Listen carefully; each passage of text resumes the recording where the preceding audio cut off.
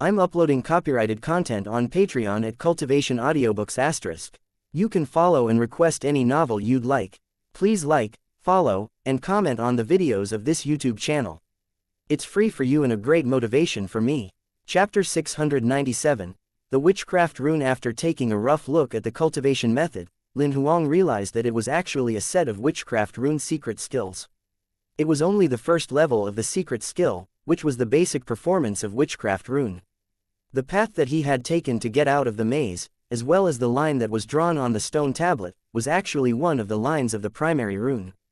Lin Huang had also obtained the image of the first witchcraft rune from the secret skill and found out that he had only figured out one of the 3 exits of the maze. There are 108 lines in the basic rune alone. Each of them has different witchcraft effects when combined together. My brain might explode if I cultivate such a mind-boggling skill. Lin Huang recalled the time when he had learned English on Earth. The combination of 26 alphabets was torturing enough for him, and he had a headache as he thought about the 108 complicated rune lines. According to the secret skill, besides being carved on energy crystals and non-living things such as weapons, the witchcraft rune could also be engraved on a person's soul. In reality, that was how the sorcerers cultivated back in those days. Lin Huang did not dare to do anything about it yet. If he made a slight mistake while carving the witchcraft rune on his soul, he might kill his own soul. Moreover, he was not ready to be a sorcerer yet. Lin Huang then snapped out of it after taking a quick look at the secret skill.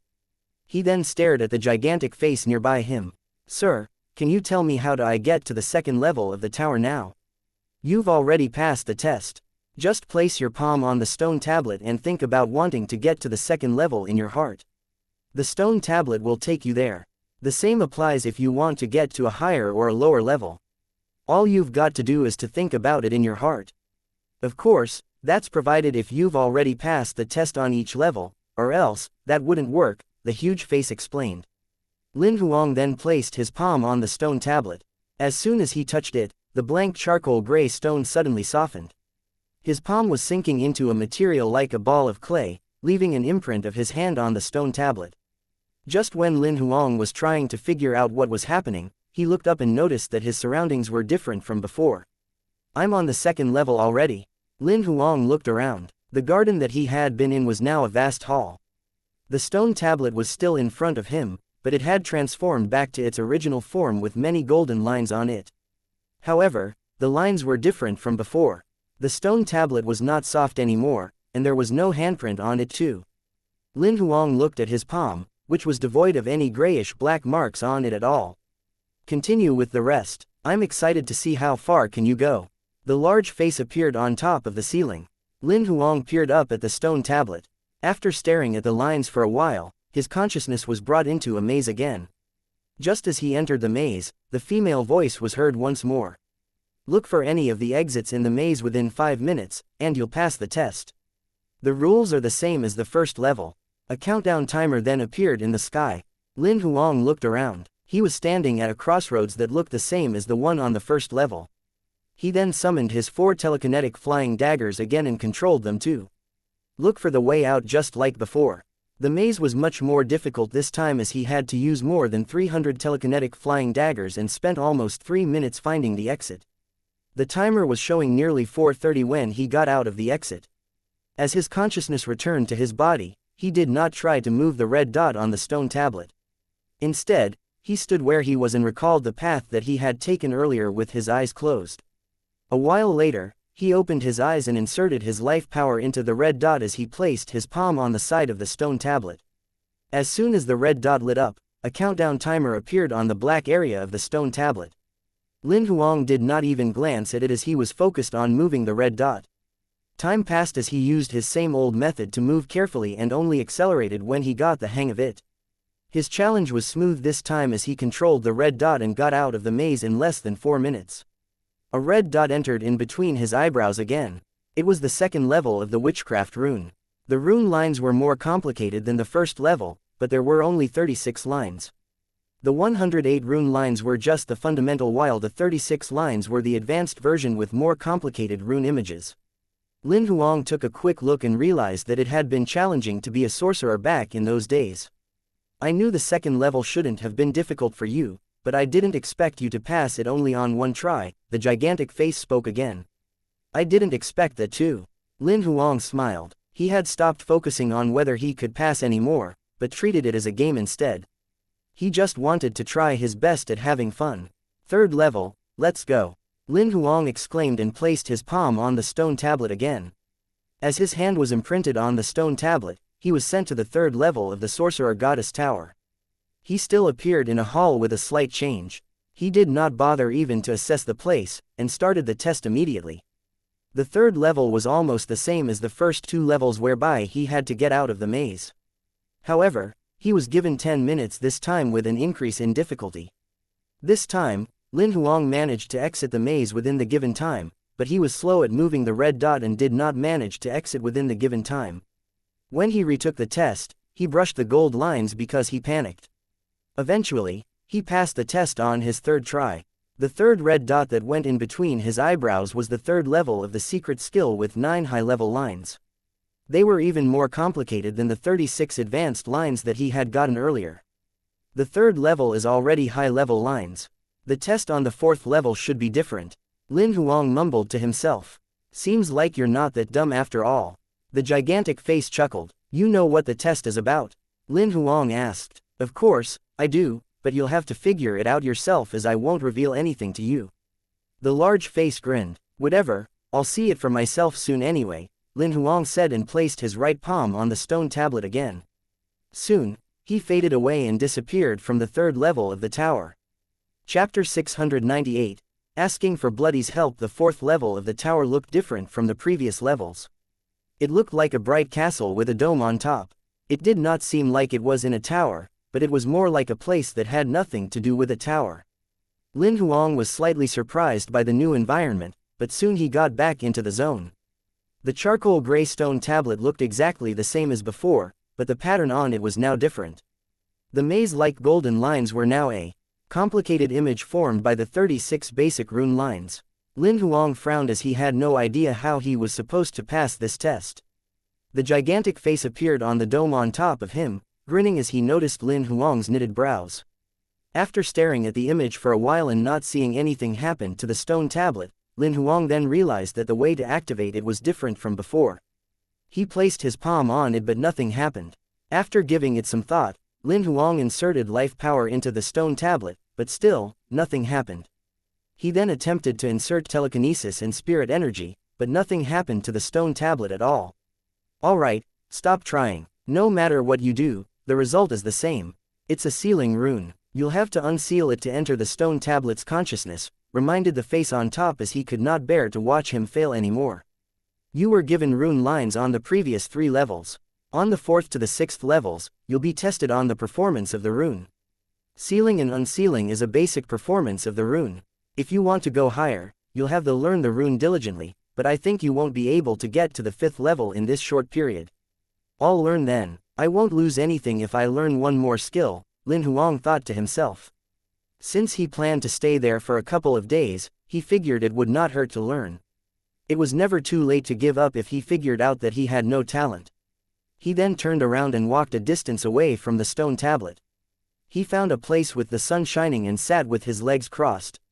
He then closed his eyes and started studying the rune secret skill that he had gotten earlier. Lin Huang read the first level of secret skill over and over again. After memorizing all the 108 basic rune lines, he realized that there were just too many things to remember for each of them. There were tens of thousands of words that each rune could be combined into, so the total combinations came up to almost 4 million words. With his memory, he could definitely memorize all of them if he were given the time, but the thing was that it would be redundant if he could not understand the meaning of each term. After all, not everyone could understand the dual vector foil manual directly without learning. It was the same as the basic rune lines whereby some of them were hard to understand and there were some specific terms used in witchcraft that Lin Huang could not understand at all. After failing to grasp it, he decided to summon Bloody. As he shared his memory of the rune with Bloody, he sat aside while waiting for Bloody to tell him more about it. Bloody took 2 to 3 minutes to study it and suggested to him to read a dictionary that was specialized in witchcraft. Helpless, Lin Huang then asked for the gigantic face's help. "Sir, could you get me a dictionary that's specialized in witchcraft?" "That's simple. The face tossed him a crystal ball.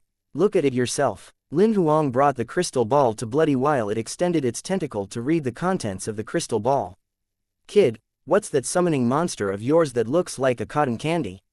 Why haven't I seen it before? The gigantic face could not help but ask. It's a new type of monster that I call Violethes. This fella doesn't look like it could fight.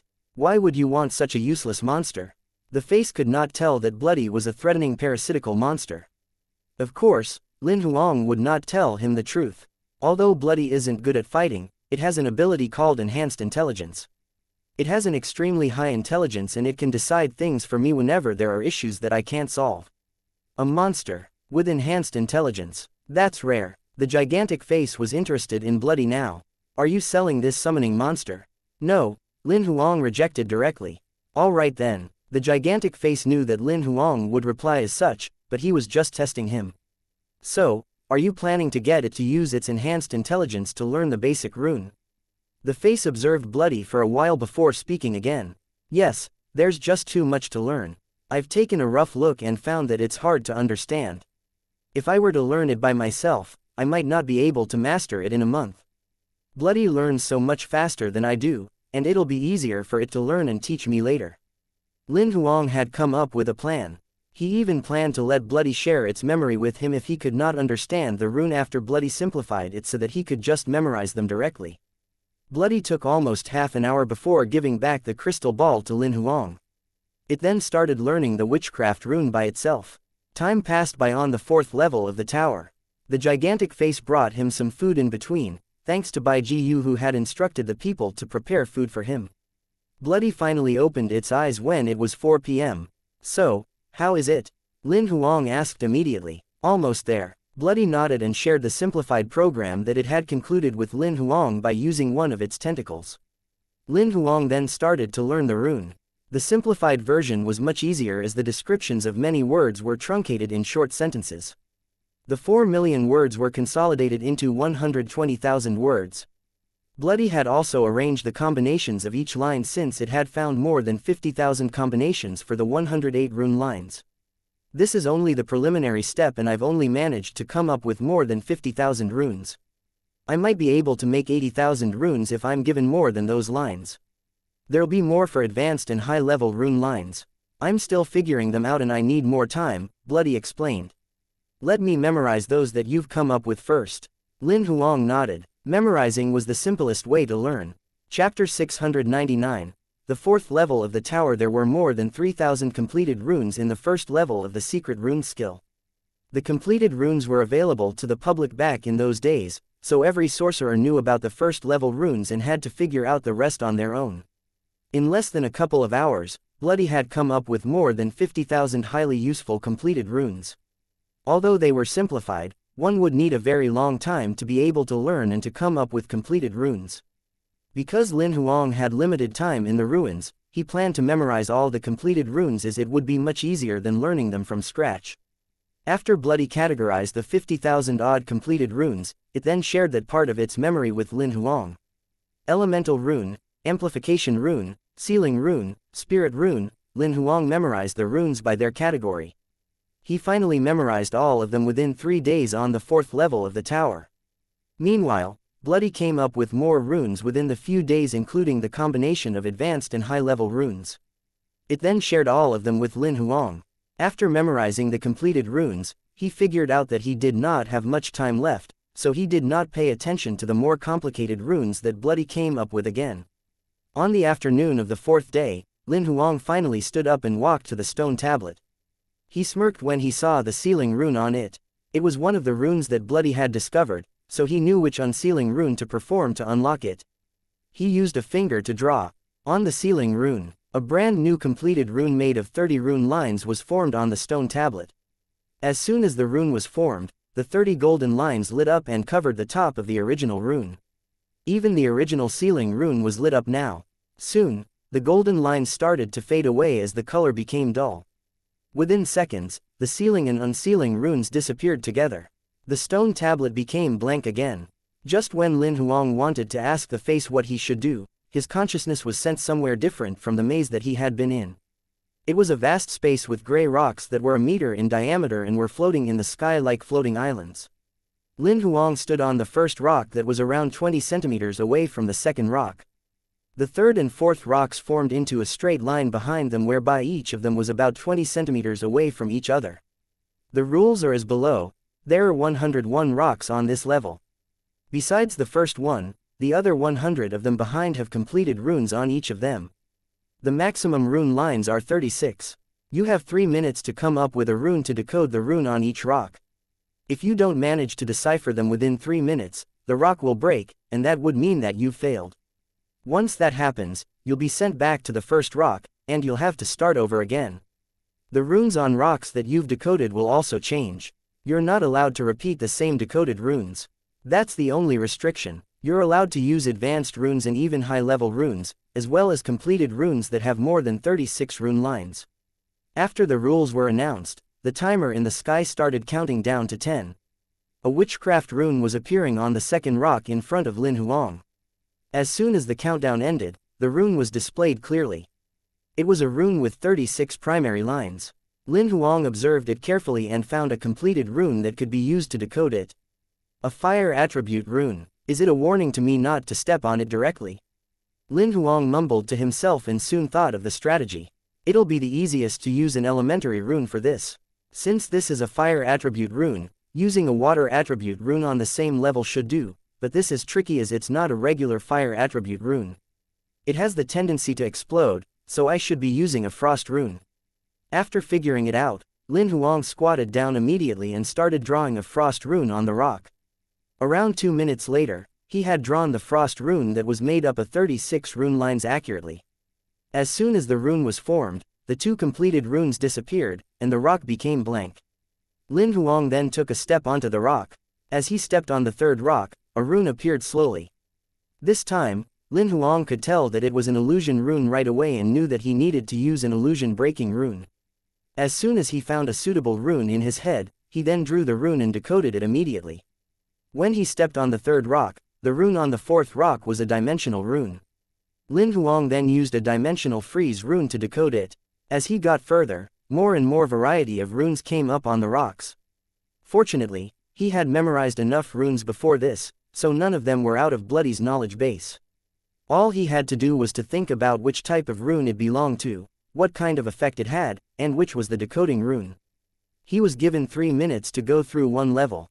At first, he needed around 2 minutes to decode the runes, but as he got the hang of it, he managed to finish each level in around a minute as he became faster in searching for the suitable decoding runes. Lin Huang spent less than 2 hours decoding all 100 runes on the rocks. As he stepped on the last floating rock, a golden glow came out of nowhere and flew into his head. Lin Huang was sent back to the castle on the 4th level in the tower before he realized it. As he looked into his body, he soon found what the golden glow was. It was more than 10,000 completed runes. He took a quick look and found that they were not useful to him anymore as they all had been covered by the runes that Bloody had mastered. Let's see if the completed runes that will be given in the next level are in Bloody's collection. Lin Huang was excited. Chapter 700. An unfamiliar rune. After passing the test on the 4th layer, Lin Huang soon came to the 5th level, which was similar to the 4th level whereby he was sent to a castle of a different style. There was also a sealing rune on the stone tablet.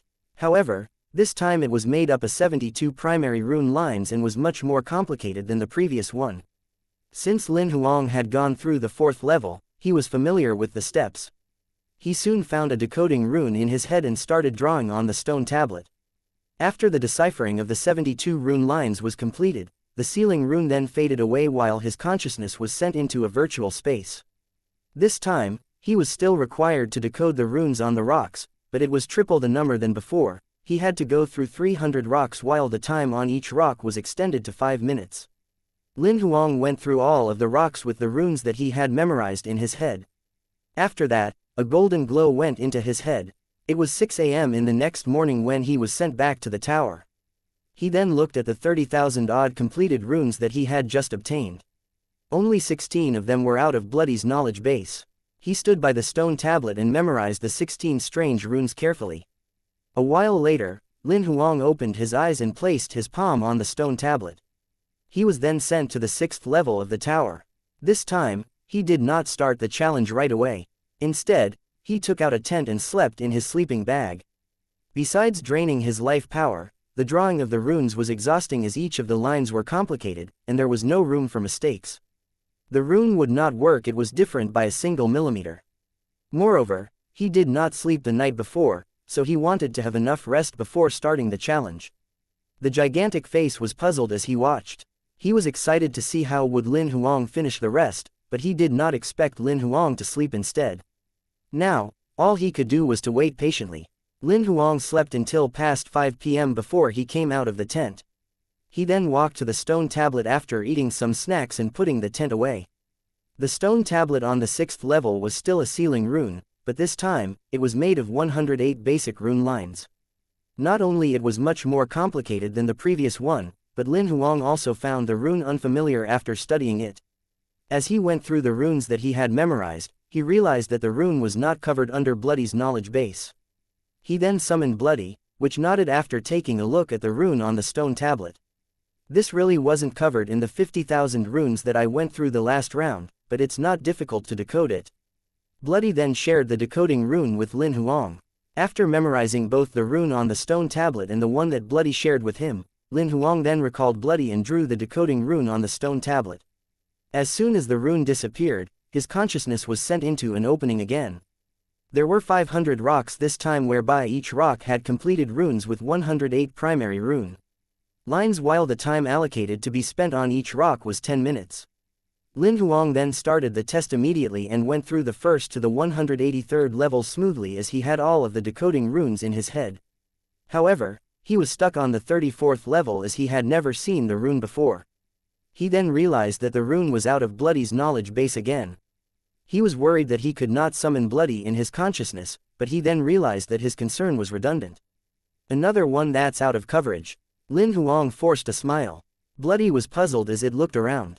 It did not ask anything and started looking at the rune of the rock. This is an illusion rune, and it's slightly complicated. Despite that, Bloody managed to come up with the decoding rune within 3 minutes. After memorizing the rune, he then started drawing it on the rock. As he had taken some time to search for the rune in his head, he only managed to finish drawing the decoding rune 2 seconds before the countdown ended. He did not recall Bloody as he stepped onto the 35th rock. Don't go back yet, I haven't completed a 10th of the levels, and I think there'll be many unfamiliar runes later.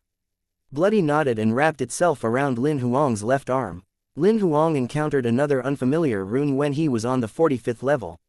As he was thinking about it, Bloody spoke directly. I've never done this one before, let me think about how to decode it. Bloody gave him the decoding rune in less than 5 seconds, and Lin Huang passed the level once again. Later on, he encountered 28 unfamiliar runes. He did not even have to check if those were runes that he had never seen before, as Bloody would give him the decoding runes directly, which saved a lot of his time. Just like that, Lin Huang managed to pass 500 levels with Bloody's help. As he stood on the 501st rock, a golden glow went in between his eyebrows, and they were both sent out of the space. As soon as they got back to the 6th level of the tower, Lin Huang then looked at the runes that he had just obtained. There were more than 50,000 of them this time, and Lin Huang was unfamiliar with half of them. He decided to find a seat in the tower with the sun shining through, and he started memorizing all the unknown runes. 2 days passed just like that.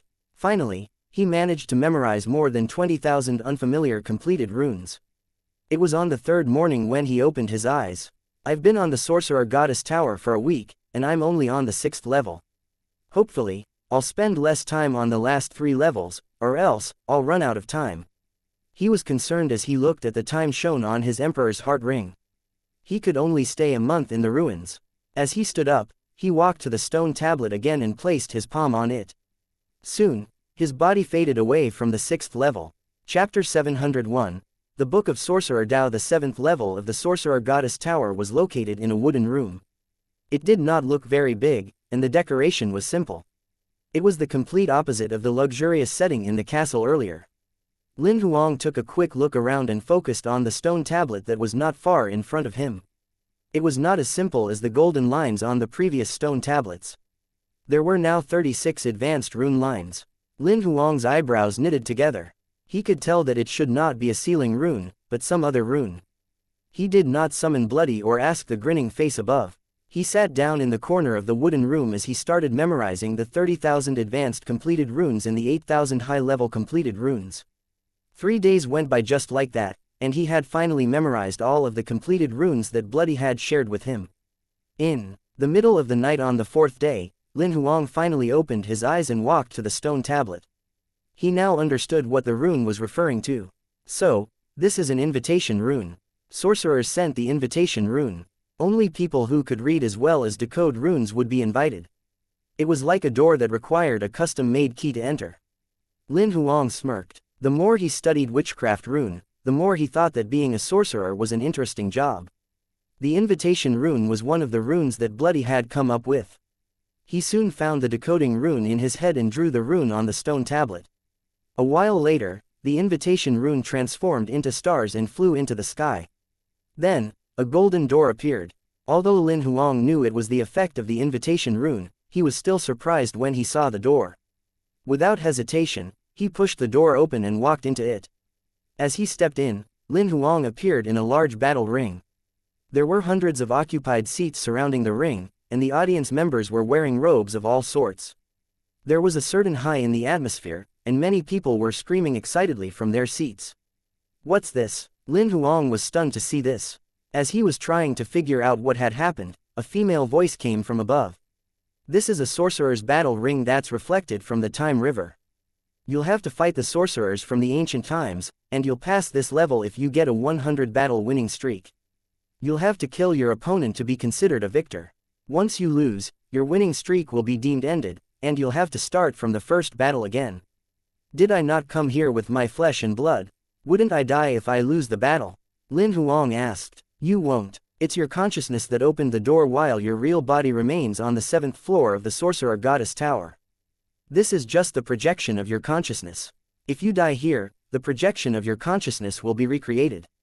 So, is there any restriction in the battle ring? Lin Huang asked. You can only use witchcraft and not any other skill. You wouldn't be able to use any skills even if you wanted to. There's no other restriction besides this. But I'm not a sorcerer. I've only learned some runes, and I can't even perform any witchcraft. How do I fight with those sorcerers without using any other skills? Lin Huang was astounded because he had not performed the rune on his soul, and neither did he have any book related to witchcraft nor tools with him. Perhaps you weren't a sorcerer before, but now you are. As the female above spoke, 6 golden beams shot out between his eyebrows and transformed into a book. The book had a golden cover, and it was just the size of an adult's palm when it was closed. It did not look thick, but when Lin Huang opened it, there were hundreds of thousands of pages with completed runes in it. Besides those that he had obtained from the Sorcerer Goddess Tower earlier, there were also the advanced and high-level ones that Bloody had discovered. Is this the Book of Sorcerer Dao? Lin Huang was shocked as only real sorcerers would own the Book of Sorcerer Dao or the Sorcerer Book. He had never cultivated the Sorcerer Dao, all he did was memorize runes. Suddenly, the thought of the 6 golden beams that transformed into the Sorcerer Dao book earlier came to his mind. So, the 6 golden glows that I obtained from the Sorcerer Goddess Tower combined into a complete Sorcerer Dao. That's right, it's the beginner inheritance that the Sorcerer Goddess left in the Sorcerer Goddess Tower.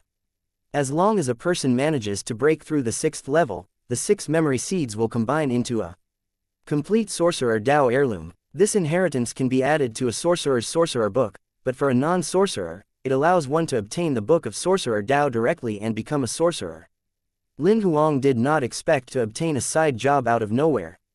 All he wanted from the Sorcerer Goddess Tower was the Sorcerer Goddess's relics. He never wanted to be a sorcerer.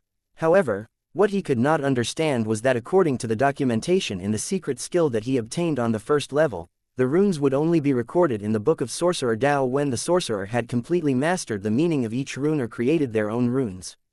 Meanwhile, all Lin Huang did was merely memorize the hundreds of thousands of runes without understanding them, let alone master them. However, the runes that he forced himself to memorize were printed on the Book of Sorcerer Dao. Perhaps the Book of Sorcerer Dao thought I understood the runes because Bloody does. Lin Huang could not think of any other better explanation than that. Although he did not understand it, he knew that it was a good thing. The Book of Sorcerer Dao would be blank if it followed what he understood and he would not be able to fight in the ring. There were hundreds of thousands of completed runes in the Book of Sorcerer Dao which were sufficient for the battles that he was soon going to face. He knew very well that a sorcerer who understood more than 30,000 completed runes would be an elite among all of them. One who understood more than 50,000 runes would be a talent, while mastering more than 80,000 would be considered a genius. It was rare for a sorcerer to understand more than 100,000 runes during the ancient times. Those who were still alive would have been a sorcerer goddess by now. The 100 opponents on this level have the same combat level as you do. They'll only be using basic runes, not advanced or high-level runes. However, there's no restriction for you, so you can perform any of the runes that you know. I hope you don't lose too quickly. As the female voice faded away, the arena became utterly silent. The timer on top of the battle ring started counting down from 10 seconds. The opponent across Lin Huang gradually appeared. Chapter 702. Sorcerer Lin Huang. Lin Huang's first opponent was a handsome, young man wearing a white robe with a blonde ponytail. As soon as he appeared, almost all of the females in the audience screamed in excitement. Lin Huang recalled that the MC had said that the battle ring was a projection of the Time River. He figured that his opponent must be a popular man back in those days. The audience's deafening cheer was most probably a projection of what had happened in the past. The white-robed man sized Lin Huang up obnoxiously as he appeared in the ring. "How dare you challenge I, Tai Yun? Prepare to die." Lin Huang raised his eyebrow as he did not expect to be challenged so daringly. He replied, "We'll find out who'll die later." Although Lin Huang had never fought with anyone with witchcraft, he was experienced and was not afraid of imperial levels or even demigods. Fighting a sorcerer who had the same combat level as him was nothing to him. The battle was just a show for him to perform with a huge audience watching. Soon, the countdown ended. Tai Yun scoffed and a sorcerer book covered in white appeared in front of him. He extended his right hand and placed it on top of the book, which flipped open on its own while a red rune lit up from the page and transformed into a flame boa. The flame boa then sped towards Lin Huang, who was tens of meters away. A flame boa, fire attribute rune. Lin Huang smirked as he could tell which rune the man was performing at one glance. "All right then, I shall use you as practice." Then, he pressed his hand on top of the sorcerer book as well. In the next second, the book opened on its own with a blue rune lighting up. A terrifying chill came out of the book with icy blue arrows that bolted out of it and swallowed the flame boa. Within seconds, the flame boa was pierced by the icy arrows hundreds of times and disappeared. However, the remaining arrows were now hurtling towards Tai Yun at an alarming speed. Tai Yun was shocked, but he did not panic. He placed his palm on top of the book again, and this time, a yellow rune lit up. Pieces of thick bricks started stacking in front of the white-robed man until a barrier which was tens of centimeters thick was formed and blocked the arrows that were coming towards him.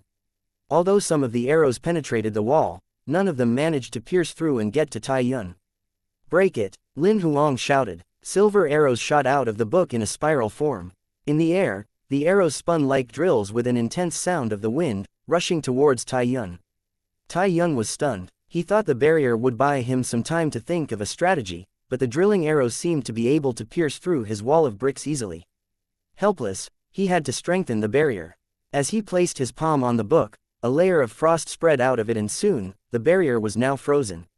Lin Huang's drilling arrows could not pierce through the barrier that was now reinforced with a layer of ice. As Tai Yun felt relieved, he was coming up with strategies to attack next.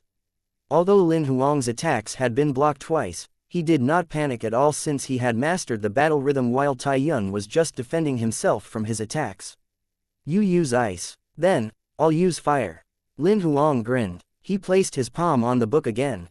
Sparks of flames that were the size of a thumb roared towards Tai Yun's barrier like a meteor shower. Tai Yun thought that he could relax for a bit, so he was shocked to see what was coming towards him. Before he could react, the stars collided against the barrier. Sparks flew, and explosions were heard. The explosions melted the ice on the barrier at an alarming rate while many of the bricks were smashed. Lin Huang had retreated to the edge of the ring, unaffected by the explosion. It was a different story for Tai Yun. The spiral arrows that were stuck on the barrier were shot in all directions when the explosion happened. Tai Yun was devoured entirely in the explosion flare, and it felt like death for him. "I think I've overdone it. Will he die just like that? I thought I found someone to practice with me," Lin Huang mumbled to himself. Fortunately, The explosion muffled his mumbling, or else, Tai Yun would be pissed if he heard what he had just said. Soon, the hundreds of explosive stars burned out, but smoke still lingered in the ring, and nobody could see how Tai Yun's condition was. However, Lin Huang was sure that he had not perished as there was no announcement declaring the loser. Lin Huang did not continue to attack as he waited for the smoke to disperse patiently. The challenges in the Sorcerer Goddess Tower were tricky. Although the arrangement of the opponents was random, they would be more powerful than the other. Tai Yun should be the least powerful one among the 100 opponents on this level. He was the best for Lin Huang to practice with, so Lin Huang did not wish for him to be killed that easily so that he could practice more. It took a while for the smoke to clear. A clumsy person appeared amidst the smoke. The person's body was black like it had been charred. His hair was frizzy from the heat of the fire. Although he looked disheveled, people could still recognize that it was Tai Yun in his once white robes. He could not bother about his image anymore as he panted hard. If he had not managed to defend himself with witchcraft, he might be dead in the ring now. "Hey, can you still fight like that?" Lin Huang teased. "We can proceed if you're still able to fight. If not, I'll send you out of the ring." Tai Yun glared lethally at Lin Huang as he noticed that Lin Huang was ready to attack him again. He then said unwillingly as he clenched his teeth, "I surrender." "What, you surrender just like that?" Lin Huang did not expect that at all. The announcement of the female voice was heard. "The winner of the first battle, Lin Huang, 1% of winning streak completed. You can choose to rest for half an hour after each battle. Would you like to take a rest?" "There's no need for that. Please continue." As he had gotten the hang of fighting with witchcraft, Lin Huang decided to proceed with the battle since the first battle did not drain any of his energy at all. Chapter 703. The Lady in Red Robe. The second opponent that Lin Huang encountered was a sorcerer in a black robe. He was just slightly more powerful than Tai Yun, but that was it. After confirming where he stood in terms of ability, Lin Huang did not kill him instantly. Instead, he treated his opponent as an experiment as well as his practice partner. Different runes kept lighting up from the sorcerer book and charging towards his opponent. The black-robed man was finally killed following Lin Huang's 29th attack after defending himself fiercely from the previous 28 attacks. Lin Huang won his second victory. However, he had yet to be satisfied with the practice. The coming battles became his solo performance in which he did not even give the slightest chance to his opponents as he would always attack first as soon as the battle started. All of the opponents became his moving targets. Only some of them managed to strike back while the rest were killed almost instantly. Just like that, Lin Huang won battle after battle. The first one, the second one, the third one, the 10th one, until the 67th battle. It was a tall lady with red chiffon covering her face with only her eyes revealed. Her entire body was wrapped in a dark burgundy robe, but Lin Huang could see her seductive body. The lady was almost 1.8 meters tall. However, he noticed that she was wearing heels underneath her robe, but he had no idea how high they were. The lady was not Lin Huang's first female opponent. After glancing at her, he thought that he would not have to hold back on her. As soon as the countdown ended, he did what he usually did, which was to attack first. This time, something out of his expectations happened. The lady placed both her palms on the books and opened the both of them. 2 runes of defense and attack lit up at the same time. Lin Huang was shocked to see that as it was his first time encountering a person who managed to handle 2 runes at the same time. As the 2 runes lit up, a large hemispherical frost shield and a frost ranged attack appeared. The chill spread all over the battle ring.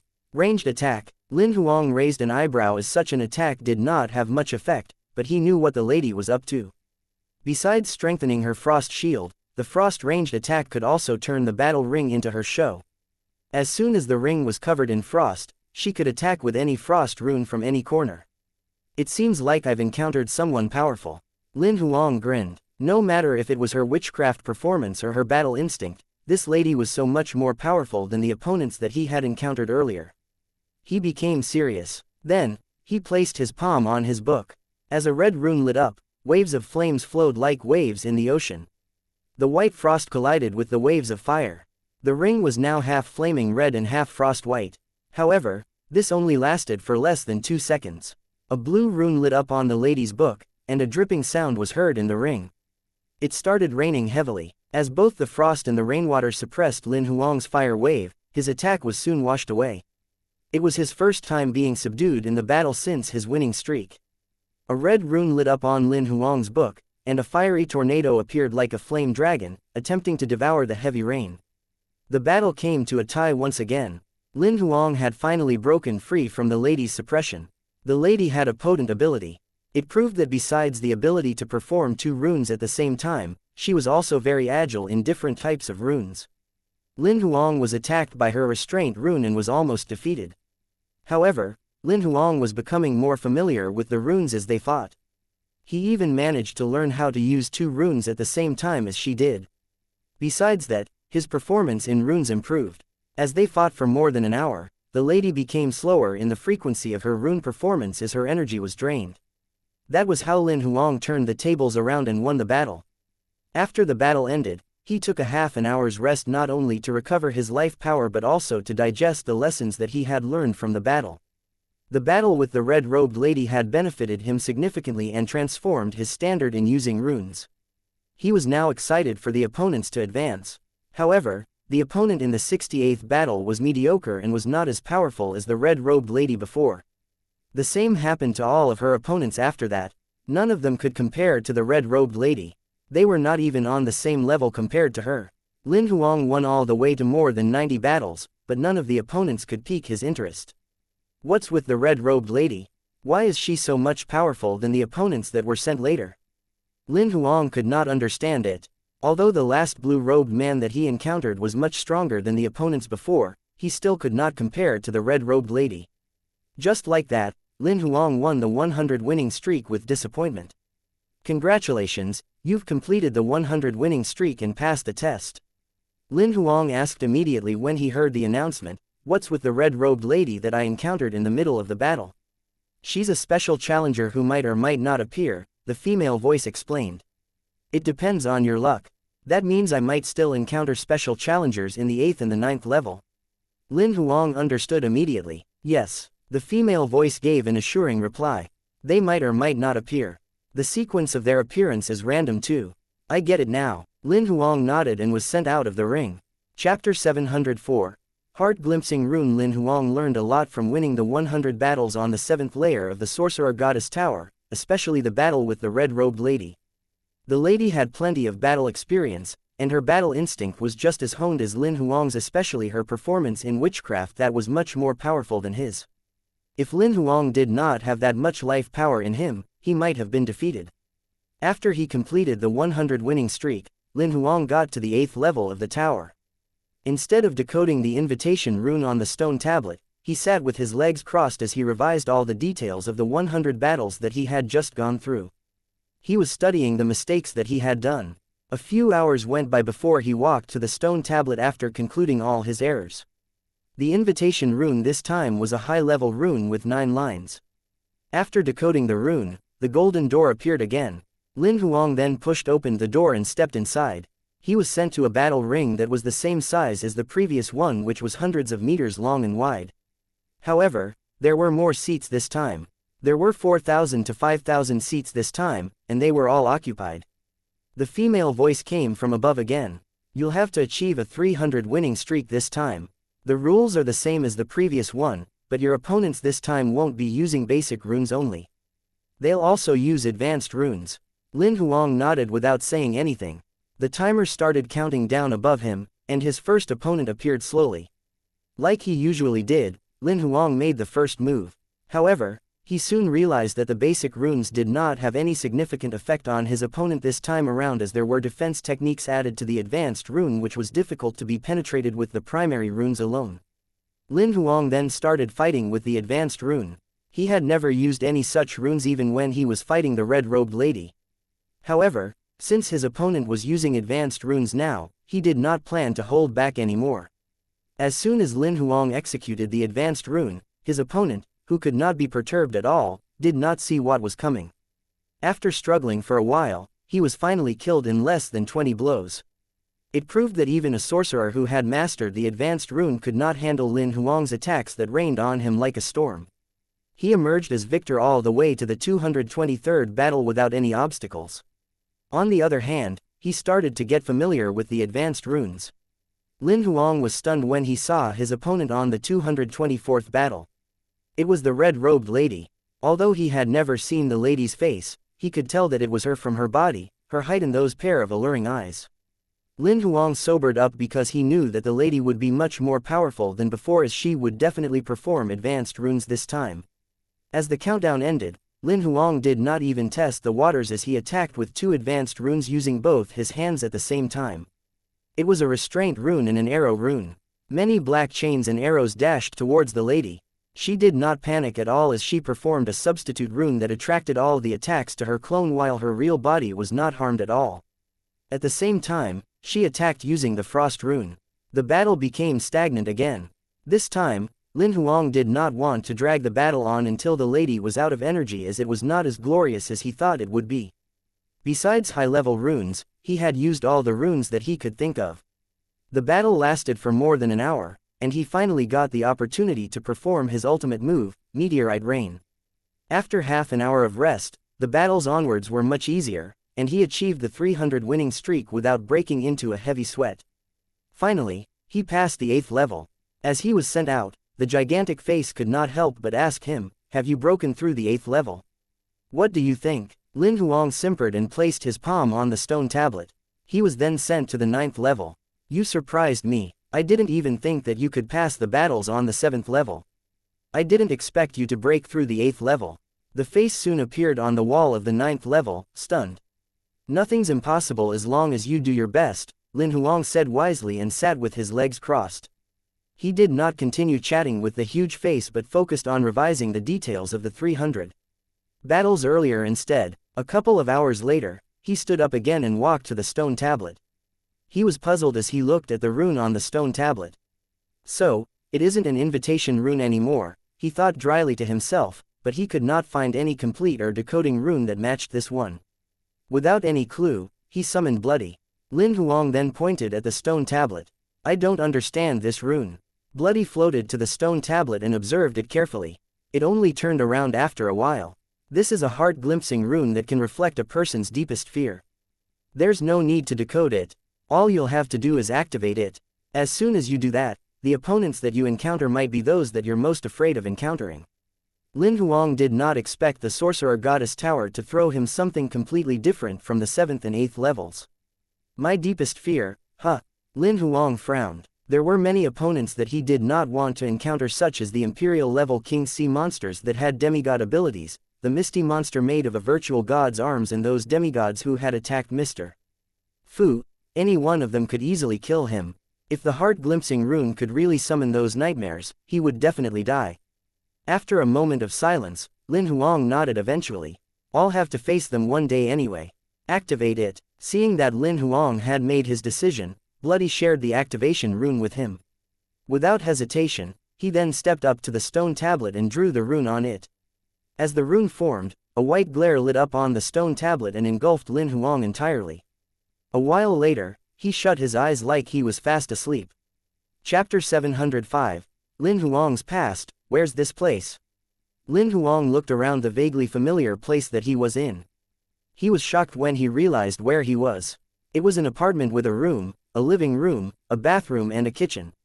The decoration in the apartment looked exactly the same as the one that he used to stay in 2 years ago before he traveled to another world. To be exact, it was his home before he left. The hole that he had accidentally burned with his cigarette after falling asleep was still on the couch in the living room. On the coffee table, there was a crack on the ashtray that had slipped when he was washing it. In the multi-purpose cabinets under the television were the novels that he had collected. Lin Huang then rushed into the bedroom. The blanket was folded like he usually did on the bed, covering half of the bed. The pillowcase was the one with the dark blue night sky and stars that matched his quilt cover. His watch and keys were placed on the left side of his bed head beside the lamp. His jeans, t-shirt, underwear, and socks hung on the balcony outside his bedroom. "I'm back on Earth." Lin Huang had a complicated expression as he glanced around. He had thought of many manifestations of his deepest fears that the heart-glimpsing rune would show him after activating it, but he did not expect to be brought back to Earth at all. Just as he was digesting everything, his mobile phone in pocket started vibrating. He had gotten used to the Emperor's heart ring for the past 2 years and had almost forgotten about the existence of mobile phones. He took out his Fruit 7 phone and realized that it was Xiao Wang who was calling. He did not know what to do. Should he pick up the call? Too much had happened in the past 2 years, and he could not really remember who this Xiao Wang was. He did not pick up the call as he held his phone in his hand. However, the phone did not stop vibrating. This Xiao Wang guy sure was stubborn. Lin Huang thought about it and decided to pick up anyway. Xiao Wang, are you looking for me? Lin Huang still had no idea who Xiao Wang was. Handsome, come drink with me tonight. Listening to the voice and how he addressed him, Lin Huang recalled who the person was. Xiao Wang's real name was Wang Ji. He was his junior from the same university. He was a smart guy, and they worked together. After he became Lin Huang's junior at work, he started inviting Lin Huang out for drinks, spa, and massages as well as helping him at work every week. They became close after that, so it was natural that they would drink and eat together occasionally. I have something up today. Let's do that some other day, Lin Huang declined. After all, he had yet to recover his memory and would be exposed easily if he met someone who knew him. Oh, all right then, go ahead with your stuff. Xiao Wang then hung up. Lin Huang walked around the apartment. The kitchen and bathroom were still the same, and the floor mat in the bathroom was still wet. Even the trash in the kitchen was still there. He roughly remembered that it was how his home had looked like the day before he set off. He then looked at the date on his phone. It was the 3rd of June 2017, Saturday, which was the day he had left. So, I've gone back to the day I left. Lin Huang looked at the time. It was 9:41 a.m. I remember peeking at the time before I left. It was 9:40 a.m. That means this is when I just left. Lin Huang could not understand why the heart-glimpsing rune had sent him here. There was nothing that he was terrified of on Earth as he had seen too much on the other side throughout the years. Any transcendent level monster could kill the entire human race if it was placed on Earth. Lin Huang then returned to the living room and sat on the couch. He lit up a cigarette without any idea what was going to happen next. The silence only lasted for less than 3 minutes. The phone in his pocket started vibrating again. He was shocked when he saw who was calling. It was his mother who had passed away in a car accident when he was 9. He hesitated for a long time before finally picking up the call. A familiar voice came from the other side before he started speaking. Xiao Mu 2, it's the weekend. Will you be home for lunch? I've made dumplings for you with chives and egg filling. Xiao Mu 2 was Lin Huang's nickname. Her mother called his father Mu 2, therefore when he was born, his father was called Da Mu 2, and Xiao Mu 2 naturally became Lin Huang's nickname. He could not move when he heard that voice. He had never imagined that he would hear his mother again. Dumpling with chives and egg filling was his favorite food when he was a kid. His mother would always make him dumplings whenever he got excellent results in his primary school. Hello, can you hear me? Why aren't you speaking? Lin Huang's tears started pouring. Mom, I miss you. What's wrong? Did someone bully you? Although his mother did not hear him crying, she knew that something was wrong. No, Lin Huang calmed himself down and asked, is Dad home? Your dad is here. I'll get him to speak with you. His mother had no idea what happened as she passed the phone to his father. Son, what's wrong? His father's energetic voice came from the other side. Lin Huang's tears proceeded to pour, but he managed to calm down.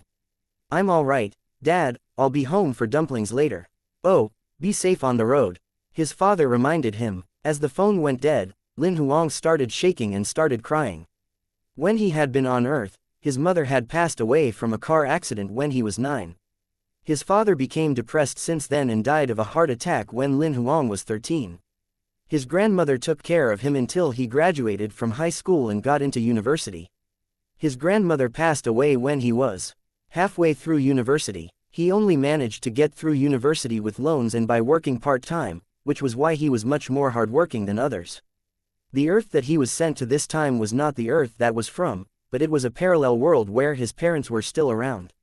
Speaking to his parents that he had lost when he was young made Lin Huang, who had been suppressing his emotions all along, to lose himself completely. Chapter 706.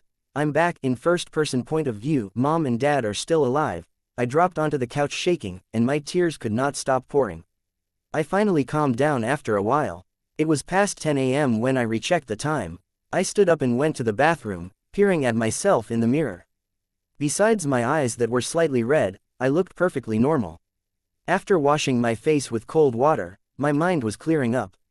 The heart-glimpsing rune was meant to bring one's deepest fear to life. Unlike an illusion, you could not get out of it. Just like a movie that was 100 minutes long, the story would go on without skipping any second. Once the heart-glimpsing rune was activated, the person would not be able to leave the movie as the main character and had to continue until it ended. I knew that activating the rune was not a simple act. To be exact, it was a test of the human emotion. Since I could not leave, the only way was to go on with it. However, I had no idea what kind of test I was given and how I would pass the test. All I could do was to go with the flow and allow the story to develop.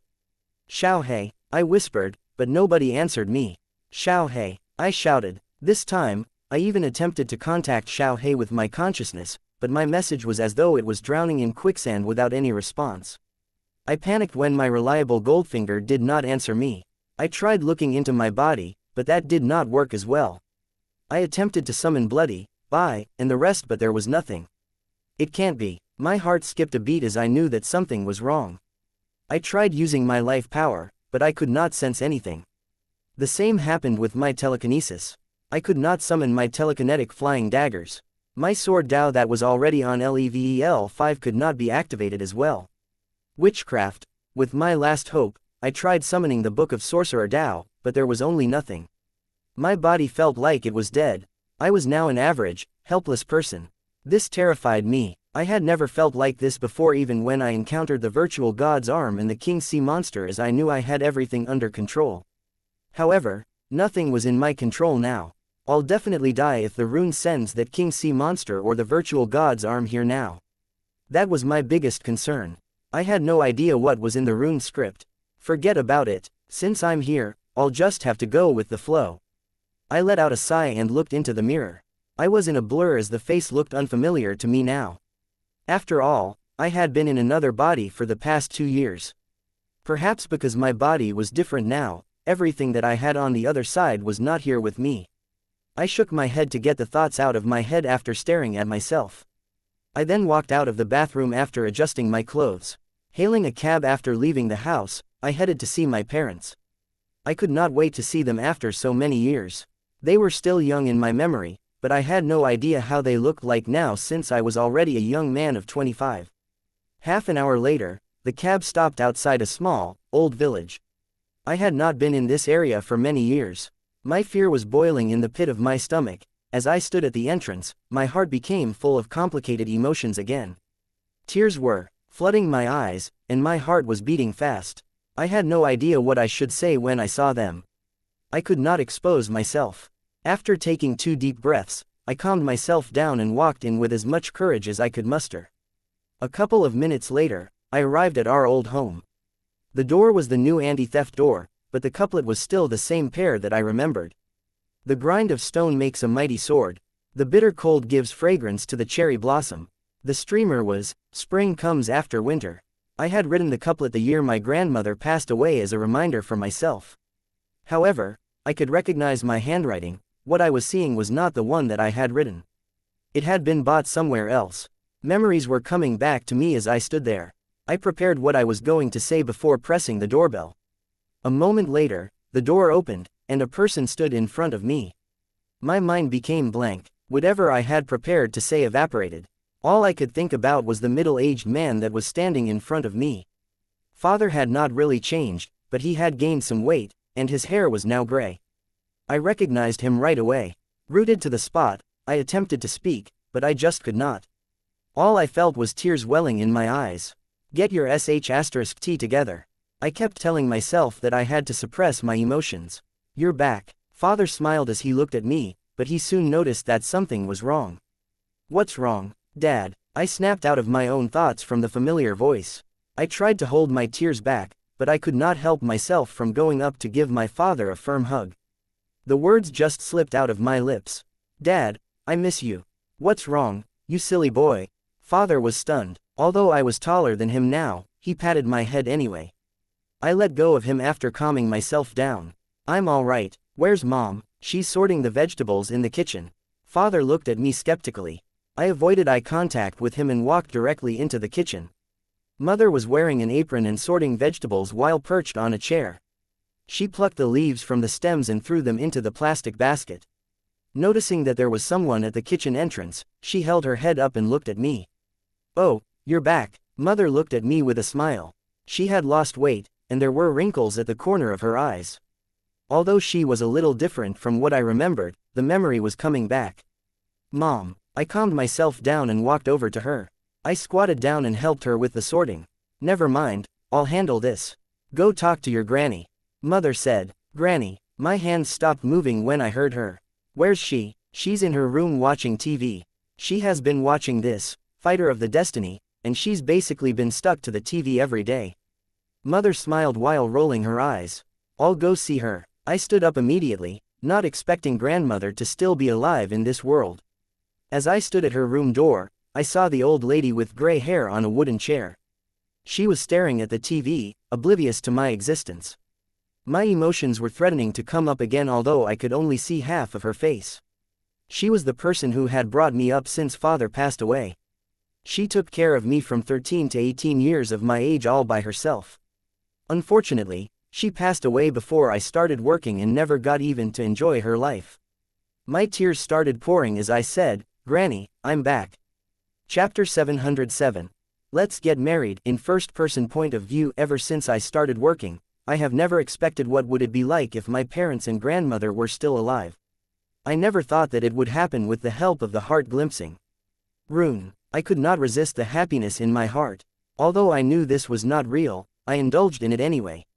We had dumplings for lunch as a happy family, and I could not help but feel that this was bliss. Although I lost myself in front of Granny, she did not dwell on it after I came up with an excuse. She was a smart lady, not even telling my parents about me crying in front of her. She also got me out of the awkward situation when Mother asked me about my red eyes at the table. I got Xiao too to bring me my stuff, and something got into his eyes. I stayed at my parents' place during the weekend, enjoying the family reunion that I had lost for 20 years in this familiar yet unfamiliar house. After dinner on Sunday, I hailed a cab and went back to my place. The 2 days brought back most of the memories of my job scope at work. On Monday morning, I went into my office early as I wanted to spend more time familiarizing with my work. Since the heart glimpsing rune script was written this way, I had to go with it instead of quitting my job. As soon as one portion of the script went wrong, it would create a domino effect, and many uncontrollable things would be affected. Following the script gave me an idea of what the story was going to turn out like, as well as the techniques to work with the flow. Things would become unpredictable if I changed the script on my own. It was 7 a.m. I got to the office and found my seat immediately. It took me a while to recall my computer password. After I logged into the computer, I looked at what had I been working on recently. Although it was unfamiliar, I got used to the computer soon and found my work list on a spreadsheet. I then started checking the documents following the list. When it was 7:40 a.m., Xiao Wang from our group had arrived. He greeted me as soon as he saw me. "Bro Lin, you're here." I nodded at him and proceeded with my work. There were 6 teams in the sales and marketing team. I was one of the team leaders, a supervisor with 8 employees under my watch. After taking some time to familiarize with my work, I looked at the contact list for each department on the table and matched their names with their faces in my head. After thorough preparation, I did not expose anything. Soon, 1 week had passed, and I had completely adapted to work. I went to see my parents during the weekends. As we had dinner on Saturday night, Mother came up with an awkward topic out of nowhere. "Xiao too, you aren't young anymore. You're already 25, it's time to get a girlfriend and think about marriage." I was stunned to hear that, and this popped into my head: would marriage change the story? I smiled as I nodded. "I want that too, but first, I'll need to find someone suitable. I heard about this lady that your Aunt Lu knows. She's half a year younger than you, and she's a newbie at work. She's pretty cute." Mother grinned. "Are you interested in meeting her?" "It depends if she wants to see me." I knew that Mother could not wait for me to get married. "It's Sunday tomorrow. You can meet her tomorrow if you want." Mother clearly could not wait anymore. "All right then, I'll meet her." Lin Huang did not have any opinion on marriage. Since this was how the story developed, he thought he should see her anyway as it could be crucial to the story. After agreeing to meet the lady, Mother called Aunt Lu without even doing the dishes after dinner. The lady agreed to meet us as well. The next morning, I arrived at the cafe that we were meeting 20 minutes earlier. I waited patiently after ordering a cup of coffee. We had agreed to meet at 9 a.m. I saw a familiar person walking towards the cafe when it was 8:50 a.m. The girl wore a white short-sleeved shirt with a pair of jeans. She had a ponytail and sunglasses that covered half of her face. She carried a khaki brown handbag, and I found her attire refreshing during the summer season. I was just as shocked as she was when she saw me upon entering the cafe. She hesitated before walking towards me as she took off her sunglasses. Long time no see. I did not expect to see the girl that I once wanted to kiss and had allowed me to. I didn't expect to see you as well. Zhang Yan sat down. Silence came between the both of us. I had no idea what to say while she seemed to be awkward as well. When did you come back? I decided to break the ice with a safe topic. I just came back a month ago. Zhang Yan peeked at me secretly from under her glasses. Yan, let's get married. I did not know how that slipped out of my lips, but I really did not want to let go of the girl that I had spent almost 2 years with. If I had to marry someone on earth, she would be the perfect girl. Zhang Yan became silent again as she seemed to be hesitating. I'll spend more time with you at home. I'll try to decline unnecessary entertainment. I knew very well why had she left me. You promise? Zhang Yan's eyes lit up. I promise. I nodded hard. Promise me. We'll get married, have 2 kids, and grow old with them. Zhang Yan giggled as she covered her mouth. You're still so silly. Promise me. Okay. I looked at her passionately. I had never wanted to spend my life with a person as much as this before. You didn't even get a ring. HMPH. Zhang Yan pouted and looked away. I didn't know that I would propose today. I panicked and stood up immediately. You wait here. I'll go buy one. Buy what? The ring. Do you think I'll say yes if you buy the ring? Zhang Yan smirked. I was stunned, but I caught her mischievous expression. I don't care. I'll buy it even if you say no. If you don't say yes today, I'll ask you again tomorrow, the day after tomorrow, and the day after that. I'll propose to you every day. You sure you want to stick with me for the rest of your life? Zhang Yan smiled. I'm sure. I know you're the one, I said in all seriousness. Then, I do. Light shone in her eyes as she recollected our beautiful memories. Chapter 708. My life in first-person point of view. I decided to make up to my regrets since it was a test from the heart-glimpsing rune. I knew how devastated I was when my parents and granny passed away, not to mention breaking up with Zhang Yan. Those were the reasons for my lack of confidence. I could only set myself free if I completely got over it, so I decided to follow my heart and propose to Zhang Yan. My parents did not expect me to marry Zhang Yan as they thought it was our first time meeting each other. My parents and granny had passed away when I started dating Zhang Yan, so they did not get to meet her. In this parallel world, perhaps the heart glimpsing altered my memories when it was writing the script because Zhang Yan had never met my parents. After informing them that we had been dating for 2 years, they realized that our wanting to get married was not a hasty decision. After they met each other, the wedding date was soon decided. It was the 7th of July, the Chinese Valentine's Day. The wedding was well prepared to be held 2.5 months later. Time passed by quickly, and soon it was the big day. Zhang Yan wore a white wedding dress like an elegant swan among everyone else. Fortunately, I was not a toad. If I may say so, I looked like a black swan in a black suit. We exchanged rings in the presence of our friends and families as witnesses. I felt a great sense of achievement as I put the wedding band on her beautiful ring finger. During our 2 years of dating, I had considered spending my life with this girl more than twice. I did not expect that my dream would come true with the heart-glimpsing rune. My parents and granny were still alive, I was married to the love of my life, and I had no regrets in my life. However, I was well aware that I was still in a story. It had been going too smoothly, it was almost perfect. Until now, I had no idea what the heart-glimpsing rune test was about. At the end of the night, Zhang Yan and I went back to our wedding room after sending our friends and families off. As we turned off the light, the bright moonlight glowed on the bed through the balcony sliding door. My heart almost stopped beating when I saw Zhang Yan taking off her clothes under the moonlight.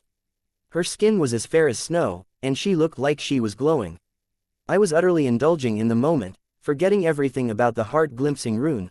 On the second morning, I felt like I had forgotten something when I woke up from the bed. I could not recall anything, but I had a terrible headache from a hangover as well as an unrealistic sense of reality. Lin Ji, come drink this honey ginger tea. Zhang Yan brought a glass over.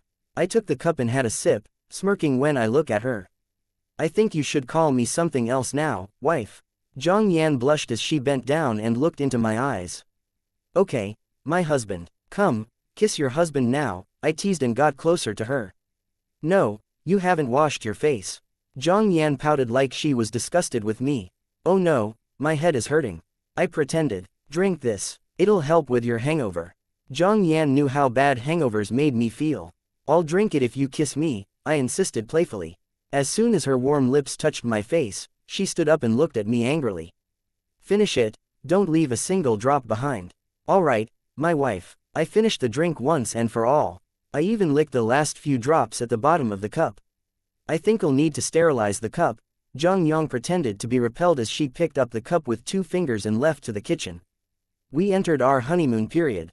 Since we had dated for 2 years, we knew other so well that we could understand each other just with a single glance. I completely indulged myself in this sweet life, losing all semblance of what was real and what was fake anymore. I had even forgotten about Xiao Bai, charcoal, tyrant. I had forgotten about life power, sword skill, telekinesis, witchcraft. I had forgotten that my parents and granny had left me. When I woke up every morning, I would feel that something was missing, but I could not put a finger on what that was. 3 months into our marriage, Zhang Yan got pregnant. I stopped fretting about what was missing. The happiness of fatherhood occupied my heart, my head, and even my soul. Zhang Yan gave birth to a son when she was 9 months pregnant. Our creation of love made us even happier than ever. It was challenging to bring a child up, but we managed to get through it. To be exact, there was more happiness than pain. My wife was pregnant again when our son was almost 1. It was a daughter this time.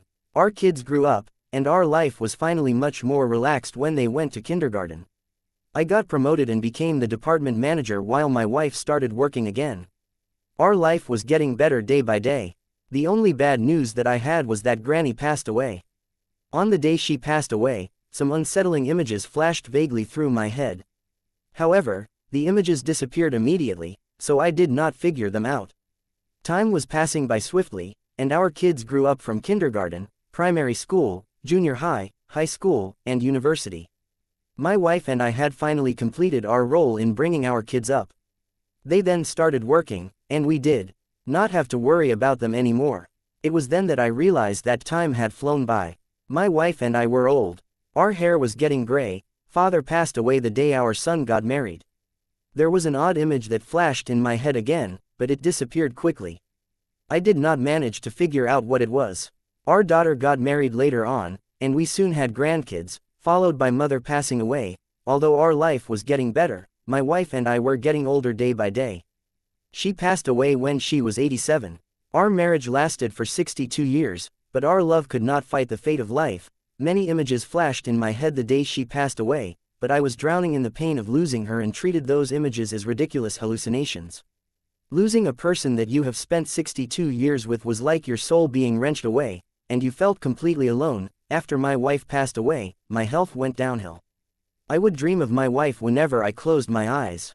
Not sure if I was not feeling well, I was eating less, and I was becoming weaker.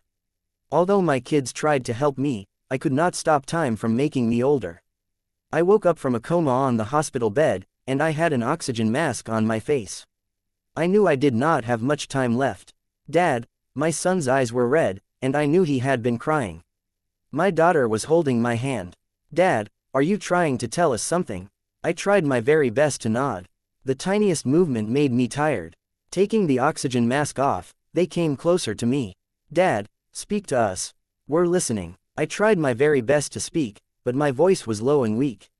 I have no regrets in this life. After saying that, I felt like I had lost all my strength. As I stared at the white hospital ceiling, I felt my body was drowning as though I was falling somewhere. I think I forgot something. What's that? Suddenly, an odd thought came into my head. I was trying to think about what I had overlooked. I heard my son and daughter sobbing in the hospital room as well as somebody else wailing. However, the sound was getting further away like it was being isolated. Images started flashing through my head. My father opening the door for me, mother sorting our vegetables in the kitchen, Granny watching TV in the room, my wife's fair skin under the moonlight. Wait, why were those memories starting from when I was 25? What had happened to my memories before that? I thought that it was odd. Suddenly, another reel of images started playing. It was a rainy night when I was 9 and completing my homework in the house.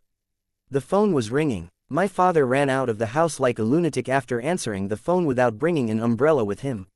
He looked devastated when he got home. I only found out from my granny that mother was not coming back the next day.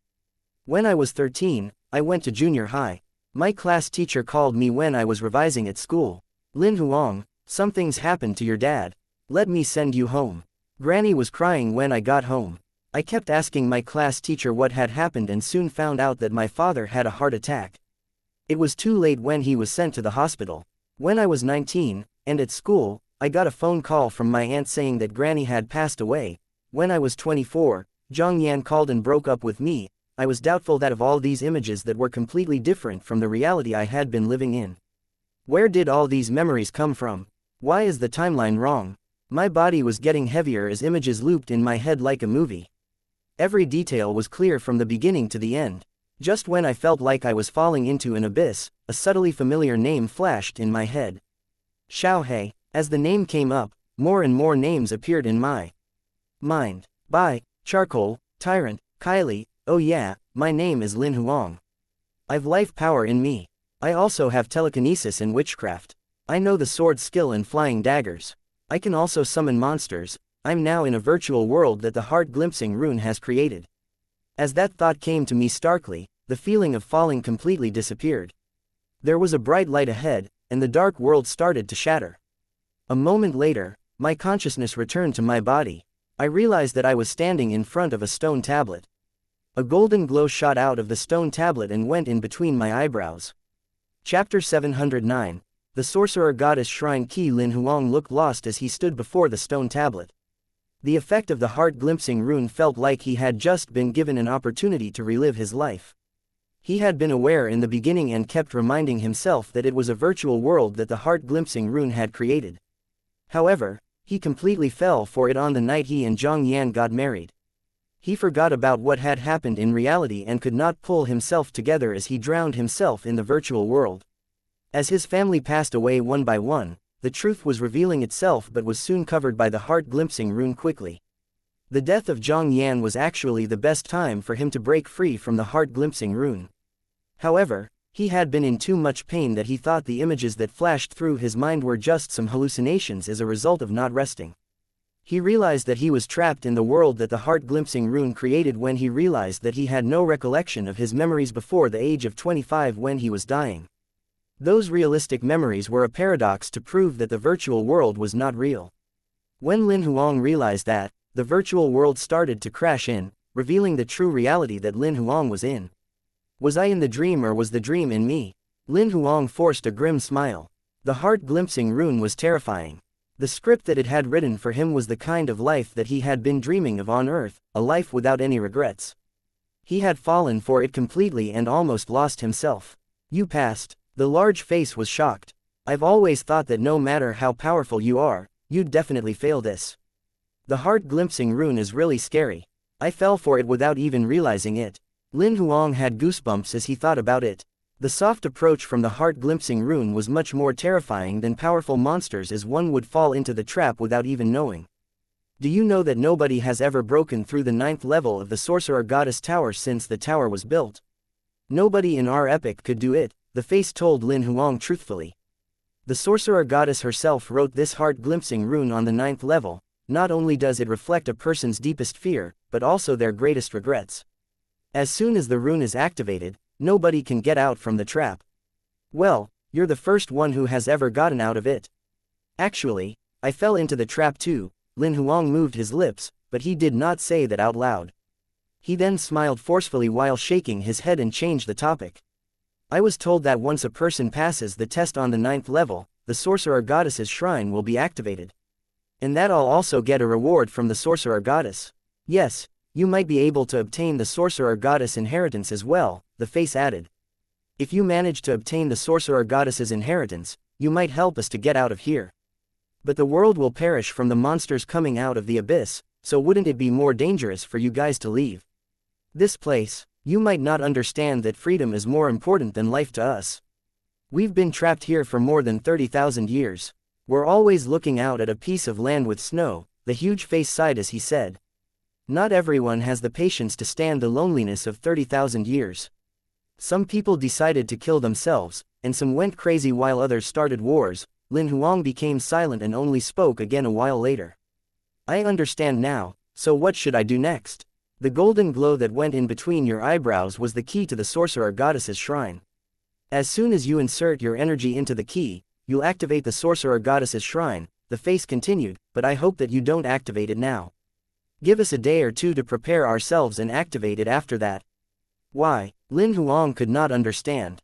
He did not have much time left there, so it made sense for him to want to activate the sorcerer goddess's shrine earlier to get his reward.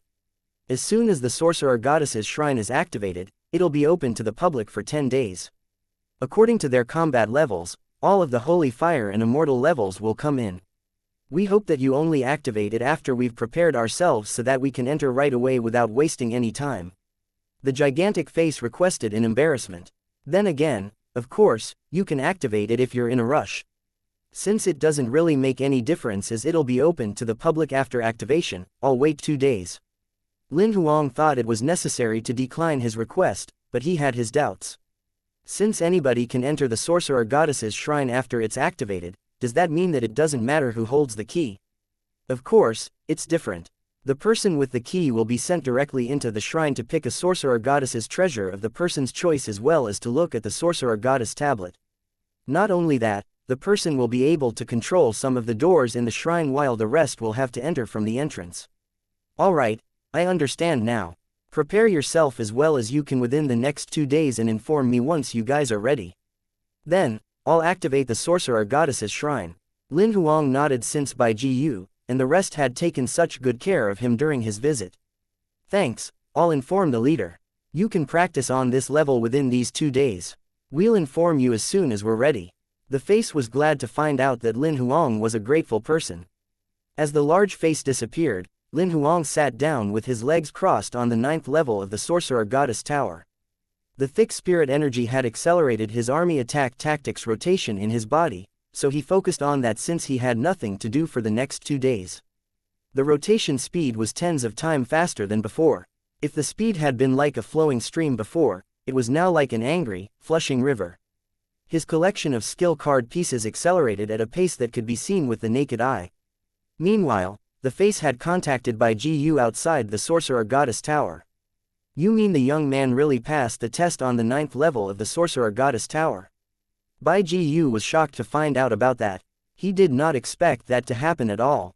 He thought he would just let Lin Huang try to break through the sorcerer goddess tower and had never expected him to get beyond the 3rd level and above. However, Lin Huang was a living miracle who managed to pass through again and again. To be honest, he was surprised to discover that Lin Huang had broken through the 7th level, but he did not expect the young man to go all the way to the 9th level. Now, he had even broken through the 9th level, which was out of everyone's expectations. I saw the sorcerer goddess's shrine key go in between his eyebrows with my own eyes. It has to be real. The gigantic face was sure of it. He's agreed to give us 2 days to prepare. Should we inform the other tribes? They'll realize something's happening if we don't move quickly. The sorcerer goddess's shrine being activated is something huge. There's no way that we can hide it. It doesn't matter if we enter the shrine 1 or 2 days before the others do. They'll lose hope in us if we do that. Let's just inform them and work together. If they want to fight, then we shall entertain them. It's not like we've never done that before since we've been here tens of thousands of years." Although Bai Jiyu nonchalantly said that, he still sounded upset. "I'm afraid this Lin Huang kid might be targeted by many. We'll have to try our best to protect him." Chapter 710, The Opening of Sorcerer Goddess Shrine. Soon, 2 days passed. Lin Huang had been practicing his army attack tactics throughout the 2 days. The spirit energy on the 9th level of the sorcerer goddess tower was hundreds of times thicker than the outside.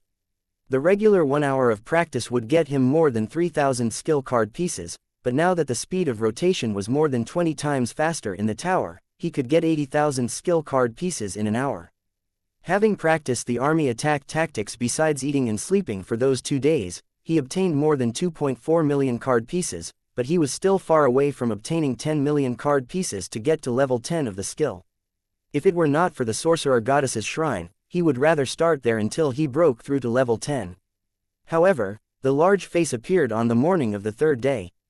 "Hi, Lin, we're ready now. You can activate the sorcerer goddess's shrine anytime you want. To avoid trouble, we didn't tell anyone about your identity.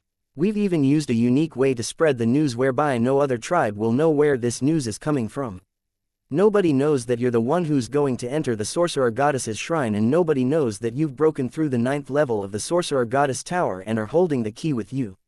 However, to be honest, you might be in trouble as you've managed to get into the sorcerer goddess's shrine with your current combat level, so we're suggesting you that you try your best to sneak out as soon you've taken your reward from the sorcerer goddess's shrine." "Thanks for reminding me, sir. I'll know what to do." Lin Huang nodded. As the gigantic face disappeared, a golden token floated out of his head. The token was as large as half a fist with a carving of a lady in a dress standing sideways on top of a giant rock. There was an odd witchcraft rune at the back of it with complicated rune lines. There were some lines that he had never seen before. He could not tell what the effect of the rune was. The token was naturally the key to the sorcerer goddess's shrine. The instruction flooded into his head as he thought of it. He then inserted his life power into the token slowly. Soon, the token expanded into a golden whirlpool that was 3 meters in diameter. Without hesitation, Lin Huang stepped into the whirlpool. The whirlpool disappeared as soon as he stepped into it. The face appeared slowly on the 9th level of the sorcerer goddess tower and looked at the direction of the golden whirlpool. As he appeared, a tall and skinny person stood next to him. "Hopefully, this kid can leave this place alive," the face looked concerned. "How far he'll go depends on him. Whether he'll die, escape alive, or obtain the sorcerer goddess's inheritance," Bai Ji said slowly. "Leader, do you think that he'll obtain the sorcerer goddess inheritance?" The large face was surprised. "I don't know about that, but I know that the force is with him and he might be able to change the fate of the new epic." Bai Ji gazed at the direction of the sorcerer goddess's shrine. "You looked into his future?" The gigantic face asked immediately. "I tried, but I couldn't see anything. He might have a relic with him or something else that's even more powerful than that and can't be penetrated." Bai Ji still remembered the day his investigation stopped and when his soul was almost harmed as a result.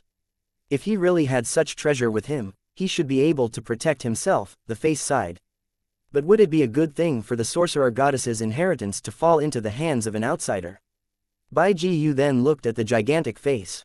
The sorcerer goddess decided to leave her inheritance here, and she wouldn't mind who inherits it. To us, it's good news as long as it doesn't fall into those lunatics' hands. It's the first time the sorcerer goddess's shrine is being activated for the past tens of thousands of years. Those lunatics would definitely go for the sorcerer goddess's inheritance. The face viewed the matter negatively. If they manage to get that, they'll definitely come for us. Don't be such a pessimist. There'll be so many of us. We don't know who'll last until the end, Bai Ji said.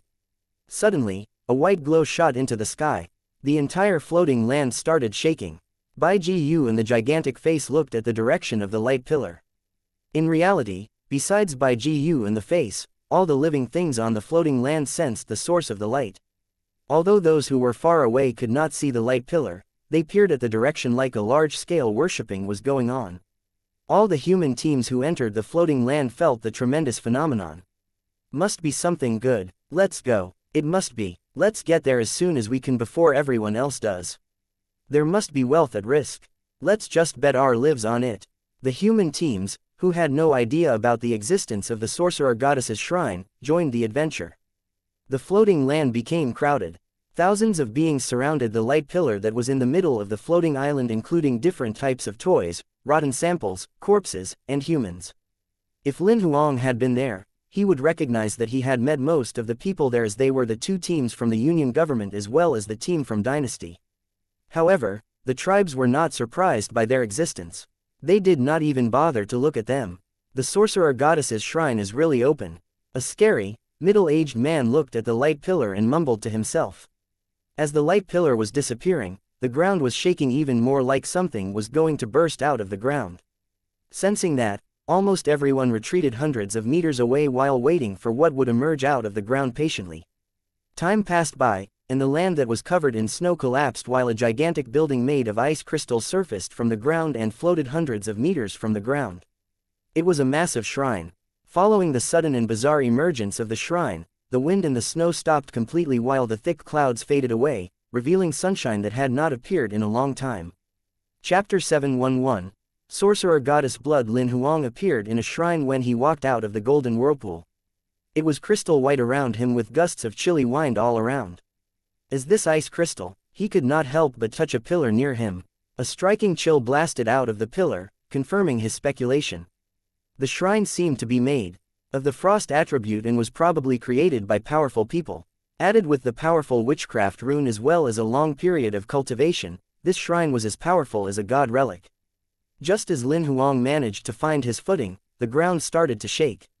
His feet detached from the ground and floated tens of centimeters off ground. The trembling continued, but that did not affect him anymore.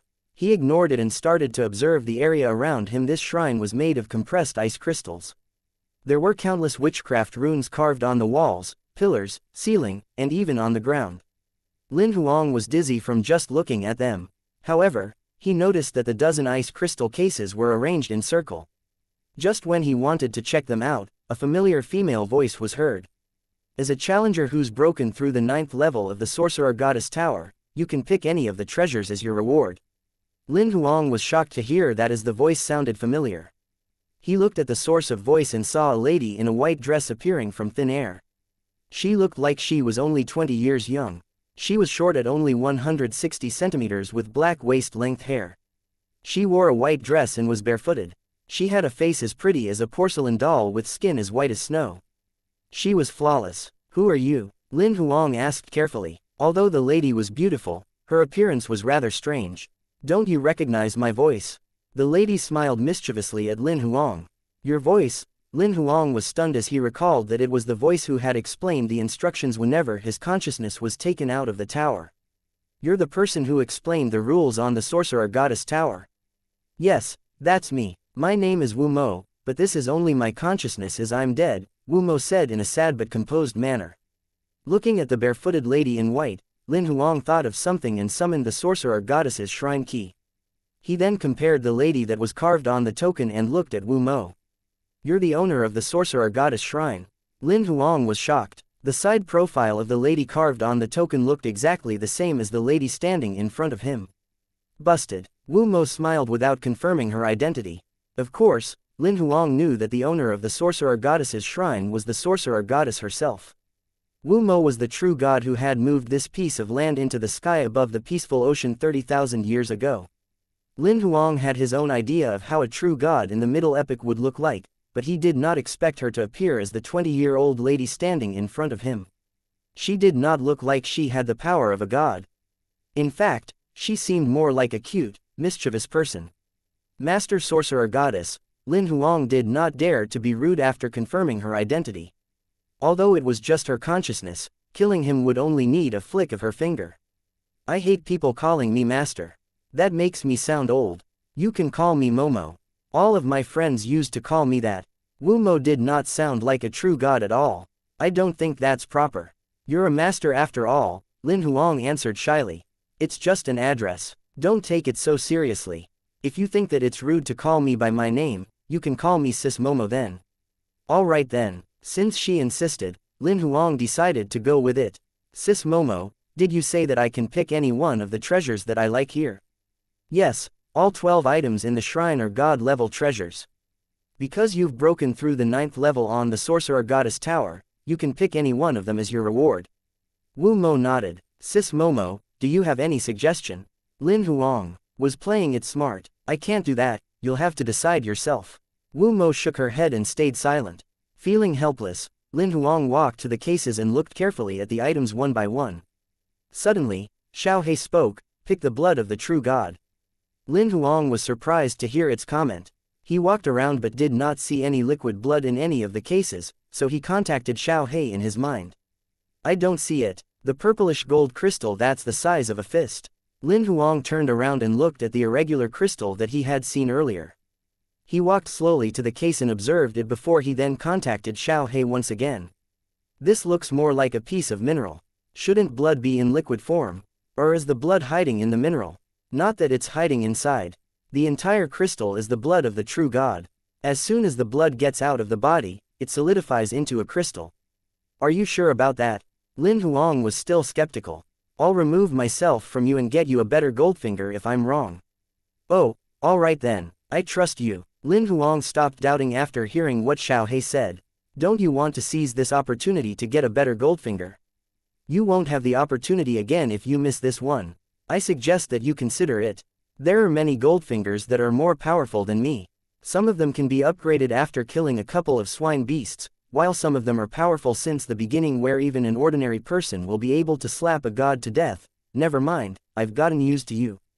Lin Huang scratched his nose to cover the white lie that he had just told. Alright then, I was messing with you.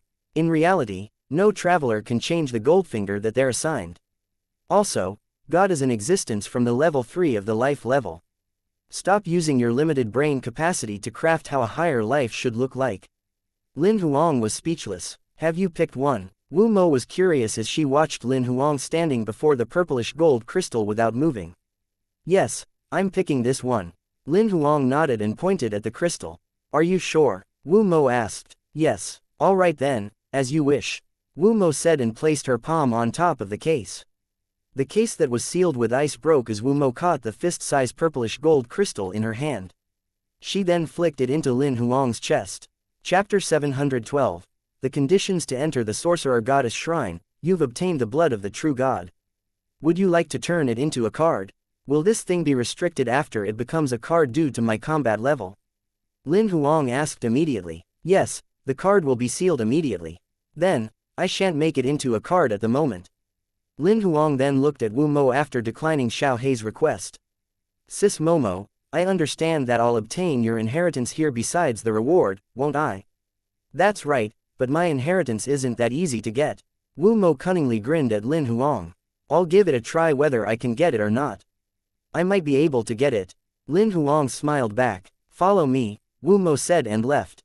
Lin Huang caught up to her immediately. After walking not far away, he saw a familiar charcoal gray stone tablet.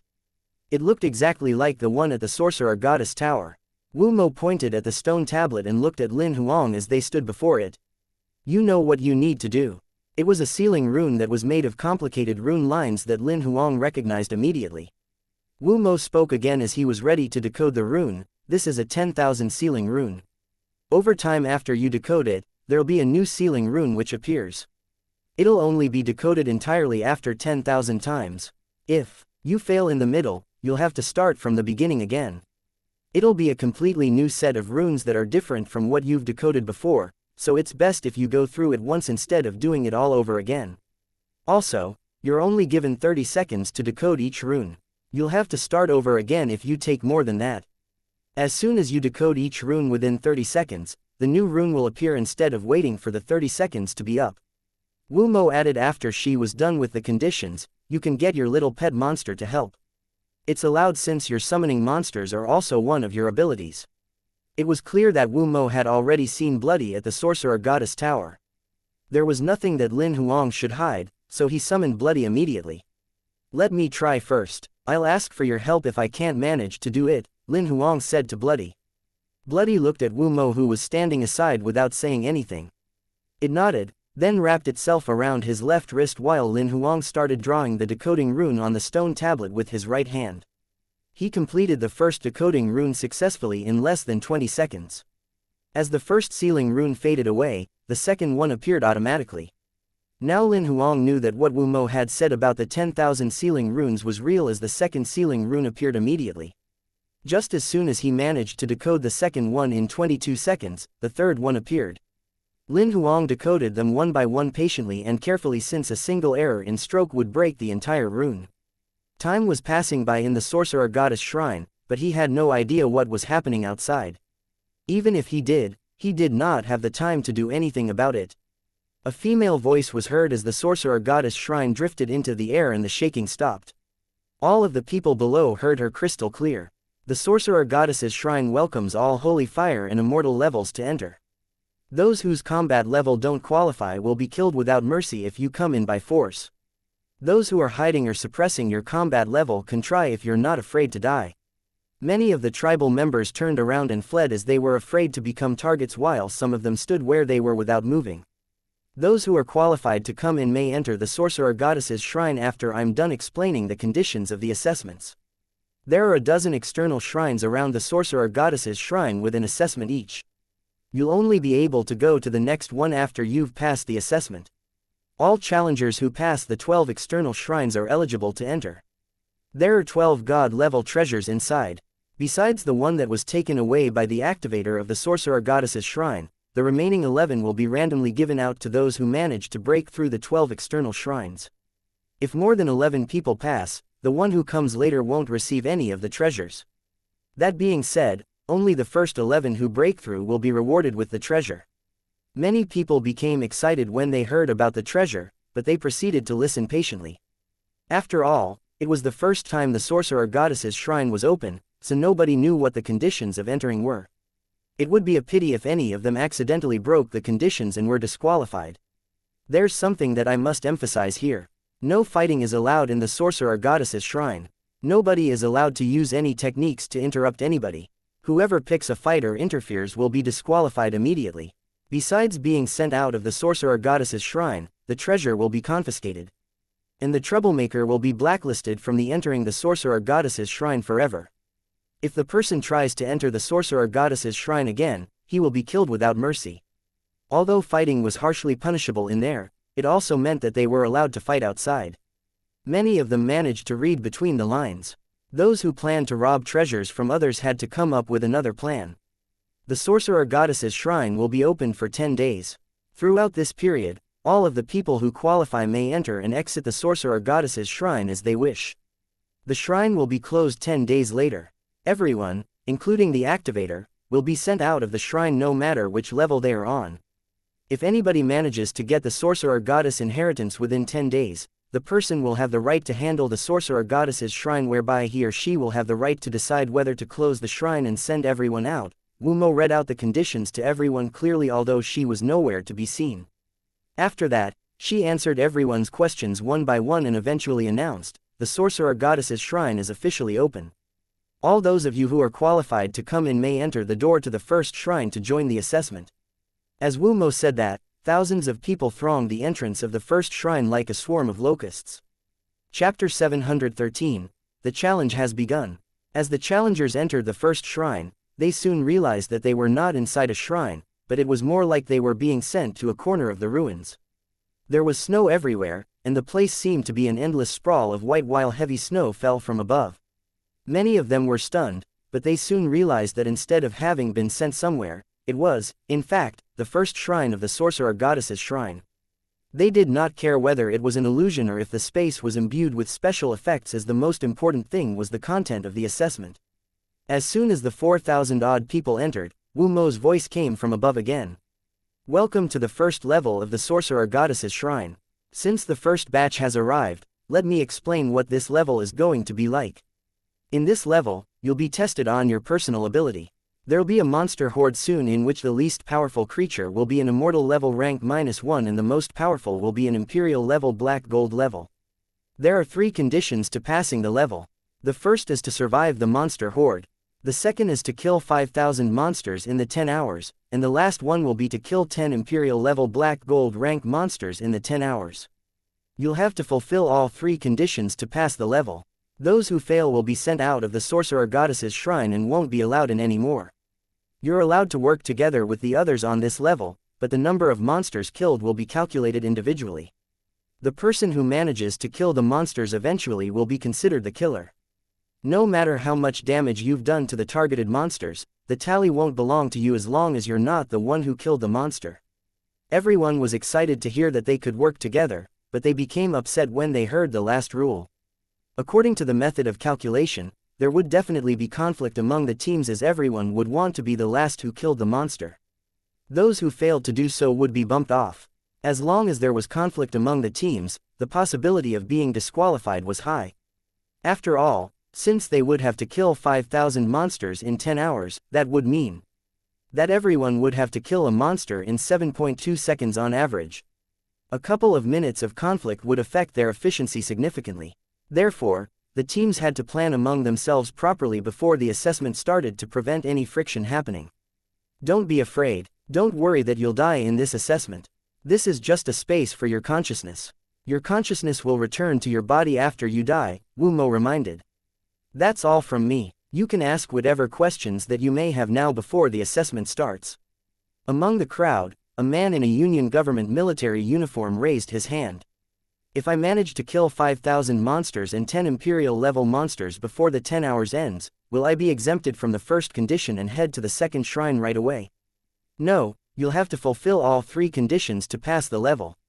This time, a member of the dynasty spoke up. Since this level is restricted to 10 hours, that means that everyone who passes will be sent to the second shrine after the 10 hours has passed without any difference in time. I'd like to know if there'll be many levels with time restrictions like this. If yes, doesn't that mean it'll be difficult to have any time difference between each challenger? Including the first level, there are only 2 levels that have a time restriction, so as long as you have sufficient ability, you don't have to worry about the time difference. A couple of people asked their questions after that, and Wu Mo answered them one by one. Alright, if there are no more questions, you guys may start the assessment now. As Wu Mo said that, the monster horde advanced from far away. Apart from some of them, most of the challengers teamed up with people that they were familiar with. It was a monster horde after all, and besides some of the powerful people, it was hard for the rest to survive on their own. Teaming up would increase their survival rate. However, the conflict started after the teams were formed. There are 5 of us. The efficiency will be poor if we take turns to kill one at a time. So, do the remaining 4 just watch while one person kills the monsters. I think this is such a waste of time. What do you suggest? Help one person to kill all 5,000 monsters and the next person will continue after that. If that's the case, do you think the person who has fulfilled the mission will have the strength to help the next person? We only have 10 hours. It's possible for the first 4 people to complete the mission within the time limit, but what about the 5th person? Who can guarantee that the 5th person will fulfill the condition?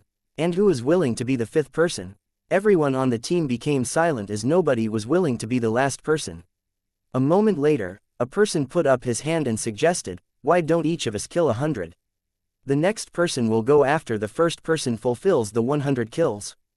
This way, the last 2 people will be left with 100 monsters each, so it doesn't really matter who goes last anymore. Everyone supported this suggestion, and many teams carried out the same strategy to minimize the conflict. Soon, the first monster horde finally arrived. Millions of monsters dashed towards them. They were mostly blue frost corpses on immortal levels rank -1 to rank 3. Although there were many monsters in this round of horde, the combat level of the monsters was considered low. However, everybody knew that the next horde would have more powerful monsters. Since the monsters in this horde will be the least powerful, let's not hold back and kill as many as we can since the later ones are more difficult to kill, a person said to his team members and the rest nodded. However, they were not the first team to think that way. Many of them had the same strategy. Before the monsters came closer, they initiated the attack by dashing into the horde and starting the massacre. Most of them who entered the sorcerer goddess's shrine were immortal levels ranked 7 to rank 9. The monsters that were on immortal levels ranked -1 to rank 3 were like herds of goats entering the territory of tigers whereby the humans were on the winning side. It was not a battle anymore, but a one-sided grisly massacre. Chapter 714. A powerful challenger. Not long into the first level of the challenge in the sorcerer goddess's shrine, a few challengers stood out. They did not form teams with anybody and just fought solo. None of the monsters that passed them managed to survive. They were like fishes swimming freely in water whereby none of the monsters could stop them from whatever they wanted to do. Moreover, they did not only kill one monster per attack. Instead, they were like grim reapers, exterminating everything that came their way. The first monster horde lasted for around 2 hours before the second one came. This time, there were immortal levels rank 4 to rank 6 monsters. This stressed many of the teams as their efficiency significantly dropped while those who were weaker were injured, which affected their productivity even more. However, the few powerful lone rangers remained moving among the monsters, making it look like there was no difference with the first monster horde. The second horde also lasted for 2 hours before the third one came. This time, There were monsters of immortal levels ranked 7 to rank 9. Since the monsters were much more powerful, most of the challengers slowed down. At the same combat level, the number of monsters had far surpassed the number of challengers. The monsters could bring harm to most of the challengers, so they were more careful this time. Even the lone rangers who stood out experienced a significant drop in their efficiency.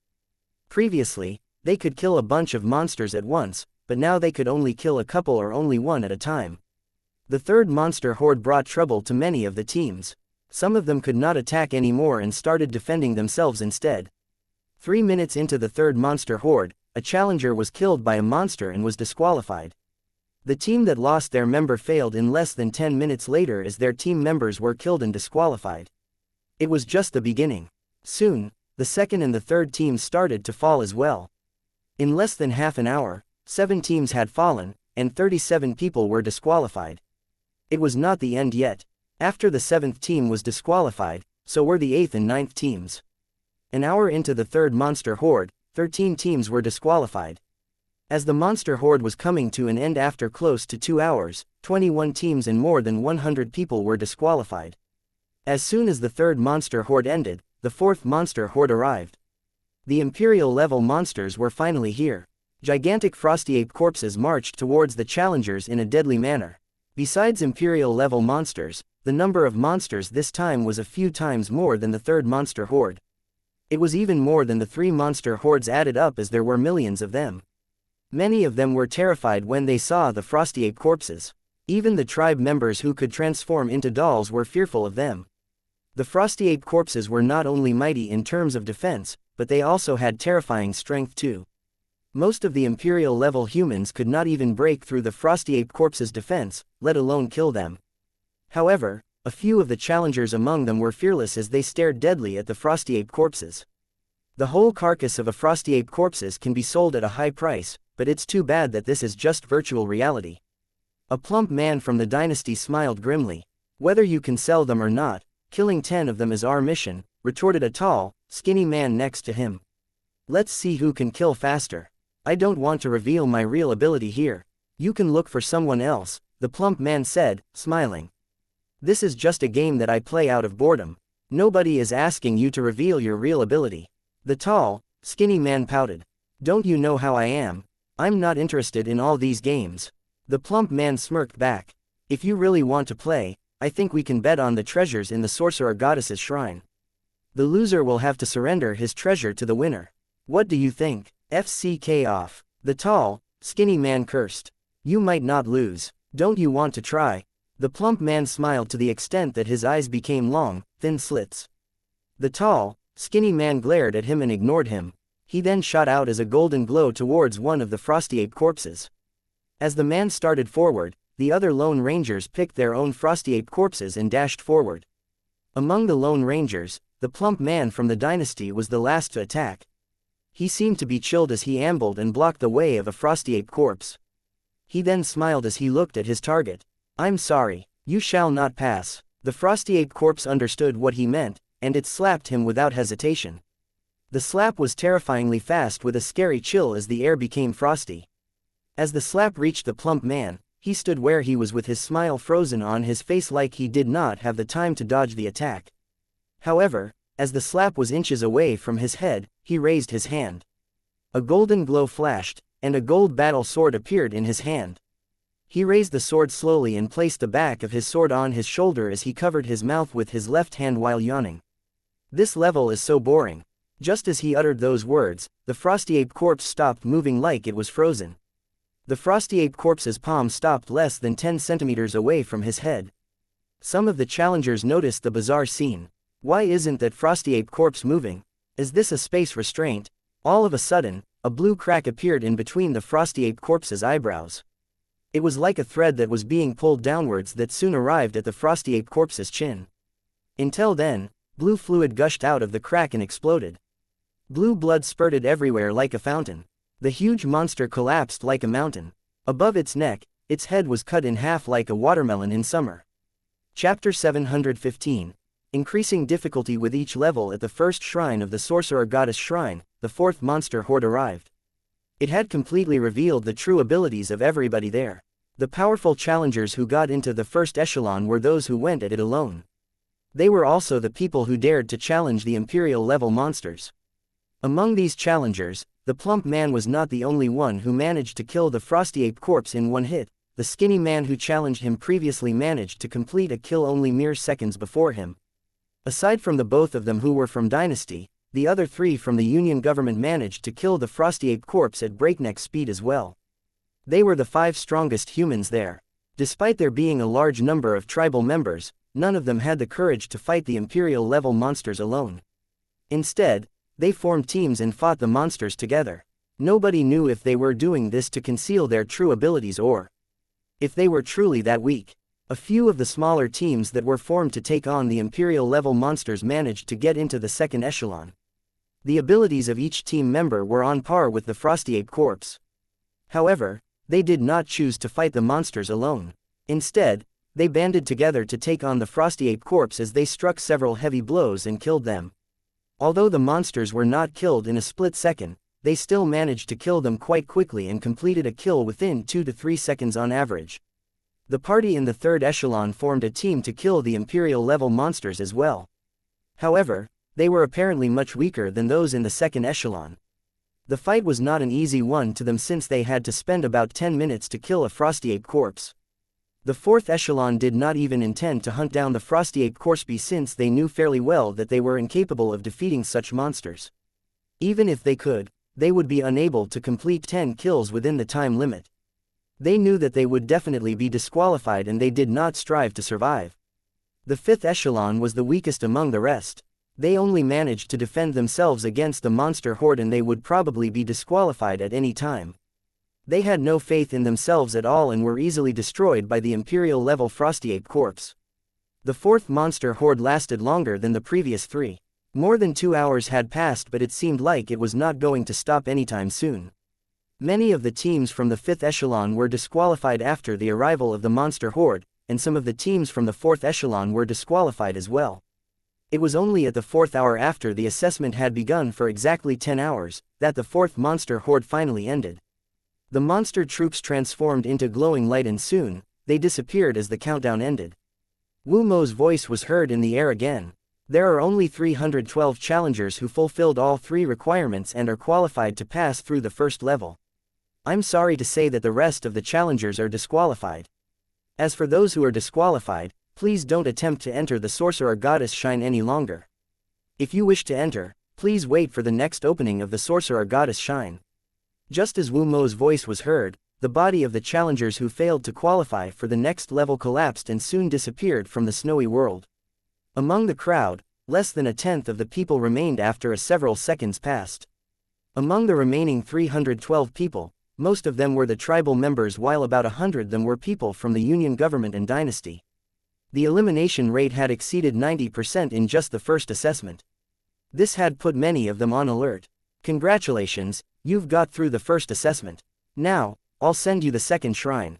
Along with the voice, 312 of them entered a trance and appeared in a shrine shortly after. The shrine was extremely large, but there was nothing else aside from the posts, walls, and dome. Just as everybody was looking around the shrine, Wu Mo's voice was heard once more. There are witchcraft runes everywhere in this shrine. Among these runes, only 200 of them are single-use dimensional runes that'll send the user directly sent to the third shrine. Activating the wrong one will lead to the immediate destruction of the rune. If it's inaccurately activated, the rune will be destroyed right after it has been activated. Everybody's facial expression changed as soon as they heard what Wu Mo said. Here's a gentle reminder. Aside from the 200 runes that will send you directly to the third shrine, there are also 100 runes that'll directly send you out of the Sorcerer Goddess Shrine. If you happen to activate such a rune, please come again during the next opening of the Sorcerer Goddess Shrine. The tribal members' face turned grave as they heard this. The rules are pretty simple and I think everyone can understand it. If there are no further questions, the assessment for the second shrine will officially begin.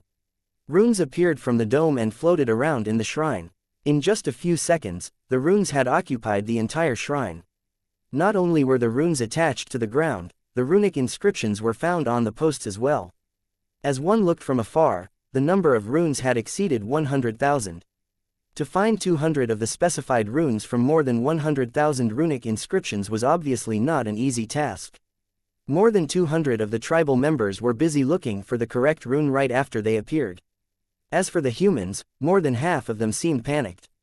Despite the fact that the rest of them had begun looking for the right runes, a majority of them looked upset. Only about 10 of them were able to remain calm as they prepared for the challenge. In less than 10 minutes after the second assessment had started, one of the tribal members had successfully activated a dimensional rune and disappeared from the shrine. Nobody knew if he was sent to the third shrine or if he was sent out of the sorcerer goddess shrine. After the first person had successfully activated the dimensional rune, the second and third person followed suit. Haha, I've found one. The plump man from Dynasty stood still in front of a rune and fell into a trance. Then, he pointed his finger at the rune and activated it.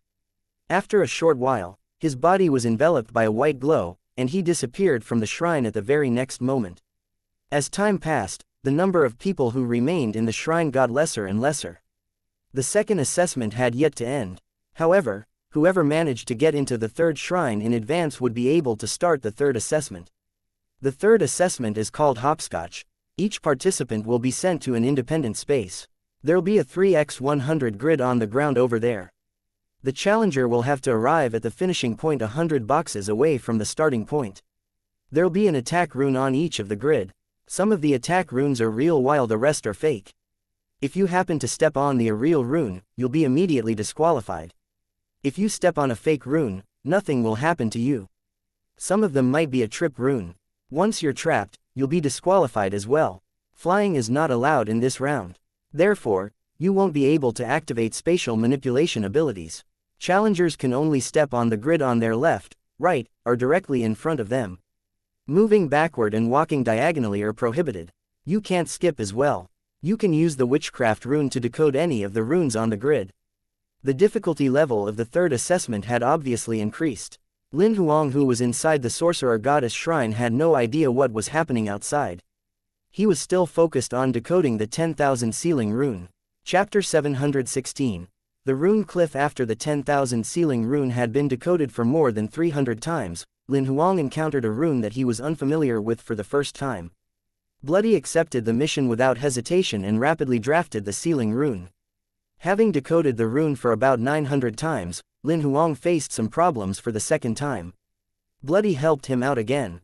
With Bloody's assistance, Lin Huang only managed to unseal more than 800 runes after working on it for precisely 2 days without any rest. As he continued unsealing the runes, he sensed an energy wave coming from the shrine. Lin Huang then turned his head back and looked in the direction where he sensed the source of the energy wave. A plump, young man appeared in the shrine. The golden armor revealed his identity that he was wearing. It's the people from Dynasty. Lin Huang frowned. Zhu Xing soon noticed Lin Huang, who was hundreds of meters away from him. He was stunned when he saw Lin Huang at first glance. However, he was able to confirm Lin Huang's identity soon and started sizing Lin Huang up.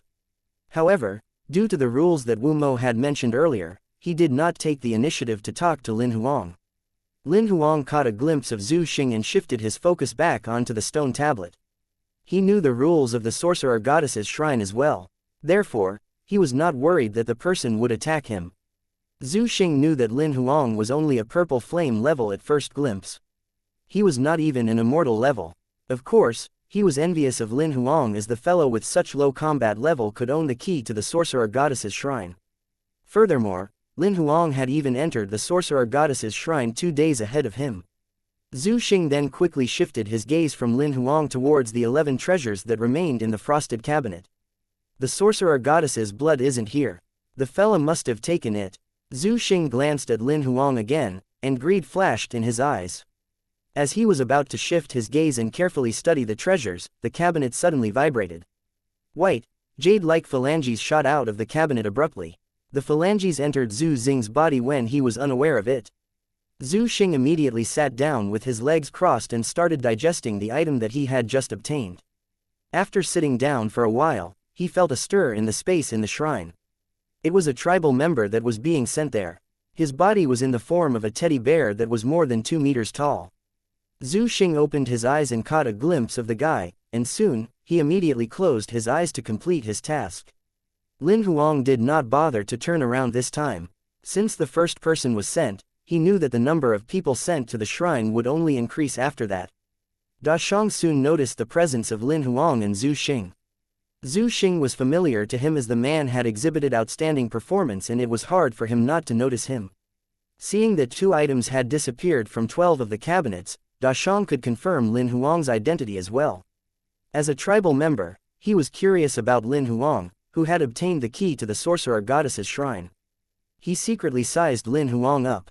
After a short while, the cabinet vibrated again. A book slowly floated in front of Da Shang. He then extended his hand and grabbed the item that he had chosen. The book turned into a ball of light that gradually merged in between Da Shang's eyebrows. Da Shang immediately sat down with his legs crossed as well, watching the item that he had just obtained. In the last 10 hours, before Lin Huang could complete decoding the 10,000 sealing rune, 5 people were sent to the shrine one after another. Wu Mo guided them to a stone tablet that looked similar to the one in front of Lin Huang. They started the assessment of the 10,000 sealing rune as well. As for Lin Huang, who had not rested for almost 60 hours, he finally carved the last rune on the last sealing rune of the 10,000 sealing rune. The outer body of the stone tablet peeled away, revealing the dark bronze metal. Soon after, the complete form of the stone tablet appeared in front of Lin Huang. It was a metal door. As the outer body had been completely peeled off, the metal door expanded rapidly, and soon, a door that was 3 meters tall and a meter wide formed. The changes that happened on Lin Huang's side had attracted the attention of the 5 of them who looked at the metal door. The 4 of them immediately shifted their focus back to their work, but Zhu Xing did not. His eyes stared dangerously at Lin Huang, but his hands did not stop decoding the runes. He was just drawing blindly. Lin Huang did not see this, and neither did the other 4. Lin Huang was standing in front of the door. However, he did not push it open. Right at this moment, Wu Mo appeared next to him and said, "Please enter. The next assessment is the key to decide if you can inherit the sorcerer goddess's memory." Lin Huang nodded, extending his hand and pushing against the door. He then strode into the dark space behind the door.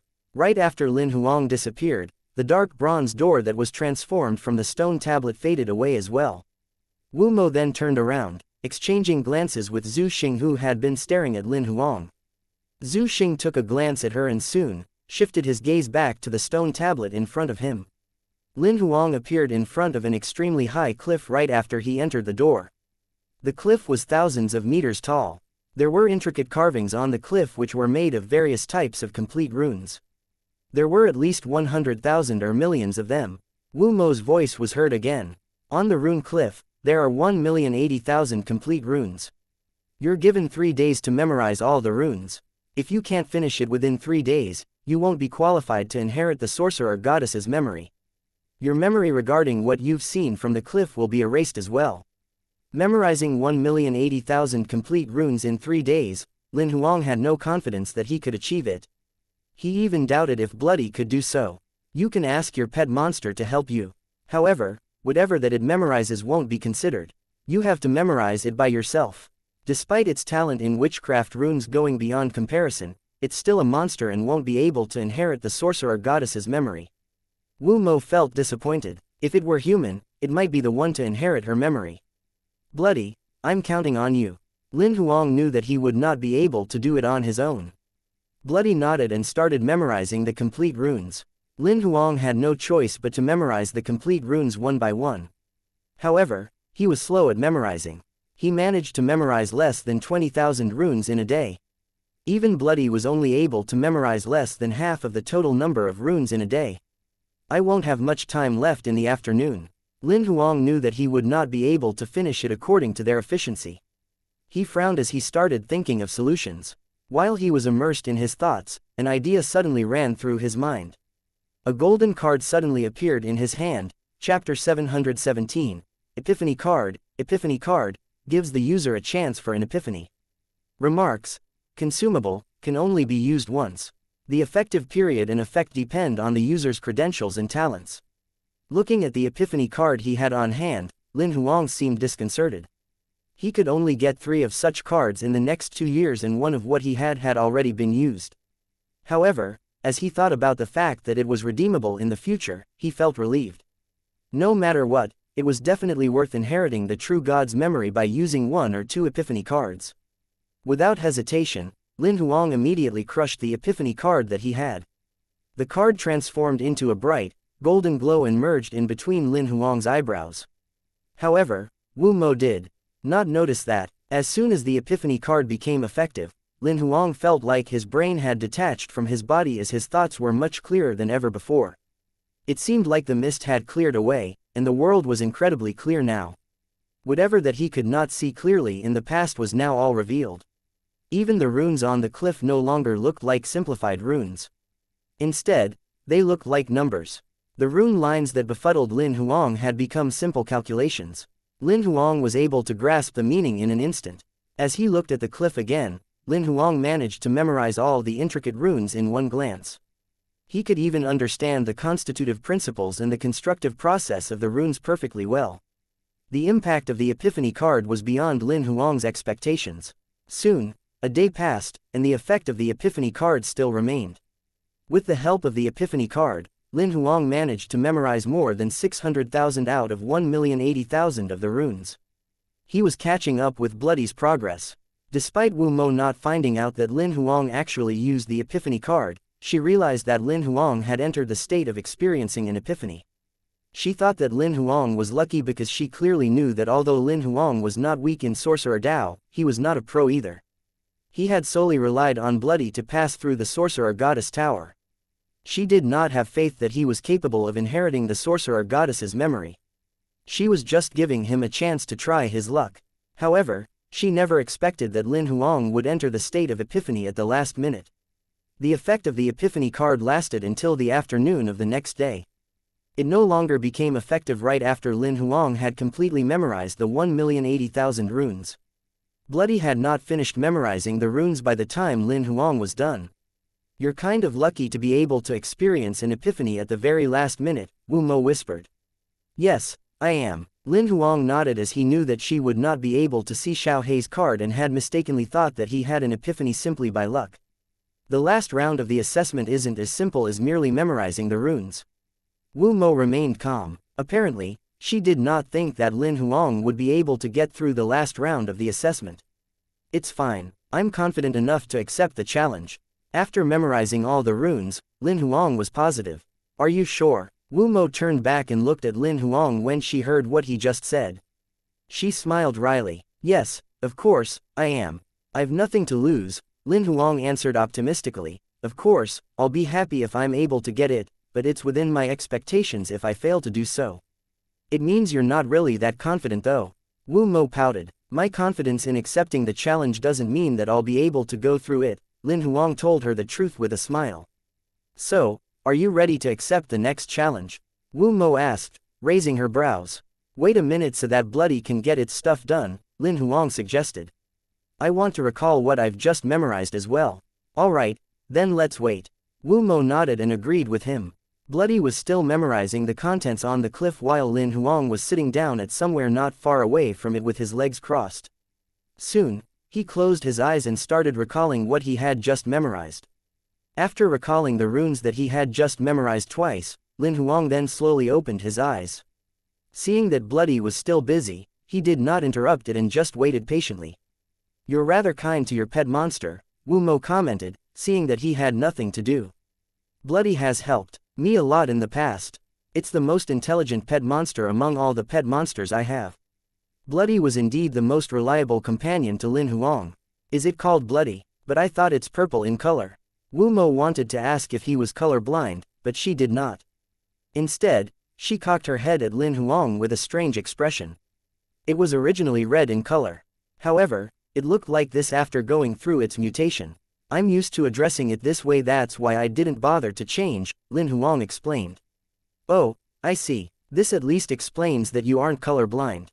Lin Huang was speechless. Both of them remained quiet for a while. Lin Huang then asked, "Can you transform back to your real body with the remaining consciousness that you have?"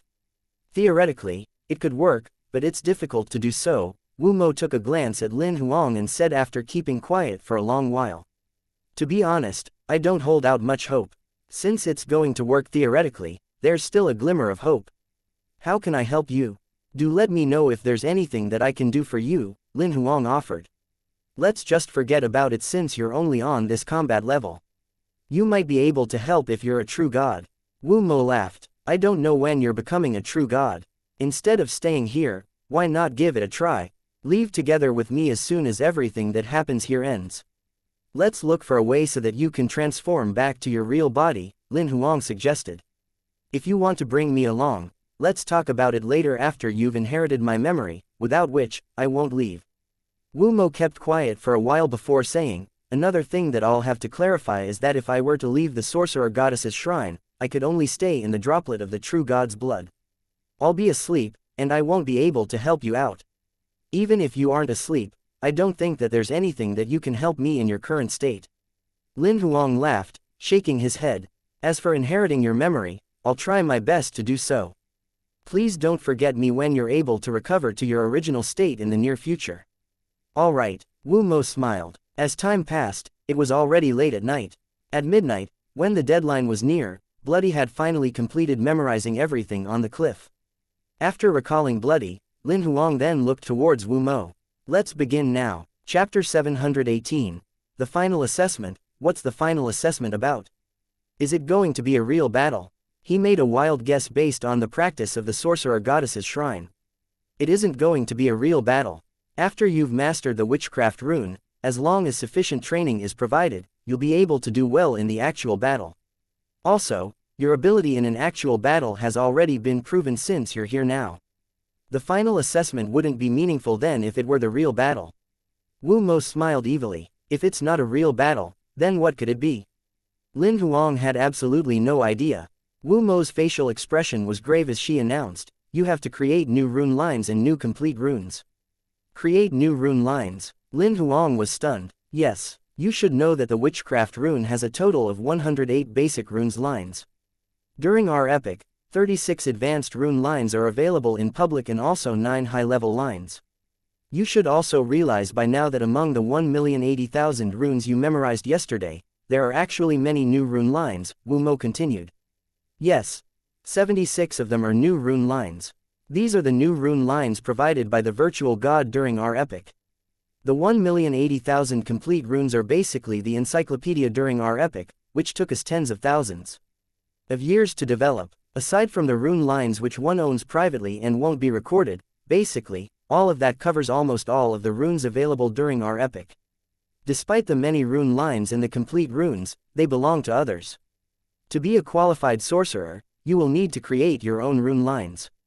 Therefore, the final assessment will lead you to become a real sorcerer. In order to pass the final assessment, you have to create at least 3 rune lines that belong to you and develop 3,000 complete runes. Wu Mo shared the exact content of the assessment with him.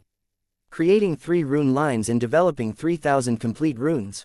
Lin Huang frowned. I might be able to accomplish the task if sufficient time is given. However, I don't think there's much time left for the opening of the sorcerer goddess's tower. You still have 4.5 days to go. It's one of the challenges of the assessment.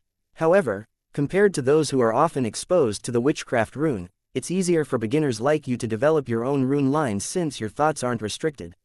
As for people like us who are used to the witchcraft rune, we won't be able to think out of the box. It takes us a long time to create new rune lines.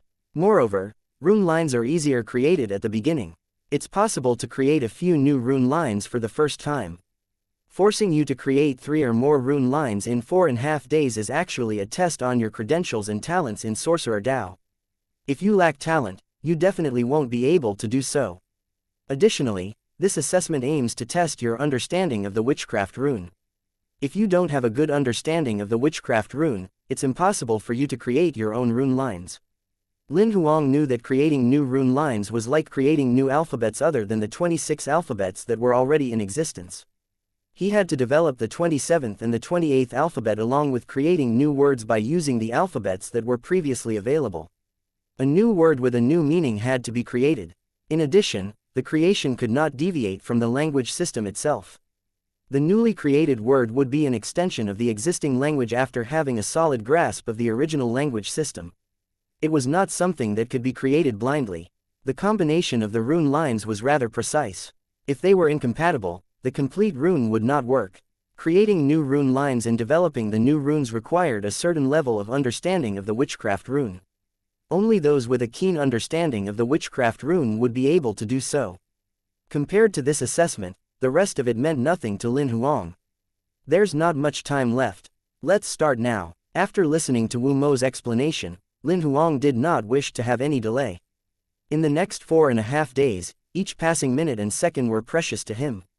Wu Mo nodded her head. She extended her hand and summoned a silver door. Get in. Lin Huang entered without a moment of hesitation. As he strode to the silver door, Lin Huang was stunned. In front of him was an infinitely large, starry sky. He was floating in the air like a speck of dust. He then turned back and found out that the silver door had already disappeared. As he wondered how would he return, Wu Mo's voice was heard again. Don't worry. 4.5 days later, regardless of the result, you'll be sent back here on time. Just focus on what you have to do now. Lin Huang was relieved after listening to what Wu Mo said. As he gazed upon the sky, he snapped himself out of his deep thoughts. After crushing the second epiphany card he had in his hand, he gradually closed his eyes. Soon, the epiphany card did its magic, and Lin Huang was immersed in his thoughts again. The human brain was transformed into a cosmic brain in an instant as the brain had no limit for its capacity and its speed of processing thoughts. The complete runes appeared in his mind. They were analyzed in reverse order whereby they were decomposed into rune lines. It seemed like the rune lines were alive as they were automatically being sorted into various valid groups. Lin Huang was like a witness, observing the runes being created and decomposed. The rune lines were like soldiers on a battleground, continually changing their formation to produce different effects. Soon, 4 days passed. On the final half of the day, he still had not started creating new rune lines or newly complete runes. Wu Mo watched everything that happened in the sky. Despite her astonishment, noticing that Lin Huang had gotten an epiphany again, she thought that Lin Huang was lucky again and did not think any further. Although Lin Huang had entered the state of epiphany, Wu Mo did not believe that Lin Huang could complete the final assessment given that only half a day was left. As it was closer to the closing of the sorcerer goddess's shrine, the lower the probability that Lin Huang could get through the final assessment. Right when Wu Mo felt that Lin Huang was going to fail, she suddenly sensed a vibration coming from midair. She then looked in the direction where the vibration came from, and a bronze metal door opened. A plump, young man then stepped out of the metal door and approached her. The plump man waved his hand at Wu Mo as he saw her and said, "Hi, sorcerer goddess." Wu Mo squinted her eyes and asked, "Who are you? Is that important? I've passed all the assessments, and I've got to the second last challenge," Zhu Xing said haughtily while looking around. However, he did not see Lin Huang.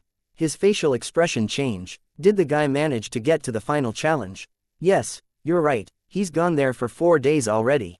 He's almost gotten the inheritance, Wu Mo taunted. It means that he hasn't got it yet. Zhu Xing grinned and said confidently, "It seems like I'm going to inherit the sorcerer goddess's memory." Chapter 719. Getting C**CK blocked at the last minute. Wu Mo frowned as she looked at Zhu Xing, the plump man. She felt that he was somewhat sinister, but she could not figure out what was wrong. Since she was not in the actual body of the sorcerer goddess, her sight was limited. Zhu Xing walked calmly towards the cliff where millions of runes were carved. He stood still and looked through the runes. Managing to look through all the runes at one glance, his speed far surpassed Lin Huang, who received an epiphany. Wu Mo was shocked. Soon after, she frowned as if something had dawned on her. Zhu Xing spent less than 8 hours to look through all the runes on the cliff. He then closed his eyes and fell into deep thought. After a short while, he turned back and said, "I've memorized all of them. Can I proceed to the next round?" "You've seen the cliff before. Who are you?" Wu Mo asked in a deep voice. "Sorcerer goddess, does it matter?" Zhu Xing asked as he tilted his head slightly. "I guess that you don't have the right to bother who I am as long as I'm qualified to inherit the sorcerer goddess's memory. Am I right?" Wu Mo remained silent. He knew very well that Wu Mo was just a shell with her remaining consciousness. She did not have the authority to make any decision regarding who would inherit the sorcerer goddess's memory. "Don't waste my time anymore. Let's proceed to the last round." Zhu Xing waved his hand at her. "I know you wish for the fella to inherit the sorcerer goddess's memory rather than me. However, there are only 4 hours left. I think you know very well that the fella will stand no chance to inherit the sorcerer goddess's memory anymore. Wu Mo did not refute. Lin Huang had gone in for 4 days. In the last 4 hours, not a single rune line had been created. The probability that he could complete the assessment was close to 0. Wu Mo did not say anything else. A silver door soon appeared as she waved her hand. Get in. Zhu Xing did not continue provoking her. Instead, he caught a glimpse of Wu Mo before entering. As the silver door closed, Wu Mo pondered herself. A scene of Zhu Xing in the final assessment was being projected. She was still monitoring him. In the projection, Zhu Xing was not nervous at all as he was sent to a dimension that looked like the vast universe. Even then, he was not shocked at all. After closing his eyes for a moment, he opened his eyes again in less than half a minute. He extended his hand and started drawing rune lines in midair with his life power. Yes, it was an entirely new rune line. It did not belong to any of the rune lines that were already available in public. It did not belong to the rune line that was decomposed from the 1,080,000 completed runes carved on the cliff as well. Wu Mo frowned when she saw what just happened. She could confirm that Zhu Xing did not master the essence of the runes on the spot. He had been prepared for this. Wu Mo could confirm her thoughts as she watched what Zhu Xing did next. After drawing the first new rune line, he immediately drew the second rune line, followed by the third rune line. Similarly, 2 of the rune lines did not belong to any of the rune lines that Wu Mo already knew. After finished drawing the 3 rune lines, Zhu Xing grinned. He then lifted his wrist. Without even pausing for a moment, he started drawing the new runes. In just a few seconds, a complete rune was drawn. Next, there was the second one, the third one. During the final hour of the assessment, 3,000 complete runes were drawn by Zhu Xing. After drawing the last rune, Zhu Xing stopped. I've completed the requirement of the final assessment. Am I qualified to inherit the sorcerer goddess's memory now? He said as if he was talking to himself. It seemed like he knew that Wu Mo was spying on him. Are you sure that you aren't going to add any new runes or rune lines to increase the probability of your winning? Wu Mo's voice echoed. No, there's no need to do so. It's less than an hour away from the closing of the sorcerer goddess's shrine. The fella who has gotten the key to the sorcerer goddess's shrine won't be able to get through this. If the rest of them can complete the second last round, they won't be able to enter the last round. Even if they're already prepared for it like I was, they won't be able to achieve the drawing on time. Zhu Xing was extremely confident. Wu Mo remained quiet again as what Zhu Xing said was a fact. Lin Huang would be unable to get through this since he had not created a single rune line yet. 2 others managed to get through the second last challenge. However, it was too late for them to get to the final assessment as they no longer had enough time to get through the final assessment. It seemed like Zhu Xing was going to inherit the sorcerer goddess's memory. Right when Wu Mo was immersed in her thoughts, Lin Huang, who had been closing his eyes in the sky, finally opened his eyes. As he opened his eyes, dazzling stars moved around in his eyes. Of course, the peculiar phenomenon disappeared in an instant. Wu Mo felt that right at the moment when Lin Huang opened his eyes, she experienced an illusion. As she looked at him carefully, there was nothing different than usual in Lin Huang's eyes. After opening his eyes, Lin Huang did not get out of his epiphany. Instead, he pointed in midair and drew a completely new rune line with his life power. Soon after, he drew the second, the third, the fourth. He stopped right after drawing the 11th rune line. Wu Mo was stunned to see what just happened. Lin Huang's performance was completely beyond her expectations. Soon after, a thought ran through her mind, damn it. You don't have enough time. In the air, Lin Huang had utterly forgotten about the time limit. After drawing 11 of the new rune lines, he started drawing the complete rune. Although she felt that he would be unable to complete it on time, still, she reminded Lin Huang, you don't have enough time to finish the drawing. You have less than an hour left. You have to finish drawing the complete rune as soon as possible. As soon as he heard Wu Mo's voice, Lin Huang suddenly paused. He then retracted his arm, and threads extended midair, controlled by his telekinesis. More than 9,000 threads were created, and they all started drawing the witchcraft rune at almost the same time. What Lin Huang did was out of Wu Mo's expectations again. She initially had no faith in Lin Huang as it was almost impossible for him to draw 3,000 runes in an hour. This indicated that he had to finish drawing one complete rune in about a second. It was an unconventional way for Lin Huang to draw thousands of runes at the same time, and he quickly managed to complete drawing more than 9,000 complete runes. Lin Huang did not recall all the threads that were controlled by his telekinesis power after drawing more than 9,000 of the complete runes. He kept about 6,000 threads with him and started the second round of training. After more than 10 seconds, about 6,000 complete runes were drawn. He then slowly recalled all the threads. Lin Huang exited his epiphany after he had completed all the drawings. He was collapsing as dizziness struck him. He felt as if he was suffering from an intense bout of flu and fever. Chapter 720. Zhu Xing's ambition. Zhu Xing inserted both of his hands into his pocket and was waiting leisurely in the vast expanse of the sky. Sorcerer Goddess, do I really have to wait here for the last 40 minutes? Are you sure you want to end the assessment before it's over? Wu Mo asked. I've already completed the assessment. It's meaningless for me to wait here since I must be the one who's going to inherit the Sorcerer Goddess's memory. Zhu Xing sneered upon the rest of the challengers. Before the assessment ends, nobody knows who's going to inherit the Sorcerer Goddess's memory. Of course, by looking at Lin Huang's performance, Wu Mo knew that Zhu Xing would be disqualified. However, she was not going to tell him. However, Zhu Xing could vaguely sense that something was wrong based on Wu Mo's tone. Sorcerer Goddess, you're worrying me. Could somebody else have completed the assessment too? You'll know that as soon as the assessment ends. Wu Mo gave an ambiguous reply. You refused to answer my question. It means 80% of what I guessed might be correct, Zhu Xing analyzed, stroking his chin. You didn't want me to inherit the Sorcerer Goddess's memory, but you sound like you're not fearful of anything. It means that most likely that person is going to inherit the Sorcerer Goddess memory and I won't be able to surpass that person in the remaining 40 minutes. Wu Mo chose to keep quiet. After several moments, seeing that Wu Mo did not respond to him, Zhu Xing said again, your silence means that I made the right guess. I can basically confirm that about a 90% chance that the person has surpassed me. Who's the one who did that? Zhu Xing narrowed his eyes. Less likely that the few of them who are lagging behind me can get through this. Most probably it's the fella who has the key to the Sorcerer Goddess's shrine. Of course, he must be capable if he can get the key. I've underestimated him. Zhu Xing knew the truth through the tiny bit of clue he had, and he was sure that Lin Huang was the one who surpassed him. If he's the one who inherits the Sorcerer Goddess memory, it's simple. As long as I can catch him alive, I'll force him to transfer whatever he has inherited to me, Zhu Xing said, nodding his head as if he had made up his mind. He was whispering to himself and did not notice that Wu Mo was watching him. It seemed like he purposely wanted to tell Wu Mo this. I think I know who you are, Wu Mo said. I never expected that you'd still be alive.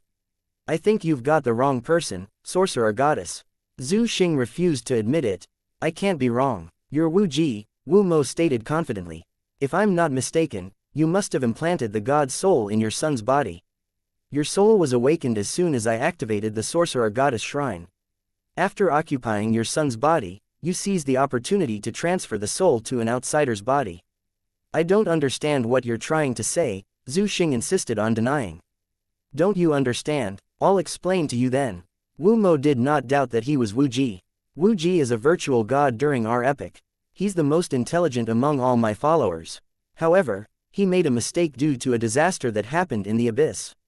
He did not try to defend us against the abyssal monsters. Instead, he took the opportunity to gather all the virtual gods' corpses. He intended to reach his goal of becoming the true god by evilly offering a sacrifice. He even encouraged the rest of the virtual gods to act with him. He took advantage of the war and did not contribute to the battle. As soon as I discovered it, he attempted to flee and ended up being killed by an abyssal monster. Evilly offering a sacrifice. After listening to what Wu Mo said, Zhu Xing could no longer stand his curiosity. Is it a cruel way to reuse the dead bodies? Isn't it evil to sell the monster carcasses for money and eat their meat? They are all dead bodies. Why should humans deserve better treatment than monsters? Wu Mo, I chose to avoid the battle previously because I didn't want to burn bridges. If I were a true god, the tribal members wouldn't need to stay here for ages. If the true god protected us, the tribal members would have ruled the new epoch, let alone the old epoch. You're the one who talks about principles and stopped me from becoming the true god. Look at the tribal members. They're all living in puppets. They're struggling to survive. Why not just kill the entire ethnic? Zhu Xing finally admitted his identity. Wu Mo kept quiet for a long time after listening to what he said. However, what you did was still wrong, Wu Mo sighed after a long while. Is it right to allow the people from the old epic and the new epic to rule the world? Why can't the tribal members rule the world? Zhu Xing was triggered. Our epic has been destroyed. That's certain. Since it's already ended, why can't you just let it go? It's not that I don't want to let it go. Instead, here's a chance for the rise of the tribal members. In less than 5 years, the abyssal monsters will wipe out the entire land again. After the monsters return to the abyss, we shall make a comeback. The entire land will belong to the tribal members. It's an opportunity given by the god for the rise of the tribal members. Wu Mo, as long as I'm the one that inherits the sorcerer goddess's memory, I'll lead the tribal members to march towards prosperity and create a new epic that solely belongs to the tribal members. Wu Mo remained silent again. After a long while, she said, the era doesn't belong to us. This will cause war and create more suffering. As a sorcerer goddess, why do you always think about the others instead of the tribal members? Zhu Xing questioned. You want an outsider to inherit the sorcerer goddess memory instead of me. That's fine. Even if the fella who owns the key to the sorcerer goddess's shrine successfully inherits the sorcerer goddess's memory, I'll have my way to grab it. I'll not only take away whatever that he has inherited, but he'll also be my slave so that he can be my toy and completely be under my control. On the other side, after Lin Huang had completed the assessment, but his body had given way to exhaustion. After about half an hour, he slowly recovered. It's less than 10 minutes away from the closing of the sorcerer goddess's shrine. I've completed the assessment, so if I'm not mistaken, I'll be able to inherit the sorcerer goddess memory. Lin Huang was satisfied with his performance. Suddenly, Wu Mo's voice was heard. Lin Huang, before inheriting the sorcerer goddess's memory, I have some bad news for you. Bad news? Lin Huang was stunned. After the closing of the sorcerer goddess's shrine, you'll have to leave the floating land as soon as possible. Someone knows that you're going to obtain the inheritance, and he'll attack you and grab the inheritance from you. He might want to enslave you. Is he strong? Lin Huang asked. According to the usual way of classifying combat strength, he's an immortal level rank -9. However, his ability has far surpassed that. A virtual god is living in his body. Lin Huang's face turned grave as he heard that. He never expected to encounter a virtual god. How does he look like? Wu Mo projected Zhu Xing's appearance. He has now parasitized this person's body. However, it's easy for him to wear a disguise. After remembering Zhu Xing's appearance, a thought suddenly flashed through his mind. I know, I'll be careful of him. Chapter 721. Creating trouble for the goblin. You said that the virtual god wanted to steal my inheritance. Could you please provide more information? Lin Huang asked. His name is Wu Ji. He was one of my followers during the old era. Despite not being the strongest, he's the most intelligent. During our era, when the abyssal monsters arrived, he did not fight them. Instead, he avoided them. He took advantage of the war and collected the corpses of the virtual gods. He wanted to become the true god evilly. However, he was killed before the plot succeeded. The god's soul remained in his son's body. When humans entered the land, his son took over the human's body using some tricks.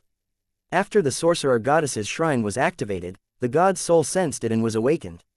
Therefore, he has now occupied the person's body. Wu Ji is ambitious as he's eager for the rise of the tribal members. The credentials and talents of the body that he has occupied are comparable to yours. If he can inherit the sorcerer goddess's memory, he'll definitely be able to become the true god given ample time. Regardless of whether the abyssal monsters arrive or not, he'll be a nightmare to all the cultivators in the new era. Lin Huang frowned again as he heard that ominous news. How long will he take to transform back to a virtual god? That's uncertain. Besides being a virtual god, his body has terrifying abilities, so it's not difficult for him to restore his original combat strength. However, I'm doubtful of how complete the memory of the god's soul is. If the god's soul manages to store all the memory, in half a year or a year at the most, he'll be able to restore his combat strength as a virtual god. He doesn't lack any resources to level up in the floating land. If the memory of the god's soul is incomplete, I can't predict how long it'll take him to restore his ability. It might take him several years, or he might not be able to even after hundreds of years. What about the human that he has parasitized? Is there any useful information? Lin Huang questioned. He is called Zhu Xing. He's also a supreme genius, and his combat strength is on immortal level rank -9. I don't know much about him though. Wu Mo paused. You're not the only one who managed to get through the last round of the assessment. He has completed the drawing of 3 new rune lines and developed 3,000 complete runes. However, he prepared it beforehand. Does it count as cheating if he knows the content of the assessment beforehand? Lin Huang recalled how they had cheated during the exams when he was in university. It is indeed considered cheating. However, the sorcerer goddess didn't mention that cheating is prohibited. That's why he's not deemed having violated the rules.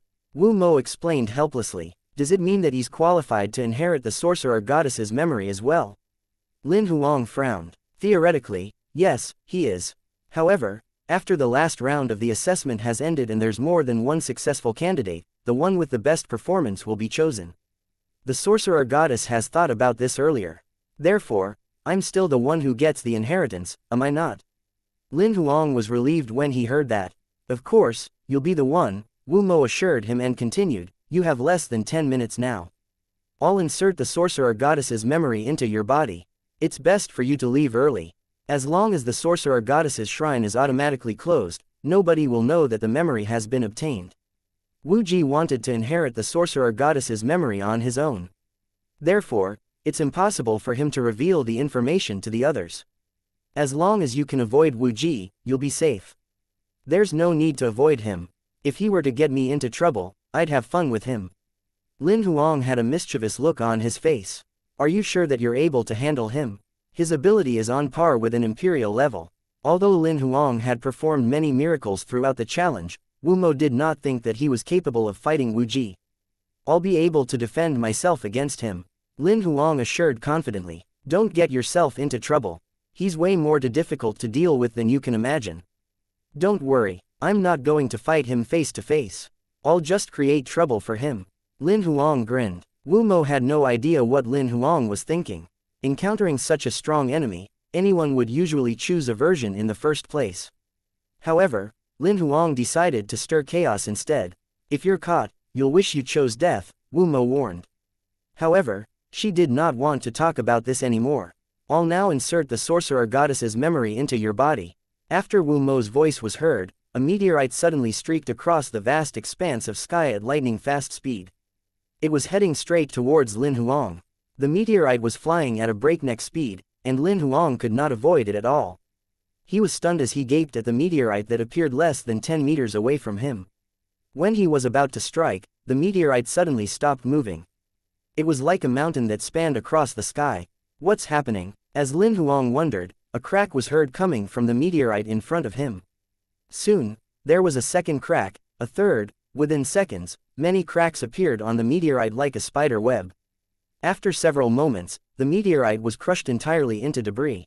Lin Huang felt odd as he stared at the scene that had just happened without any clue. As soon as the meteorite collapsed, the debris scattered and floated in midair like Lin Huang.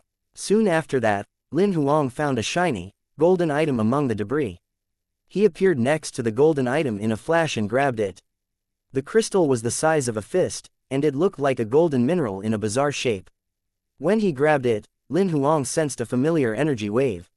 Is this the inheritance of the sorcerer goddess? Lin Huang asked, feeling puzzled. Yes, you're right, Wu Mo's voice was heard again. How should I use this? Hold it between your eyebrows. It'll enter your body on its own, Wu Mo said, then added, however, due to your low combat strength, you're not allowed to read most of the contents. Perhaps you'll only be able to completely receive the inheritance when you achieve the virtual god level. Since the sorcerer goddess's shrine is closing soon, you don't need to read the inherited memory yet. Let's talk about it later after you get out of this place. I'll now grant you some of the authority of the sorcerer goddess's shrine. Before Lin Huang could check out the sorcerer goddess's inheritance, many messages gushed into his mind. Going through them, he realized that they were some of the jurisdictions of the sorcerer goddess's shrine. It's only activated once a year. Please come again next year if you want to enter. Lin Huang soon noticed the time and grinned. Fortunately, there are still a few minutes remaining. He adjusted his voice slightly and soon he sounded like a lady. It was the effect of the advanced disguise. Sorcerer goddess, do I sound the same as you? What are you trying to do? Wu Mo found him ridiculous. I told you earlier that I'm going to create trouble for the goblin. Lin Huang smirked wryly. After several moments, a voice that sounded exactly the same as Wu Mo's was heard throughout the 12 shrines in the Sorcerer Goddess's shrine. Congratulations, Zhu Xing, you've successfully obtained the Sorcerer Goddess's inheritance. Chapter 722, The Closing of the Sorcerer Goddess's Shrine. Congratulations, Zhu Xing. You've successfully obtained the Sorcerer Goddess's inheritance. Every one of they distinctly heard the woman's voice in the Sorcerer Goddess's shrine. Regardless of whether they were inside or outside the shrine, even Lin Huang and Zhu Xing who were in midair could hear it clearly. As the announcement rang out, everybody was stunned. Many of them started asking who Zhu Xing was. In midair, Wu Ji was astonished to hear the notification.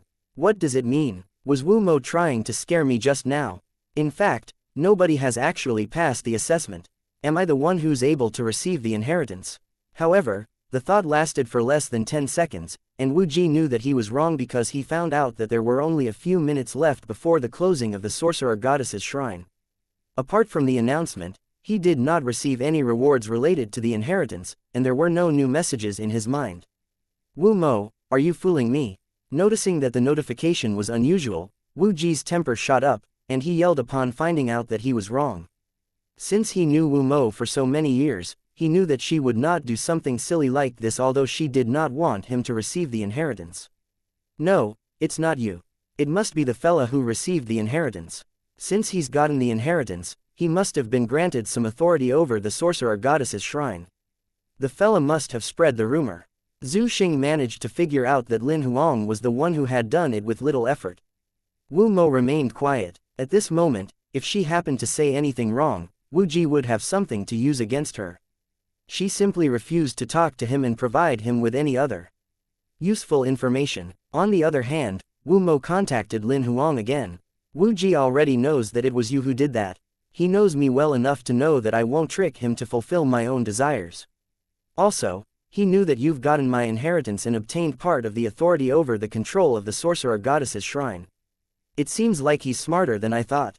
However, that's fine. Just let it be. Lin Huang was not worried at all. You've tricked him. Aren't you afraid that he'll tell the public that you're actually the one who's obtained the inheritance?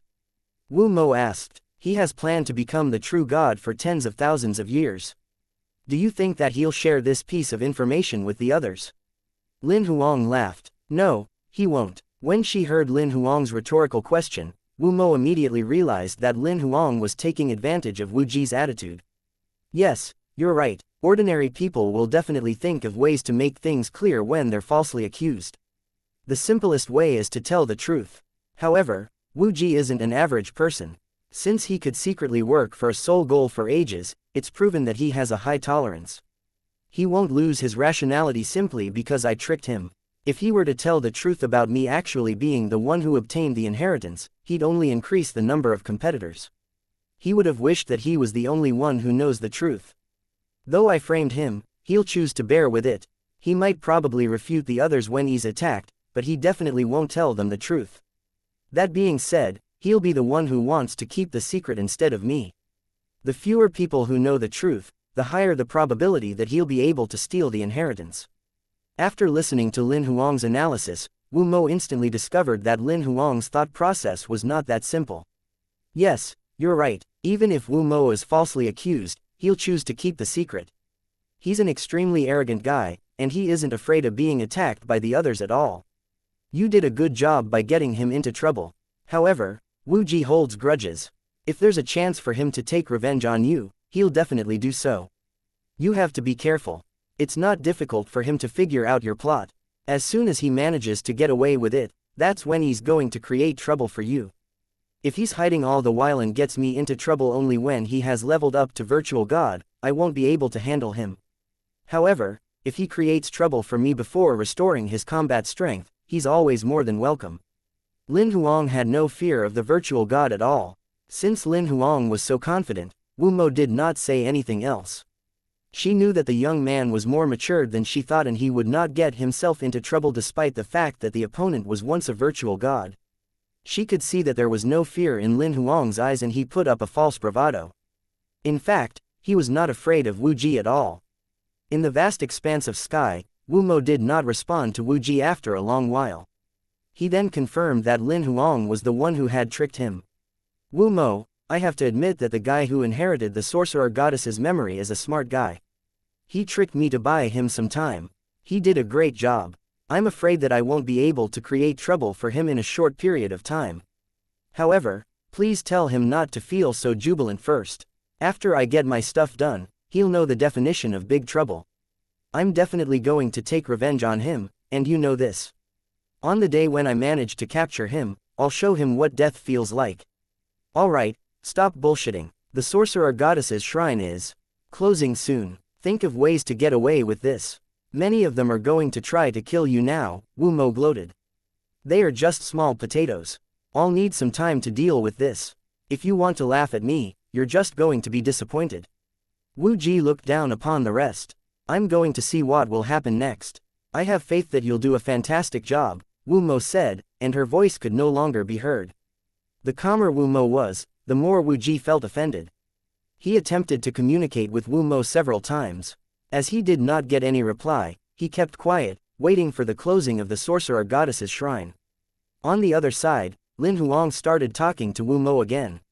Sis Momo, what do you think about my suggestion? What suggestion is that? Wu Mo asked, although she knew what he was trying to say. Let's leave the floating land together. You promised that we'd leave together as soon as I receive the inheritance. I've already gotten the inheritance, so shouldn't you keep your word? Lin Huang mentioned this again. After a moment of silence, Wu Mo asked, why are you insisting on leaving together with me? I have my own intentions though. The disaster of the invasion of the abyssal monster is going to arrive in less than 5 years. I hope that you can return to your real body in 5 years' time. You'll be a great assistance to us by then. In the new era, humans are too weak. The strongest man is one of the virtual gods that is severely injured. The rest of them are demigods. If we're attacked by the abyssal monsters now, we'll definitely lose the battle. I see no chance of winning at all. Do you want to be a savior? Wu Mo asked suspiciously. No, I don't. However, I don't want my family and friends to get killed. My sister is only 16 years old, and many of my friends are in their 20s. I don't want them to die young. Wu Mo remained silent for a while. Just when Lin Huang thought that she was not going to keep her promise, she finally said, all right, let's leave together. As soon as her voice was heard, a notification arrived. The sorcerer goddess's shrine is closing soon. To all the challengers, please get ready to leave.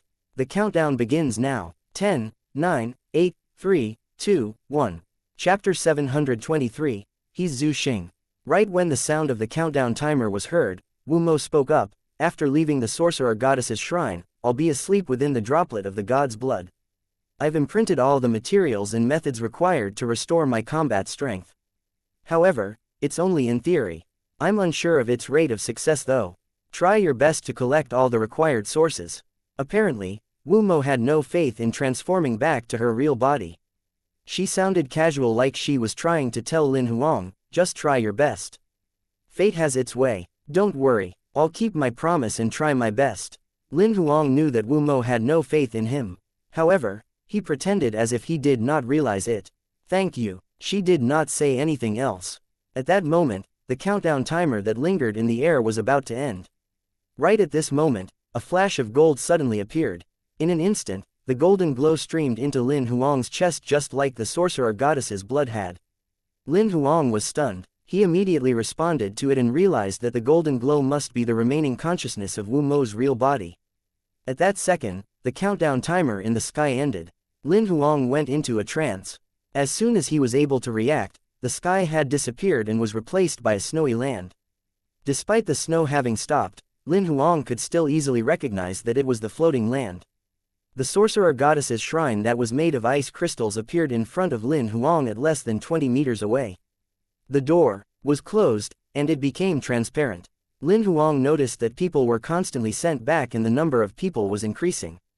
In just a blink of an eye, the humans and the tribal members who had previously stayed in the sorcerer goddess's shrine were sent back. As for the shrine made of ice crystals, it became transparent in less than 3 seconds, and it eventually disappeared. Lin Huang sized up the surroundings and realized that not many of them were sent out from the sorcerer goddess tower. There were about 200 of them. However, they were not weak as they were able to stay in the sorcerer goddess's shrine right until it closed. Among the crowd, Lin Huang saw the plump man, Zhu Xing. As he was sizing him up, Zhu Xing looked towards him as well. Zhu Xing had seen Lin Huang before when they were in the sorcerer goddess's shrine. He could recognize Lin Huang at first glance. He also knew that Wu Mo might have told Lin Huang about him before. However, Zhu Xing was not going to attack Lin Huang since the place was crowded. Instead, he smiled at Lin Huang from afar. Lin Huang grinned back and did not provoke him.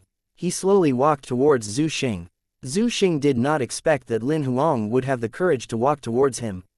He frowned when he saw this. Lin Huang stopped when he was about 3 meters away from Zhu Xing. He greeted him. Is this our first time meeting? The first time when they met each other had been in the sorcerer goddess's shrine. However, the meeting was not an official one. Let it be, Zhu Xing replied. He wondered what Lin Huang's intention was. Seeing Lin Huang walking towards him, he suppressed his urge to attack. He knew very well that if he were to attack him, the rest would know that Lin Huang was actually the one who had obtained the inheritance. You know who I am, yet you're standing so close to me. Should I say that you're brave? Or are you mad? No, I'm neither. The reason why I have the guts to stand near you is that I know that you won't attack me. Lin Huang was confident. Zhu Xing frowned at his sass.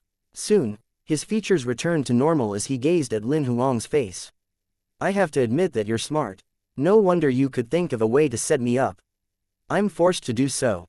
If I didn't set you up, perhaps you were going to get me into trouble once you leave. Lin Huang was frank with him and told him the reason why he wanted to fool him. I hold grudges. I believe that Wu Mo has mentioned that to you before. Zhu Xing narrowed his eyes. Yes, she did. Lin Huang nodded and smiled. I guess you've no idea how I deal with people who take me as a fool.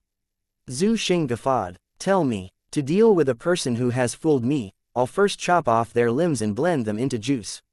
I'll feed the person with the juice, and no leftover is allowed. I'll keep the person alive with some unique tactics and start dissecting them.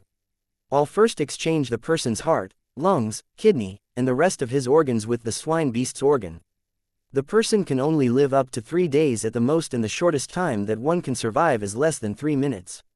As long as you're willing to let go of the inheritance of the true God, I won't kill you. Since you have outstanding credentials and you're talented, you can become my slave and part of your consciousness will remain. You have to know that there's no chance of winning if you were to fight me. As long as you're willing to let go of the true God's inheritance, I can forgive your past misdeeds, including the fact that you've actually set me up. It sounds like an attractive offer. Lin Huang was tempted. I'll give you an hour to consider whether to accept my offer or not. I'll wait for you right here, Zhu Xing urged. Lin Huang stroked his chin and kept quiet for less than 10 seconds and said, I don't need to consider it anymore. I've made up my mind. So, your decision is, my decision is. When Lin Huang's voice was heard, he suddenly pointed at Zhu Xing and yelled, guys, come here. He's Zhu Xing. He's the guy who has gotten the true God's inheritance. Lin Huang's voice drew everybody's attention.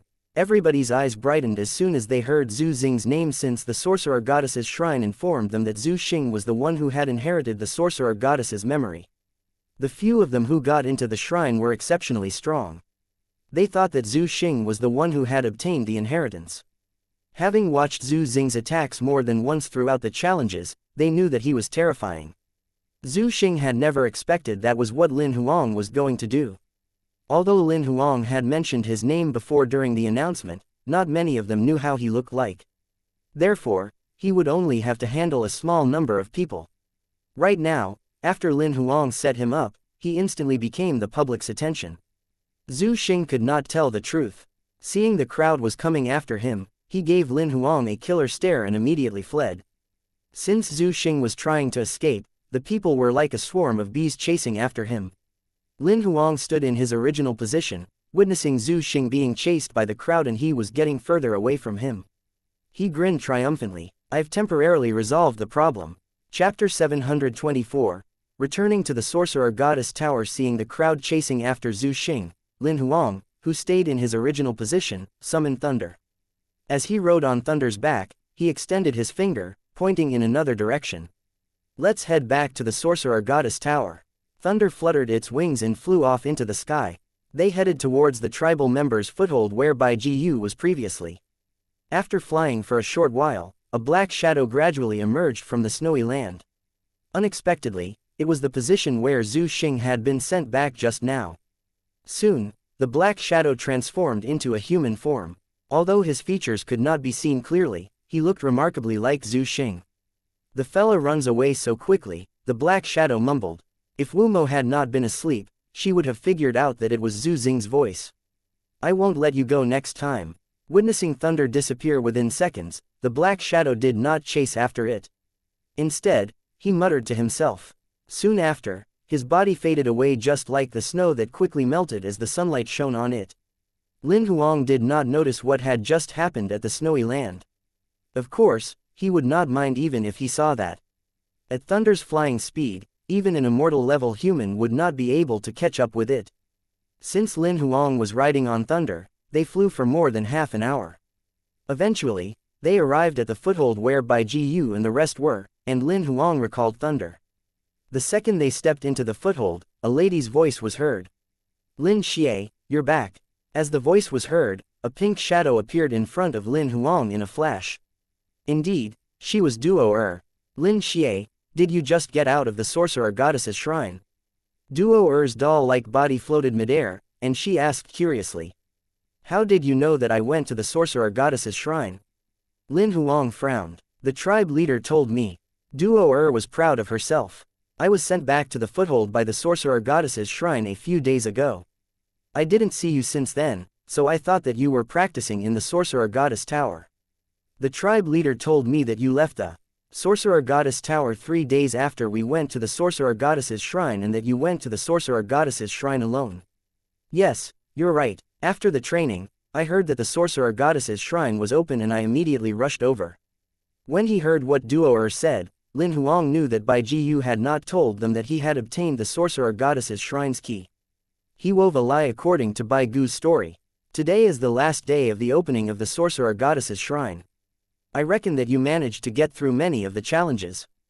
Duo asked. No, I was stuck at the 7th shrine, and I didn't manage to get through that even after the sorcerer goddess's shrine was closed, Lin Huang lied.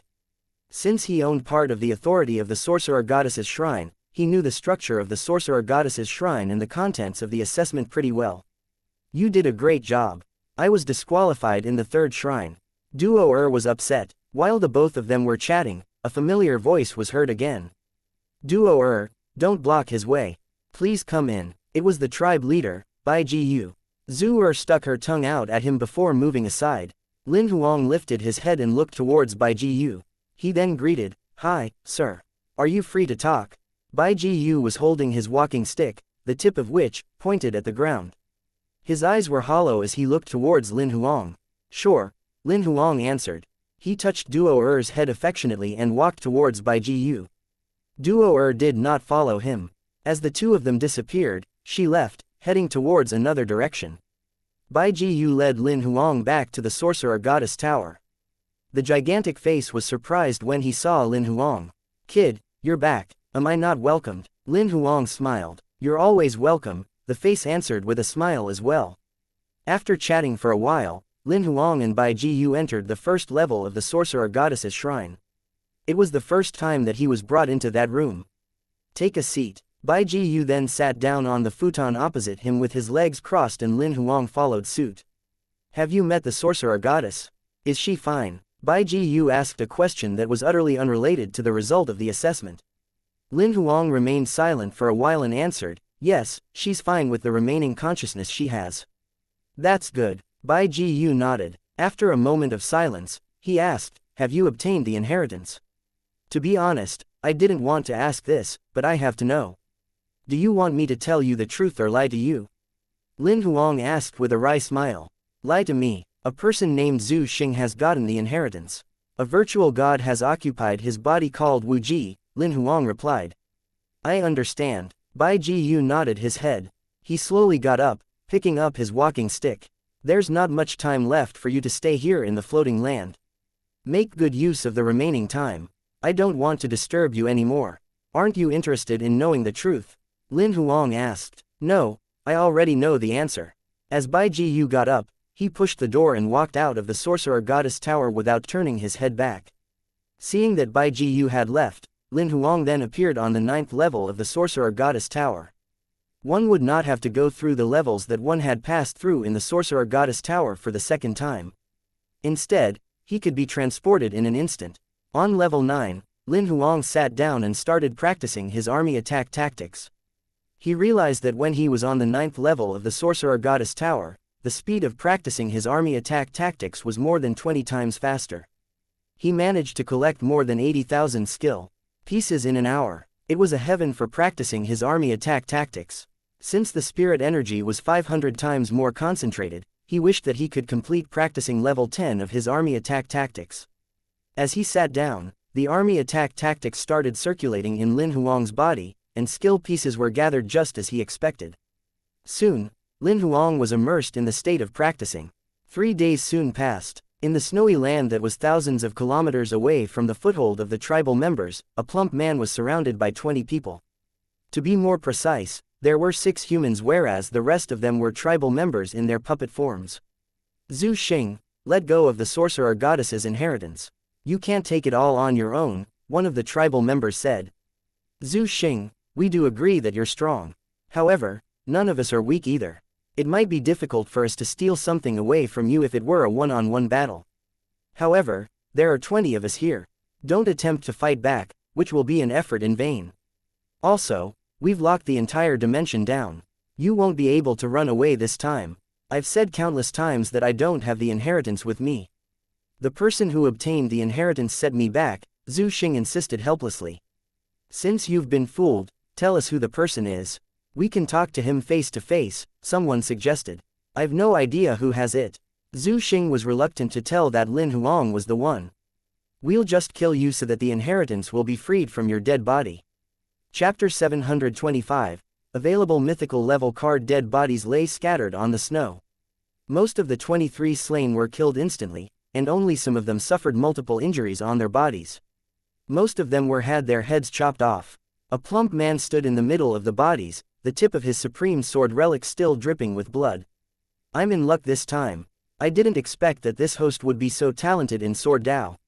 He remedied those in our tribe who are weak at close range fighting. Zhu Xing started to browse through all the bodies after putting his sword away. Wu Ji would not be interested in searching for treasure on the corpses. However, since he had made Zhu Xing his host, there was nothing on him that was valuable besides the finger bone that he got from the sorcerer goddess's shrine earlier. Moreover, he needed a massive amount of resources to improve his combat level, so he would have to put down his pride and search for stuff from these people who were not even on imperial level. Zhu Xing shook his head in disappointment after going through all the 23 bodies. Not even a demigod relic. I've got no idea what's in their emperor's heart rings, and I'll have to get someone to unseal them later. So much trouble. Since I can't find the guy who's got the key to the sorcerer goddess's shrine, he must be hiding in the sorcerer goddess tower now. Tomorrow will be the last day of the 1-month period. There's only 12 sorcerer goddess towers. Besides the one that my tribe is in, there are 11 others. Among the 11 sorcerer goddess towers, there are only 7 of them who aren't against humans. Only these 7 tribes would allow humans to enter their tower. I should have enough time to visit the 7 footholds within the remaining 2 days. It'll be much easier if I manage to kill the guy on this floating land. He's a genius after all, and there must be people protecting him out there. In my current condition, I won't be able to handle imperial levels who are just slightly powerful, let alone demigods. Moreover, many people will be eyeing the inheritance. The competition will be even more intense, so I'll have to take the inheritance from him before tomorrow. I'll disguise as a different face and leave this land together with the rest. After coming up with a plan, Zhu Xing flew into the air and looked far away. But before that, I'll need some assistance. He then raced like an arrow towards the direction that he was looking at as time passed by. Lin Huang spent 4 days on the 9th level of the sorcerer goddess tower. During the 4 days, he did not eat or rest as he focused on the cultivation of his army attack tactics. He accumulated more 2 million skill card pieces every day. Compared to the 2 million odd card pieces that he collected in the beginning, he was closer to his goal of 10 million card pieces to break through to the level 10 of army attack tactics. By the middle of the night on the 4th day, he had accumulated 8 million card pieces and was still going strong. 8.5 million, 9 million, 9.5 million. On the 4th night, he finally accumulated 10 million army attack tactics card pieces, triggering Xiao Hei's notification. Congratulations, you've accumulated 10 million Army Attack Tactics card pieces. Would you like to consume the 10 million card pieces to complete the level 10 Army Attack Tactics? Yes, Lin Huang decided without thinking twice. Consuming 10 million Army Attack Tactics card pieces. Breaking through level 10 Army Attack Tactics, completed. Congratulations, you've obtained a mythical level cultivation method card, Twisted Fate Scripture. Mythical level card, I can't activate it, can I? Lin Huang asked. The Twisted Fate Scripture card is unique as it evolved from the Army Attack Tactics. Although it's a mythical level, there's no restriction in activating it. So, I can cultivate it directly. After confirming that he could activate the mythical level card, Lin Huang was pumped up and forgot all about his exhaustion from not resting for the past 4 days. Sure, you can take a look at the card description yourself. Lin Huang summoned the Twisted Fate Scripture card immediately. Special Life Skill Card, Life Skill Name, Twisted Fate Scripture, Rarity, Mythical, Mastery Level, Twisted Rotation No 1/0/1 million, Twisted 9 rotations. Your physical and spiritual strength, power, speed, and reflexes will be doubled in each rotation. After the 9 rotations are completed, your body will transform directly into a virtual god. Fate 9 rotations. Your authorization is restricted, so the effect is unknown. Card remarks. FC King Awesome. It was his first time seeing such an excellent comment from Xiao Hei on a card. However, he recalled Mr. Fu saying that the cultivation method and monster skills that were acquired once he got to transcendent level would be unlikely to boost his physical strength and other body attributes. Perhaps the cultivation method that he had just obtained was so rare that even Xiao Hei complimented it. Does the 0/1 million in the brackets mean that I'll need 1 million card pieces to complete the first rotation of cultivation? Lin Huang asked Xiao Hei. Yes. Then, how about the second and third rotation? Lin Huang knew that it was impossible for every rotation to require the same amount of cards pieces. If that were the case, it was too easy to master the Twisted 9 rotations. The requirement of the card pieces will double up in each rotation. It can't be. The first rotation requires 1 million card pieces. Doesn't that mean I'll need more than 2 billion card pieces for the 9th rotation? Lin Huang asked in horror. That's theoretically right. It's tough to master this cultivation method. Although the requirement of the card pieces was terrifying, Lin Huang managed to calm himself down quickly. After all, the cultivation method was on mythical level. Besides, as long as he completed the Twisted 9 rotations, he would be a virtual god instantly. Therefore, it made sense for it to be difficult, or else, everyone who practiced the same cultivation method during those days would have become virtual gods at the snap of a finger. The 9th level of Sorcerer Goddess Tower is a perfect place for cultivation. It would be great if I can stay there to practice the Twisted Fate Scripture. On the 9th level of the tower, the speed of obtaining card pieces was more than 20 times faster than being out there. Figuring that he would need a huge number of card pieces for the Twisted Fate Scripture, Lin Huang planned to stay on the tower to practice.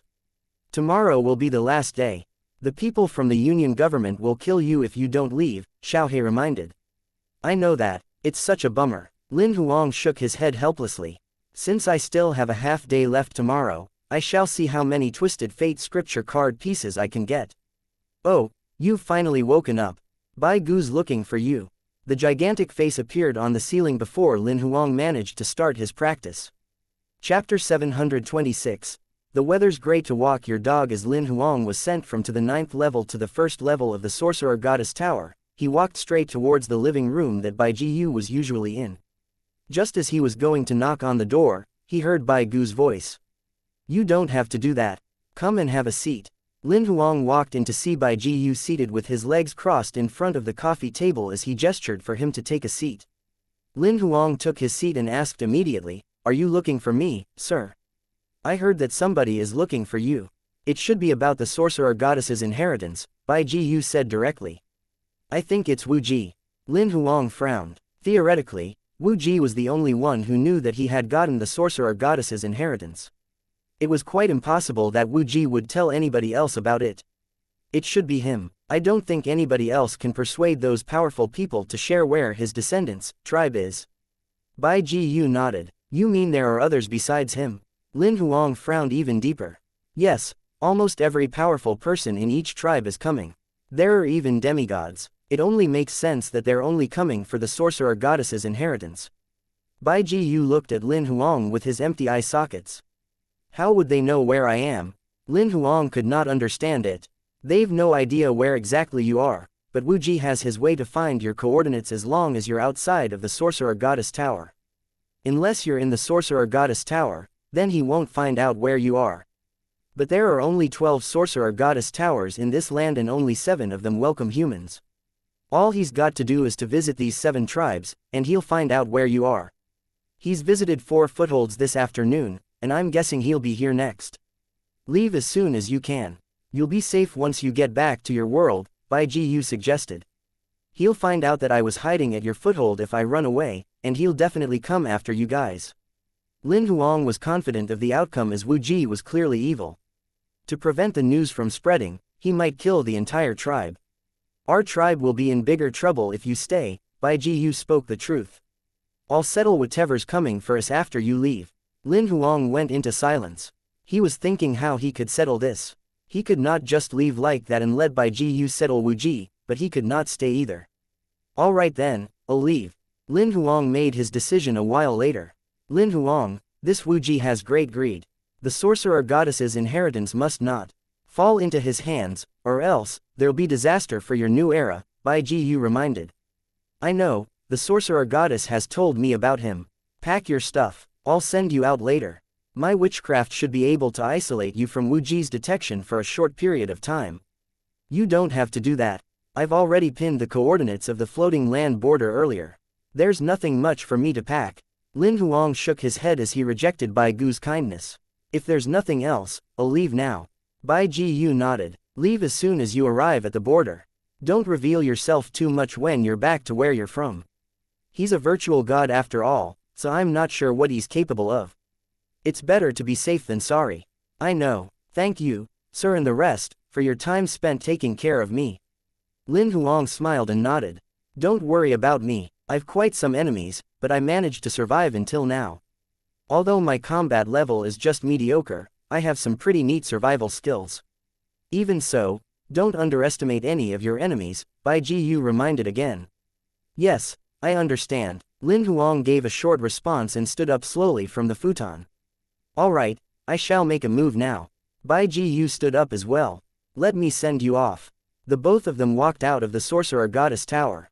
It was near midnight, and there were red and purple crescent moons hanging high up in the sky. They were so bright that they masked the stars around them. Most of the people had fallen asleep. Although they were now dolls, they went on with their daily lives as usual.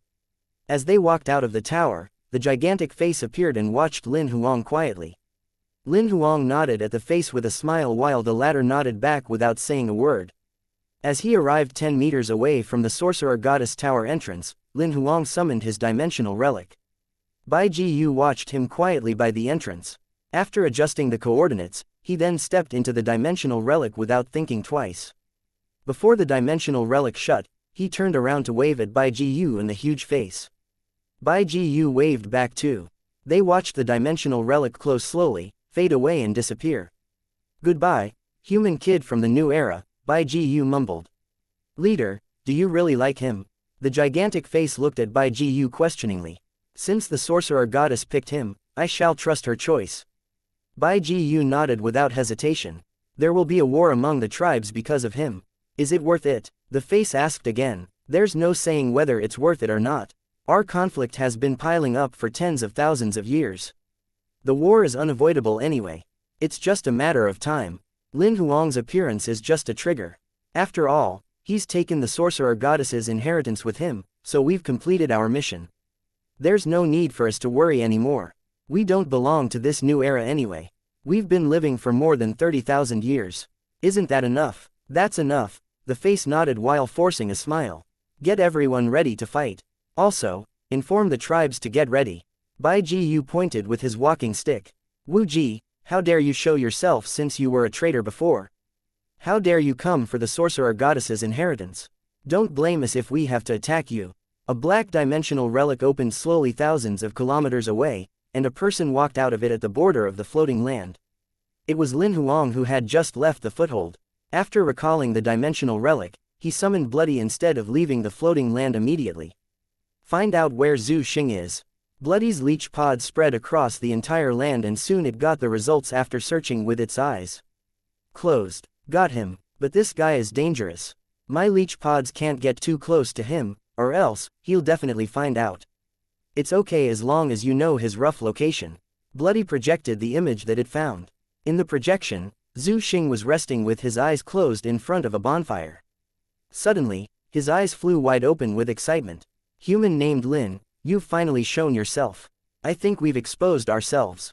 Although Bloody could not hear Zhu Xing's voice, it could read his lips and knew what he had just mumbled to himself. Really? Lin Huang smirked as he looked at the red and purple crescent moons in the sky. The weather's great today. It's best to bring your dog for a walk. Chapter 727. Something is wrong with the coordinates. In the monitor, Zhu Xing was seen getting up quickly. It was not easy for him to detect Lin Huang's location. It was apparent that he would not miss it if he had a chance of killing Lin Huang. I've finally found the guy. He's in the 7 o'clock direction and is approximately 6,000 kilometers away from us. He's at the border of the land. Zhu Xing shouted at the rest of the tribal members. We have to get there as soon as possible. We can't let him leave the land. Lai Kong, bring me there. The rest can stay here and wait for the latest updates. The man called Lai Kong was a snow giant. However, it was evident that it was neither a wild monster nor a pet monster. Instead, its body was occupied by a tribal member. The snow giant took a step forward and appeared in front of Zhu Xing. It lowered its head and asked, "Do you have the exact location?" Zhu Xing's hand swept past the sky and soon, a square map that was about a meter wide formed. Unexpectedly, it was the map of the floating land. Our location is represented by the white dot whereas the red dot represents the fella's position. Zhu Xing simply touched the map and two white and red dots appeared. The snow giant stared at the map for a moment and nodded its head. All right, I know, let's go. Zhu Xing acknowledged it and leapt onto the snow giant's shoulder. As the snow giant waved its hand, a whirlpool was quickly produced in front of him amidst the snow. He then strode into the whirlpool. After a short while, as the whirlpool faded away, the snow giant's gigantic body and Zhu Xing had disappeared. Although the monitoring scene projected by the leech pods was a certain distance away, the actions of Zhu Xing's and the rest were clearly monitored by Lin Huang and Bloody. Bloody translated even the movements of their lips through lip reading. Seeing the map being projected in front of Zhu Xing and that he was their target, Lin Huang chuckled and summoned the golden wheel. The golden wheel was a supreme relic. He obtained it after he killed the saint member, Yu Wenbin. To avoid getting into trouble, Lin Huang had changed its color to white. Even the decorations on the dimensional relic were changed, and he rarely used it. When he set the coordinates in the black ink, he saved it in the golden wheel as well. Since it was a supreme relic, there was no restriction on the interval of its usage. Moreover, the distance it could travel was way further than the black ink since it was a 4-star relic. Watching the snow giant in the monitoring screen summon the dimensional whirlpool, Lin Huang grinned as he pushed the door of the golden wheel open. As he entered, he instructed, "Bloody, let's walk the dog." After a few moments, the golden wheel automatically closed. It vanished in thin air as it transformed into small, minute pieces. Lin Huang disappeared as well with Bloody twisted around his arm. Less than 3 seconds after Lin Huang disappeared, a snow whirlpool formed hundreds of meters away from where he was standing at. Earlier, an enormous shadow then appeared with a person standing on its shoulder. As soon as they arrived, they looked around, and no traces of Lin Huang could be found. Is something wrong with the coordinates? The snow giant turned his head back and asked the plump man. There shouldn't be any problem with the coordinates. This guy must be somewhere around here. The result won't deviate further than 300 meters. Zhu Xing was confident. Nothing is blocking our view here. We can look around the area up to a few kilometers away. The snow giant started sizing up the surrounding. However, they discovered nothing. I'll try detecting it again. Zhu Xing frowned. He then summoned the Book of Sorcerer Dao. He bit his finger anxiously and started flipping through the book until specks of blood stained the pages. A complicated chain of witchcraft rune formed in midair. However, the rune was blood red in color. After a short while, the bloody rune glowed and transformed into a red ring, spreading everywhere. It resembled a stone being thrown into a pool of water and forming ripples on the surface of the water. As the whirlpool spread wider and wider, the color faded. It became transparent when it was 1 kilometer away. It was hardly noticeable. Of course, Lin Huang, who was thousands of kilometers away, monitored what just happened through Bloody's leech pods. It's within my expectations. He's going to pay for it since he used the detection skill. As for the Weeping Blood rune, if it's used 3 to 5 times a day, one's body will collapse. Lin Huang grinned. The detection technique of the chain rune is incredible. It's going to continue for 24 hours if the target isn't detected. However, if the target enters the detection region within 24 hours, one will be immediately targeted. That's how you were discovered. Bloody analyzed the effect of the chain rune at first glance. It's useless. Tomorrow is the 10th of August. It's the deadline when we have to leave. Even if he can still use the detection technique for 10 times, he won't be able to catch up with me. Moreover, the number of usages of the Weeping Blood rune is restricted. A large portion of the snow giant's energy will be drained due to its teleporting ability. However, as long as I have sufficient energy crystals, I can use the dimensional relic non-stop. Lin Huang was calm because he was confident that Zhu Xing would not be able to catch up with him. Be careful since he used to be a virtual god in the past. Bloody was still on alert. Alright, I've been targeted, let's go. From the monitoring screen, Lin Huang saw that Zhu Xing had marked his location on the map again. He then summoned the golden wheel. Noticing the snow whirlpool which was created by the snow giant again, Lin Huang then pushed against the door of the golden wheel and strode into it. After 2 to 3 seconds, Zhu Xing and the snow giant appeared where Lin Huang had just disappeared. They were less than 100 meters away from it. However, Lin Huang had gone missing again. As they arrived, they looked around again. Of course, no traces of Lin Huang were found. How could that be? Zhu Xing frowned. He had no idea why there was nobody at both of the coordinates. Are you sure that there's nothing wrong with your detection technique? The snow giant asked again. It seemed to have assumed that the problem arose from Zhu Xing's detection skill. That's impossible. I've used this skill thousands of times, and it's never made a single mistake. Zhu Xing shook his head, sure of his skill. Could the fella have something which will affect the result of the detection? The snow giant suggested after keeping quiet for a while. That's possible. However, if he has any god relic that's hindered me from detecting his location, the detection must have been directly blocked, and I won't be able to use my skill. It won't lead me to the wrong location though. Perhaps the god relic that he has is rather unique. While it doesn't block me from detecting his location, the results will deviate from reality, or an illusion might happen. It might be activated passively, Zhu Xing guessed. If that's the reason, are we still going to chase after them? The snow giant hesitated. Though it was a demigod, a significant amount of his energy was drained each time teleportation was performed. Yes, of course. We aren't going to stop until he's captured. We aren't going to lose anything since we'll definitely have a chance to track him. Zhu Xing insisted. Chapter 728. There's no charge for setting him up through Bloody's monitoring screen. The conversation between Zhu Xing and the snow giant could clearly be observed. Bloody read their lips to discover what they were talking about. They think that we have the god relic which distorted their detection result. Lin Huang was looking at the monitoring screen, shaking his head and said, it's great that they think so. At least, they think that their results have been distorted instead of someone monitoring them. It seems like they won't stop chasing us, Bloody reminded. If they wish to continue chasing after us, let's play with them. Lin Huang was optimistic as he was not afraid of being caught at all. Seeing that Zhu Xing had reset the coordinates, Lin Huang summoned the golden wheel again and disappeared together with Bloody. Again, Zhu Xing and the snow giant missed their target as they arrived. Still, they were not giving up. Zhu Xing bit on his finger again as he tried to detect Lin Huang's position. The entire process was repeated for 7 to 8 times. The time needed for Zhu Xing to activate the detection rune got longer and longer. The snow giant started swallowing energy crystals as well to restore its energy that had been drained. Zhu Xing has activated the Weeping Blood rune about 8 times now without collapsing. He's amazing. Lin Huang laughed. Blood acts as an agent in the rune. What is mainly being drained is one's mental strength.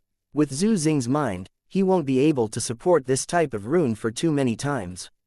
However, Wu Ji is the one who's living in his body.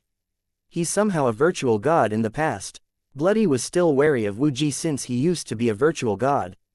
The demigod snow giant who possesses teleportation isn't friendly as well. With its ability, it can easily freeze me, and I'll have nowhere to run away to. Of course, I know that I'm putting my life at risk. If I leave 1 to 2 seconds earlier, the coordinates located by Zhu Xing will be my new location. If I'm a second slower, we'll bump into each other. However, if I don't bother with anything and just leave the land, they'll get Bai Jiyu into trouble. Lin Huang did not want anyone to get into trouble because of him. Bai Jiyu is gathering the other members to fight Wu Ji. After a moment of silence, Bloody told him the truth. There are leech pods in Bai Gu's territory, and Bai Jiyu was the one who said this. Why do they want to fight? Is it because of me? Lin Huang frowned. Perhaps you're the spark, Bloody said, projecting the conversation between Bai Jiyu and the broad face. After watching the projection, Lin Huang kept quiet for a long while. Bai Jiyu had an incisive mind. He knew what he should have done and what he should not have. At the same time, he knew how to make a wise decision. Since Lin Huang had obtained the inheritance, Bai Jiyu could actually kill him and grab the memory that he had inherited. However, instead of doing so, he chose to protect Lin Huang. In the projection, there was a sentence that came up. You've been living for more than 30,000 years. Isn't that enough? Lin Huang was respectful to the elder as he treated death as nothing. It's an inevitable battle, Bloody said, staring at Lin Huang. Even if we were to leave, we won't make a difference to the situation. Lin Huang lowered his head, remaining quiet for a long while. He then slowly raised his head and said, tomorrow is the deadline. We shall leave tomorrow. I wish that I can fight together with them until the last minute. Bloody looked at Lin Huang, who was so adamant about his decision. Knowing that it would be useless to say anything, Bloody then replied, all right, since you've made up your mind, I'll be there with you until the last minute. As soon as he managed to escape from Zhu Xing, Lin Huang and Bloody appeared in an empty, snowy land. If we continue escaping, we won't make any difference aside from buying us some time, Bloody said. Do you have any other ideas? Lin Huang asked. Since we've already put our lives at risk, we probably won't mind if the situation gets a little bit more dangerous. Bloody chuckled. Let's draw them to a foothold where monsters gather or where powerful monsters live. Let's create some trouble for the both of them. That's a good idea. Lin Huang's eyes brightened. I've encountered the frosty ape corpse before.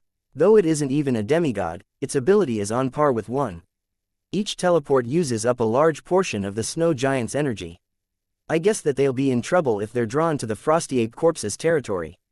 Previously, to save myself from being attacked by those stronger than me, I've saved the coordinates of the Imperial level monsters' territory whenever I pass by. Let's go there and get them into trouble. Despite it being an evil plan, Bloody did not feel guilty at all. It even sounded remarkably calm. I didn't know you'd have such a wicked plan, Lin Huang teased. To deal with an enemy, any tactic can be used. Bloody remained calm. From the monitoring screen, they saw that Zhu Xing had located their coordinates again.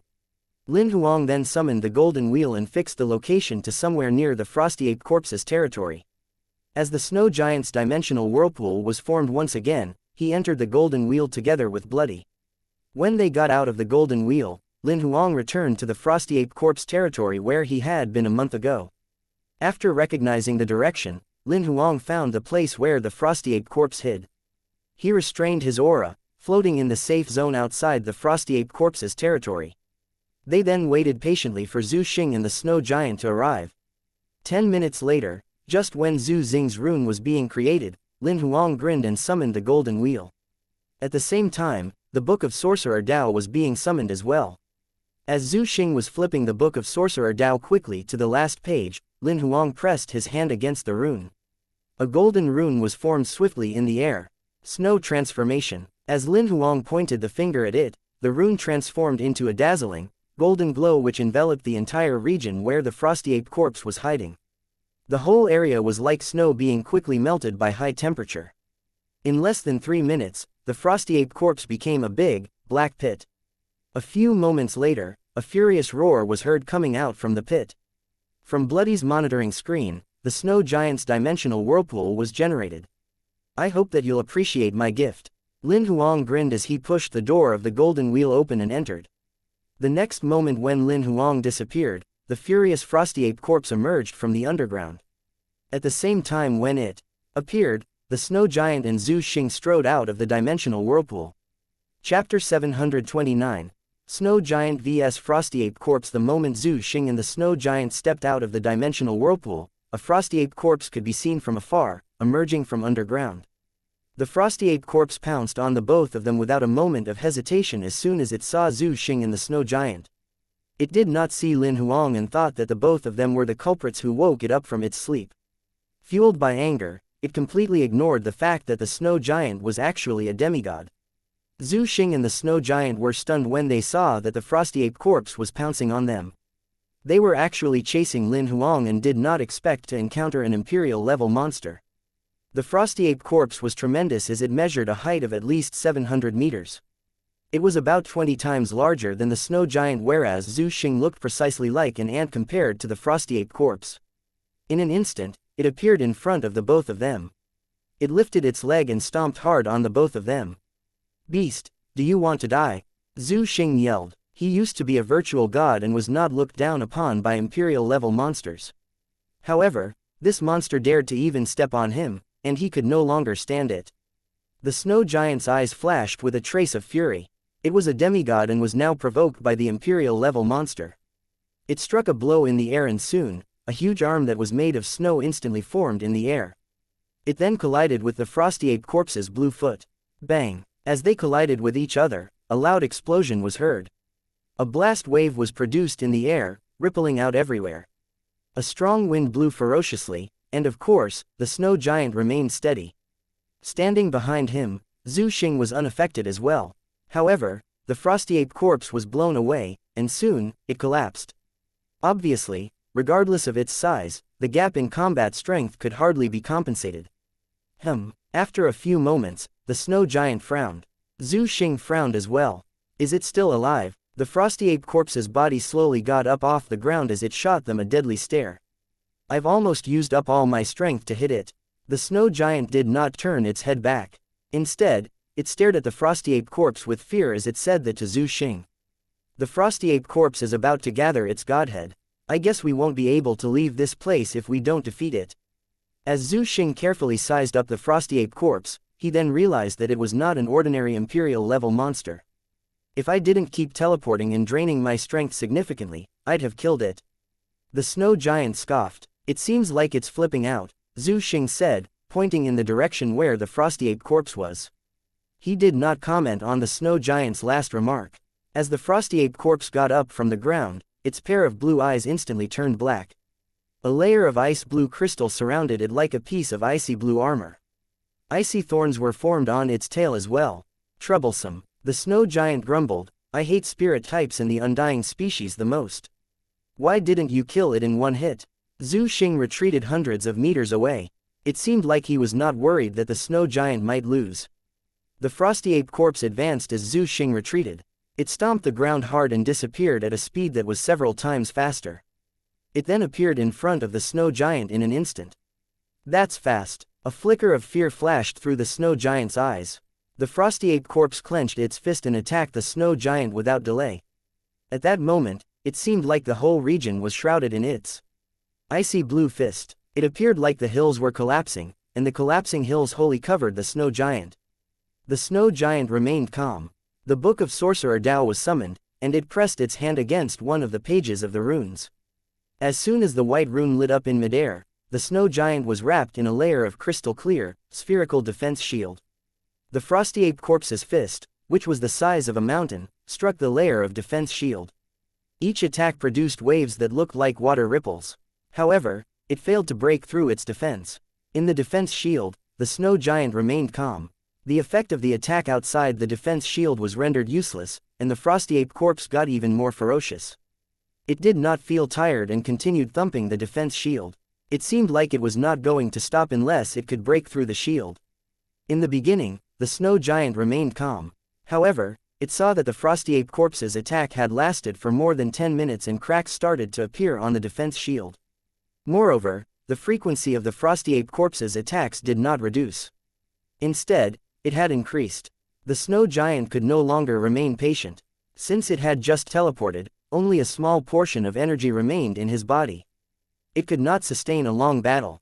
The frosty ape corpse's abilities were beyond its expectations. Right when the snow giant was thinking how he should end the battle quickly, a crack came from the defense shield.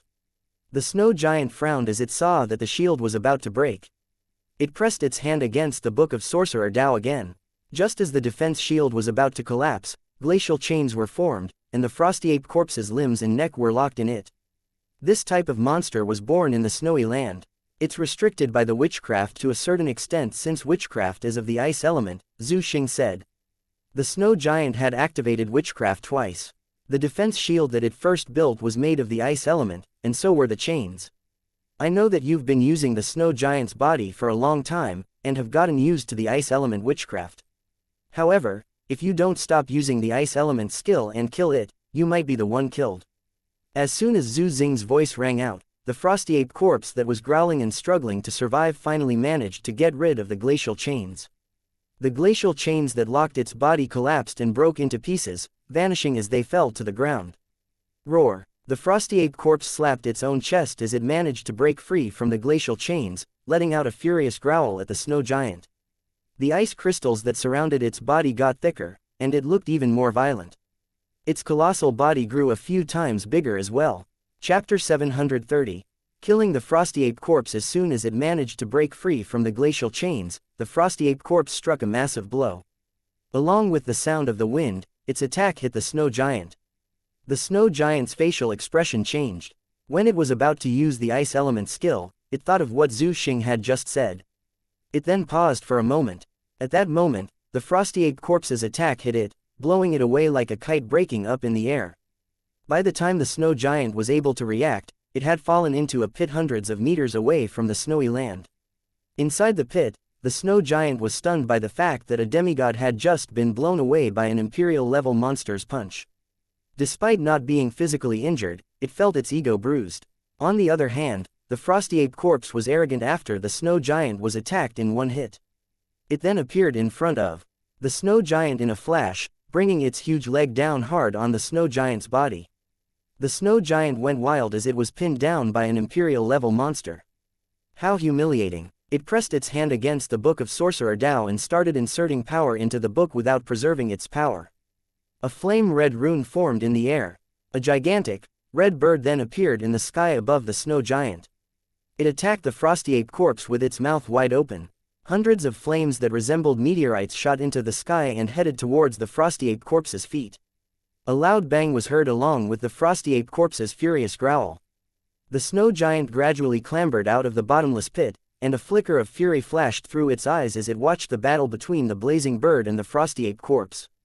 "Go die!" it shouted, and soon, the snow giant pressed its hand against the Book of Sorcerer Dao again.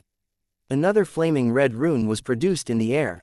After several moments, flaming pythons appeared and wiggled around the frosty ape corpse. Since it was defending itself against the blazing bird, the frosty ape corpse had no more effort to deal with the flaming pythons. Soon after, it got entangled by the flaming pythons. As the flaming pythons entwined around the frosty ape corpse's body, they transformed into raging chains on their own and locked the frosty ape corpse down. It had no way of breaking through the chains. The snow giant did not stop there. Once more, it pressed its hand against the Book of Sorcerer Dao. With the remaining power it had in its body, it inserted the power into the book. Fiery arrows then appeared in midair. They looked like they were taken out from a forging furnace as flames surrounded the body of the arrows. The arrows dissipated a terrifying amount of heat, even distorting the air slightly. After thousands of arrows were formed, the snow giant contemplated the frosty ape corpse coldly.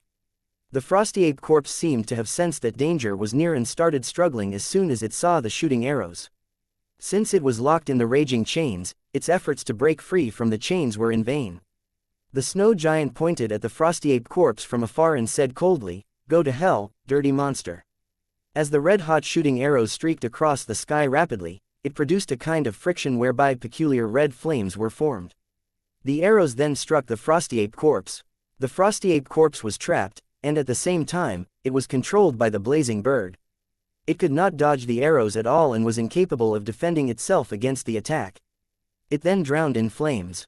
As the burning flames shot through the sky, they pierced through the frosty ape corpse's body. Despite the fact that the frosty ape corpse had powerful defenses, it could not dodge the attack at all, and the shooting arrows easily broke through its defense layer, resembling steel pins that were nailed into the frosty ape corpse's body. The frosty ape corpse snarled from the pain it suffered. As more and more arrows penetrated its body, its growl got weaker. The snow giant smiled ruthlessly as it witnessed the frosty ape corpse no longer being able to fight back. It then pressed its hand against the Book of Sorcerer Dao again. Right at this moment, a golden rune appeared in the air. After a short while, an extremely large, blazing cross that was hundreds of meters tall formed above the frosty ape corpse.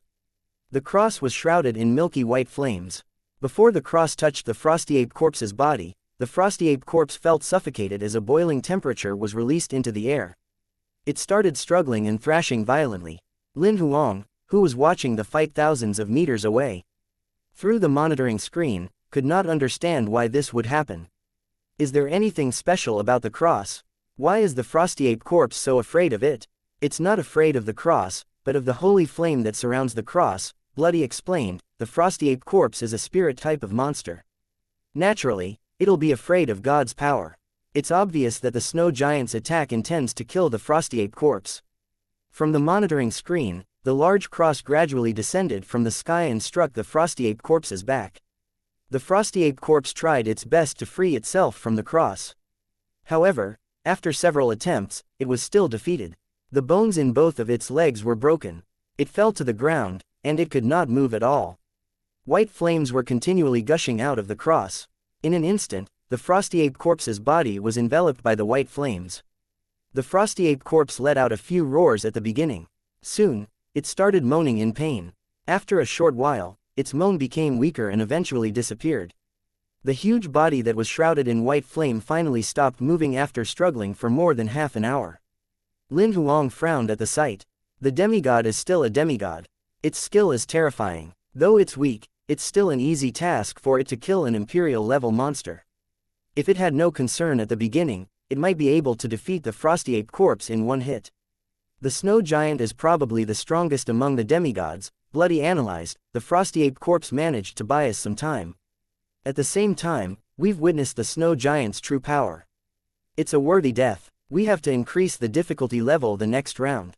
If one imperial-level monster is not enough, a group of them might be. Lin Huang projected the floating lands map, fixing his gaze on one of the locations on the map. Again, he grinned. Chapter 731. Arctic Dragons. The monster is so annoying. I'm going to have to kill it to make me feel good. Seeing that the frosty ape corpse had died, the snow giant then recalled the Book of Sorcerer Dao. You've almost used up the power in your body. Let's take a break before we proceed to our next destination, Zhu Xing suggested. He then walked slowly toward the frosty ape corpse's territory and lowered his head to look at the pit Lin Huang made. He returned after a moment, and although he was deep in thought, he did not say anything. The snow giant sat cross-legged, and after swallowing an energy crystal, it began restoring the energy in its body. Soon, an hour passed, and the snow giant opened its eyes to say to Zhu Xing, "Let's go." "How much power have you restored?" Zhu Xing asked. "About 30% of my power has been restored. Even if we encounter a monster like the frosty ape corpse, I'll have enough power to handle it." The snow giant answered. 30%. Zhu Xing frowned. He vaguely felt that restoring only 30% of its total power might not be enough. "Quickly set the next location and stop wasting time," the snow giant urged. "There are only a few hours left until the deadline set by the Union government." "All right." Zhu Xing had to compromise with it after he put some thought to the deadline set by the Union government. After spending about 10 minutes to acquire Lin Huang's position, the snow giant then summoned a dimensional whirlpool. As they entered the dimensional whirlpool, both of them wore a serious look because their next destination was a lair of the Arctic dragon. As both of them arrived, a few of the dragons shot a deadly stare in their direction. Obviously, Lin Huang was the one who set them up. Lin Huang quickly made a detour as he passed by the Arctic dragon lair earlier. He never knew that the place would be so useful to him now. There is more than one Arctic dragon. Is it because we didn't look at the almanac today? The snow giant was speechless. "Don't you know that? We've been tricked." Zhu Xing could confirm that this encounter was not accidental at all. "We've been tricked." The snow giant could not understand why. "Yes, if I'm not mistaken, that person set us up at the beginning." Zhu Xing could guess that Lin Huang was the one who did it. He dared not look down on him at all as he managed to grab the sorcerer goddess inheritance. "Do you mean that he's been fooling us all the while? Did he purposely lure us to the frosty ape corpse's territory in the Arctic dragon's lair?" After being reminded by Zhu Xing, it finally dawned on the snow giant. Yes, you're right, I think he's probably monitoring us with some kind of skill. That's why he managed to act before us. Zhu Xin made another guess. Let's discuss this later. Our main concern now is to overcome the danger before us, the snow giant whispered. Soon, they ended their conversation because it was not the right time to discuss the topic. Surrounded by a few Arctic dragons, even the demigod snow giant felt like they were in trouble. There are 6 of them. Are you capable of fighting them? Seeing the Arctic dragons approach them, Zhu Xing asked. Yes, when I have full power, but now, let's run. Despite the snow giant was reluctant to flee, still, it decided to escape after thinking of it carefully. It seemed like the few of the Arctic dragons opposite them had lost interest in the both of them after sizing them up. After secretly communicating with each other, the Arctic dragons opened their mouth wide and spat frost at the both of them. At this moment, the snow giant grabbed Zhu Xing as it transformed into lightning to flee as the frost spread around them. Seeing the snow giant's attempt to escape, the 6 Arctic dragons fluttered their wings and chased after them. Thousands of meters away, Lin Huang and Bloody could clearly see what just happened. It seemed like the demigod isn't unconquerable after all. They're being chased by the 6 Arctic dragons as well. Lin Huang grinned. If his strength is fully recovered, it won't be difficult for it to kill the 6 Arctic dragons if it wanted to. However, only about 30% of its power is in its body. It's definitely not a wise choice to fight them head-on. Bloody felt that retreat was a better option for the snow giant. They aren't stupid. Encountering 2 monster attacks in a row, they must have known that we're the one who's behind it all. Perhaps, we can't do this anymore since they'll be prepared for it. Despite not being able to hear the conversation between Zhu Xing and the snow giant, Bloody could roughly guess that their plan had been revealed. Naturally, that'll happen eventually. It's just a matter of time. Everything was within Lin Huang's expectation. What's your next plan? Bloody asked. I still have a gift for them. I wonder if they can take it. Lin Huang laughed like an evil maniac. Bloody was stunned. Soon, a thought flashed through its mind as it asked, do you mean that? Yes, I do. Lin Huang smiled, nodding his head. That's too dangerous. If we're not careful enough, we might get involved as well, Bloody said fearfully. It'll be fine. The thing is related to Wu Mo. Since I have Wu Mo's inheritance as well as the sorcerer goddess blood, it's less likely that I'll attack me. However, I'll send you back into your card form before we go. It probably won't be a problem. Lin Huang was firm on his decision. After this, if they manage to survive, I don't think they'll have the guts to mess with me anymore. The probability of survival is low. You have to be careful as well. Although you have the sorcerer goddess blood, safety is not certain, especially since so many years had passed. We don't know if it still remembers Wu Mo's aura. Bloody reminded Lin Huang worriedly. I'll be careful. If something feels off, I'll flee immediately. Lin Huang smiled, nodding his head. After a short while, he saw that the Arctic dragons had caught up with Zhu Xing and the snow giant from the monitoring screen. Their battle had begun. After about 1.5 hours, the snow giant and Zhu Xing finally killed the 6 Arctic dragons together, but they had almost used up all of their strength. After resting for about 2 hours, the sky began to brighten. They were now ready to take Lin Huang on again. Chapter 732. The fearsome fading petals. As they strode out of the golden wheel, Lin Huang appeared at the foot of the iceberg. He then raised his head and looked toward the frost-covered mountains. Where's the exact location? He lowered his head and asked Bloody. It's inside the 3rd iceberg. As for the actual location, you might have to look around. Bloody projected a map where the coordinates were marked. After remembering the coordinates, he nodded his head at Bloody and said, I'll handle the rest. I'll return you to your card form so you won't be attacked. I'll switch the authority for controlling the leech pods monitoring Zhu Xing and the snow giant to you. Bloody nodded. You'll be able to control the leech pods. Although it might be difficult for you to control a large number of them at the same time, it's not difficult to control one leech pod. As Bloody said this, it extended its antennae and twisted them around Lin Huang's left arm. After a short while, a purple dot was released on Lin Huang's palm. This is the specular pod. As long as you're able to stay focused, you'll be able to obtain the authority over the control of the leech pods. You can also monitor what's happening over there through the pods, Bloody explained. I've actually been developing these specular pods for a long time. However, this is the first time I've used them. I've tested them quite extensively in the past, so there shouldn't be any problems. Give it a try. Lin Huang nodded. He focused on the specular pods and soon, he could see the monitoring screen. From the monitoring screen, he could see that Zhu Xing had began pinpointing his whereabouts with a skill.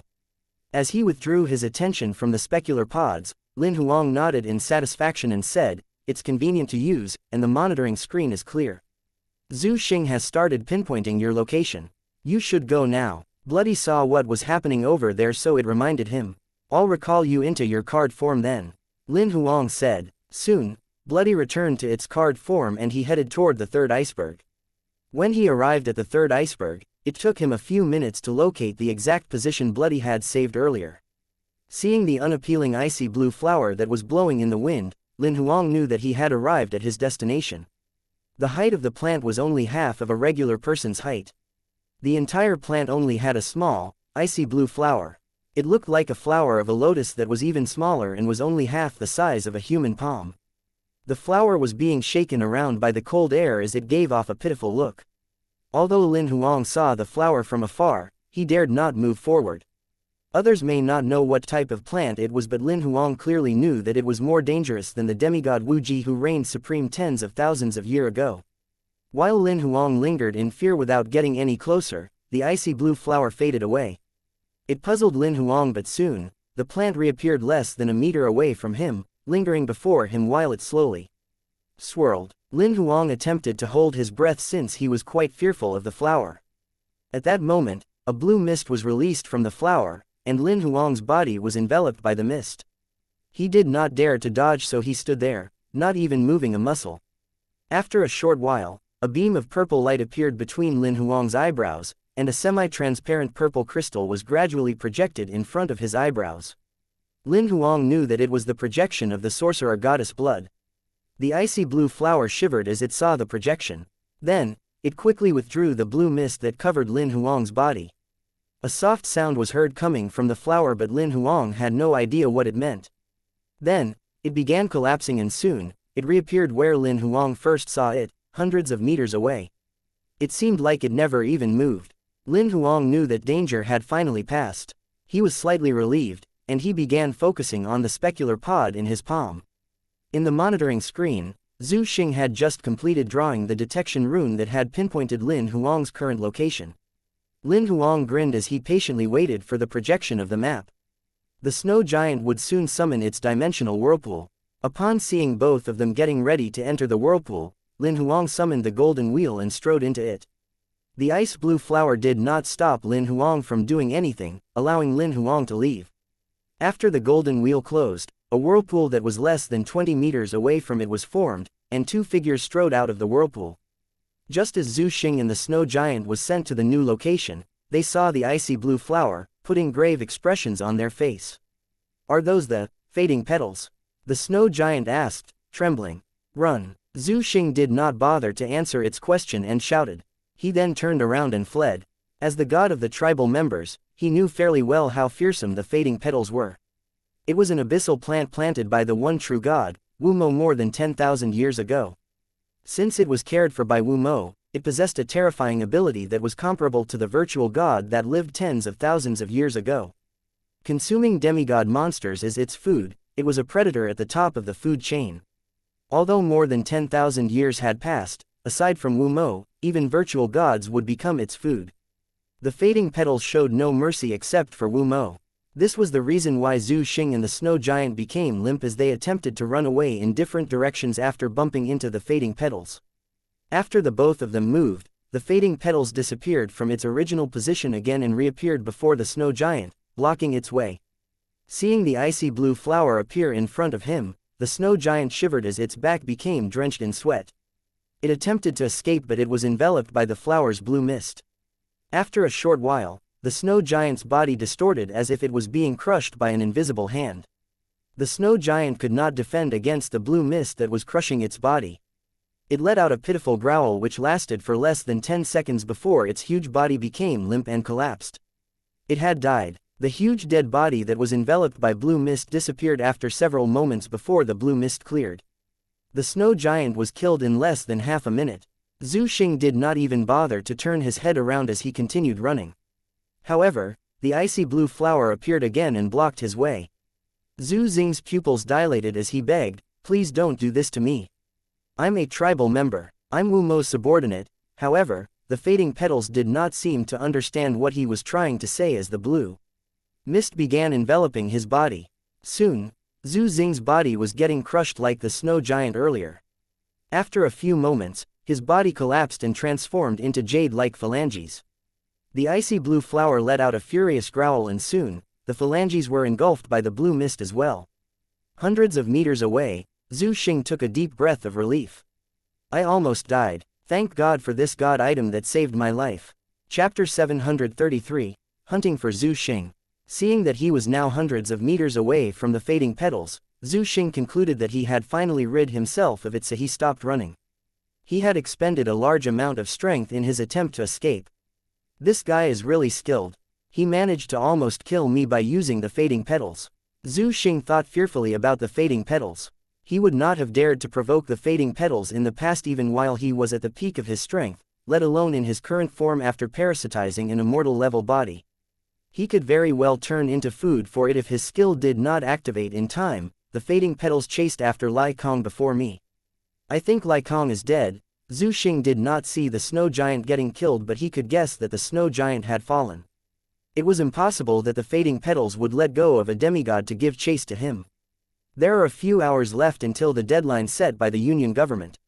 Without Lin Huang's teleportation ability, I won't be able to chase after that person any longer.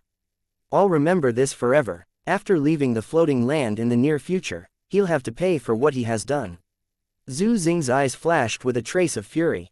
After summoning Bloody, Lin Huang finally felt like he had vented his anger after witnessing the snow giant dying and Zhu Xing fleeing clumsily through Bloody's projection. He felt lucky because he was now safe. He knew that the fading petals was terrifying. However, it was not until he saw the demigod snow giant suffering before it died on the screen that he realized how fearsome the fading petals were. It was hundreds of times scarier than what he could ever imagine.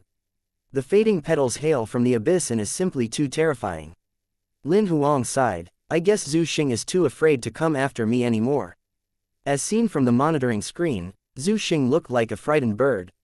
Lin Huang knew that he would no longer be able to cause any trouble for him any longer. "Without teleportation, it'll be difficult for him to locate you." Bloody laughed. "Unfortunately, Zhu Xing is still alive." Lin Huang was upset. He was a virtual god in the past, and he's quite skilled. It was within Bloody's expectation. At least the result is a positive one, and you've temporarily rid yourself of one of the biggest problems you're facing. As you said, this is just a temporary plan. I'm pretty sure Zhu Xing will still get me into trouble after we leave this place. Lin Huang knew that Zhu Xing would not give up a chance for him to exact revenge on him. "What are you going to do? Kill him before leaving the floating land?" Bloody asked. "It's definitely difficult to kill him, but now is the best timing. He's alone and he doesn't have a guardian with him. Also, he's just completed parasitizing his new body, so his combat strength must be at its weakest point now. Once he recovered his combat strength to the level of a virtual god, it'll be difficult to kill him."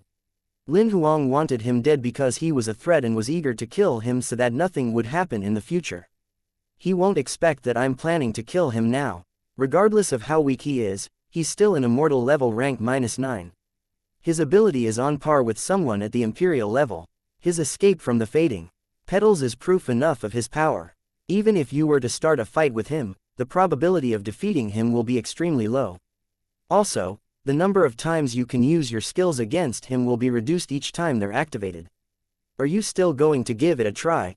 Bloody disagreed with Lin Huang. "Let's give it a try. We'll flee if the plan fails. If the plan succeeds, we'll be able to rid ourselves of this danger permanently. I think it worth a bet." Lin Huang insisted. "Since you've made up your mind, let's make a wager. However, we'll need to discuss the details of the plan." Bloody failed to persuade Lin Huang, so it had to agree with him.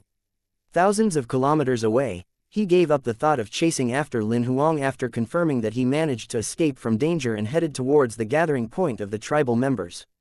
Despite being unsure of the person who took Lin Huang in the past, he was ready to fend any one of them off.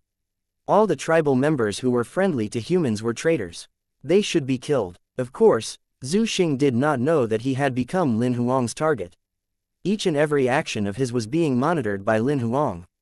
Based on the direction that he's headed in, is he going to meet the tribal members? Lin Huang frowned after seeing Bloody's projection. Yes, according to his current flight speed, he'll meet with the tribal members in 1.5 hours at most. Bloody nodded. If we want to kill him, we'll have to do it before they meet. Lin Huang nodded as he projected the map of the floating land.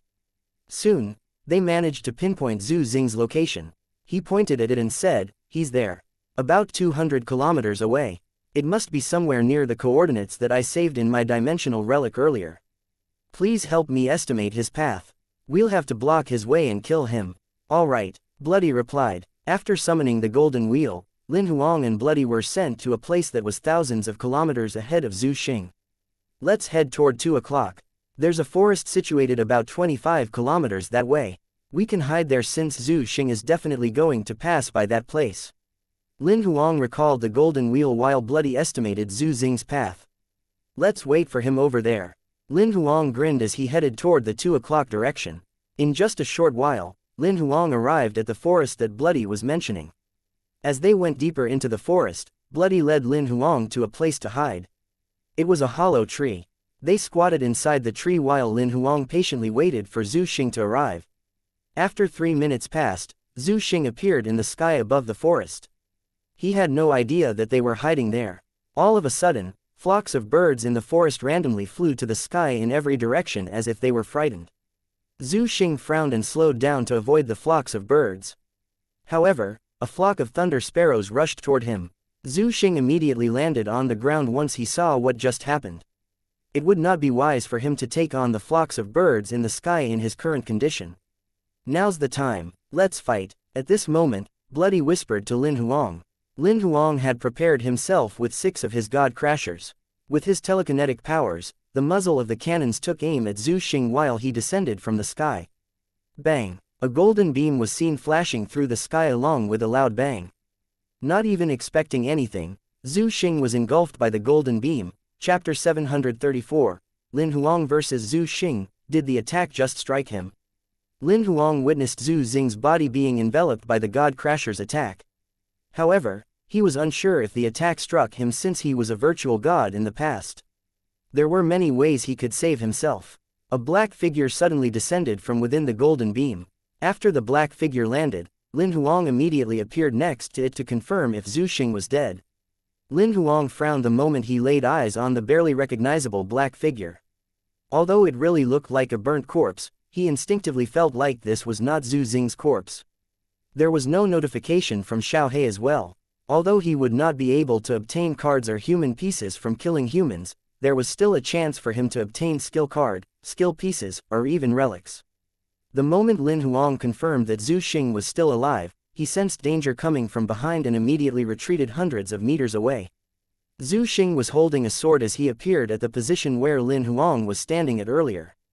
The sword in his hand sliced through Lin Huang's shadow without even a hint of hesitation. Zhu Xing did not chase after Lin Huang despite missing him. Instead, he smiled at Lin Huang and said, "I didn't expect for you to come to me after I've given up chasing after you. Of course, I had to run since you brought a demigod along with you. Think about it, if I attempted to kill you with a demigod, would you run?" Lin Huang laughed. "You've indeed been monitoring me all this time. What amazing skill you have." As he listened to what Lin Huang said, Zhu Xing confirmed that Lin Huang had been keeping track of his movements all this while. This was why he was always late. "I do agree that you've done a great job in setting me up with the fading petals. My heart is still fluttering with fear. You're kind of brave. However, if you think that you'll have a chance to kill me after the demigod died, you aren't that brave after. You're being too naive." Zhu Xing laughed at Lin Huang as he said this. "Thank you for the compliment. It's the first time I've been praised for being too naive. Do you know that naivete actually means that a person is kind, straightforward, real, and loves to stride toward freedom?" Lin Huang smiled while he lectured Zhu Xing. Then, he continued, "Of course, I'm hoping others would think that I'm more innocent than naive. You're a sharp-tongued boy." Zhu Xing did not want to argue with him any longer. "Since you're here, you'll just die here. Don't worry, after killing you, Wu Mo's inheritance will be extracted from your dead body. It won't just die here." After finished uttering those words, Zhu Xing took a step forward and transformed into a ghostly figure. His movements were eerie. Now, Lin Huang could no longer distinguish his true body from the ghostly figure and was unable to take aim with the God Crasher. The limited attacks the God Crasher could perform required him to take some time to restore its energy. Just as Zhu Xing was approaching, the flock of birds flying in the sky pounced on him once more, enveloping the ghostly figure that was Zhu Xing. His shadow was ripped apart by the flock of birds, and he had to use his true body to clumsily fight against the birds. At this moment, Lin Huang's God Crasher took aim at Zhu Xing once more as red flares gushed out of the muzzle to drown Zhu Xing in wave-like flames. Before Lin Huang could confirm his death, Zhu Xing's body was gradually formed behind Lin Huang. Correct me if I'm wrong, but this flock of birds and the attack I encountered earlier are from your monitoring skill. Zhu Xing squinted his eyes and looked toward Lin Huang. Is it a spiritual control? Puppet control? Illusion control? What skill is it? I think birds aren't the only monster that you can control. You've control over other monsters too, right? Zhu Xing was close to the truth. However, he did not expect that Lin Huang would own a monster like Bloody who could control the leech pods. Lin Huang smiled in silence. He heard it from Wu Mo that Wu Ji, who was also known as Zhu Xing, was good at gleaning the truth from one's conversation. He would definitely not reveal anything if he kept quiet. Since Lin Huang did not respond, Zhu Xing could guess what he was thinking. It's fine if you don't want to tell me. There's no difference regardless of the skill being used. You have 4 more chances to attack me with the God Crasher. However, I can activate my molting ability endlessly, so you're going to die as soon as you're done using the attacks of the God Crashers. Zhu Xing laughed arrogantly as he finished his last sentence. Is it possible to unravel his molting rune? Lin Huang communicated with Bloody telepathically. He did not even attempt to whisper since he was afraid that Zhu Xing had the ability to detect what he just said. It's probably the effect of the compound rune which allows him to unleash his molting skill multiple times within time limit. That's why he doesn't need to activate the rune repeatedly in order to obtain its effects. Then, Bloody continued its analysis. It'll take me some time to observe the type of compound rune that can produce such an effect.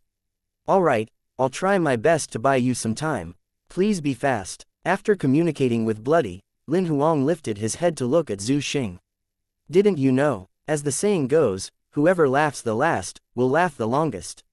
It's too early for you to feel happy. Is that so? I guess I'll be the one who laughs last since you'll already be a corpse by then, Zhu Xing said before taking another step forward. Then, he transformed into his ghostly figure and lunged toward Lin Huang. Again, the swarm of birds went into a frenzy midair and enveloped Zhu Xing's ghostly figure.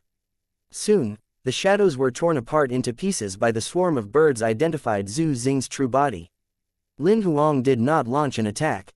Instead, he took aim at Zhu Xing from afar and targeted his true body. Why didn't you launch an attack? Is it because you know that you only have 4 chances left, and you're afraid that the game will end after those 4 attacks? Zhu Xing teased while he killed off the birds. Lin Huang kept quiet as it was useless for him to attack before he managed to decipher his molting rune. He knew fairly well that the number of attacks he could make with his God Crashers were limited. Once he had used up all the attacks, he would be pinned down by Zhu Xing. In just a short while, Zhu Xing managed to wipe out all the birds. Then, he picked up his sword and dashed toward Lin Huang, appearing instantly before him. Lin Huang did not dodge as he glared at Zhu Xing, who was less than 10 meters away from him, coldly. It was then that a flare suddenly shot out from the God Crashed to envelop Zhu Xing in it. After a few moments, the flare vanished and Zhu Xing's body regained its form hundreds of meters away. He squinted his eyes and looked toward Lin Huang before showing him 3 fingers. You only have 3 attacks remaining. Chapter 735. Are you ready to say goodbye to this world? Bloody, how long do you still need? Lin Huang secretly contacted Bloody. Give me another 3 minutes at least. Naturally, the longer you can delay for me, the better it'll be. Buying me more time will allow me to decode the rune more thoroughly, resulting in a higher success rate at breaking the rune, Bloody responded. 3 minutes. The guy has noticed my attempt to buy some time. Lin Huang knew that Zhu Xing had found out. I won't be able to hold him off for another 3 minutes by myself. Manipulate some of the parasites to assist me. Sure, Bloody said. Zhu Xing had already discovered Lin Huang's attempt at buying some time when he insulted him with a smile before he said, do you think that delaying me like this is going to be of any use? You're simply trying to buy yourself some time so you can recharge one or two of your god crashers. Even if you manage to delay me, do you think it's going to work? It's just a few minutes worth of time before you die. Why do you bother struggling to survive? Do you really think I'm buying myself some time just because I want to recharge the god crashers?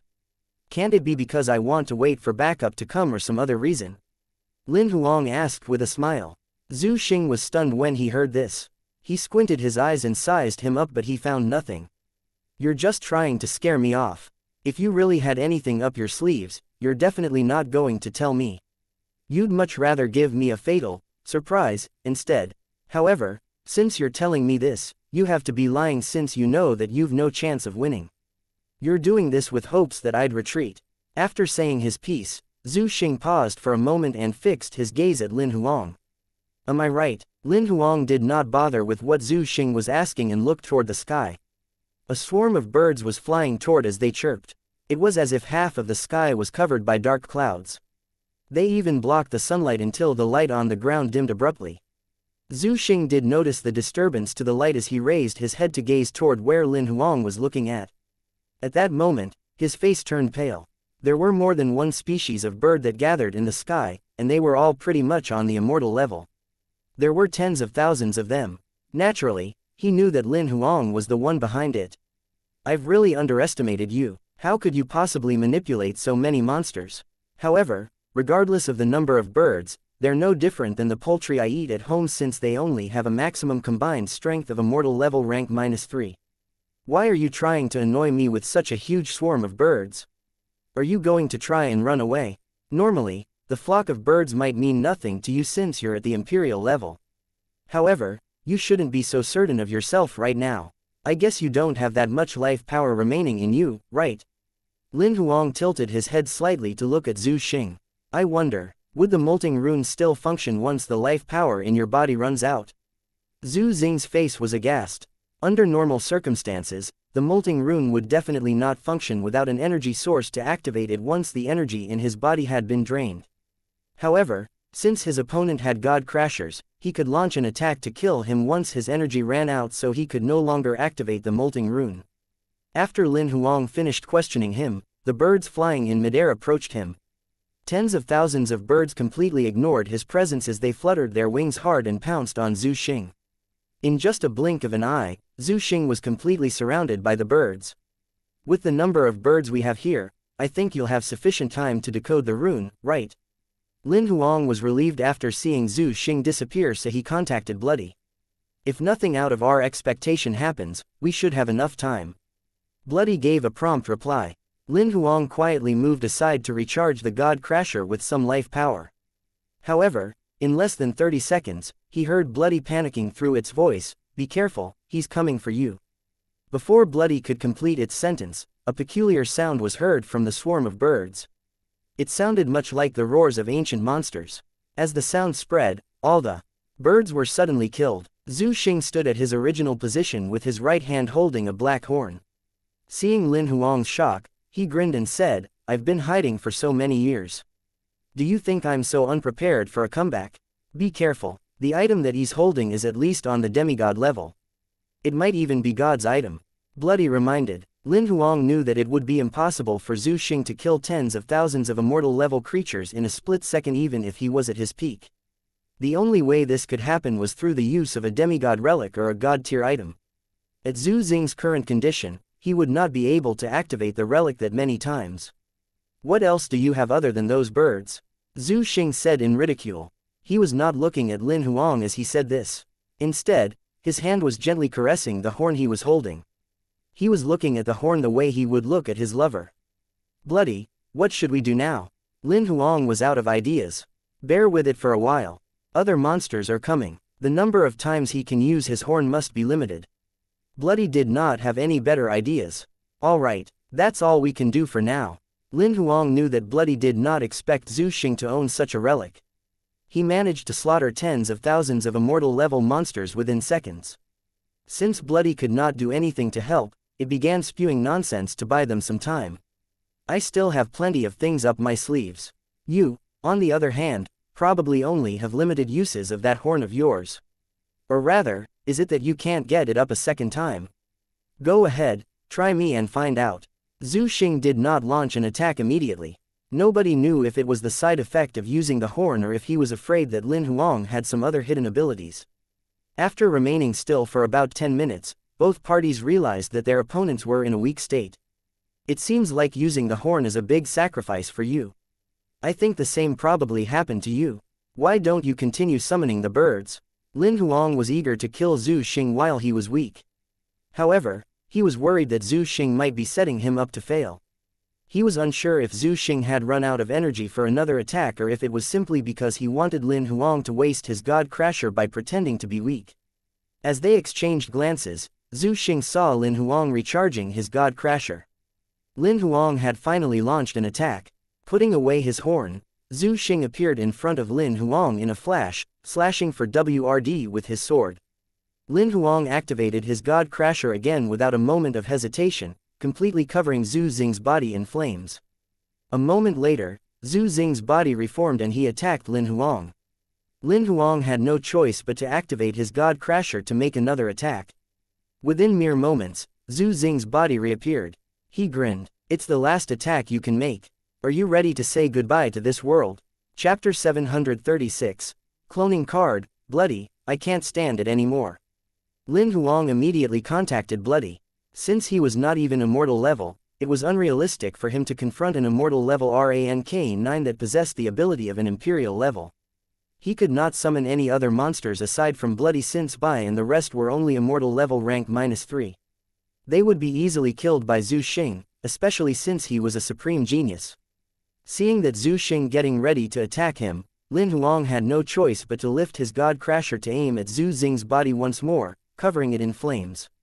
Immediately after another shot was fired, Lin Huang immediately summoned the golden wheel to flee, but as he pushed against the door, a black glow suddenly flashed through the sky and hit his golden wheel before he managed to enter.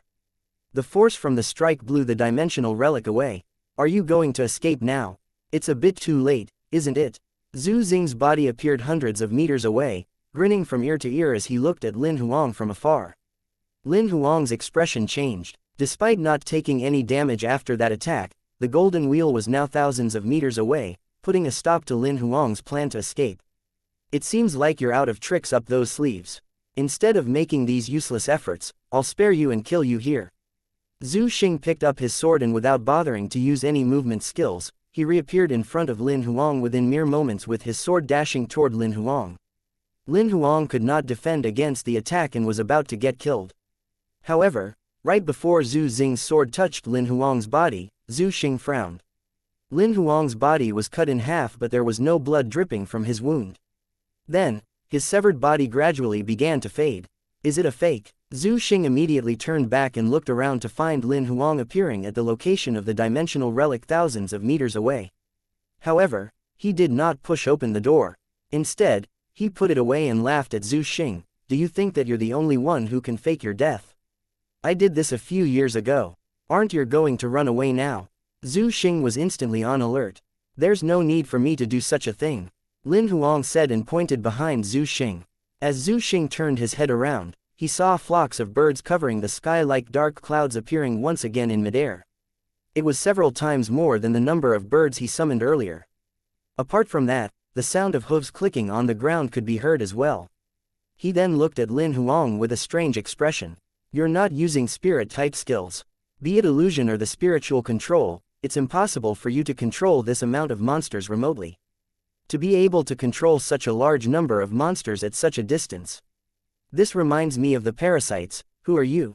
Zhu Xing was not that far from the truth based on the information he had.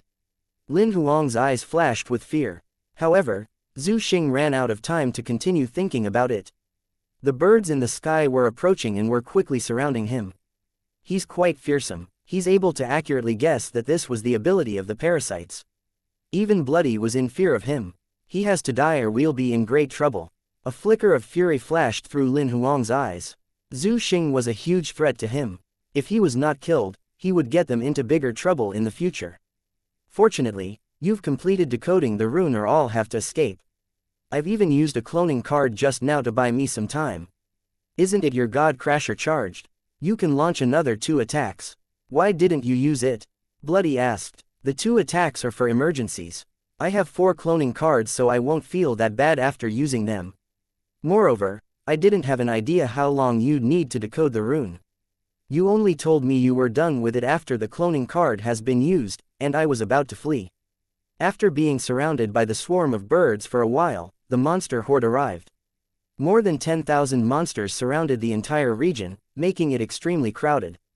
Lin Huang then retreated hundreds of meters away to watch the battle in the air. How long does he need to get rid of the monsters? Lin Huang asked. He'll have to be fast. He knows that the longer he takes, the more dangerous his situation will be in. He doesn't know if you have any other skills. That's why he'll kill the monster horde at lightning fast speed, just like what he did previously. He'll try his best to minimize the use of life power so he can still handle any unknown dangers he might encounter. Bloody gave its explanation. Just 30 seconds after Bloody finished speaking, all the monsters surrounding Zhu Xing had been killed. All the birds in the sky fell to the ground. Amidst the carcasses, a human figure could be seen holding a gradually fading horn. Lin Huang noticed blood dripping from between Zhu Xing's fingers. I can confirm that the horn is a god-tier item. It was owned by Wu Ji tens of thousands of years ago. Therefore, that item can still be activated with ease by relying on the blood sacrifice skill after many years. The demigod relic has no spirit. Therefore, it won't be able to recognize its host after tens of thousands of years, and he won't be able to activate it with the blood sacrifice skill.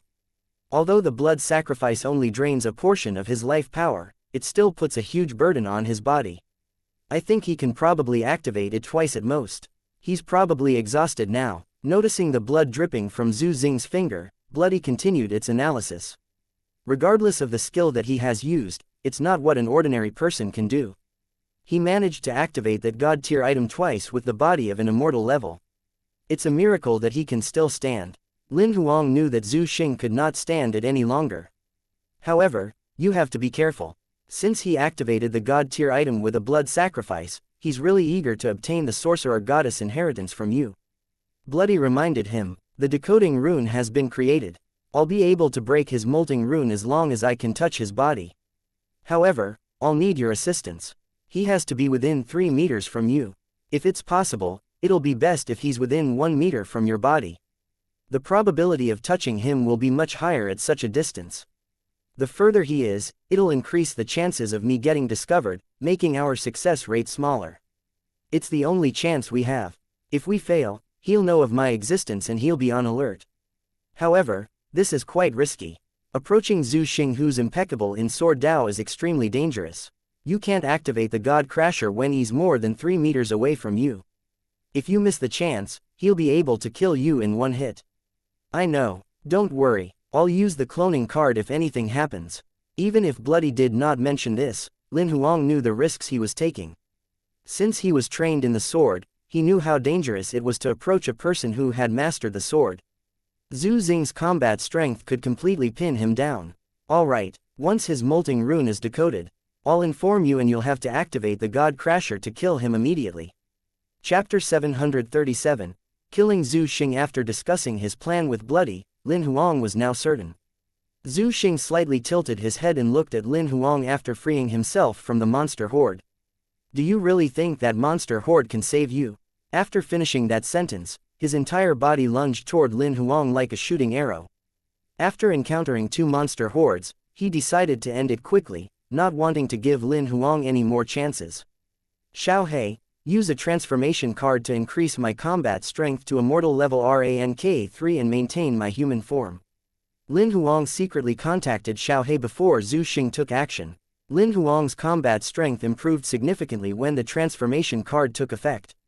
Although he did not expect to be able to detect Zhu Xing's movements with his eyesight, he realized he could still clearly identify the path Zhu Xing was taking. Of course, Lin Huang would not be able to hide the sudden increase in his strength from Zhu Xing. When Zhu Xing noticed this, he trembled in fear but was soon relieved after realizing that Lin Huang's combat strength stopped after reaching immortal level rank -3. Almost instantly, he approached Lin Huang and was now less than 10 meters away from him. It was then that the sword in his hand began giving off a scarlet glow. Lin Huang fixed his gaze on Zhu Xing. Seeing that he was getting closer to him, he did not retreat at all. He was secretly counting down instead, 10 meters, 9 meters, 8 meters, just as Lin Huang counted down to 3, Zhu Xing grinned. He was exhilarated as he exclaimed, "Die!" As he shouted, he thrusted his sword forward. The glow that enveloped the sword began gushing out of the body of the sword maniacally and headed for Lin Huang. At that moment, Lin Huang did not retreat. Instead, he took a step forward to reduce the distance between them from 3 meters to 1 meter. Zhu Xing's eyes flashed with a flicker of fury. He noticed the purple glow leaving Lin Huang's sleeves.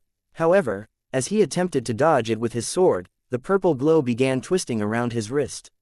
At the next moment, Zhu Xing's sword penetrated through Lin Huang's body and he began collapsing. Just as Zhu Xing was about to slash through the purple glow that was around his wrist, it abruptly disappeared. It was as if the purple glow that he just saw was an illusion. However, Zhu Xing was still on alert. He began checking himself to see if he was injured. After a short while, his face turned pale.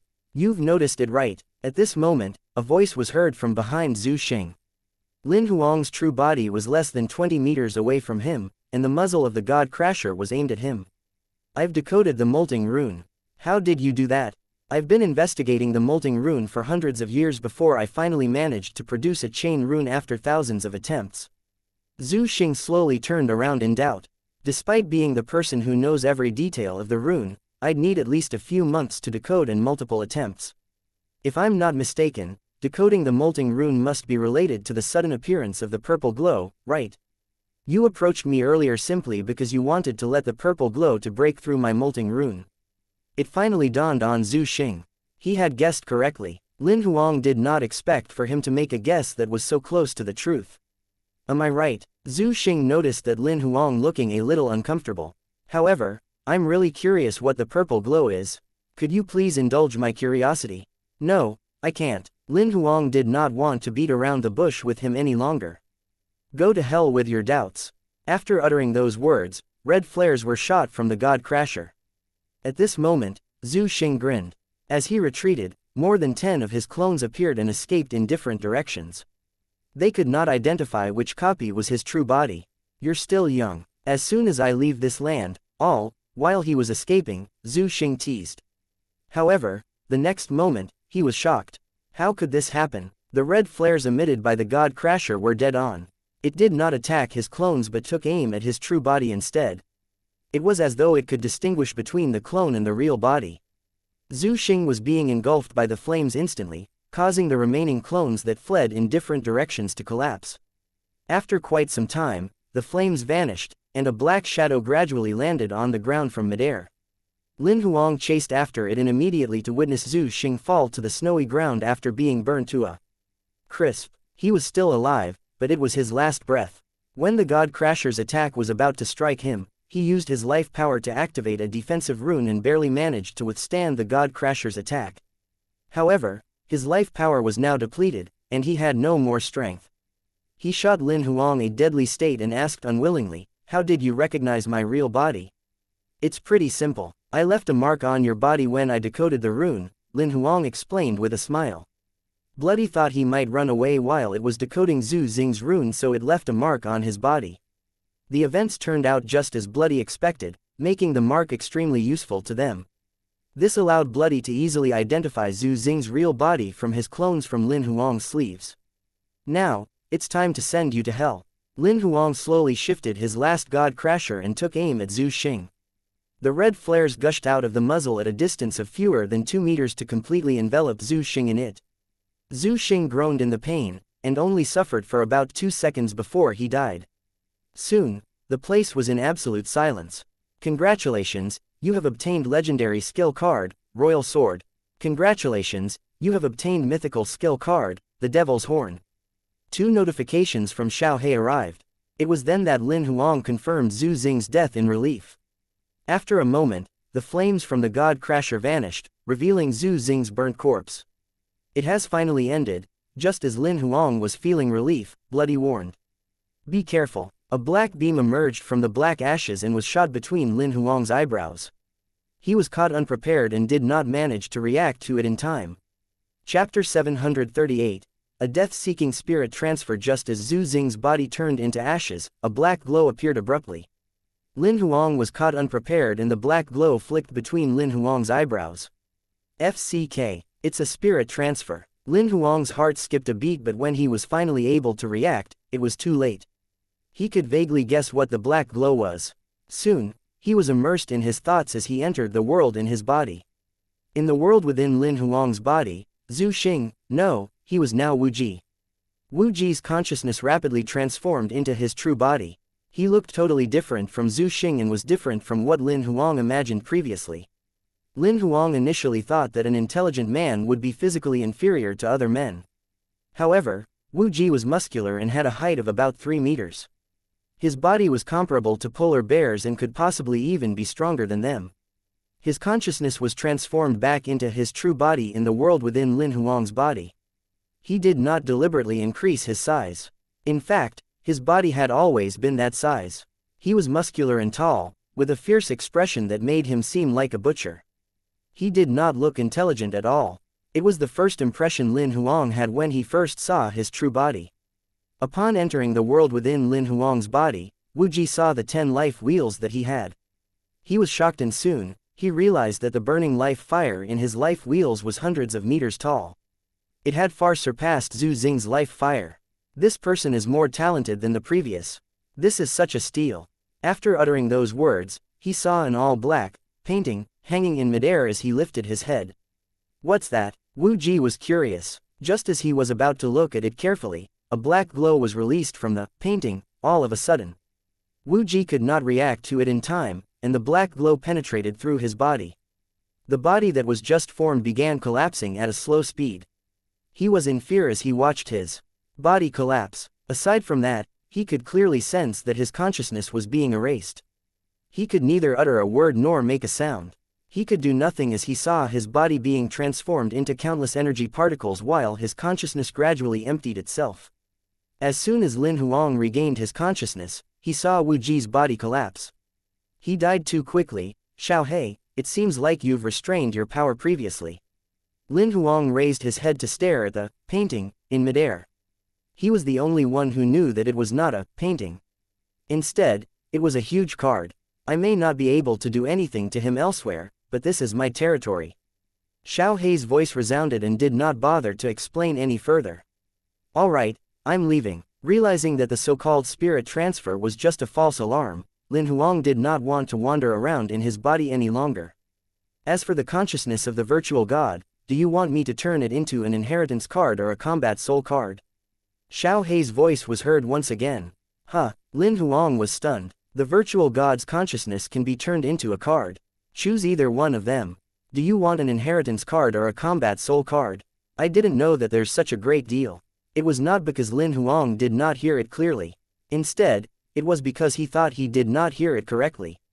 I've gotten Wu Mo's inheritance, so let's just forget about Wu Ji's inheritance. Let's turn it into a combat soul card.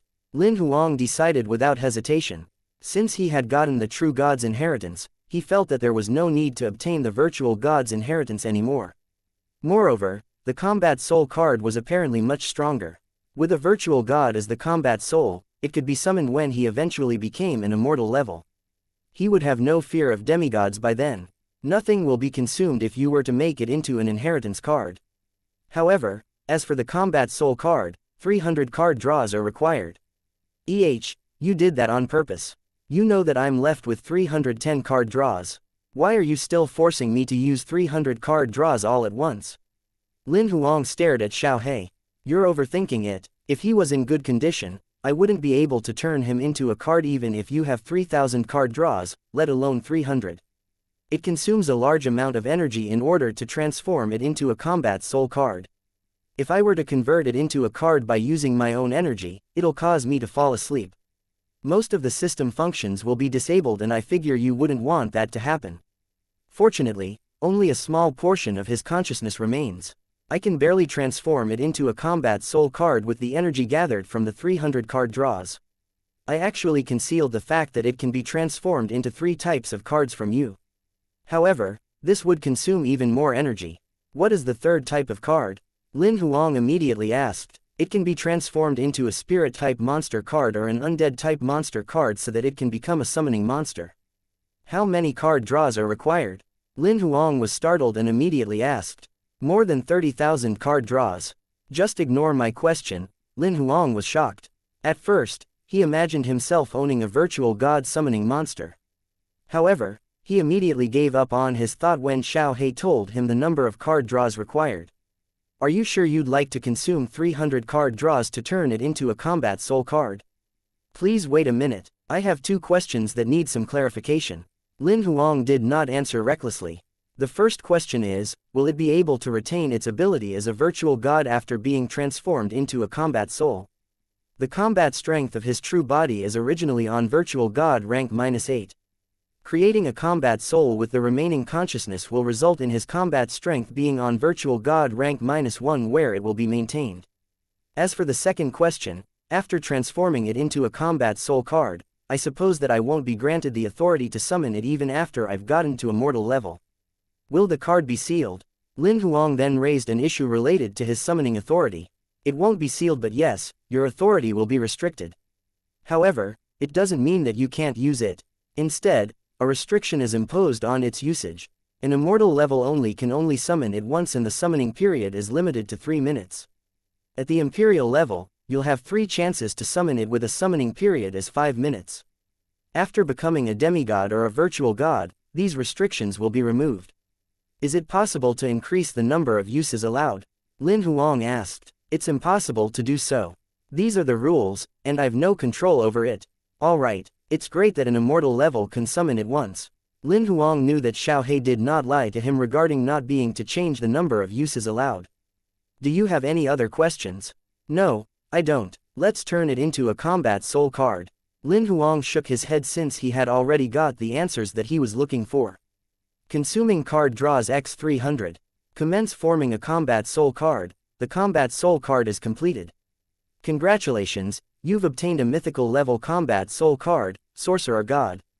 Lin Huang had already regained his consciousness earlier. After staying at his original position for about 10 minutes, a notification from Xiao He finally arrived. Chapter 739.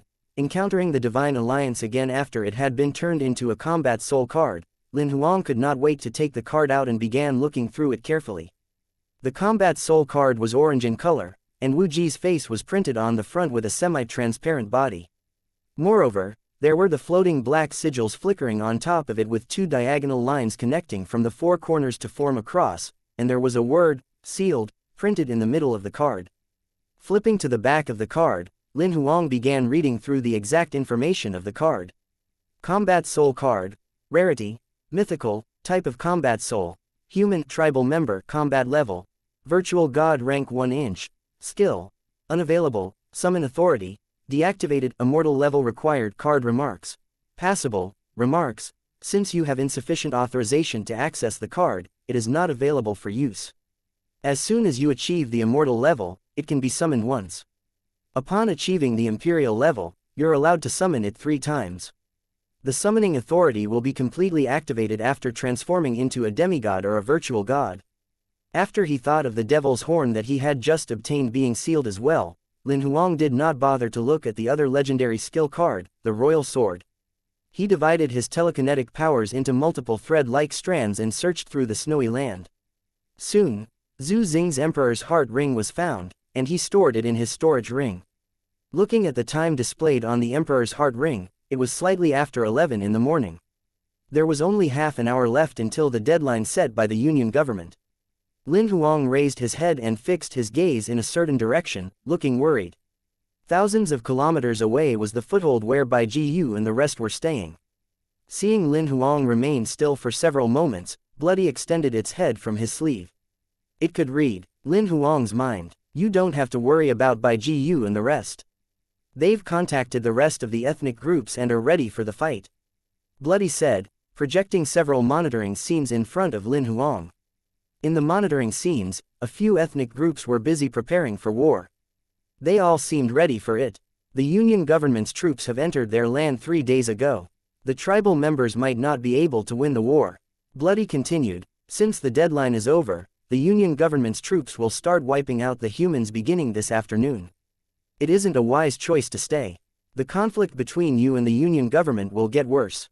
If you're still worried about Baiju and the rest, you may leave first and get back to them a few months later.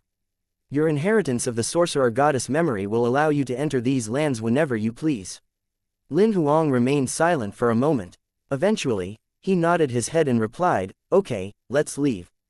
After summoning the golden wheel, Lin Huang went through it without a moment of hesitation. A few moments later, after he stepped out of the dimensional relic, Lin Huang and Bloody appeared from an entrance at the previously marked coordinates. About 10 Union government soldiers were stationed somewhere close to the entrance, and a few teams were there to register themselves. Lin Huang walked toward them and was about to leave.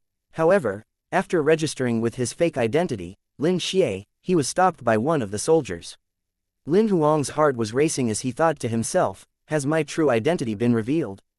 Wait a moment, where are your teammates? Looking at his uniform, the one who stopped Lin Huang must be one of the small leaders among the 10 of them. We've been attacked by monsters and we lost track of each other.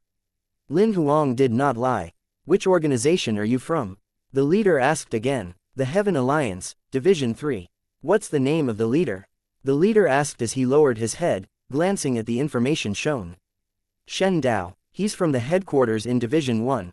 Lin Huang was relieved because he roughly knew why the soldier asked him about it. Do you have any other questions? No, I don't. You may leave now. The leader waved his hand, allowing him to leave. Lin Huang was originally worried that his true identity being discovered, since the detection instruments used by the armed forces must be more advanced than the regular ones. However, the questions asked by the leader were apparently unrelated to his identity. It might have had involved the tribal members instead. The Union government was likely to have already discovered the presence of the tribal members. They were afraid that the tribal members would sneak into a human group and leave these land. Therefore, they would further question people if they met lone rangers wandering around like Lin Huang. Of course, Lin Huang knew that the investigation might be rendered useless. The tribal members could perform a spirit transfer on a person and obtain most of their memories. However, from the way the soldier questioned him, the Union government did not seem to know that the tribal members were capable of performing a spirit transfer. However, the Union government's omission was none of Lin Huang's concern. He twitched his mouth and left. He then passed through the thin film that covered the entire land instantly. It seemed as if there was nothing there. After leaving, Lin Huang appeared in the sky above the peaceful ocean. Lin Huang was surrounded by a few people the moment he appeared, and as he gazed at them, he could roughly remember 4 of them being members of the Divine Alliance. However, Ji Yu Li was not there in the number of people. There was different. Perhaps, they may have gotten lost. Why are the people from the Divine Alliance here? Are you guys going to bully a lone ranger like me? Lin Huang raised an eyebrow. Lin Xie, give us the Emperor's heart ring and we'll release you. I promise you that we won't do you any harm. A skinny young man smiled with an evil demeanor. Is this how the Divine Alliance's members behave? How could 4 immortal levels surround a holy fire level just to steal an item from him? Don't you guys feel any embarrassment? Lin Huang insulted. Stop bullshitting me. Just tell me if you're handing over the item to us. If you keep talking nonsense, don't blame me for being rude to you, the skinny young man yelled. Okay. Lin Huang pointed at the Emperor's heart ring on his left middle finger. Then, he turned the ring around and said, how about the 4 of you give me your Emperor's heart rings, and I'll let you leave. Lin Xie, you're just a purple flame level. Despite being a supreme genius, your ability is only on par with immortal level rank 4 or rank 5 people. The weakest among the 4 of us is an immortal level rank 7. Why do you want to make such a useless attempt? One of the most handsome men among them said. I'll repeat myself. The 4 of you, give your Emperor's heart rings to me. Otherwise, leave your arm here. Lin Huang completely ignored the guy as an ancient sword relic was gradually formed in his hand. Is he insane? The 4 of them exchanged glances with each other and a similar thought ran through their mind.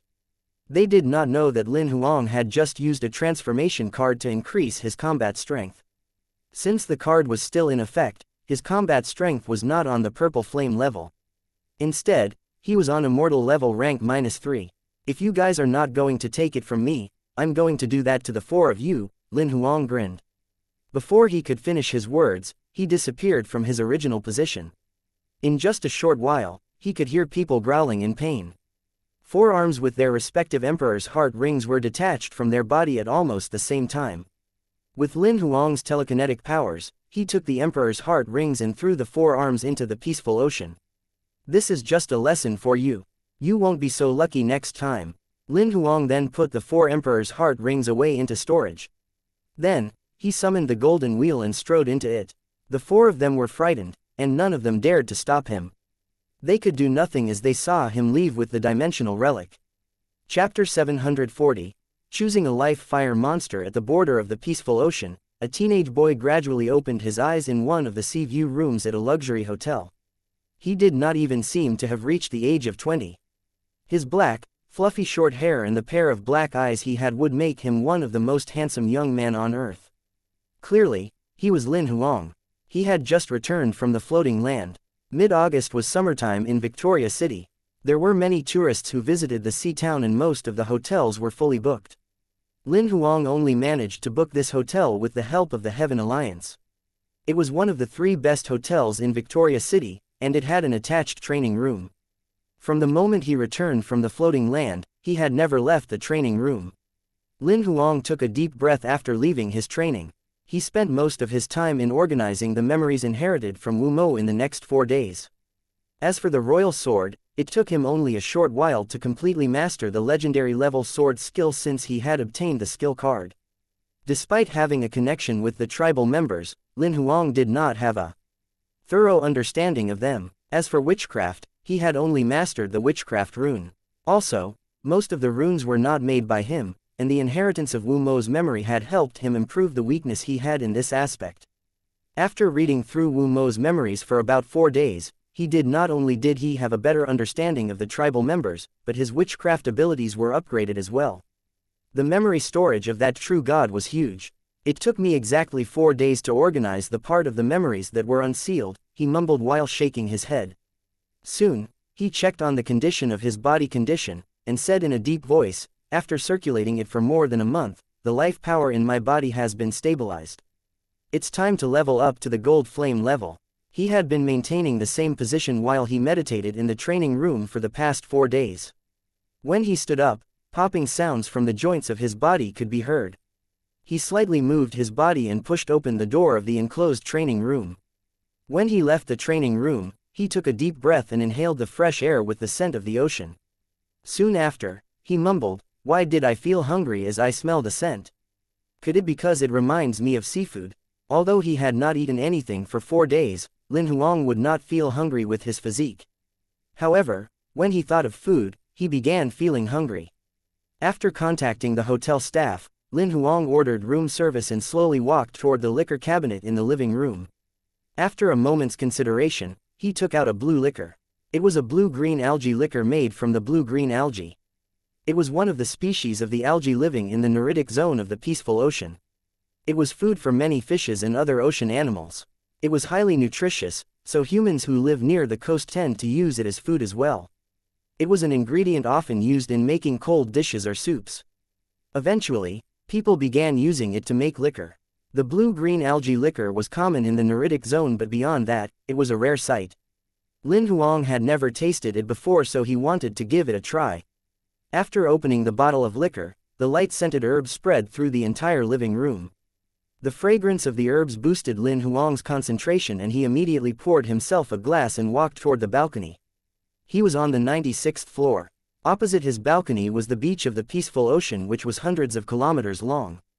During the summer, the sun was high in the sky, the beaches were crowded, and everyone was in their beachwear. It was a beautiful scene. Lin Huang took his glass of liquor and began observing the liquid in it under the sun. In the blue liquid, there were dark blue granules of the size of rice.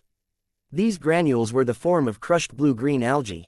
Under the sun, the algae looked mysterious as they sank in the glass. Lin Huang sipped at his warm liquor and felt a minty feeling at the back of his throat. He then recalled that he had once read from a book that said blue-green algae liquor was amazing to be used as refreshment on a hot day. It could also be paired with seafood. After finishing the glass of liquor, there was a knock on the door, and Lin Huang headed back to the living room. As he opened the door, the waiter was there, pushing a trolley with a tray to serve the seafood. It was quite expensive, seeing as Lin Huang spent more than 100,000 life crystals for that meal. The ingredients were not ordinary fishes but instead, they were marine monsters that lived in the peaceful ocean. The combat level of most of these marine monsters ranged from immortal level rank -1 to rank 3. In addition to that, the dishes were prepared by a food hunter. Lin Huang began dealing with some things after having his luxurious lunch. He disguised himself as Lin Xie and dialed a number for Hulu's who was from the black market. The call was answered on the first ring. Hulu was in her dress, and she was projected in front of Lin Huang less than 3 meters away. To be honest, Hulu was not slim. No, she was rather curvy. However, her dress that looked like a cheongsam flattered her body shape. She looked rather beautiful in an inexplicable way. Mr. Lin, it's been a long time since we last met, Hulu smiled as she greeted him. Yeah, it has been a while. Lin Huang nodded. He then continued with the conversation and said, let's get straight to the point. Have you prepared the information that I'm looking for? I've been researching it all this while. Do you want it now? Hulu asked. Yes, send it to me by today if it's possible. All right, I'll organize the information before sending it to you. Hulu paused for a moment and asked, Mr. Lin, do you have monster carcasses for sale? I only have a small number of monster carcasses. I'm quite busy recently and I don't have time to hunt for monsters. Lin Huang shook his head. However, there might be something else that I'd like to sell. I'll bring it to you when I'm free tomorrow or the day after tomorrow. All right, just pass it to me. After hanging up the call, he received the document from Hulu within 3 minutes. Lin Huang downloaded the document to his Emperor's Heart Ring and started checking on it. He breezed through the information and felt somewhat excited. He was choosing the last Tinder monster for himself in order to level up to Gold Flame level. The mutilated man was an undead type monster that had gone through its 3rd mutation. It was immortal level rank 7. The monster looked like a human covered in gray armor. However, its waist was broken and there was a 20 centimeters gap between its upper and lower body. It was a unique monster that could separate its upper torso from its lower body during combat. Then Cunning Sting was a triple mutated psychic type monster at immortal level rank 6. Similar to humans, the monster could walk on both legs. However, there would be bony spurs growing from its body. Each bony spur penetrated through their skin. The shape and the size of each bony spur could be adjusted according to their needs. Not only could it be used as a defense mechanism, it could be used as a weapon. Also, the tail of the monster was about 3 meters long and was completely formed by these bony spurs. It was an extremely terrifying weapon. Chapter 741.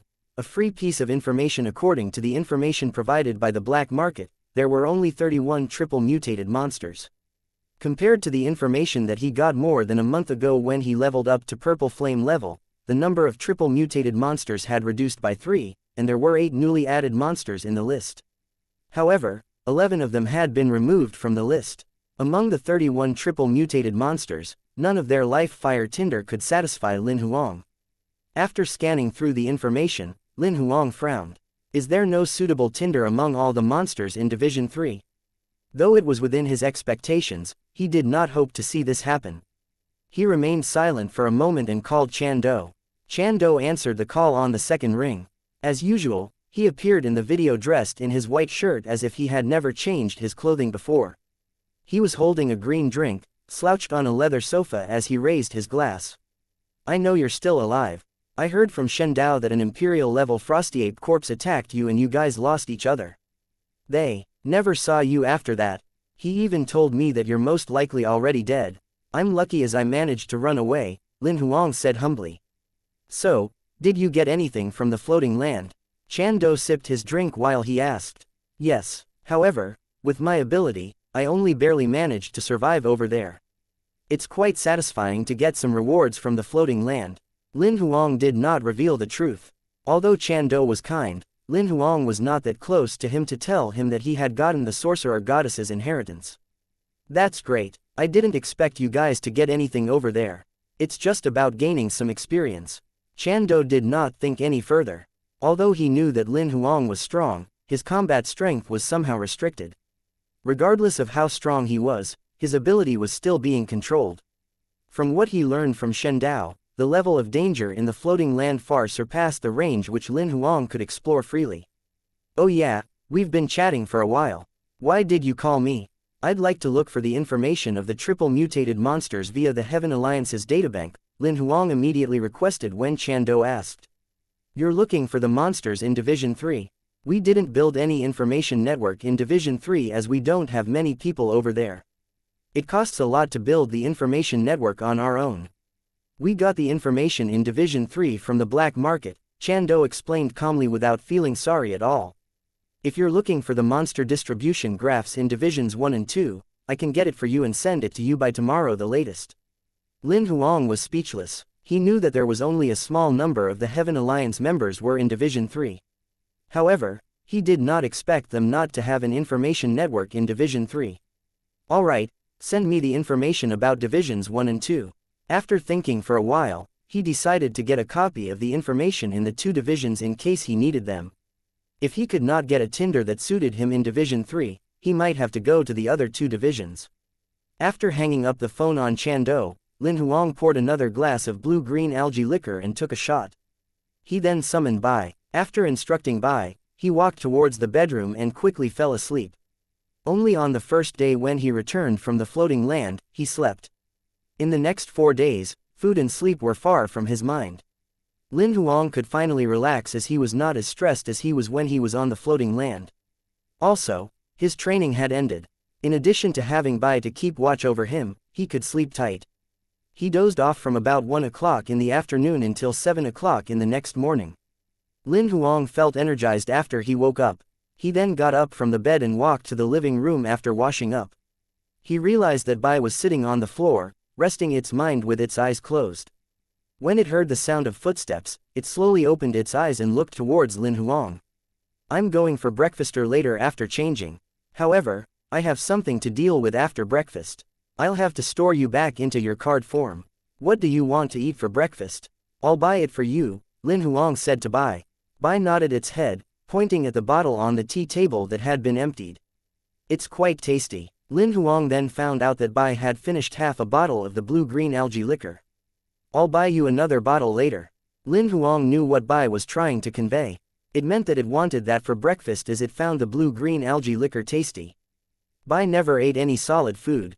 He used to be interested in all sorts of red drinks. Lin Huang had no idea why it would be interested in the blue liquor all of a sudden. Bai tilted its head and thought for a while as if 1 bottle was not enough. It hesitated for a while and said, 2 bottles. Although Bai sounded like it was asking a question, it could hardly hide its excitement. Alright, 2 bottles then. Seeing it smiling happily, Lin Huang said, you're so genuine. It was how Bai behaved. Bai would never snatch things out from another's hands. Also, it would always obey Lin Huang's instructions and was quite reliable. Lin Huang always had faith in his first summoning monster. If there were chances to level up, it would be the first summoning monster that Lin Huang would think of. After changing, he went for breakfast. Upon returning, he saw that Bai was looking at him with enthusiasm. Here's your blue-green algae liquor. Lin Huang took out a box of blue-green algae liquor with a dozen bottles. I've bought 30 boxes, and all of them are yours.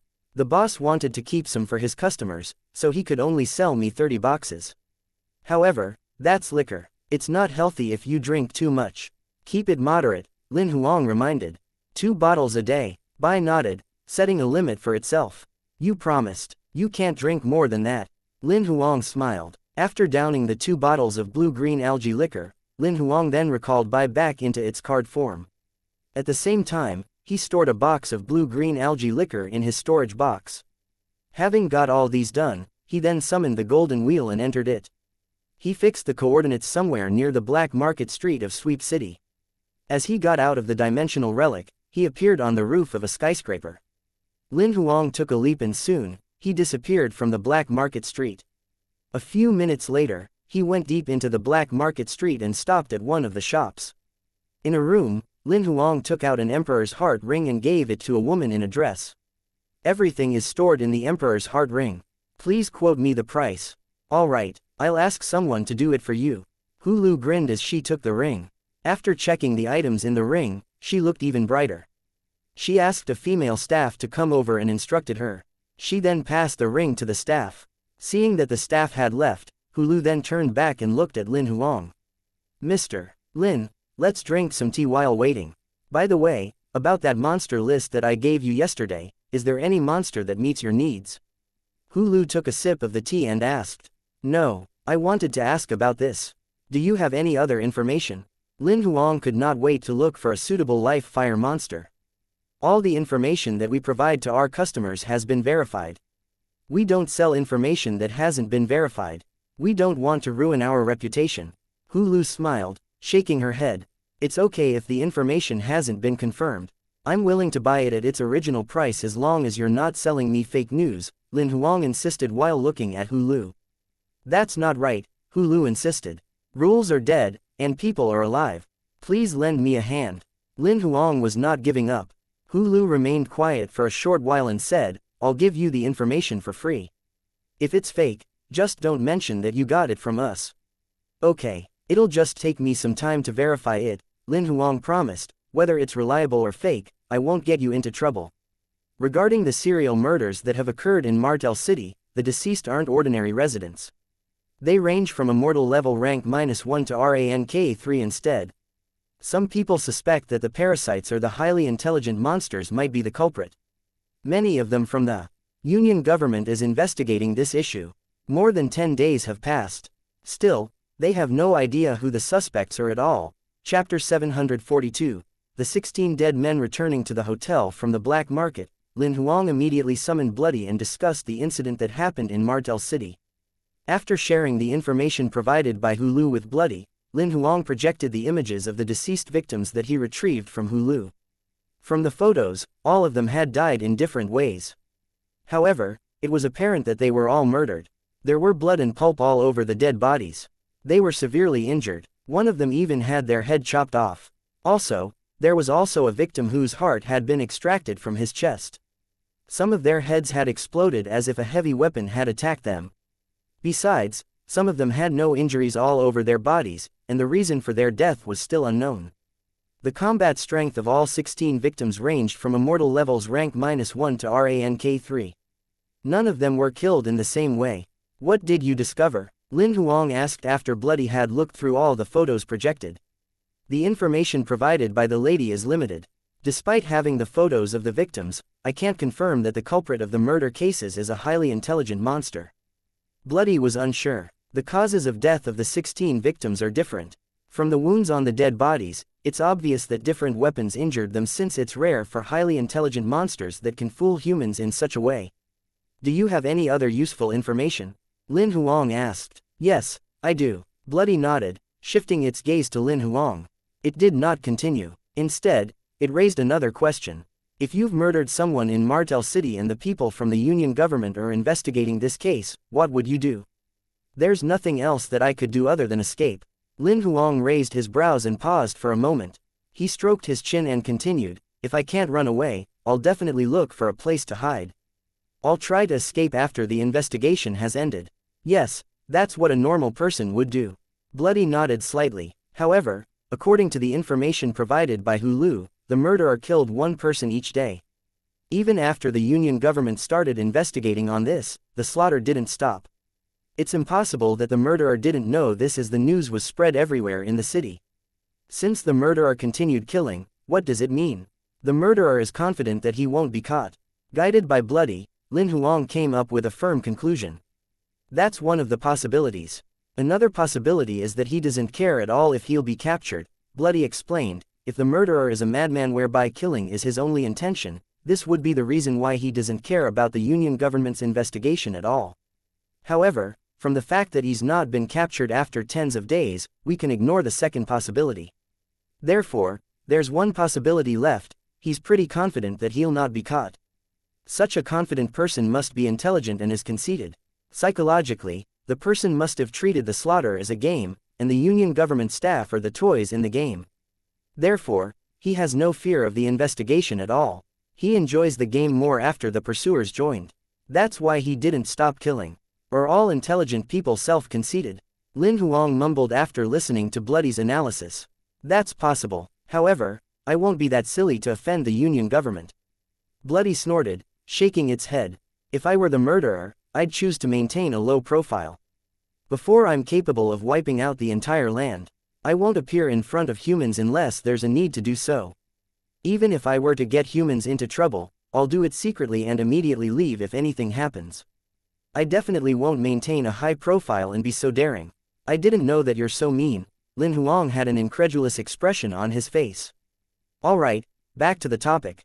Bloody immediately interrupted, we don't have many clues yet. The place where the murderer will commit a crime and the killing methods are random. We can't determine the murderer's motive.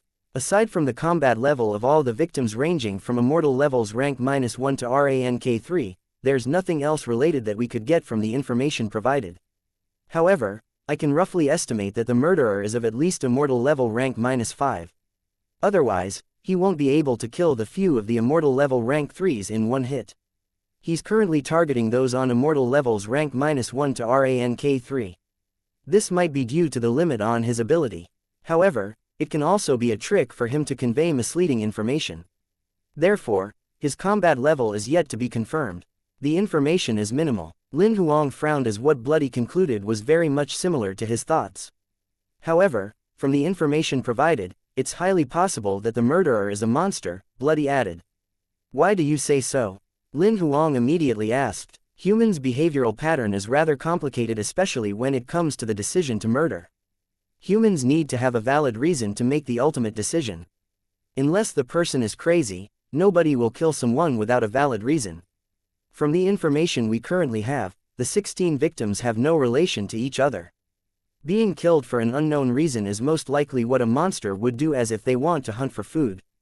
If the monster is hunting for food, I suppose that the organs or flesh of the dead body must have gone missing. Lin Huang did not agree with Bloody. However, based on the information provided, not all the organs of the victims have been extracted. Some of the dead bodies are complete.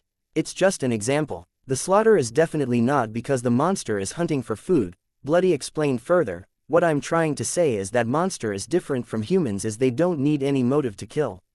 It's instinct. I think that we can't exclude the possibility that a human might be the murderer. Lin Huang remained silent for a while and said, perhaps a certain person or a certain organization has a motive to kill. However, we can't figure it out due to the limited information available. This doesn't mean that the motive doesn't exist. Yes, I just wanted to emphasize this. Bloody nodded. The information that we currently have is very limited. We can't make any conclusions on this since there are many things that we don't know yet. We shall go to Martel City for more accurate information. Are you sure you want to go? If the murderer is a human, our efforts will go in vain, Bloody asked. Since we have nothing to do, let's go and have a look. What if we happen to encounter a suitable live fire monster by chance? Chapter 743. Shahu Martel City, which was also known as the Foothold No. 3B47 was an ordinary B-grade foothold in Division 3. It was an ordinary foothold because be it the economic prosperity, the culture or some other aspects, the B-grade foothold was of moderate level in Division 3. The landlocked foothold was far from the peaceful ocean and the abyss brink, which were the two moderate danger zones and were the most dangerous areas surrounding the foothold. To some extent, it was considered a stable place for the elders to stay. This was also the reason why very few of the strong people would stay there. Aside from those who were stationed outside the foothold, most of them were on immortal level and above. They would not stay at the foothold for a long period of time unless they were on duty or due to some exceptional condition. If not for the serial murders, many of them might have never heard of Martel City. Before Lin Huang received that information, of course, he himself had never heard of the city before. After getting the news from the black market and further analyzing it with Bloody, Lin Huang soon arrived at Martel City along with Bloody. However, on the first day when they arrived at Martel City, their investigation was hindered. What FC King rules are these? One must be at least on immortal level rank 4 to be qualified to investigate the serial murder cases. One must get the approval from the Union government in order to access the detailed information of the case and carry out the field investigation. Lin Huang was standing at the lobby of the Union Government Division at Martel City. Just as he saw the content displayed on the big announcement screen, he was triggered. Can't I lend a helping hand? We're actually here to look for the tinder of the triple mutated monster, Bloody thought to itself. However, it articulated something different instead.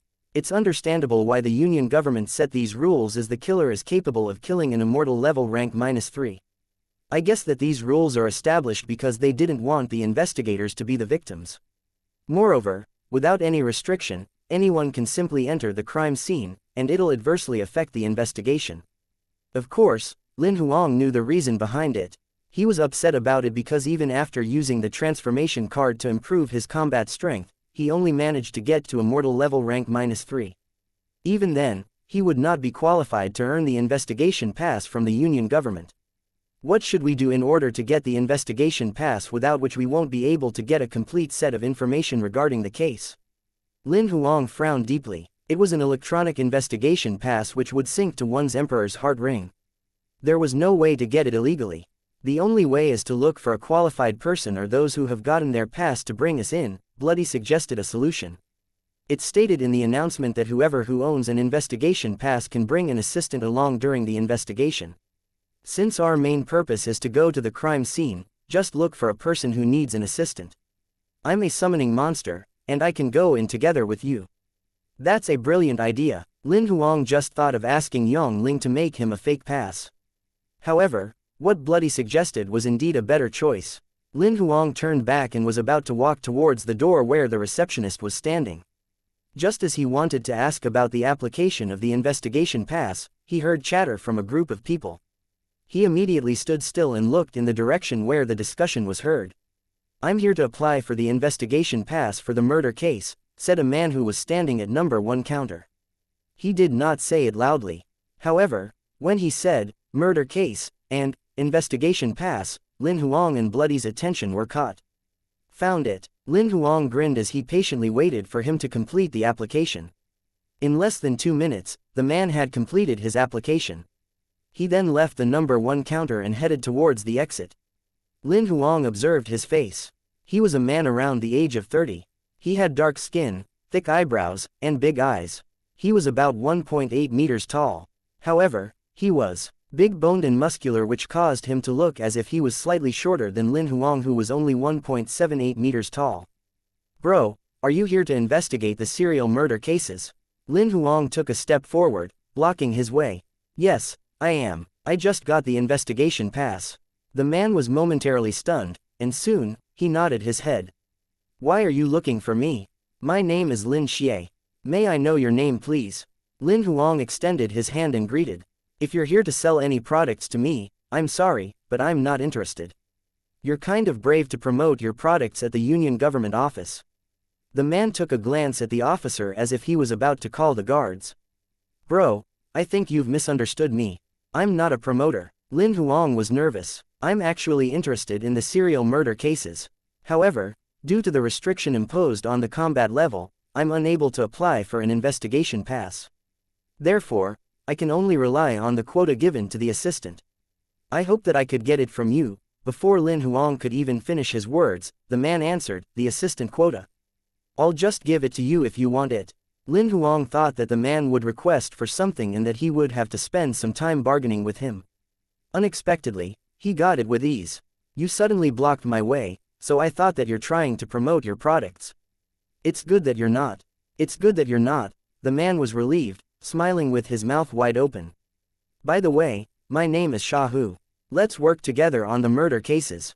Why did he suddenly change his attitude? Lin Huang thought to himself. Could he have been hurt by a promoter in the past? To be honest, I was fooled by a promoter last time. That's why I'm afraid of strangers who suddenly block my way. Before Lin Huang could ask, Shahu was friendly and volunteered his history about being fooled by a promoter before Lin Huang. After listening to Shahu's tale for more than half an hour, Lin Huang was speechless. Despite Shahu being rather strong as he was an immortal level rank 4, he could be cheated easily. Just by encountering an eloquent speaker, he could be easily convinced. This was the reason why he was fooled by many of the promoters for hundreds of times over the past 10 years, causing him to buy a lot of unnecessary stuff. Also, it was the reason why he was afraid of the promoters. Can't you say no to them if they persuade you to buy stuff that you don't need? Lin Huang gave a simple suggestion. Sometimes, the items are really appealing when they promote it. Shahu looked helpless. For example, they would suggest using a bar soap to wash clothes, to take a bath, to induce vomiting during food poisoning, to be used as a lubricant. Don't get me wrong, it's used for stuck zippers. It can even be carved. You don't even need some of the functions at all. What's the point of having tons of bar soaps at home? For fun, Lin Huang thought to himself. He knew that the man was brainwashed after listening to what the promoters said and regretted each time after the purchase. However, the next time he bumped into another promoter, he would be brainwashed again and fooled by the promoters. Lin Huang knew very well that the problem did not arise from the promoters. It was Xiaohu's problem instead. There was a pit in his brain. No, to be more accurate, it was a black hole. This was the reason why he was fooled every time and had never been able to learn from his mistakes. Chapter 744, Examining the Corpses. After chatting with Xiaohu, Lin Huang had a brief understanding of him. He could conclude that he was a kind but naive person. Upon registering as an assistant at the Union government with Xiaohu, Lin Huang was finally allowed to join the investigation into the serial murder cases. Bro Lin, we're now done with the registration. Let's go. Xiaohu turned back, walking out of the Union government office. Where are you going? Lin Huang asked. We're going to the crime scene. Xiaohu turned his head back, looking at Lin Huang curiously. Hey, the detailed information about the case and the dead body of the victim are stored at the Union government office. Maybe we could go there first. Lin Huang reminded. You're right, if we were to go to the crime scene first, we might have to come back again. Xiaohu mumbled in a low voice and immediately nodded his head. Let's have a look at the corpse first. Bro Xia, you go to the morgue first. I'll catch up with you as soon as I get the information from the data office. Lin Huang was lazy to go to the data office with Xiaohu. Why are you going to the data office? Didn't I share the information to you upon your registration? Xiaohu was staring at Lin Huang puzzledly. Those are the basic information. I still need some other relevant information for the investigation. The Union government sent the information which Xiaohu had shared with him. They were the court records and the case report. Lin Huang and Bloody felt that the information provided was far from enough. All right then, let's distribute our tasks. Xiaohu nodded and headed towards the morgue. Lin Huang then brought Bloody along and arrived at the data office. A violet crystal brain managed the Union government data office. It was not Lin Huang's first time seeing such a monster, as he had previously seen it at the Marshall Hunter College Library in Division 7. It was a librarian. Its body looked like a huge blue brain which was wrapped in a semi-transparent purple jelly. It was hanging on the dome of the data office. Light purple tentacles grew on the border of its body that looked like a layer of jelly. It resembled a gigantic jellyfish. Lin Huang took a seat under one of the tentacles and quickly retrieved the information that he needed. The moment when the Emperor's heart ring was connected to the tentacle, the violet crystal brain could identify that Lin Huang was an assistant and allowed him to access the relevant information. After sitting down, Bloody's voice was heard. A lot of information is missing from what the black market has provided that. We need detailed information if we want to make things clear. Other than the court records and the autopsy report, all the information regarding the victims' backgrounds, including the information of the victims' relatives, are required. Also, the victims' daily activities before their deaths and their call logs are needed. Yes, I'll download all the information and look through it carefully when we go back to the hotel. From the way Xiaohu behaved, I guess he can't wait any longer at the morgue. Lin Huang stayed concentrated on his work. After about 10 minutes, all the information that he needed had been downloaded. He then left the data office. Just as Lin Huang arrived at the morgue, which was situated in the most western part of the building, Xiaohu had started examining the fifth corpse. You're finally here. As he heard the door opening, he turned around and caught a glimpse of Lin Huang. Xiaohu waved at him and exclaimed, "Quickly have a look at this dead body." What happened? Lin Huang strode quickly towards him. It was the dead body of a muscular man whose chest was ripped apart. Both his lungs had gone missing. It was the heart that had been sliced into half in his chest which caused his death. Lin Huang frowned as he looked at the dead body at a close distance. It was much clearer than the photos provided by the black market. Looking at the wound on his chest, it was a smooth cut, Xiaohu said, pointing at the chest of the dead body. I don't think a monster is capable of doing this. It looks more like a human who's skilled at dissecting.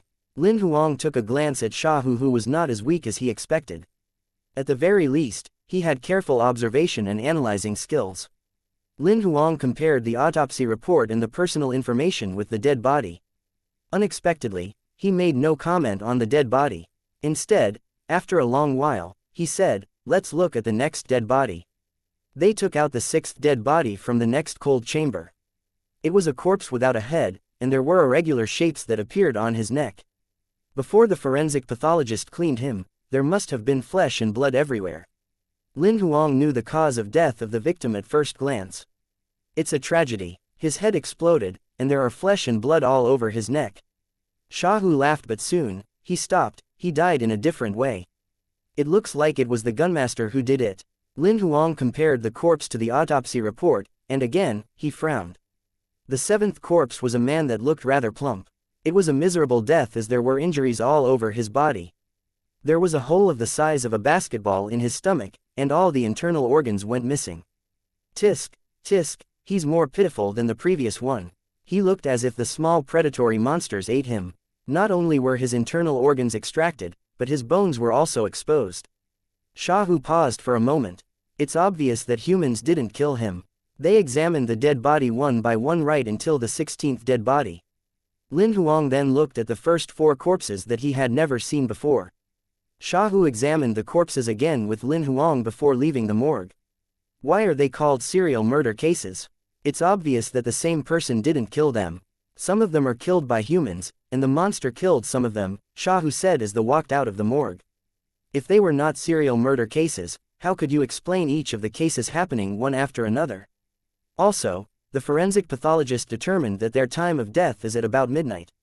Lin Huang refuted, do you think everything that's happened in the past 16 days is merely a coincidence? It's less likely to be a coincidence. However, how can you explain why they're killed in a different way? Shahu thought for a while and asked. There are only 3 possibilities. The first possibility is that the killer is not a person but a criminal gang. Next, it could be mimic crimes. After knowing what the first murderer has done, the second criminal killed the rest of them, following the time and details of when the first victim was killed. The third possibility is that the murderer can be a person or a highly intelligent monster whereby they intentionally create different ways of killing. Lin Huang told him what he and Bloody had concluded. I don't think that a monster is possible of dissecting a human in such a way. Although he agreed with the 3 possibilities suggested by Lin Huang, Shahu still asked. Again, Lin Huang explained, as long as the highly intelligent monster has been living with humans who are good in dissecting for a long period of time or it's been taught dissection skills by humans, the monster is capable of doing so. The probability must be low, Shahu lamented as he felt that Lin Huang was overthinking it. The probability is indeed low, but it's not 0. We can't ignore it. Lin Huang was being frank with him. Since we've examined the dead bodies, what shall we do next? Sensing that Lin Huang could analyze much better than him, Shahu gave up on being a leader. He felt that following Lin Huang's plan could save him some effort. It's about noon now. Let's take our lunch first so that I can have a look at the information that I just got. Chapter 745. The tragic crime scene. When they were having lunch, Lin Huang quickly skimmed through the information he had. Based on the detailed information provided, it was clear that the 16 victims had no relation to each other. Basically, they came from different footholds and their family members did not know each other as well. Nothing odd was found from the victims' journeys and call logs a month ago before their death. How is it? Is there any useful information? Shahu asked. He could not speak clearly as he was munching on a rare steak. His mouth was covered in juice. No, Lin Huang shook his head. He was lost after sifting through the information. What should we do next? Shahu swallowed the steak and asked again. Let's decide later after going to the crime scene. Lin Huang had no other ideas though. After lunch, the both of them headed to the crime scene. Lin Huang decided to investigate the time when the incident happened. He went to the crime scene where the first victim was killed 16 days ago. It was located in a small lane with low-rise housing. The both of them followed the coordinates provided by the Union government. Soon, they got the exact location. The small lane was completely isolated by the Union government using the Supreme Relic and there were only 2 guards. After Shahu and Lin Huang had shown them their investigation and assistant passes, they were allowed to enter. The lane was paved with blue stones and it looked like it had existed for years. The lane was about 30 meters long and it was less than 1.5 meters wide. Despite the houses on both sides not being tall, they had a height of at least 8 meters. This was the reason why the lane was rather dark. It's such a small lane. Why did the victim come here at midnight? Was he looking for a place to pee? Shahu mumbled. Didn't you read the information? Lin Huang turned back and glanced at Xiaohu. Before he replied, Lin Huang continued, the black market is located less than 300 meters away.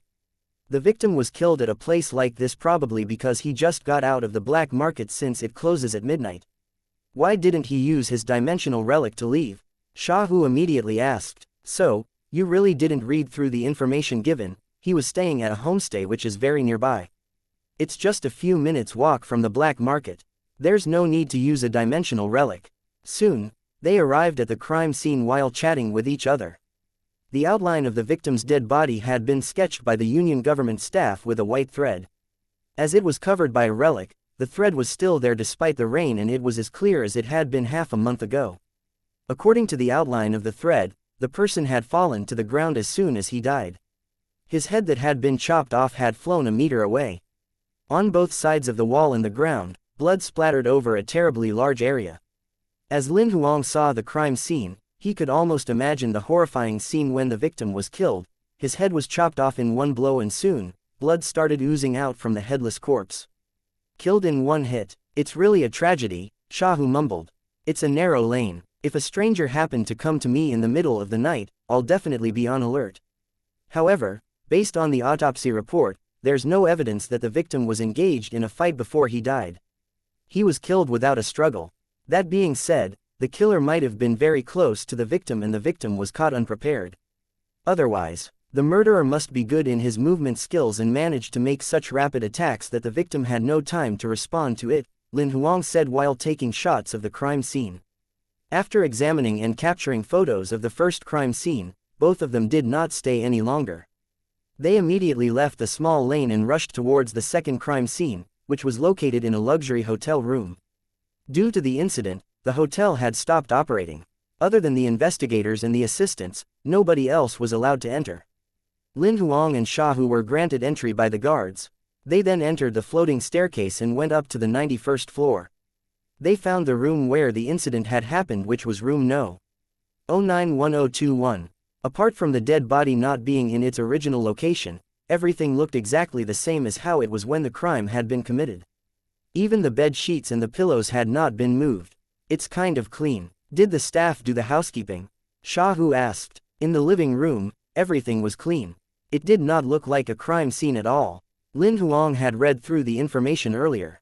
There was indeed no traces of fighting found at the crime scene. Seeing Xiaohu reading through the materials, Lin Huang did not say anything. He walked towards the master bedroom, which was located on the right. When he entered, he saw a bed. The blood stains on the bed sheets had turned black. The stains covered almost 3/4 of the bed. The moment when he saw that, a scene of how the victim was killed was pictured in Lin Huang's mind. His head and limbs were chopped off while he was sleeping and he could not retaliate at all. His death is way more awful than the first victim's. He was mutilated while he was sleeping. Xiaohu slowly entered the bedroom. If he had slept later, he might not have died. Whether he sleeps or not, he'd still have died. The only difference is that the place where his dead body would have been found would be different. Lin Huang offered a different opinion. The killer murders a person every day at 12 a.m. sharp. That being said, the victim has been targeted by the killer beforehand. Therefore, regardless of where the person is, what he's doing, the murderer will definitely kill him when the time comes. According to what you just said, the murderer must have targeted the victim beforehand. Xiaohu nodded in agreement. He paused for a moment and continued, however, there's something that I can't figure out why. Martel City is a B-grade foothold. There are only a few of them on immortal level. There are less than 100 of them who are permanent residents of Martel City. Under normal circumstances, the probability of encountering an immortal level in Martel City is less than 1/200,000th. The probability of encountering an immortal level rank -1 to rank 3 will be even smaller. With such a low probability, how could the murderer have targeted those victims? I don't think they would just randomly pick someone on the street. However, after reading through the information provided, Bloody actually mentioned, I've thought of this before. The both of them had secretly discussed this issue. There are two possibilities. The first one would be that the murderer has the name list of those who have registered to travel in Martel City.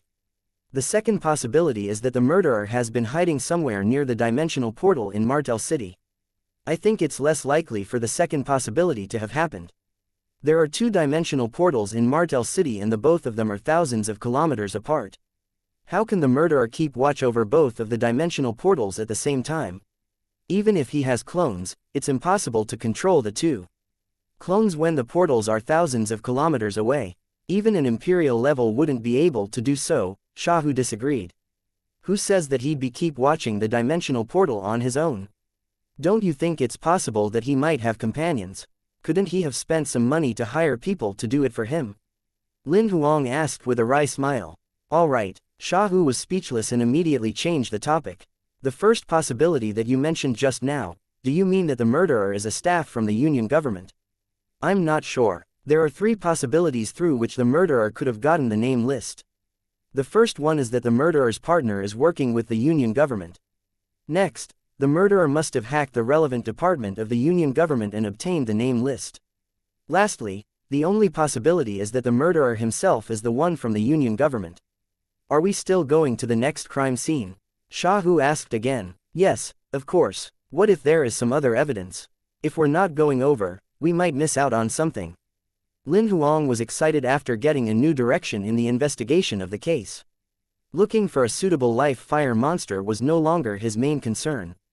He found it interesting as he was one step closer to the truth, causing him to temporarily forget about the need to level up.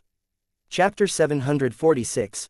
The 17th victim. After investigating all the 16 crime scenes, it was already just after 6 in the evening. Lin Huang and Shahu went to a ramen restaurant to have their dinner. Soon after, they went back to their own hotel. As soon as he was back, Lin Huang started looking through all the information again together with Bloody. Since he was an assistant, all the information that he got from the Union government was pretty complete. However, due to the time constraint, he only managed to briefly browse through the information. If Shahu did not urge him to go to the crime scenes, he would have spent a whole day looking for clues from the information he had. At about 11 p.m., only did the both of them finish looking through all the data. Still, there isn't any useful evidence. Each time before the crime is committed, the monitor bird, surveillance mosquito, and all the other monitoring monsters were killed in less than 2 minutes. The transmission shell that records voices was destroyed as well. The murderer left no trace at the crime scene, Lin Huang sighed. The Union government didn't just keep watch on the content of the monitoring monsters on the day itself when the crime was committed. They even cross-checked all the surveillance videos that have been recorded earlier before the incident happened at all the 16 crime scenes. Still, they got no clues even after watching 30 days of the recordings.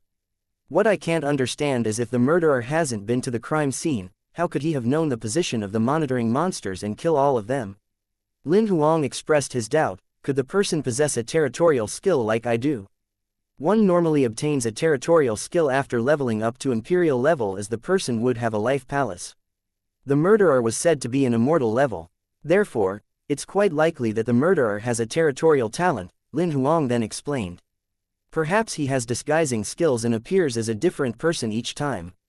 Therefore, the Union government can't figure out who he is even after cross-checking all the information.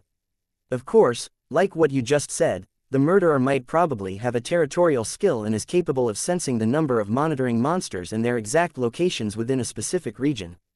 Bloody agreed with Lin Huang and suggested that the murderer might have disguising skills as well. If it's the former, it'll be troublesome. Lin Huang frowned. As a person who possessed disguising skills, he knew how terrifying the talent was. Despite the fact that his disguising skills were much weaker than the master's, he almost managed to cheat all those who ranked below imperial level. If the murderer's disguising skills were more advanced than his, even imperial levels might not be able to detect it. He could definitely enter the foothold freely by disguising himself despite there being many guards on duty. He might have even passed by the guards without being discovered. Perhaps the 17th crime will happen in less than half an hour. Lin Huang took a look at the time and said, "Unfortunately, we've no idea who the next victim is and where the next crime scene will be. We can't stop this from happening." Bloody was helpless. "We can only wait for it to happen and rush to the crime scene as soon as possible, hoping that we'll find some clues over there." Half an hour passed. Despite it being midnight, Lin Huang did not feel sleepy at all. He was sitting on the sofa, patiently waiting for the announcement from the Union government. When it was almost about 12:10 a.m., his emperor's heart ring suddenly vibrated. A message popped out as soon as Lin Huang opened the communication page. All the investigators and their assistants, please come over to Chengxing building as soon as possible. With that single sentence, Lin Huang instantly knew that a murder had happened at Chengxing building. Attached to the message from the Union government were the coordinates. The coordinates were automatically synced to the map of the Emperor's Heart Ring and the route was determined. The crime scene happened at the center of the area and it's only about 100 kilometers away from us. Lin Huang closed the communication page and walked towards the balcony. Bloody then transformed into a purple shadow and twisted around Lin Huang's left hand. Lin Huang took a few steps to the balcony. Lazy to summon thunder, he directly flew towards the destination. In just a short while, Lin Huang arrived at Chengxing building. The building was quite big. Its logo was about 30 meters high and was made of tens of thousands of sunstones. They would all light up at night. Even those who were thousands of meters away could see it clearly. As Lin Huang landed on the ground, about 10 of them were already gathered outside Chengxing building. Many of them caught a glimpse of Lin Huang and started sizing him up doubtfully. Soon, they shifted their focus to the others and a few of them were grinning because Lin Huang was just a purple flame level and the majority of them were ranked above immortal level rank -4. Lin Huang looked at the crowd and saw everyone's expression at a glance. Of course, he discovered those who were laughing at him. He did not bother, gazing at them calmly. Soon after, he shifted his gaze away from the crowd. In less than a minute, a few of them arrived one after another and finally, Shahu was there. "How's it? Have you seen the corpse?" Shahu asked as soon as he landed on the ground. "No, I haven't seen the corpse yet as I've just arrived." Lin Huang shook his head and looked towards the guards stationed outside the building. "Perhaps they'll only let us in after everyone has arrived." At about 12:20 p.m., there were about 50 of them, including the investigators and their assistants. Soon, 2 people came out of the building. One of them was in a gray coat and wore a trilby, holding a cigar in his mouth. Another man was dressed in a suit.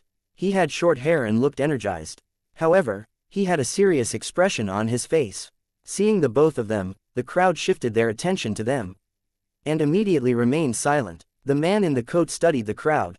He took the cigar out from his mouth with his right hand that was originally in his pocket, exhaling the cigar smoke.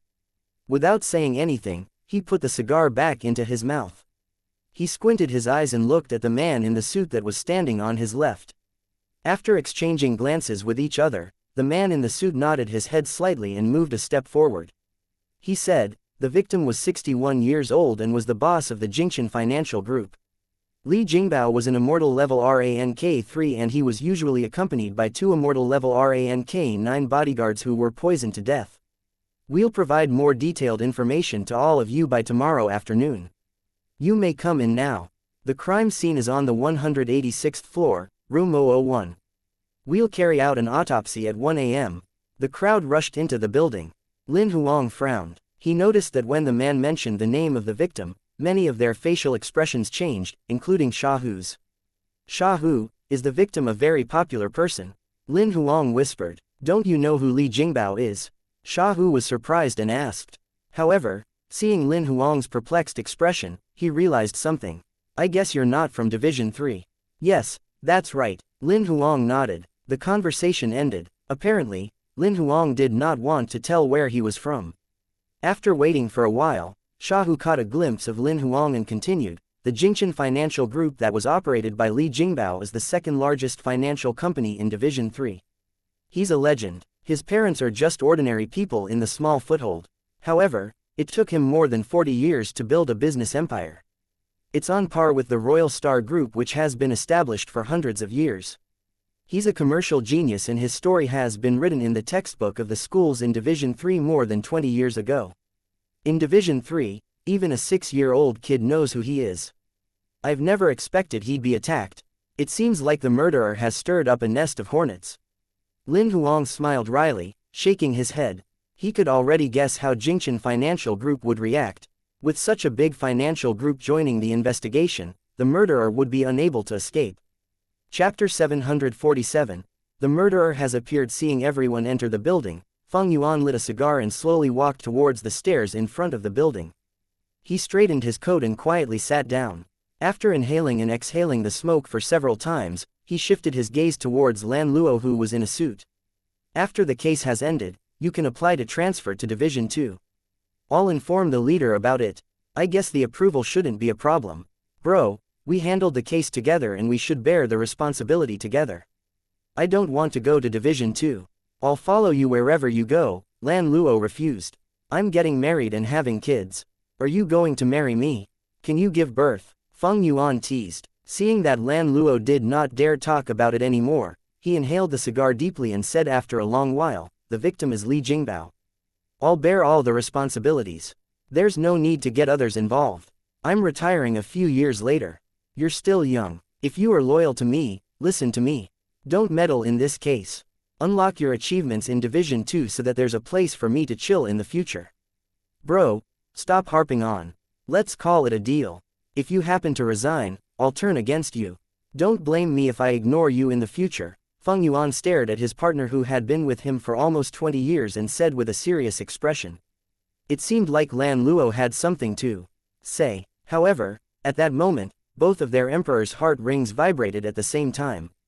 The communication page then popped up in front of them, projecting the same person. Leader. Lan Luo immediately stood as straight as a ramrod. It was a middle-aged man in a short-sleeved checkered shirt that appeared in the projection. He was their boss. Feng Yu put out the cigar calmly and slowly stood up. Before the man in the projection spoke, he said, I'll take full responsibility for the case. Lan Luo, the man in the short sleeve caught a glimpse of Feng Yuan and interrupted him, the victim isn't Li Jingbao. The victim is just a substitute for Li Jingbao.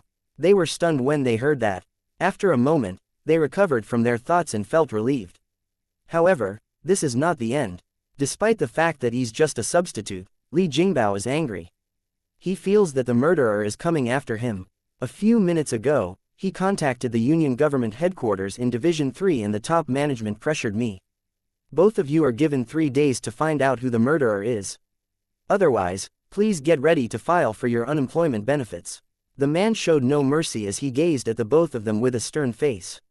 After quietly sizing them up, he hung up the phone straight away. Seeing the projection disappear, Feng Yuan immediately took out another cigar. I didn't expect that there'd be good news. Li Jingbao is still alive. Why don't I think that it's good news? Did you miss out on the last sentence? The leader warned us that we'll be fired if the case isn't solved within 3 days. Lan Luo was worried. Do you think he'll fire the both of us because of a substitute? Feng Yuan smirked. I don't think so. Although that was Lan Luo's answer, he was uncertain. I'm going home to sleep now. See you tomorrow. Feng Yuan stood up and waved his hand at him, without turning back.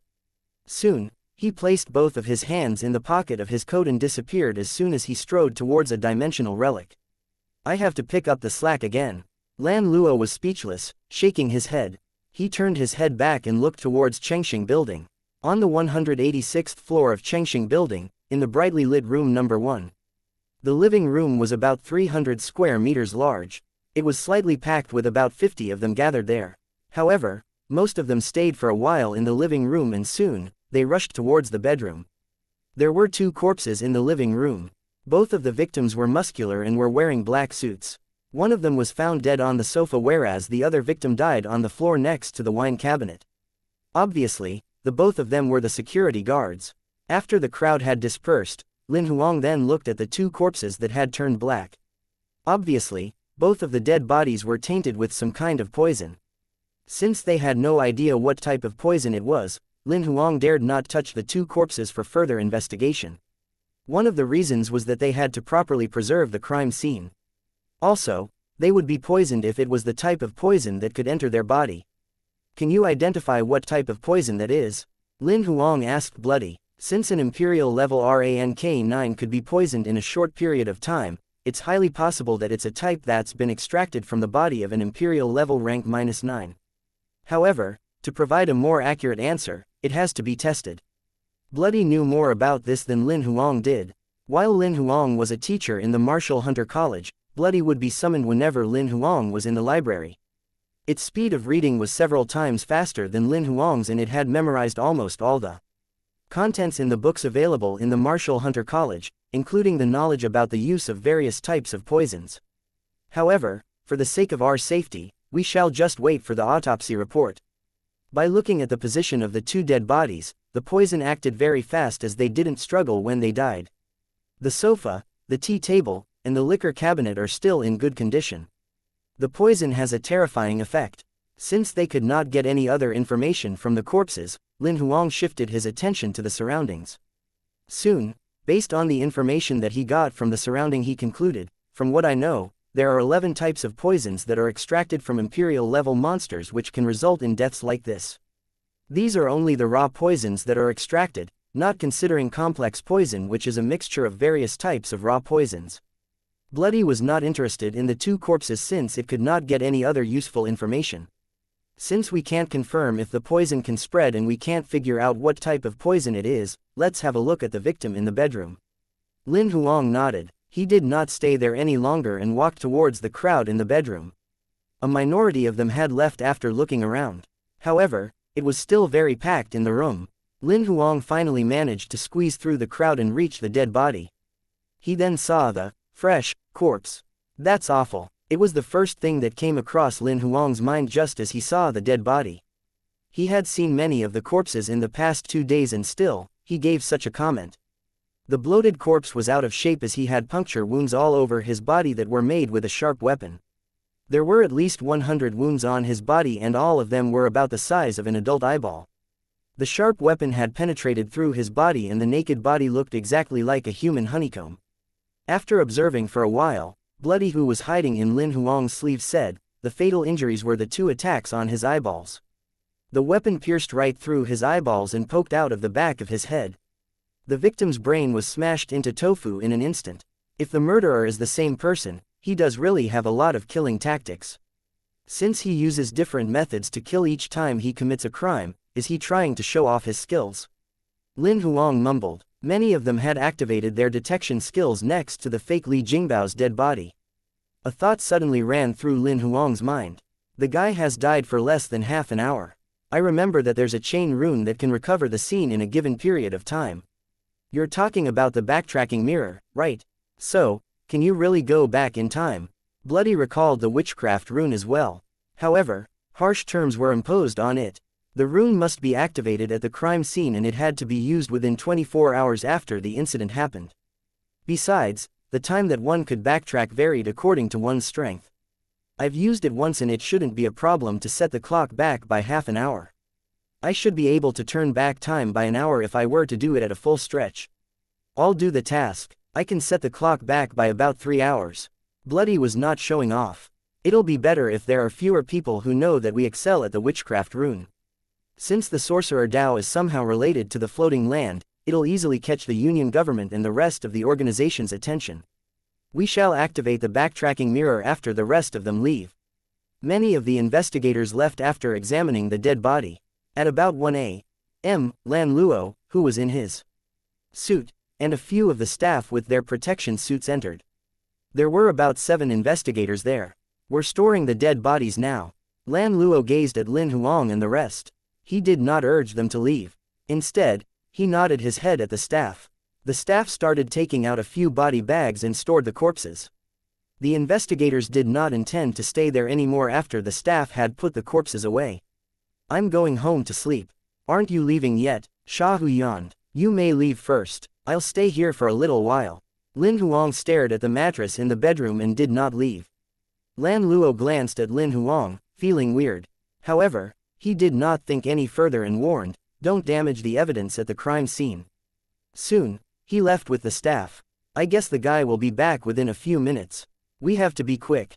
Monitored by the leech pods, they ensured everyone in the room had left, then Bloody and Lin Huang then returned to the bedroom.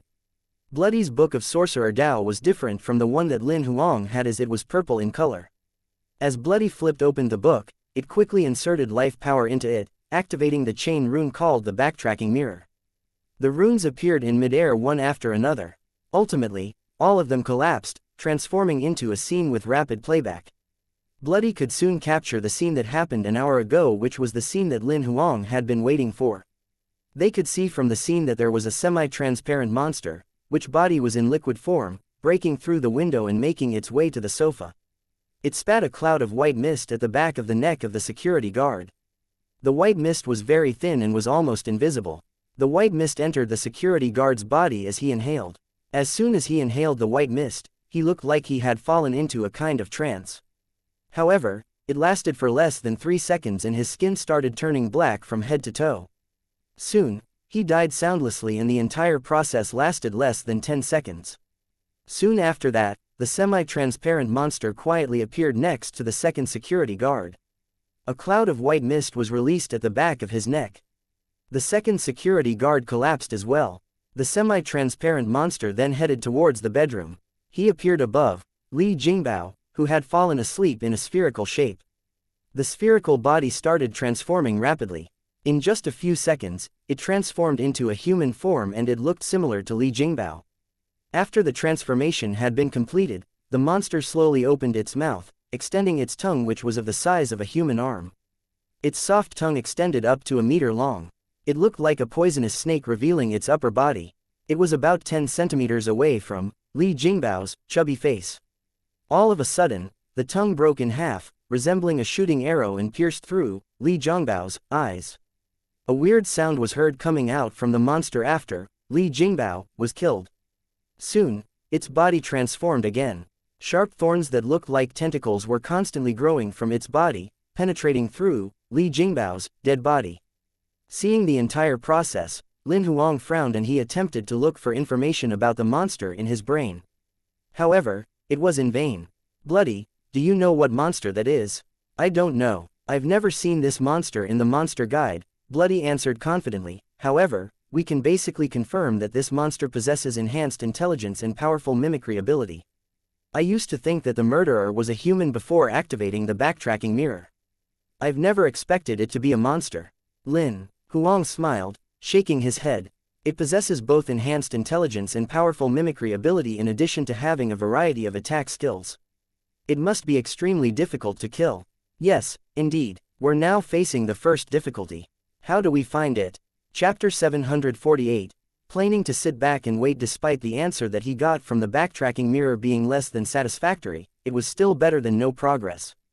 It was relatively easy for a monster with enhanced intelligence and mimicry ability to hide in an area that was 2 million square meters wide with more than 60 million residents. To look for it was like fishing for a needle in a haystack. In addition to it being a new monster that had not been recorded in the monster guide, nobody knew where would it be hiding. After they returned to the hotel, Lin Huang did not sleep. Instead, he continued discussing the case with Bloody. I thought that the murderer would be capable of finding the victims because there's a spy in the Union government. Based on what we know now, it disguised itself as the first victim and got the name list of the immortal levels rank -1 to rank 3 from the Union government. It was lucky though since its first victim was an executive of the Union government. I doubt if it was lucky or if it intentionally chose him to be its target. Its intention was to obtain the name list in the first place. Lin Huang's heart skipped a beat when he heard what Bloody said. He had never expected that a monster could be so scheming. It's really a terrifying monster. It's okay. We'll catch it one day. Bloody was extraordinarily calm. We can monitor the entire foothold with leech pods. However, if it can really disguise itself as anyone, the monitoring pods can't do anything to it. Moreover, this is a human foothold. They have many types of skills that can probably detect the presence of your leech pods. You have to be extra careful to avoid being discovered. Also, there are many buildings in the foothold. The obstacles that you're going to encounter far surpass whatever you faced in any of the wild zones and danger zones. The performance of the monitoring pods might be affected as well. You have to consider all these factors. Lin Huang stated all the problems that might arise. However, after listening to what he said, Bloody slightly shook its head. It's not that troublesome. We don't need to monitor the whole city. We just need to monitor the potential victims. It will act soon. Instead of putting in a lot of effort to look for it, why not wait for it to fall into the trap? Lin Huang's eyes brightened as he heard that. I almost forgot about it. There are only a few immortal levels here. Those who are on immortal level rank -1 to rank 3 or even lesser. Perhaps there are only 100 of them. Our workload is much lower if we were to monitor the 100 of them. With their combat strength, it's less likely that your leech pods will be discovered. I plan to find out all the potential victims by tonight. Right when the leech pods are released into their body to monitor their position, I'll set up a surveillance system without blind spots near their residential areas. I don't think that it can run away. Encountering an opponent with enhanced intelligence just like Bloody, it was ambitious. Remember to send me their coordinates after you've found out where they are staying at. I'll have to save them in my dimensional relic so that we'll be able to reach there in the first place when it appears. Lin Huang did not miss out on any detail. Lin Huang fell asleep very quickly as he had to prepare himself for the battle in the morning. Bloody was busy until at about 8 o'clock in the morning. It managed to find out about 118 of the potential victims who ranked immortal level rank -1 to rank 3. It searched through the foothold repeatedly 3 times to make sure that it did not miss out on any of them. After secretly releasing the leech pods into the body of the 118 potential victims, Bloody did not activate them. Instead, it allowed the pods to lie dormant. Bloody did not intend to control them. Instead, it wanted to determine their position and monitor them. The leech pods would take over their body when necessary so that it could control them to run away and avoid being killed. Aside from releasing leech pods into their body, their house and toilet were being monitored by the surveillance system without any blind spots as well. Other than that, the area within a 10-kilometer radius from their house was being monitored by Bloody. The surveillance system was activated for 24 hours. All of these were done to avoid the monster from escaping. Although the probability of this happening was relatively small, they had to consider whatever situation that might happen. After setting everything up, Lin Huang had already finished his breakfast. He got 118 of the coordinates from Bloody and summoned Thunder. He then started another round of his work. Soon, Thunder sent Lin Huang to each of the coordinates marked on the map. He did consider asking for help from Kylie since her speed was on par with Thunder. However, as he thought about everyone in Martel City being in fear and they might assume Kylie to be the murderer, so Huang decided to ask for help from Thunder. An immortal pet monster which had gone through its 3rd mutation was rare in Martel City. Once Thunder was summoned, it caught many people's attention. Thanks to Thunder's tremendously terrifying speed, before the rest of them could surround it, it flapped its wings and left together with Lin Huang. Thunder took about 3 to 4 minutes to travel from one coordinate to another. In order to save the coordinates, Lin Huang would need only a few minutes. However, he spent more than 7 hours saving 118 of the coordinates in his dimensional relic. It was slightly after 4 in the afternoon when they returned to the hotel. Lin Huang then noticed that Shahu had called him for a few times. In order to save the coordinates more efficiently, he had disabled the communication function of the Emperor's heart ring so that it would not keep vibrating. After calling back, soon, Shahu answered the video call. "What are you doing? Why couldn't I reach you all day long? I've sent you a few messages and you didn't reply as well. I had something personal to deal with today. That's why I disabled the communication function," Lin Huang explained. "The autopsy report is out. Have you seen it?" Shahu asked. "No, I haven't. I just returned to the hotel. I'll briefly tell you about it. The autopsy report indicates that both of the immortal level rank 9s were killed by a new form of poison. Although it won't spread, it's fatal. The poison can get into the human body through breathing, pores and more. If any of the immortal levels are poisoned, the death rate is 100%. One might only be able to survive for less than 10 seconds. However, the body of an imperial level might not be able to defend against such a poison completely." Shahu continued, "I've been thinking about it for a long time. Since the case is too dangerous, I'm not going to investigate any further. In fact, after obtaining the autopsy report, about half of the investigators have left Martel City. I advise you to quit. It's not worth dying for a few resources. The case can't be handled by an immortal level. They have to look for an imperial level. Thank you for reminding me. However, I'll make my decision only after reading through the autopsy report on my own." He then hung up the phone with Shahu and quickly checked the autopsy report. He did not expect so many of them to quit. After carefully reading through the autopsy report, he understood everyone's concern. They used to think that the murderer's ability was very limited since the murderer was only capable of killing immortal levels rank -1 to rank 3. However, after knowing that the monster's ability was far beyond their imaginations and could even kill an immortal level rank 9, in addition to the new type of poison which nobody had ever seen before, it was pretty understandable that they decided to quit. Lin Huang did not persuade Shahu to stay since he was not going to ask him to join the operation that night. He had too many secrets and would definitely reveal his ability if he were to act together with Shahu. They don't know that regardless of whether they quit or not, It makes no difference. Bloody laughed. After tonight, the monster will no longer appear. Closing the communication page, Lin Huang said what Bloody wanted to very calmly. Chapter 749. The murderer showed up before midnight. There was complete silence in Martel City as if the big foothold had fallen asleep. It was almost 12 a.m. now. It was drizzling with rain and there were only a few people on the street. The street lights had equal distances between each other and they were placed along both sides of the street. The lights gave a faint yellow glow and apparently, the sunstones had not been replaced for a long time. Martel City itself was not a prosperous city, which was why it had a rather boring nightlife. On a normal day, one could hardly see any people on the street after 10:30 p.m., let alone on a rainy day. How long has it been raining for? In the hotel room which was brightly lit, Lin Huang, who was sitting with his legs crossed on the sofa, slowly opened his eyes. He had been connected to his soul for the whole day to learn about the sorcerer Dao and now, he was recovering from his thoughts. He heard the rain pelting the window right after he regained his senses. It started raining since 8:30 a.m. and the rain has never stopped since then. Bloody was floating on top of the tea table in front of Lin Huang. It was lingering in the air and it looked like purple cotton candy that had been magnified 10 times. Is the weather going to affect the investigation of your leech pods? Lin Huang slightly frowned, looking out of the window. To be honest, it does affect the leech pods. On a rainy day, there's less sunlight and the rainfall will affect their ability to see. With the weather like this, the detection ability of the pods will be reduced by approximately 15%, Bloody explained in detail. Another problem is that the monster is capable of transforming itself into its semi-transparent state, so it can definitely take advantage of the weather. Is it going to have a significant impact on it? Lin Huang immediately asked. Not that significant though. Despite its capability of transforming into a semi-transparent state, it doesn't mean that it'll completely disappear from sight.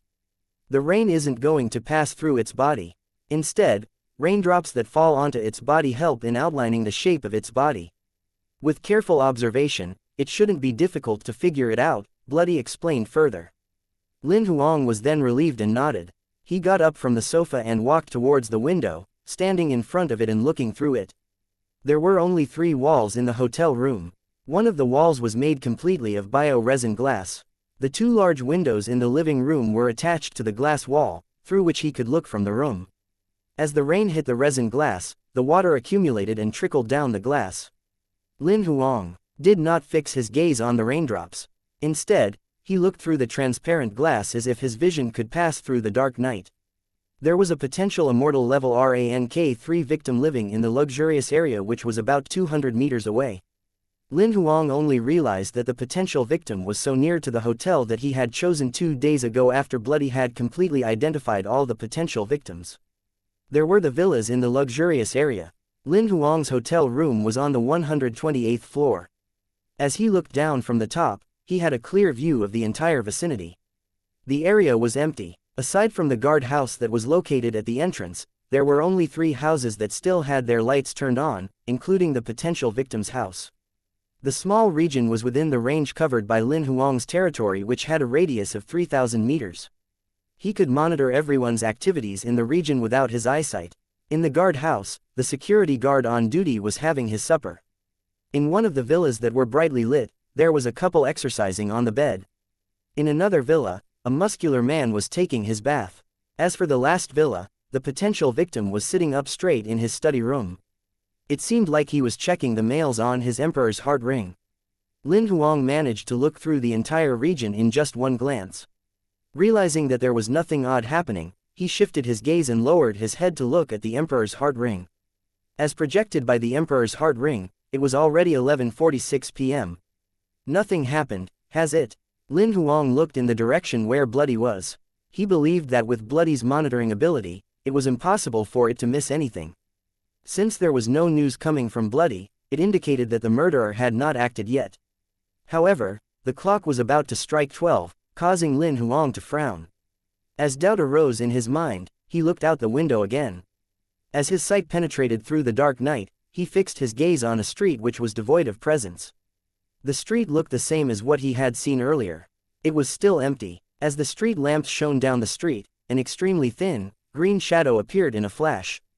Due to the interference caused by the raindrops and the mist, the green shadow could be barely detected. Lin Huang sensed that something had broken into his territory.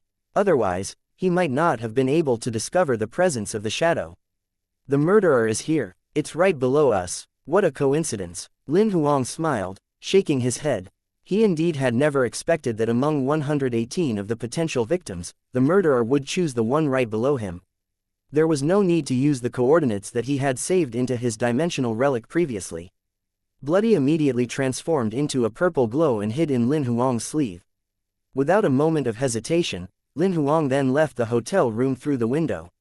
Like a night bird, he flew down from a building that was hundreds of meters tall. His target was the shadow that was barely visible to the naked eye. Despite the fact that its body was close to being transparent, the murderer which was within the coverage of Lin Huang's territory resembled a lamp in the dark. Regardless of how it was going to hide, Lin Huang would be able to sense it. The method used by Bloody was rather stupid. Its leech pods noticed that the raindrops in that area splashed in midair before they hit the ground. Seemingly, the murderer did not know that it had already been discovered. It moved swiftly and killed all the monitoring monsters in that area. After killing the last surveillance mosquito, it then realized that something was amiss and gradually turned its body around. Right at this moment, Lin Huang landed on the ground. He was like falling leaves in autumn as he landed on the ground quietly. Although he could hardly see his opponent's body, Lin Huang knew very well that the murderer was less than 10 meters away from him. Also, he knew that the unknown monster was sizing him up curiously. You have quite a strong detection ability. I tried to restrain my aura to the most I could, but I've still been discovered, Lin Huang said as if he was talking to himself. The monster that was almost transparent knew that it had been discovered. It did not bother to hide anymore and its body gradually solidified. Seeing the body apparition, Lin Huang frowned. His opponent appeared in a human form without fear. Its body and face looked exactly the same as the muscular corpse that he had seen in the morgue 2 days ago. After its body was formed, a heavy coat appeared on the surface of the monster's body, covering it. Obviously, it had a certain degree of understanding about the human lifestyle. I know that you can understand what I'm talking about. If you don't mind, could you please tell me what type of monster are you? I couldn't find you in the monster guide, Lin Huang asked as if he was teasing the monster. In fact, his body was actually ready to be engaged in a fight. You've not even achieved immortal level. How dare you provoke me? The monster narrowed its eyes. He did not act immediately as he could not understand why Lin Huang had the courage to do so. He even doubted if Lin Huang had set a trap for it or if he might have some other people to back him up. You don't need to look around. I didn't bring anyone here, Lin Huang said with his palms up in mock surrender. However, he thought to himself, summoning monsters aren't humans anyway. The monster guessed that what Lin Huang said might be true since it detected nothing. Its eyes then flashed with a trace of fury. Since you want to die, I'm not going to be kind to you. Chapter 750. Evil spirit type. It was about midnight right now and the night was pitch black.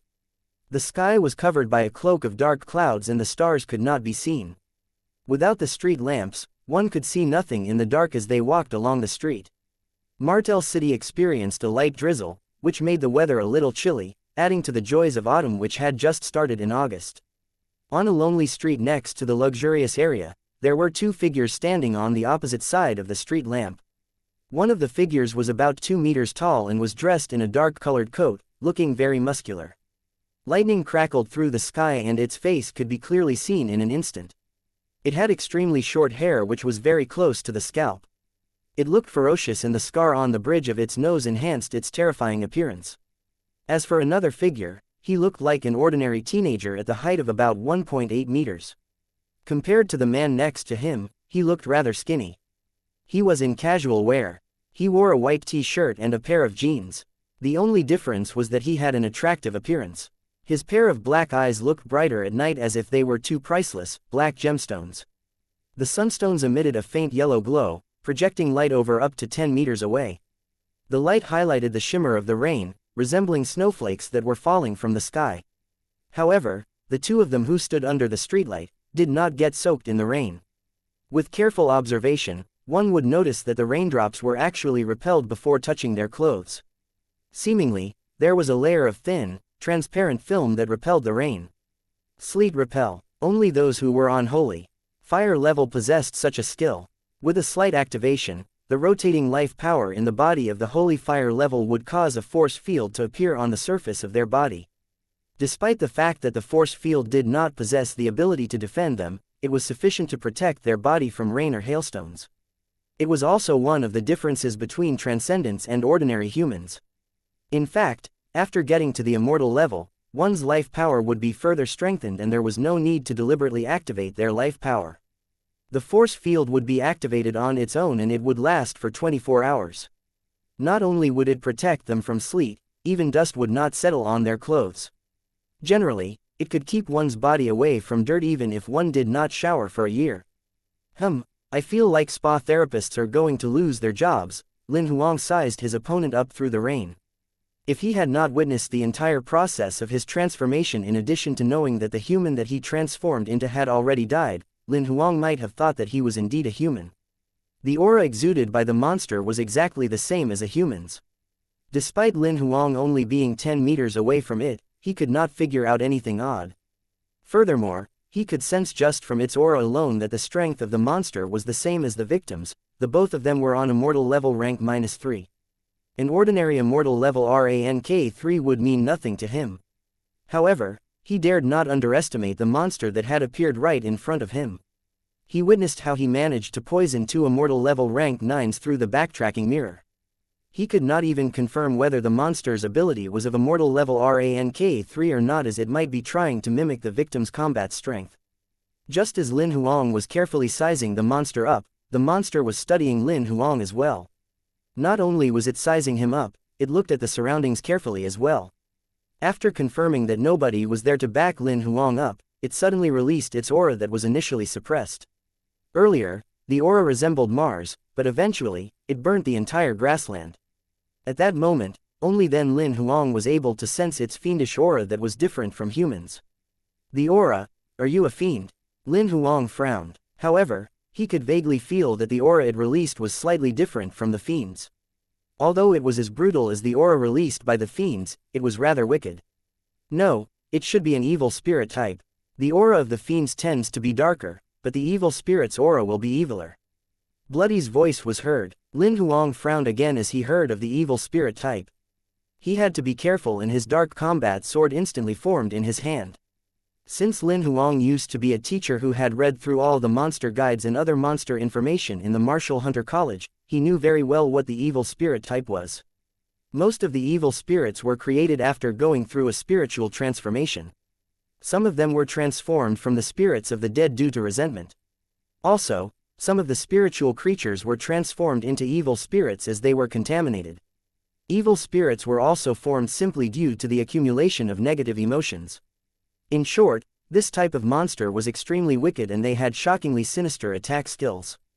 Isn't the evil spirit type often controlled by their negative emotions and that there's a limit to their intelligence? A thought suddenly came across Lin Huang's mind. The monster managed to plan chain murders without leaving any evidence.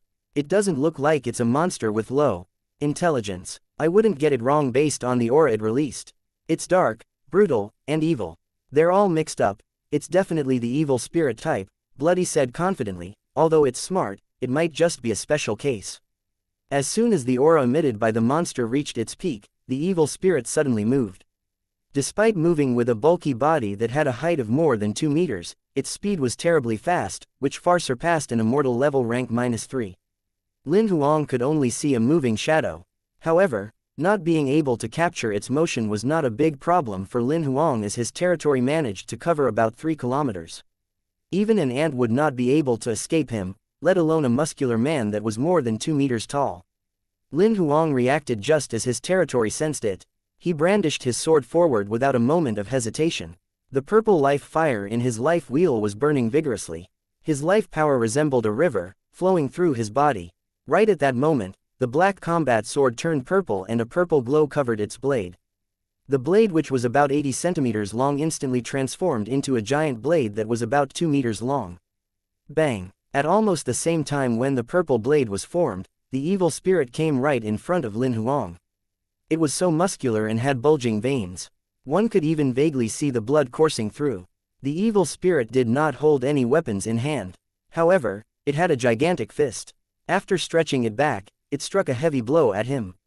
At that moment, there was a loud explosion in the air. Before the blow struck, a vacuum was formed and the rain stopped. Lin Huang's pupils dilated as he witnessed the attack unfolding.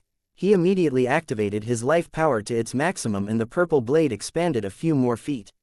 The blade was extremely sharp as the air was slightly distorted while it flew by.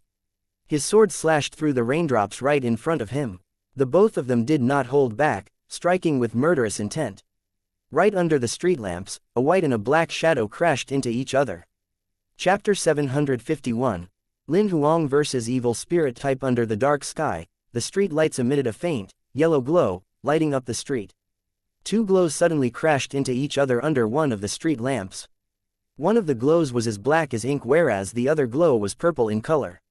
The black and the purple glow covered the light of the sunstones in an instant and collided with each other. Bang! A loud explosion was heard as if hundreds of thunders had crashed together at the same time. Neither of the glows would give in, spreading out like mist. All the lights emitted from the street lamps were engulfed as they flew by. The aftershock of the force as a result of the collision stirred up the atmosphere. It was akin to throwing stones into still water. The atmosphere resembled waves, bringing forth an aggressive wind that rippled everywhere.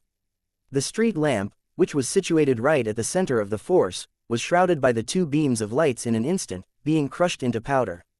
Despite the fact that the main material used to make the street lamps was the biochemically manufactured alloy, which was corrosion-resistant and had high tensile strength when encountering a strong immortal level, it was just as weak as a plastic toy. The street lamp was not the only thing destroyed. Almost everything within the area covered by the two glows turned into ashes. Not only did the walls on both sides of the area disappear, even the ground beneath their feet had collapsed, creating a huge pit which was about 10 meters deep. The wind blew ferociously, causing the trees and plants on both sides of the street to fall. Some of them were even uprooted. The garbage bins on the roadsides clattered to the ground and there was trash everywhere as they were blown by the wind. Some of the garbage bins were sent hundreds of meters away. The loud explosion stirred up the atmosphere, causing the glass in many of the houses to break. Countless people were awakened by the thunderous booms and many of them thought that an earthquake was rumbling. Some of them even ran out of their houses naked. Some of the transcendents could sense the vibration of the force and they knew that it was a battle between immortal levels. They carefully looked through the window from afar in the direction where the explosion had happened. In midair, the two glows gradually faded like mist after the collision. The black and the white shadows each retreated tens of meters away from the mist. Lin Huang could confirm that his opponent's ability was on par with his after the collision. Despite being merely a purple flame level, he could actually fight against an ordinary immortal level rank -8. Although the monster's combat strength was only on immortal level rank 3, its ability could be compared to Bai and Charcoal's. It's a battle between advanced immortal levels. In the luxurious area, a middle-aged man's pupils dilated as he looked in the direction where the both of them fought. Although he was an immortal level rank 3, he could clearly sense from the aftershock of the explosion that his ability was far beyond theirs. He would definitely be killed within seconds if the attack struck him. The middle-aged man was startled. Soon after, it seemed like something dawned on him as terror filled his face. He immediately left his house through the window and quickly headed in the opposite direction where the battle was taking place. Of course, Lin Huang could sense that the potential victim was escaping using his territory skill. He's not stupid. He knows that the battle might have happened because of him. Lin Huang took a glance in the direction where the potential victim was heading. Right at this moment, the evil spirit seemed to possess some unique detection abilities too, as it could sense that its target had fled. It caught a glimpse of Lin Huang and seemingly, it was reluctant to fight him anymore. It stomped down hard on the ground. Along with the howling of the wind, it headed towards its target and chased after it. Hey, the game is not over yet. Where are you going? Lin Huang grinned, remaining still. However, he thrust his purple combat sword forward. A beam of purple light appeared in midair hundreds of meters away, blocking the evil spirit's way. It was the effect of Lin Huang's territory, as his attack could simply reach any place within the coverage of his skill. In an area with a 3,000-meter radius, the power of the attacks launched within 1,000 meters would not be weakened. Attacks made within 2,000 meters might have 90% of its original attack power, whereas 80% of the effect of the attack's strength could be maintained within 3,000 meters.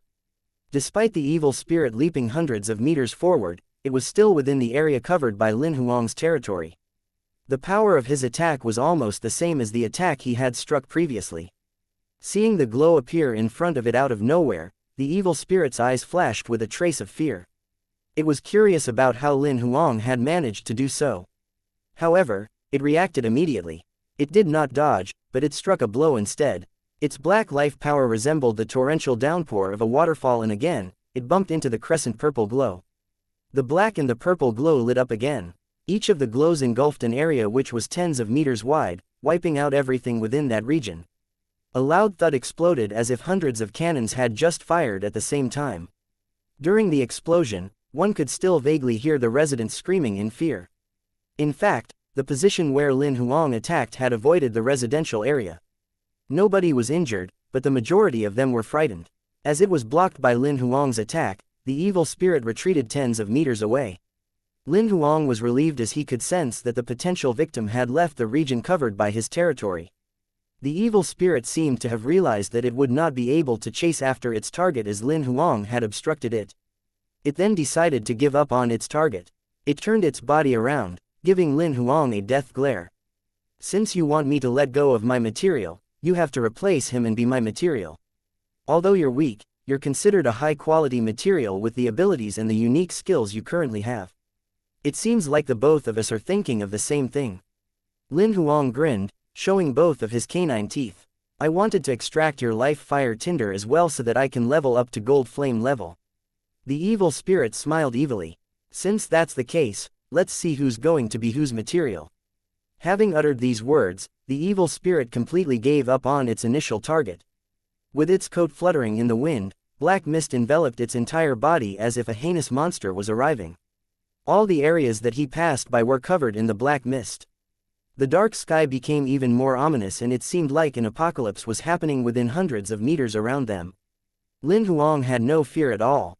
He took a step forward with his sword and flew up into the sky. The purple mist surrounding his body got thicker as he passed through the sky.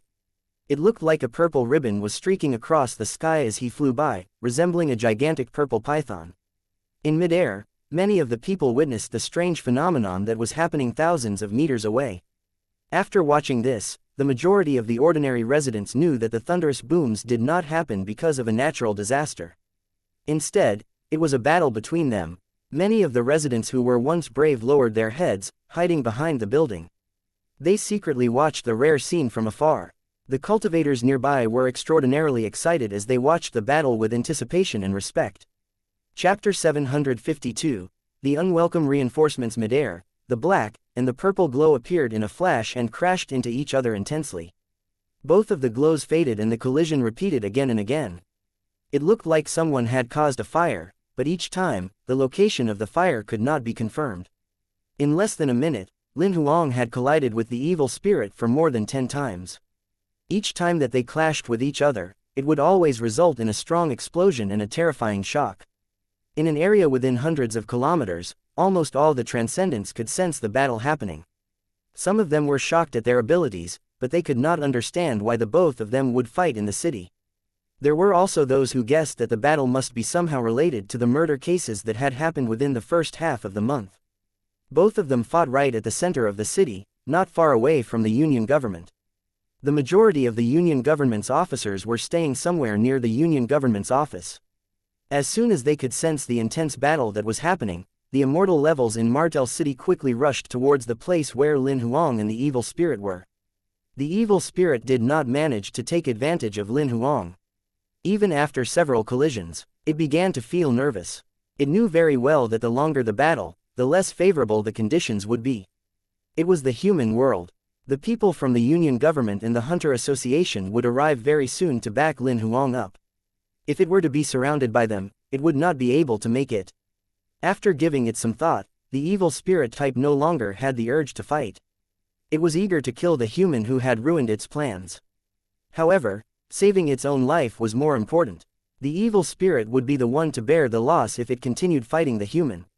Lin Huang noticed that it wanted to retreat as well. His attack grew more and more intense. After clashing with each other several times, the black glow was gradually covered by the purple glow. Initially, the both of them were equally powerful. Then, the situation got warped. It turned out to be a one-sided battle. Lin Huang did not want his opponent to escape. If it happened to run away, it would be more careful the next time since its whereabouts had now been found. On the other hand, he wished that he could kill the evil spirit before the rest of them got there, because those who were stronger than the evil spirit would arrive later. Their appearance would cause the tinder in the evil spirit's body to disappear right after its death, and he would not be able to extract the tinder.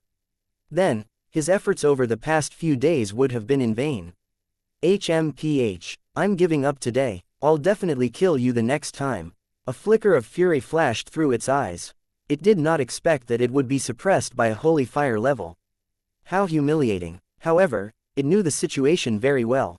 If it were to stay there, perhaps in less than 2 minutes, more humans and the rest of them would be here and it would be unable to escape by then.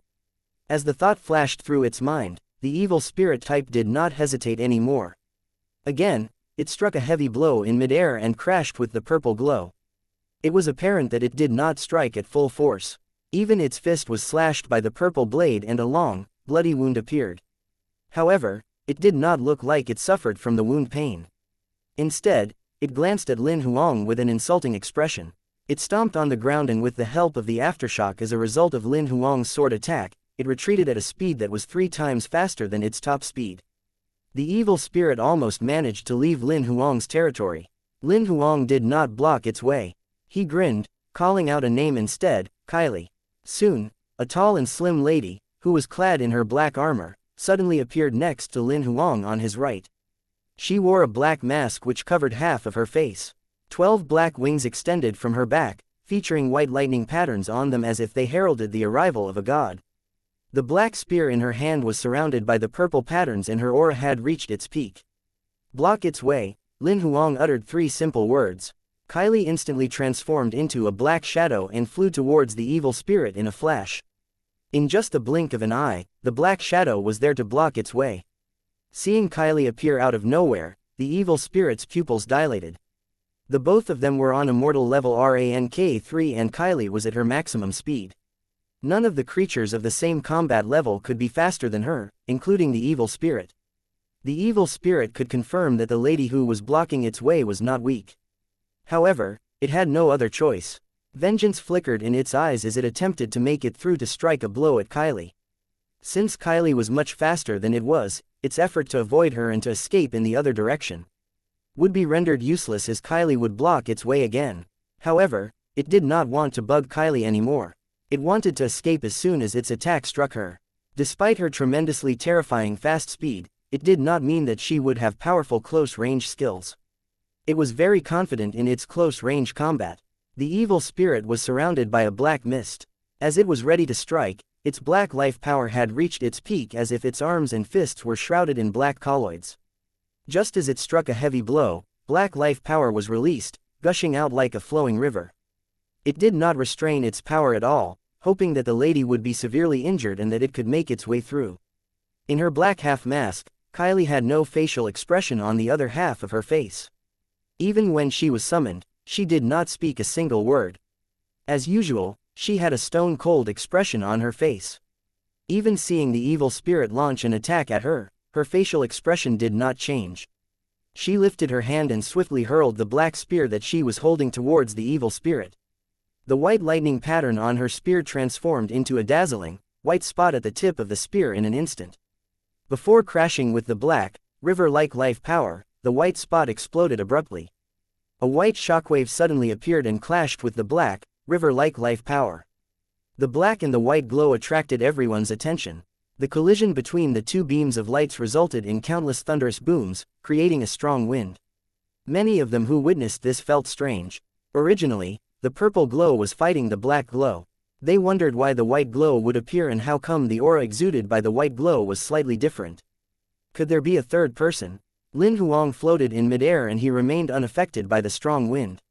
He fixed his gaze at the region where the both of them collided and seemingly, he was not affected by the intense light resulting from the explosion at all as he could still see the situation of the battle clearly. Both of them were on immortal level rank -3.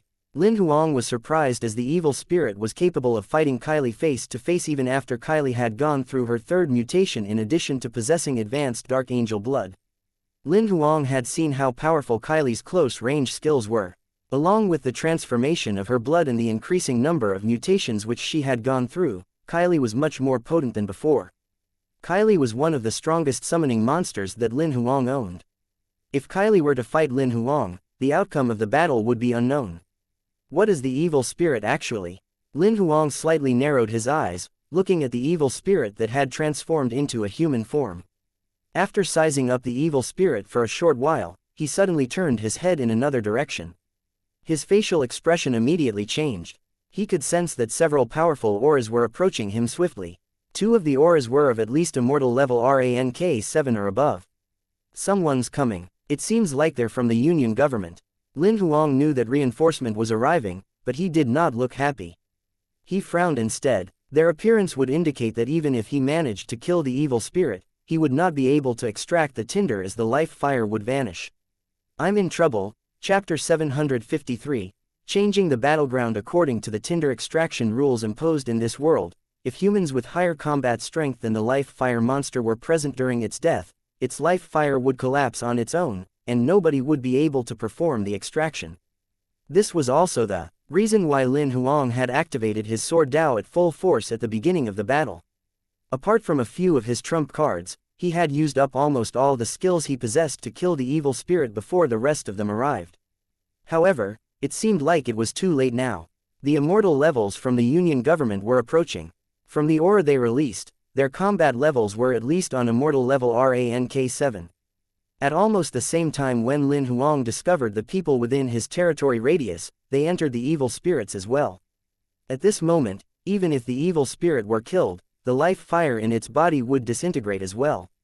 Sensing that the human reinforcements were approaching, the evil spirit felt nervous and insecure. It knew very well that if it were to be surrounded by them, it would not be able to survive. It made a few turns as it wanted to avoid Kylie. However, Kylie and her spear blocked it. As the Union government's reinforcements were approaching, Lin Huang frowned, troubled. The evil spirit was at least a triple mutated monster with enhanced intelligence. It was the best choice as a tinder monster. Just as Lin Huang was fretting about this, Bloody's voice was heard coming from his sleeve. You won't be able to extract the tinder once the Union government officers arrive. We don't have time to change the battleground now. The only thing we can do is to stop the tinder from sensing it. Bloody's piece of advice enlightened Lin Huang. I know what to do. As soon as he finished his sentence, a golden, palm-sized book quickly formed in front of Lin Huang.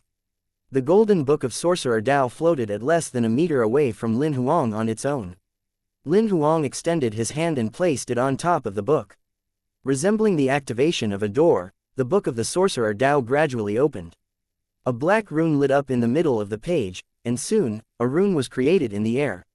Right after the rune was formed, black mist started spreading out, causing one to feel insecure. Lin Huang did not do anything. All of a sudden, the air surrounding the evil spirit vibrated. Black chains that resembled shooting arrows blasted off into the sky. There were more than 100 chains, and the number of chains was continually increasing. Despite nobody being able to figure out where the chains were coming from, the evil spirit was obviously their target. The evil spirit glanced at Kylie and Lin Huang, who was far away from it. It could immediately identify the skill that Lin Huang was using as it had spotted the rune being created in front of Lin Huang. It knew Lin Huang's abilities very well. It would be irrational for it to touch the chains since it knew nothing about the effects of the skill. As the thought came to its mind, the evil spirit moved aside, attempting to dodge the attack. However, right after it did, Kylie then appeared in front of it. She thrust her spear towards it, forcing it to get locked in the chains. The evil spirit could not do anything and ended up striking several blows at the chains. Despite the chains breaking rapidly after being struck by it, they formed again at a speed faster than before. In addition to that, the number of chains was constantly increasing, pouncing on the evil spirit again and again. Just as the evil spirit got locked in the chains, the Book of Sorcerer Dao appeared in front of Lin Huang. He started flipping quickly and the second black rune was produced rapidly in the air.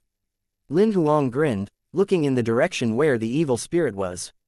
Then, he uttered these words calmly, "Hellish cage." Before he could even finish his words, a huge cage materialized out of nowhere, covering the evil spirit's surroundings, which were tens of meters in diameter. It then quickly shrank into a cube which measured a length of about 3 meters long. The cube was made entirely of the black chains which were roughly the circumference of an adult's arm, and they looked like living black pythons that were entangled together. Kylie, activate your mini-world.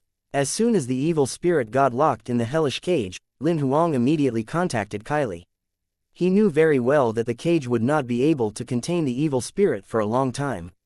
However, it would be able to buy him some time. Kylie slightly nodded her head, and a whirlpool, which was the entrance to the mini-world, was formed in a blink of an eye. That's really fast. Lin Huang took a glance in the direction where the reinforcements were. The few immortal levels were getting closer and closer. Perhaps they would arrive in less than 20 seconds. He did not dare to delay a minute longer. With his telekinetic power, he managed to control one of the edges of the hellish cage, hurling it towards the entrance of the mini-world. The relatively big black cage hit the whirlpool, sinking into it as if it was drowned in a swamp. Let's catch up with it. The next second after the hellish cage disappeared, Lin Huang transformed into a white beam of light and entered the whirlpool. Kylie, who had received Lin Huang's instructions, immediately turned into a black glow and entered the whirlpool as well. Right after Kylie disappeared, the whirlpool faded. In just a short while after that, several figures appeared at the battleground at almost the same time. The first person was a middle-aged man in a blue checkered shirt, and two people followed him. One of them was in a gray coat, wearing a hat. Another man was in a suit and had short hair. Unexpectedly, they were Feng Yuan and Lan Luo, the people in charge of the murder cases assigned by the Union government. The three of them sized up their surroundings. Aside from the collapsed buildings, the vast pits, the fallen trees, and many other traces that were the result of the battle, nobody was there. That's kind of weird. Where are they? We could still hear the sound of the battle a few seconds ago. Why isn't there anybody here right now? Lan Luo, who was in his suit, said curiously. Feng Yuan lit a cigar and put it into his mouth. He then said casually, the aftershock of the force is proof that a battle has indeed happened here a few seconds ago. Since both parties have disappeared, could either one of them had won the battle a few seconds before we arrived? The one who won must have left together with the dead body. Lan Luo frowned as his assumption had not been verified yet. There's no release of life power from the Transcendent's dead body. What you said might be true. Feng Yuan then exhaled the cigar smoke and smiled, shaking his head. But I'm more inclined to another possibility. What's that? They didn't want us to interfere in their battle. That's why they changed the battleground. As Feng Yuan said that, his facial expression looked different. They must have sensed that we were approaching them. Under normal circumstances, the murderer would have wanted to leave as soon as possible, so that we wouldn't attack it in a group. The investigator who fought it would have tried to buy us time. The activation of a dimensional relic takes time. Normally, the investigator wouldn't give the murderer the time to activate its dimensional relic. Since the both of them disappeared at the same time, it means that the both of them agreed to fight someplace else. Why would the investigator want to do so? Lan Luo still felt that the logic behind it was strange. Who knows? Perhaps he's an arrogant man who feels that he can deal with the murderer alone and doesn't want any of us to interfere in the battle. Feng Yu shook his head helplessly. He knew nothing about the investigator who fought the murderer, and that was the only guess he could come up with. Chapter 754.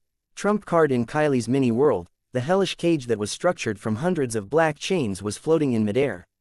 A loud thud was heard coming from the cage, along with an immense impact wave.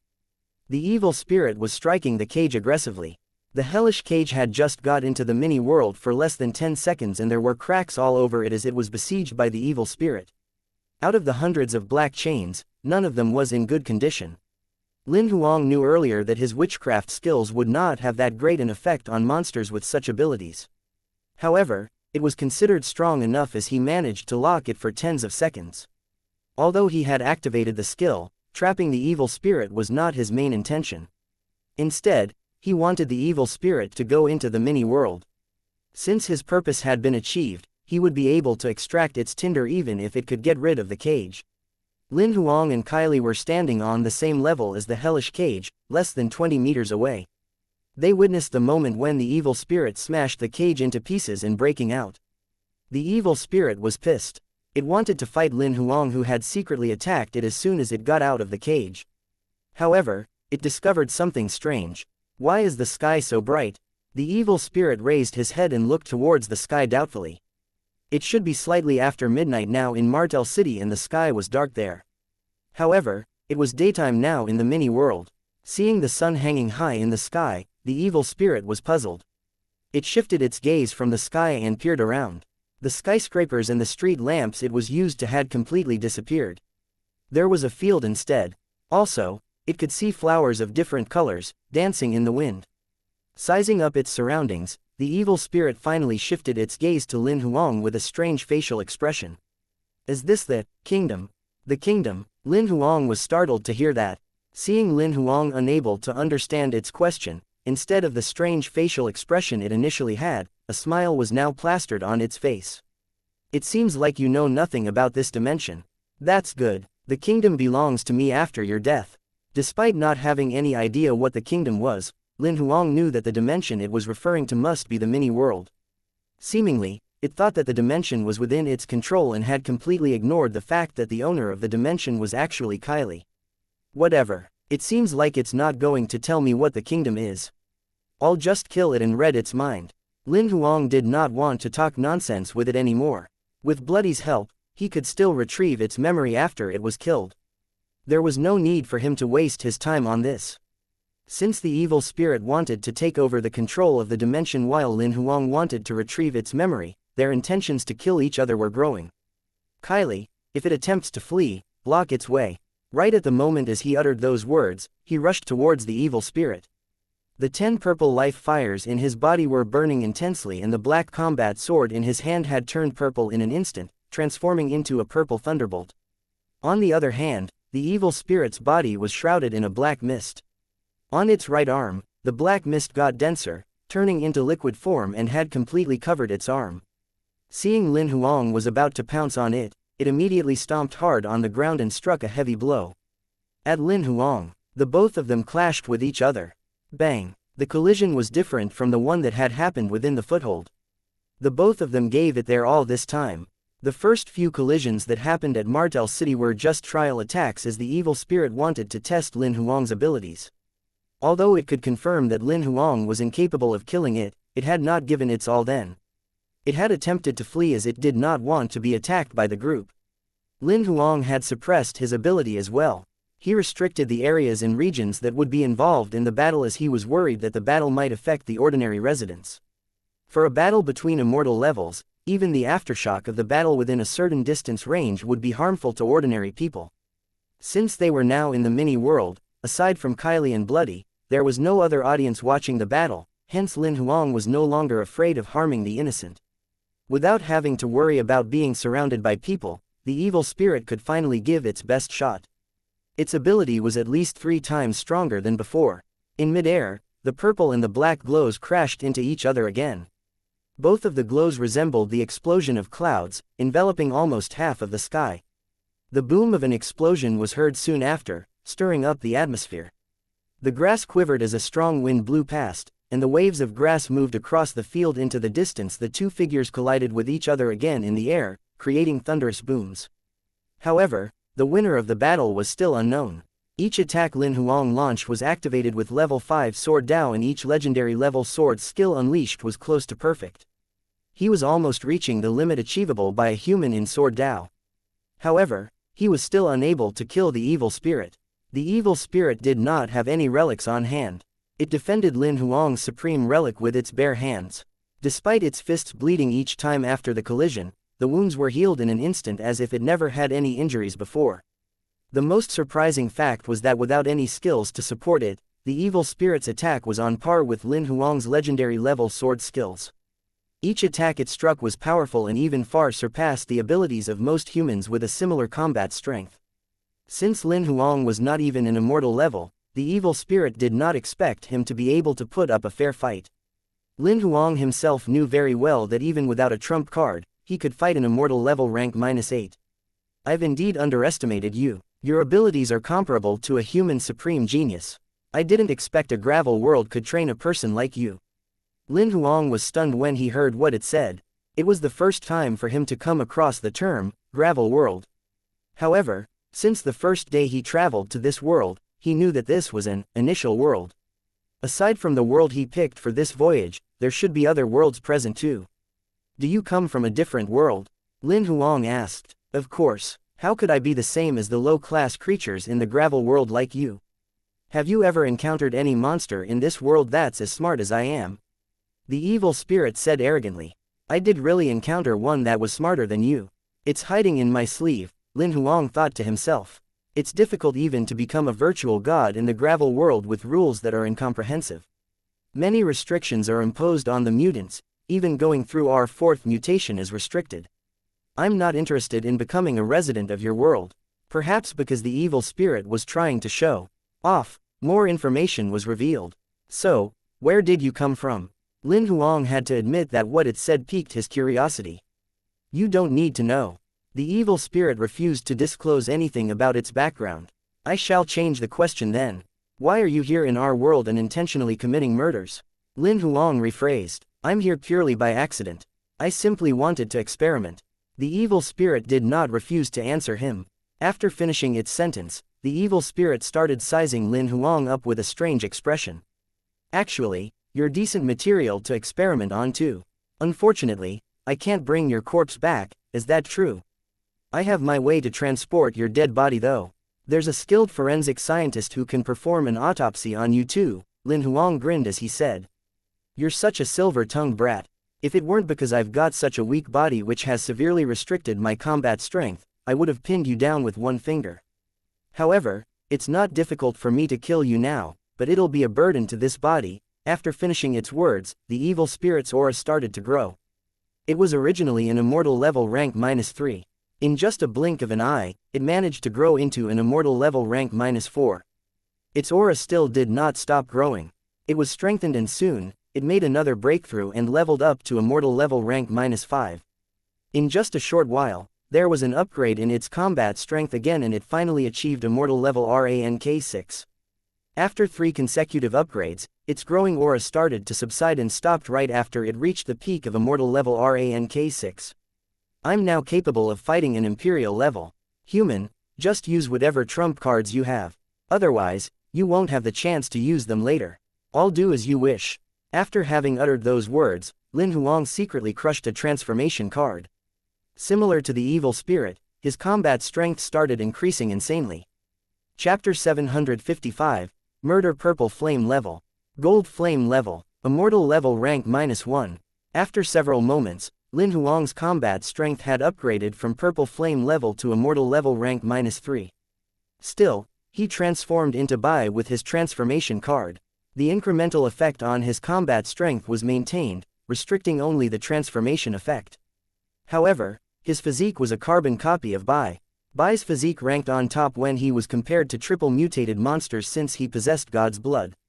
He was much more powerful than Lin Huang's original body and he also far exceeded most of the people with similar combat strength. Sensing that his internal strength was rapidly growing, Lin Huang experienced a temporary delusion of ruining the entire mini-world in one strike.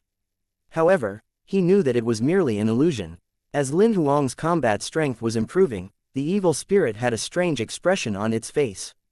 It originally thought that if its body could upgrade 3 levels higher, it could definitely fight Lin Huang regardless of what his trump card was. It did not expect the increase in Lin Huang's combat strength as well. Moreover, his combat strength was now 4 levels higher, narrowing the gap in combat strength between them. Noticing the complicated expression his opponent had, Lin Huang calmly retracted the black sword in his hand, switching to an ancient combat sword, the Air Slicer. Soon after, he took out another ancient relic, the black feathered armor, and put it on. He had obtained both of the ancient relics from the black-robed man in the Lieb lab. You're the one who asked me to use my trump card. The equipment and the skill to increase my combat strength are my trump cards. Lin Huang laughed, looking at the evil spirit. He continued, are you surprised? Dumbass. The evil spirit thought to itself. However, it maintained a neutral facial expression. Do you think that you can defeat me this way? You'll know after giving it a try. Lin Huang's silver air slicer was gradually covered by his red life power at a speed that was visible to the naked eye. Right after the transformation card had been activated, there were no changes in Lin Huang's body size and at the same time, he could not use Bai's skills. However, the life power element in his body had somehow been taken over by Bai's vampire particles to a certain extent. The purple color his life power used to have due to his purple life fire had now turned red, the color of the vampire particles. In addition to that, he had inherited part of the vampire particles' characteristics. The blade of the air slicer seemed to be shrouded in a thick layer of blood, extending the length of the combat sword, which was initially fewer than 80 centimeters to about 2 meters. The rotation of life power resembled lava coursing through the blade of the sword.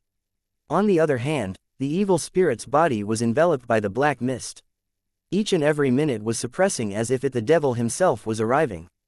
Its abilities were way more powerful than before due to the increase in its combat strength. Despite the larger upgrade in Lin Huang's abilities, the evil spirit was shocked for a short while. Soon, it managed to calm itself down. It had no fear. Instead, its intention to fight grew stronger due to the pressure coming from Lin Huang. In midair, the both of them were crashing into each other incessantly. It was like a fuse lighting up the sky. As they exchanged glances with each other, the gray and the white figures moved at almost the same time. The black and the purple glows covered the entire sky again, crashing into each other violently in an instant. A beam of dazzling white light suddenly appeared as they collided with each other.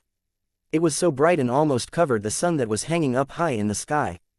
Due to the impact that resulted from the explosion, it stirred up the atmosphere, creating a ripple-like storm.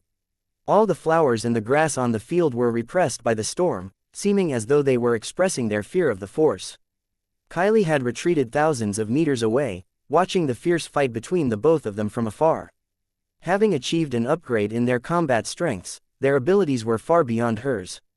Even the aftershock of the battle would be harmful to her if she got too close.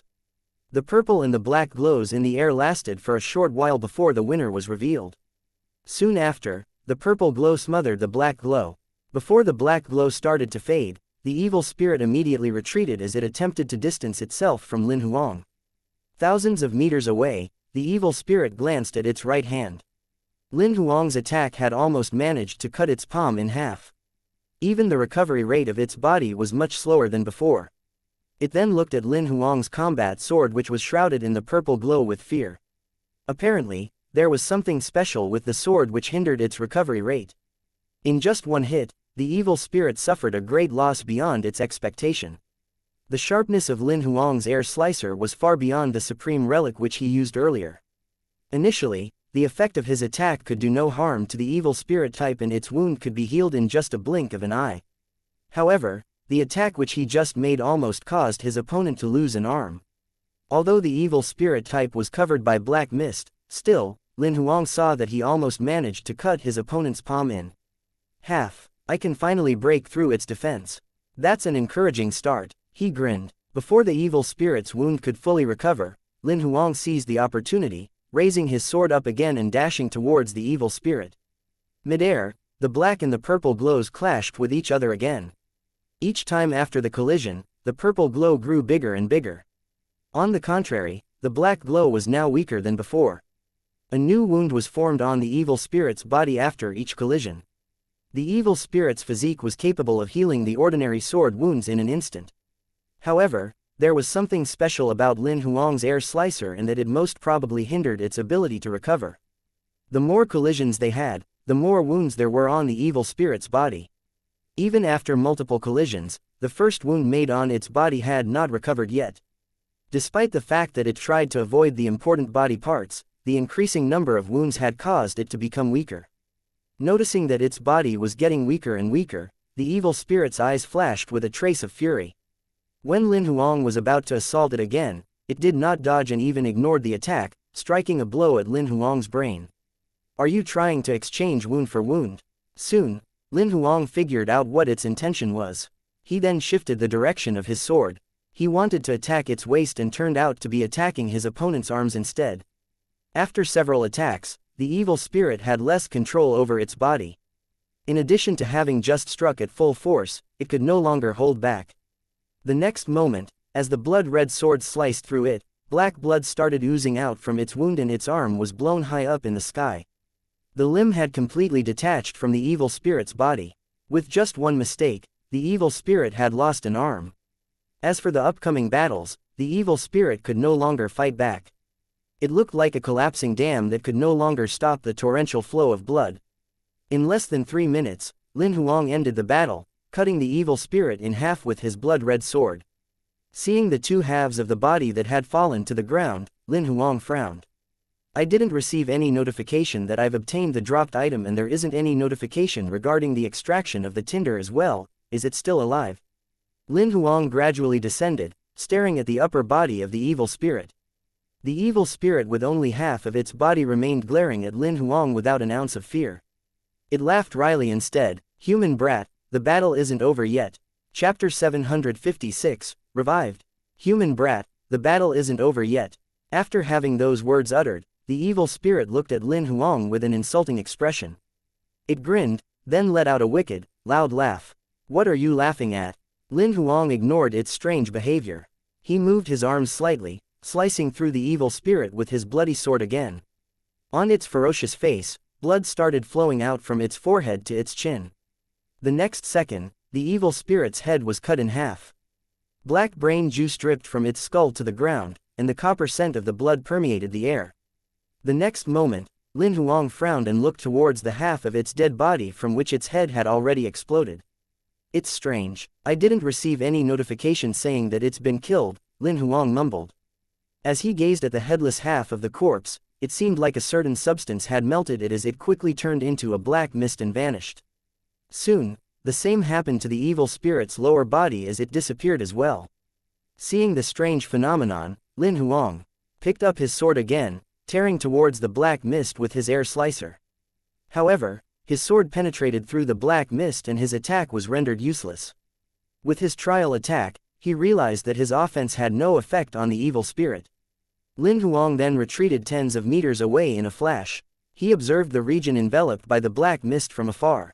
He knew that his opponent had not died yet. Although he had no idea what the black mist was, he still chose to retreat to avoid being tainted by the black mist. Ever since he had traveled to this world, there was danger lurking everywhere. Everyone had various types of skills. Even Mr. Fu, who was a virtual god, could be tricked.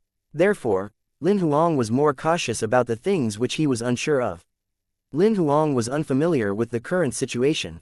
It was his first time encountering a monster that could not die despite its head having exploded. Even those who possessed enhanced regeneration would definitely die due to the unique attributes exhibited by the air slicer. Still, Lin Huang did not shift his gaze elsewhere, focusing on the two clumps of black mist. He then asked Bloody that was hiding in his sleeve. Its dead body was burnt. Do you have any idea what's happening over there? There are no relevant records found in the monster guide, and I've never seen anything like this before, Bloody said based on its observation. It was killed just now, but it's still alive. It seems like it's using some sort of substitute skill. It could be a new skill that hasn't been recorded. Sounds like it. Lin Huang recalled what he just saw, feeling that what Bloody said might be true. Just when the both of them were talking to each other, Lin Huang suddenly noticed that the two masses of black mist which had transformed from the evil spirit's lower body was starting to merge. He frowned and soon, he thrust his sword forward. The bloody glow that could be seen on its blade pierced through the black mist and struck the ground far away from him, forming a bottomless pit in the ground.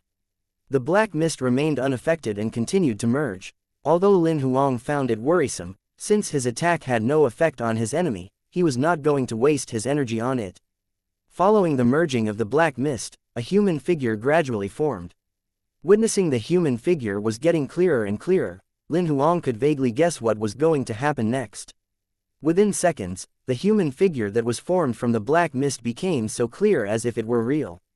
It simply looked like somebody had modeled a black female silhouette. Lin Huang relaunched another trial attack. As usual, his bloody sword managed to penetrate through the black silhouette with ease as if there was nothing there. A person's face slowly appeared from the black mist. The person's features could be clearly seen on the face which was initially dark. Unexpectedly, it was the face of a beautiful lady. The moment as Lin Huang saw its face, he felt a sense of déjà vu as though he had seen it before. While its body was gradually forming, its waist-length hair was blowing in the wind. Finally, a whole female body was revealed. At that moment, Lin Huang then recalled who the woman was. Indeed, it has come back to life. I can clearly remember this as how the female victim looked like when I saw her in the mortuary. Startlingly, its body looked like the immortal level rank 3 woman who was killed by the evil spirit earlier. From its face to its body, each strand of her hair looked exactly the same as if the female victim had come back to life. The evil spirit that had transformed into a woman slowly opened its eyes. It fixed its gaze at Lin Huang and gave him a cunning smile. I told you earlier that the battle between us isn't over yet. I think it's better for you to put your clothes on first. Otherwise, people might think that we're filming some education film. Lin Huang studied her from head to toe. He had to admit that she had an attractive body. Since she was the one who did not bother putting on her clothes, he had nothing to lose. Is this the human sense of shame? The evil spirit laughed. Perhaps it is, Lin Huang admitted. It's your decision whether to put on your clothes or not. Regardless of what your decision is, I'm not going to show you any mercy. Also, don't expect me to take my clothes off together with you. I'm not that open a person. The evil spirit chuckled, and soon, clothes gradually materialized. The piece of clothing was precisely what the victim had worn when she was killed. It wore a short-sleeved, light yellow top and a light blue linen skirt. It looked quite pretty in the attire. Hee, it doesn't matter whether you're an open person or not, as you're going to be a dead person soon. As soon as it finished its words, a green saber appeared in the evil spirit's hand. A glow could be seen on the blade of the saber itself, and apparently, it was a supreme relic. It majors in saber. Lin Huang was startled. He had gone through the victim's information. He knew that the evil spirit had transformed into the woman who used to major in saber. However, he did not expect that the evil spirit would have mastered saber Dao. When the evil spirit had fought him with the body of the muscular man, it was using close-range skills. Be careful. The effect of its transformation skill might not be just being a substitute. It could have inherited the victim's skills, Bloody immediately reminded.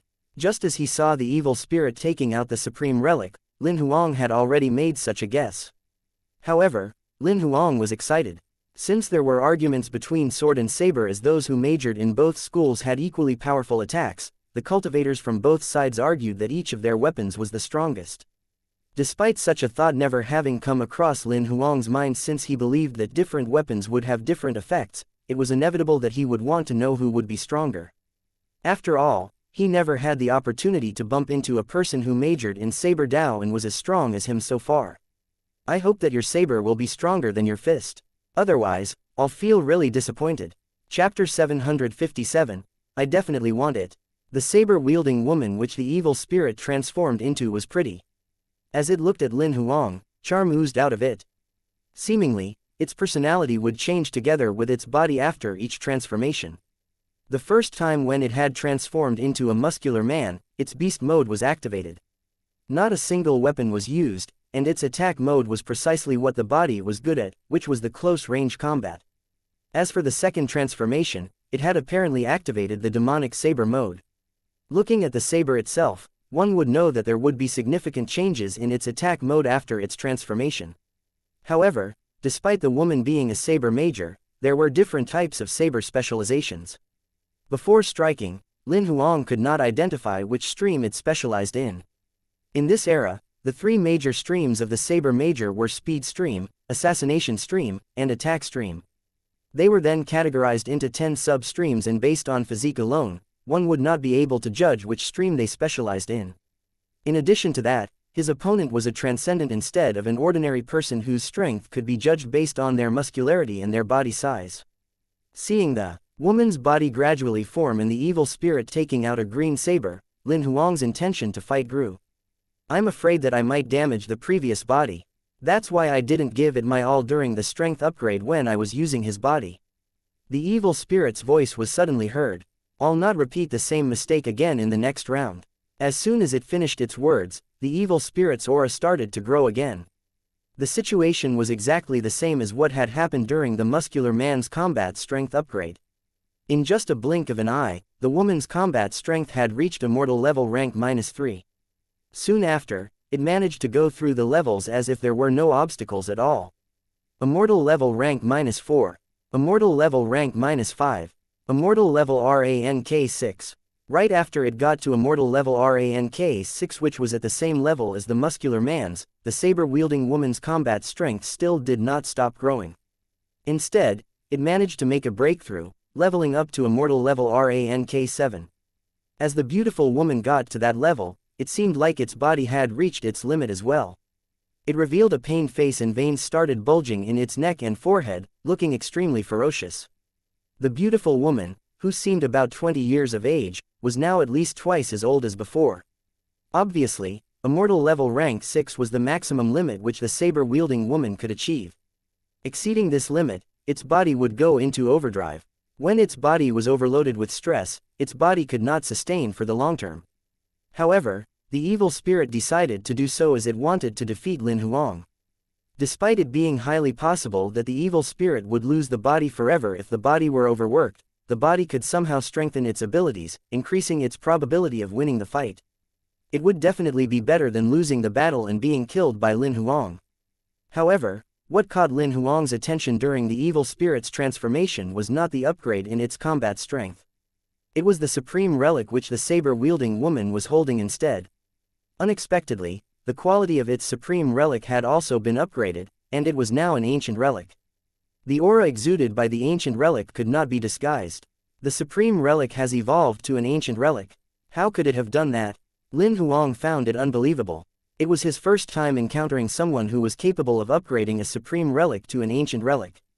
He even doubted if the virtual god, Mr. Fu, could do so. Before Lin Huang could figure it out, the evil spirit's aura, which had reached immortal level rank 3, had stabilized. Be it its combat strength or the new ancient relic which it was holding, it was evident that its abilities were incomparable to the muscular man's. Are you ready? The evil spirit's purple skirt blew up in the wind as it smiled crookedly.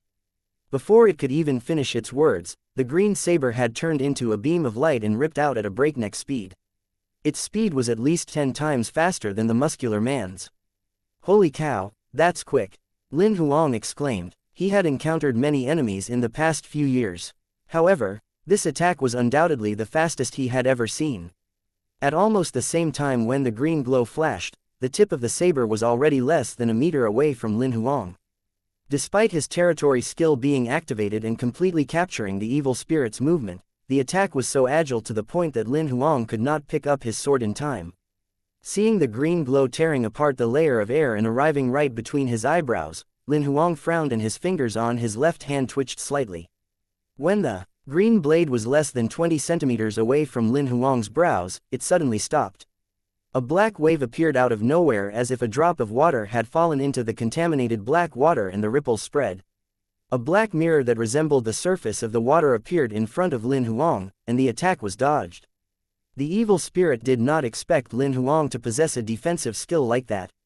Since its attack was blocked, it was stunned. However, right at the moment when it was shocked, a beam of green light shot out of the mirror.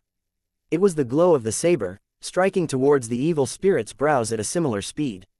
A reflection, the evil spirit was startled. The speed of the beam of green light was about as fast as its own. At such a short distance, it had no time to either retract the saber or to move aside in order to dodge the attack. The evil spirit clenched its teeth as it slightly tilted its head, barely avoiding the attack. It knew that it could not completely prevent it. However, it had no other choice. At that moment, the green beam of light pierced through the evil spirit's right eye and went straight out from the back of its head. The attack struck the hill, which was hundreds of meters away. Eventually, the entire hill collapsed. Lin Huang had never expected that the effect of the dark mirror could be so terrifying. His opponent was struck without even having the time to react. Especially encountering that fast an attack, the reflection effect caused the attack to be inevitable at such a short distance. Don't tell me that it's been killed in one hit. Lin Huang immediately looked towards the evil spirit. The evil spirit's right eye turned into a black hole. Lin Huang could even see the scene behind the evil spirit through the hole. Obviously, the attack did not only strike through its eyeball, it had penetrated through its head as well. The evil spirit did not die after the attack. Black flesh started to grow over its right eye. It was continually growing at a speed visible to the naked eye, recovering its head, eyeball, and the broken skull. After several moments, the evil spirit's skull, which was severely injured, had healed. If not for the remaining black blood stain on its face, Lin Huang would have thought that the dark mirror's reflection attack was just an illusion. Human brat, you're giving me more and more surprises. Although the evil spirit was struck in one hit, it did not look nervous. It extended its tongue, licking the black blood on its face instead and presenting a crooked smile. I'm a person who really hates trouble. I used to think that your combat strength is too weak and that the upgrade will be too troublesome.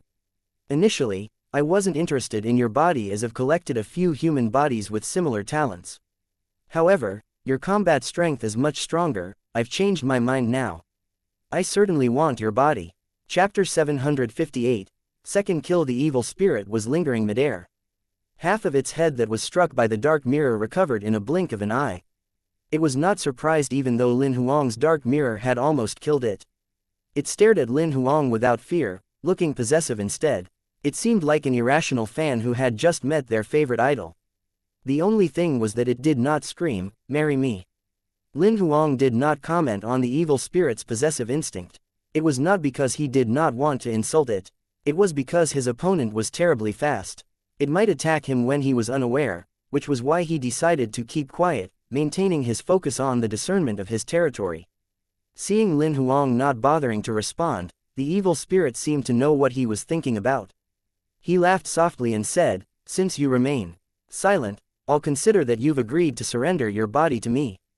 As soon as it finished its words, the evil spirit disappeared abruptly. What emerged next was a green beam of light shooting out at lightning-fast speed.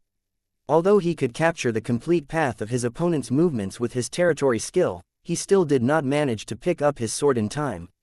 He could do nothing. Again, he pointed in the air, and the dark mirror formed. It blocked the saber's glow at a distance of about 20 centimeters away. Although the mirror reflected the green saber glow, the evil spirit had no fear at all. It grinned instead and slightly inched its body aside, managing to avoid the reflected attack. The main reason that it got struck by the first reflected attack was not due to its lack of speed. It was because the attack had been too sudden and was entirely out of its expectations. On the contrary, it was well prepared for the attack this time. It immediately dodged as the tip of its saber hit the dark mirror. It did not wait for the attack to be reflected.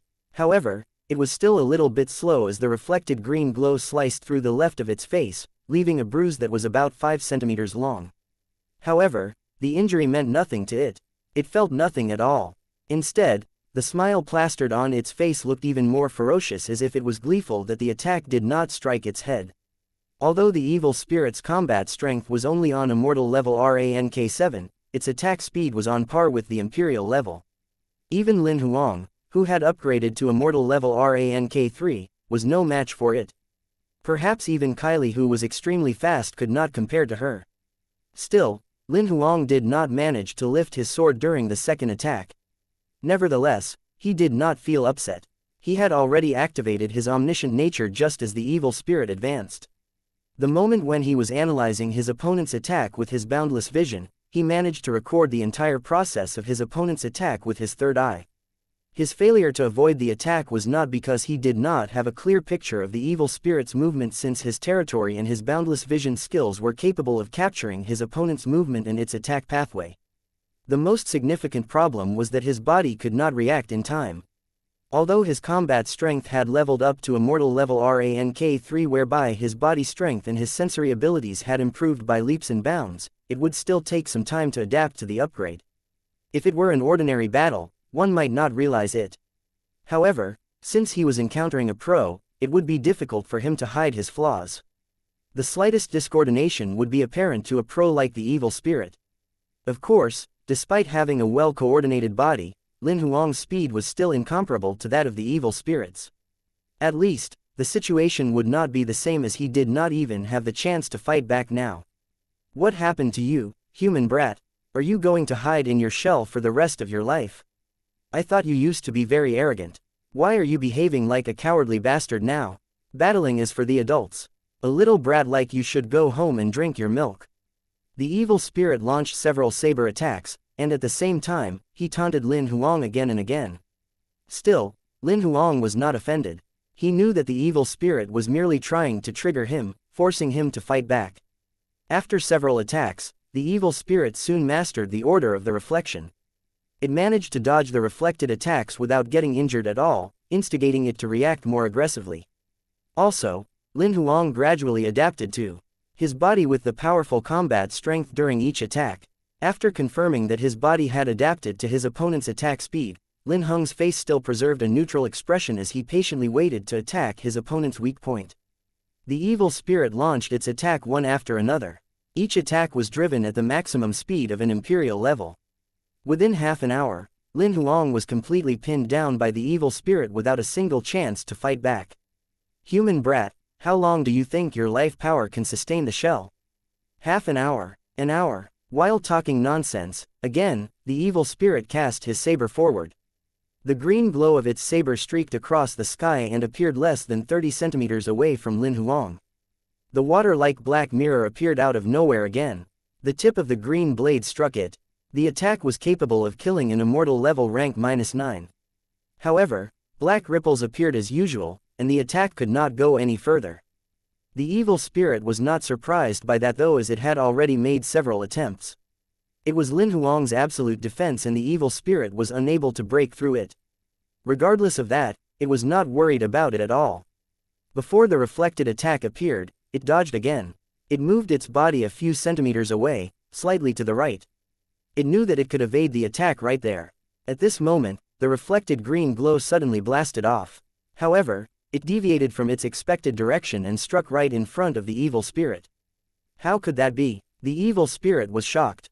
It had made hundreds of attempts, and the attack reflected by the mirror had never deviated from its expected direction.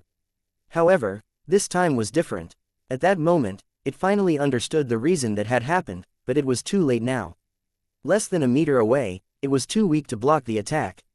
The reflected green glow of the blade pierced between its brows and went straight through the back of its head. A hole the size of a baby's fist was formed. Then, the dark mirror collapsed on its own. Behind the mirror and on Lin Huang's back, bloody wings quickly formed. 6 bloody wings stacked on top of each other and protected Lin Huang against the continuous saber attacks from the evil spirit as a result of inertia. The green glow penetrated through 3 layers of the wings and failed to go any further, becoming stuck right between the wings. There was a gap between the wings, and a bloody sword suddenly flew past it. The evil spirit was caught unaware, and the sword penetrated the left of its chest. "Go to hell," Lin Huang yelled. The blade that pierced through the evil spirit's body radiated, and the bloody glow became more and more intense. Soon, it exploded, and the evil spirit's body turned into pieces. Lin Huang then retracted his sword, gazing in the direction where the black mist could be seen. "I've never said that the direction of the dark mirror's reflection can't be adjusted. You just assumed that it works this way." Chapter 759, Exhausting All Trump Cards. Seeing the evil spirit's body which had been shattered into pieces turn into the black mist again, Lin Huang scowled. He actually wondered if it was because his first kill was not powerful enough, and his opponent had been revived. That was the reason why during the second attack, he had deliberately activated the strengthened version of his worldly purification. It was the sword skill he possessed with the highest damage, smashing his opponent's body into pieces. Still, it could not stop the evil spirit's body from turning into the black mist. Although it was within his expectations, it was not the ideal outcome. Lin Huang started to feel that this was troublesome. Glancing in the direction where the evil spirit's ancient relic had fallen, the green saber collapsed on its own in the air, transforming into a black mist. Looking at what had just happened, Lin Huang was stunned. He used to think that the ancient relic could be one of the rewards he could obtain, but seemingly, it was not a real relic. Instead, it was the same as its physique which was created by the black mist. What monster is this? It can't die and can even randomly produce an ancient relic. As his thought to snatch the ancient relic dwindled, Lin Huang glanced towards the black mist which was in a blurry human form from afar. He vaguely felt that he seemed to have chosen the wrong life fire monster. The blurry human figure was becoming more prominent. It was a middle-aged man who was slightly taller than Lin Huang, at a height of about 1.85 meters. However, he was much more muscular than Lin Huang. The weapon which the man was holding was a silver spear which was about 2 meters long. Lin Huang was not surprised when he saw the man's face as if he expected it. The man was also one of the victims who had been killed by the evil spirit earlier. It was the first dead body Lin Huang had seen in the mortuary. He could still clearly remember the corpse's heart sliced apart. Both of his lungs had been removed, and his chest was cut open. Right now, the dead man was alive, standing right in front of Lin Huang, and there was nothing strange about him. "If I'm not mistaken, I guess you can only transform into someone you've killed," Lin Huang suddenly said. "It means that you can't come back to life as many times as you want. I'll only need to kill you 17 times, and you'll finally die. Are you going to make such a guess without any evidence and just by judging that my transformation into the person whom I've killed?" The evil spirit remained calm, and the body formed by its black mist had stabilized. Although he could not tell whether the evil spirit was trying to mislead him or not, Lin Huang was pretty sure that his assumption was right. I've seen the corpses of all 17 victims. Please prove me wrong by transforming into a body that I've never seen before the next round.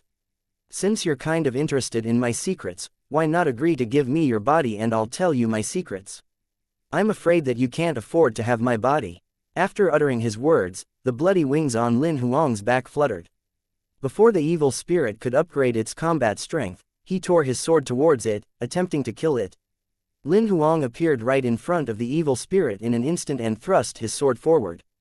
The evil spirit gave an insulting smile and did not care about Lin Huang's attack at all. It stood still without avoiding the attack. It activated its skill to upgrade its combat strength in front of Lin Huang. Mid-air, the entire sky was covered in the bloody glow, slicing through the evil spirit's neck. However, the bloody glow was stopped from piercing the evil spirit's neck just as it was about a centimeter away from it. It could not move any further as if there was a defense shield which had stopped Lin Huang's fatal attack. Noticing the evil spirit's combat strength starting to upgrade from immortal level rank 3, Lin Huang still did not give up. He continuously launched several attacks, each attack more fatal than the last. Neither did the evil spirit dodge nor avoid, allowing Lin Huang to attack as he liked with an insulting smile. Its body did not move at all as if it had shielded itself from all the forces coming from the attacks. It's useless. Once my secret skill is activated, it won't stop. Even the virtual god's attack isn't going to work, let alone yours, the evil spirit said as its aura reached immortal level rank 7. People from the gravel world with incomprehensive rules won't understand such power. Although Lin Huang did not want to believe him, he could still vaguely feel that the evil spirit was telling the truth. After several attempts whereby his attacks could do no harm to the evil spirit, its aura had finally stabilized as it reached immortal level rank 7. The silver spear had been upgraded to an ancient relic as well. However, just as the evil spirit's aura stabilized, the defense shield disappeared on its own. Observing Lin Huang striking another attack, the evil spirit finally dodged. In the air, the bloody glow and the black glow collided with each other again. Another round of a fierce fight had been triggered. The two silhouettes crashed into each other again in the sky. Since his vampire particles had been activated, Lin Huang's speed was a few times faster than before with his bloody wings.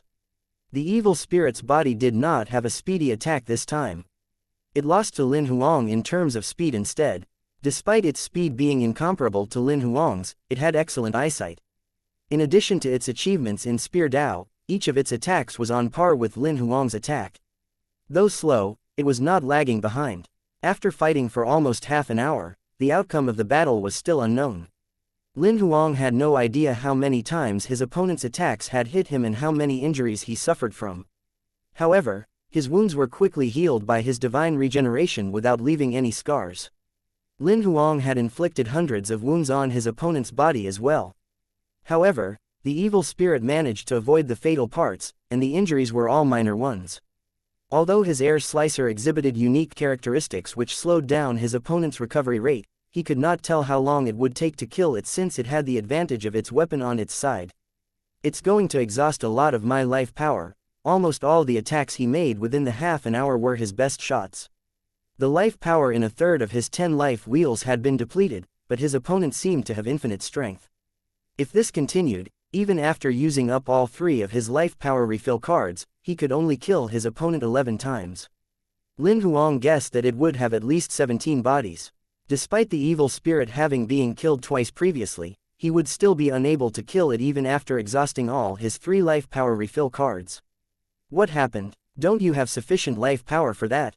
The evil spirit grinned as if it had already expected this to happen. Oh, I've forgotten to tell you something. The power of the body comes from my real body.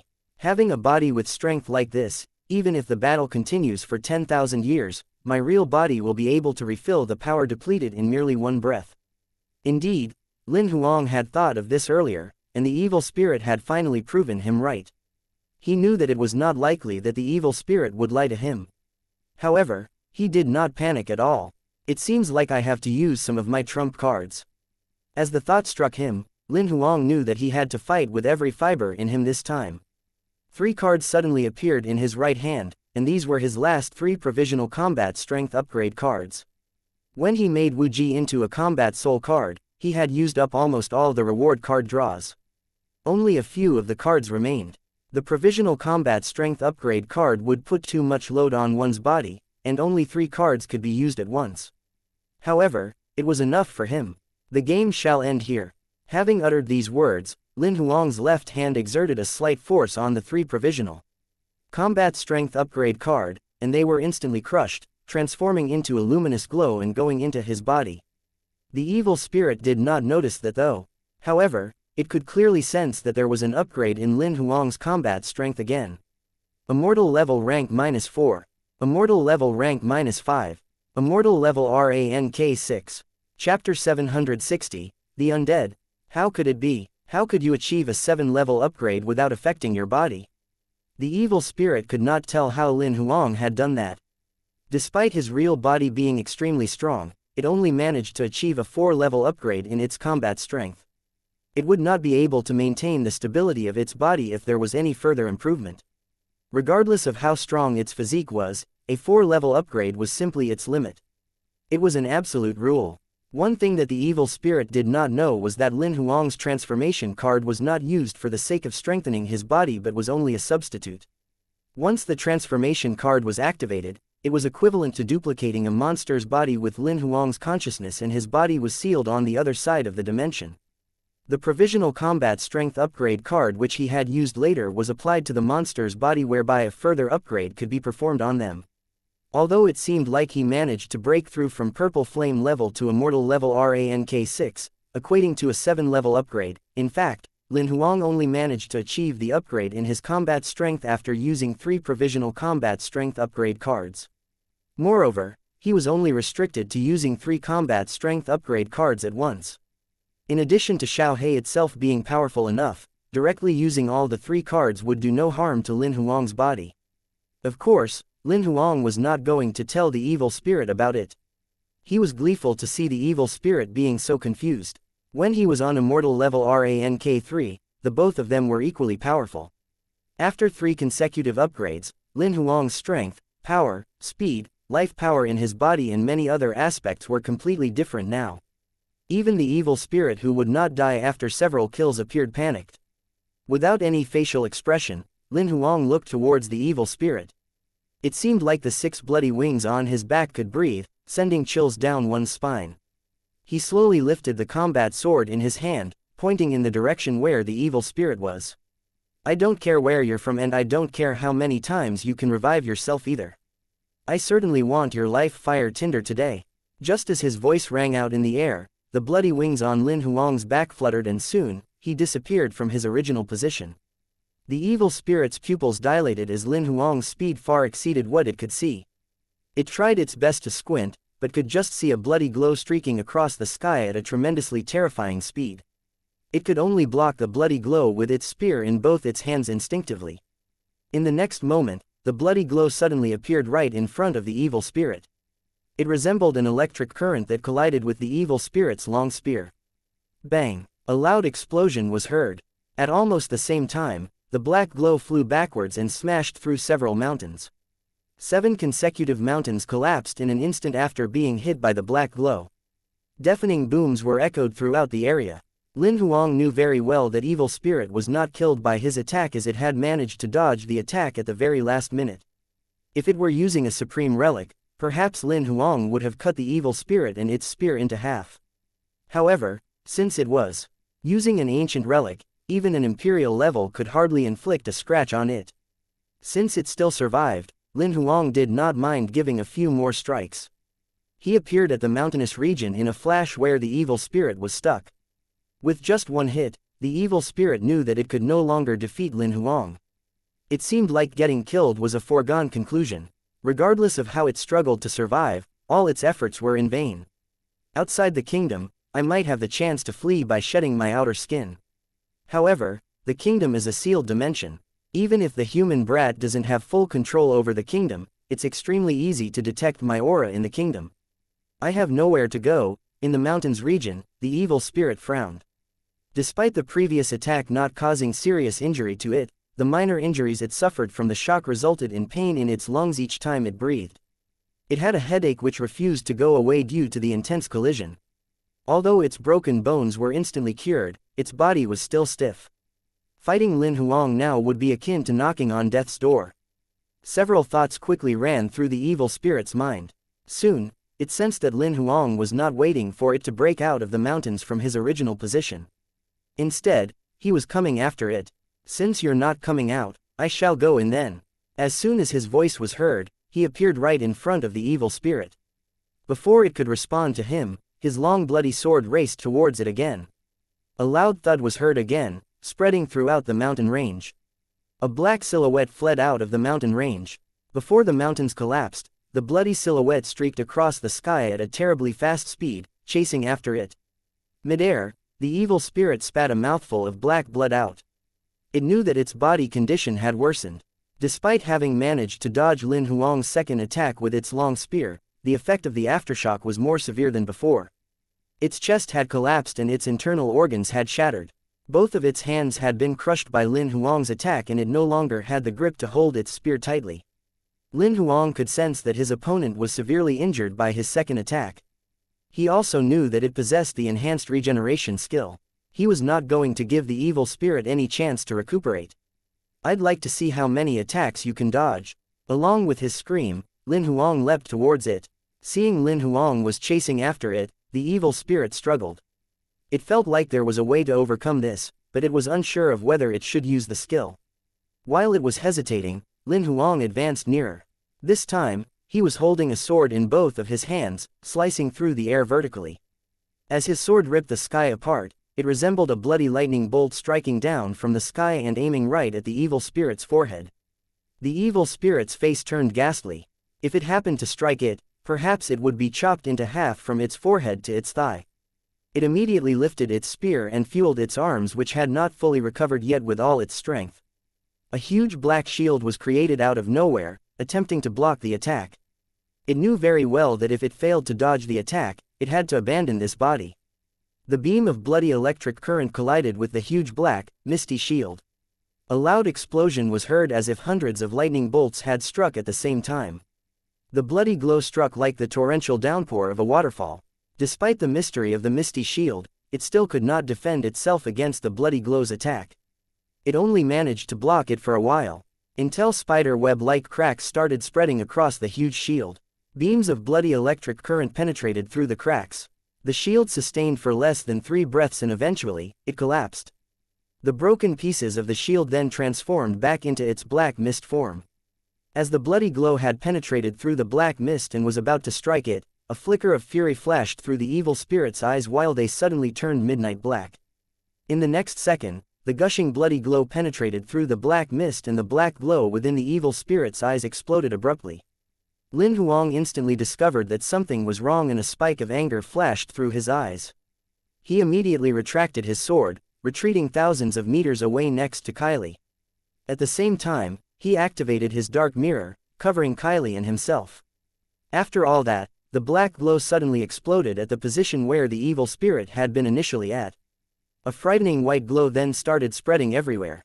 The beam of white light was incredibly intense as it even covered the sunlight. The white glow resembled a constantly expanding balloon, spreading out in all directions. It barely stopped as it extended to more than 100 kilometers away. Everything turned into nothingness as the white glow passed by. A squeak could be heard coming from the defensive sphere structured by the dark mirror as if it was a vulnerable house in a raging storm. Lin Huang had no choice but to constantly reduce the size of the defensive sphere. Just as the 100-meter sphere was being reduced to 5 meters in diameter, it stabilized. Fortunately, the expansion of the white glow lasted for less than a minute. Otherwise, Lin Huang might need to continue minimizing the size of his dark mirror. I didn't know that it itself combust simply because it could no longer fight me. As the white glow faded, Lin Huang did not remove his dark mirror immediately. Instead, he activated his ocular skill and looked in the direction where the explosion of the evil spirit had taken place from afar. The evil spirit's body was not there, but there was no smugness in him at all. Nothing was left. I guess it has died. It wasted so many of my cards and still, I didn't manage to extract its tinder, just as he was mumbling, he saw that the black mist was quickly forming at the position where the explosion had occurred. Chapter 761. Revealing its true body, why is it still alive? Lin Huang was flabbergasted. Despite possessing the divine regeneration skill, he would definitely die when all his body particles died out. I somehow feel that the ability it has isn't merely regeneration. Bloody that was hiding in Lin Huang's sleeve suddenly said, it did mention before that each time it's killed, the only thing it needs to do is to get another body. Just like human clothes, regardless of how the clothes are damaged and even if they're burnt to ashes, it'll have no effect on the rest of the clothes. One will only need to change to another set of clothing. That's why despite its body being severely damaged to the point where not even a single piece of its physique was left, it can still switch to another body. What Bloody said dawned upon Lin Huang. He used to think that the evil spirit possessed a secret skill like regeneration. That was why he had been scratching his head for a way to obliterate its body into pieces so that it could no longer regenerate. After listening to Bloody's explanation, he knew that he no longer had to waste his energy on that. Regardless of the extent to which its body was damaged, it could simply revive itself by switching to another body. Since that's the case, I don't need to waste my life power attempting to kill it into pieces. Lin Huang felt relieved as his worldly purification consumed a large portion of his life power. As the black mist formed again, he could confirm that the explosion had ended and that the area was no longer dangerous. Lin Huang then removed his dark mirror, appearing next to the black mist in a flash. He made countless attempts trying to interfere with the formation of the black mist. All his efforts were in vain. Lin Huang was not going to waste his energy on that anymore. Therefore, he patiently waited next to the evil spirit until its new body was created. The black mist swiftly formed and in less than half a second, its new body stabilized. This time, it transformed into a skinny man. Right after its body was formed, the evil spirit opened its eyes. It then saw Lin Huang standing less than 10 meters away from it, revealing a kind smile. The next second, the bloody glow streaked across the sky. The evil spirit did not have time to respond at all. Its skull flew away and black blood spurted out of its neck to a height of 2 meters. After a long while, it collapsed to the ground, transforming into the black mist and fading. That saves me a lot of effort. It was the fastest win since Lin Huang had started fighting it. Lin Huang did not retreat after it was killed. He remained at its original position, patiently waiting for its body to form again. Perhaps the evil spirit itself might not notice that there was such a flaw in its secret, regenerative, skill. Each time when its body was formed, the black mist was visible and its speed was not fast enough, so its whereabouts could easily be tracked. It seemed like it did not have full control over its body replacement process which took place on its own. Once the body died, the replacement would happen within a minute. Seemingly, the evil spirit had no way of prolonging the time needed for the formation of the black mist. Otherwise, it would have extended the period to a few hours or even a few days until Lin Huang's upgrade in his combat strength had lost its effect before replacing it with another body. However, it was convenient for Lin Huang to camp out and wait due to its flaws. Regardless of where the black mist formed, he would be there next to it.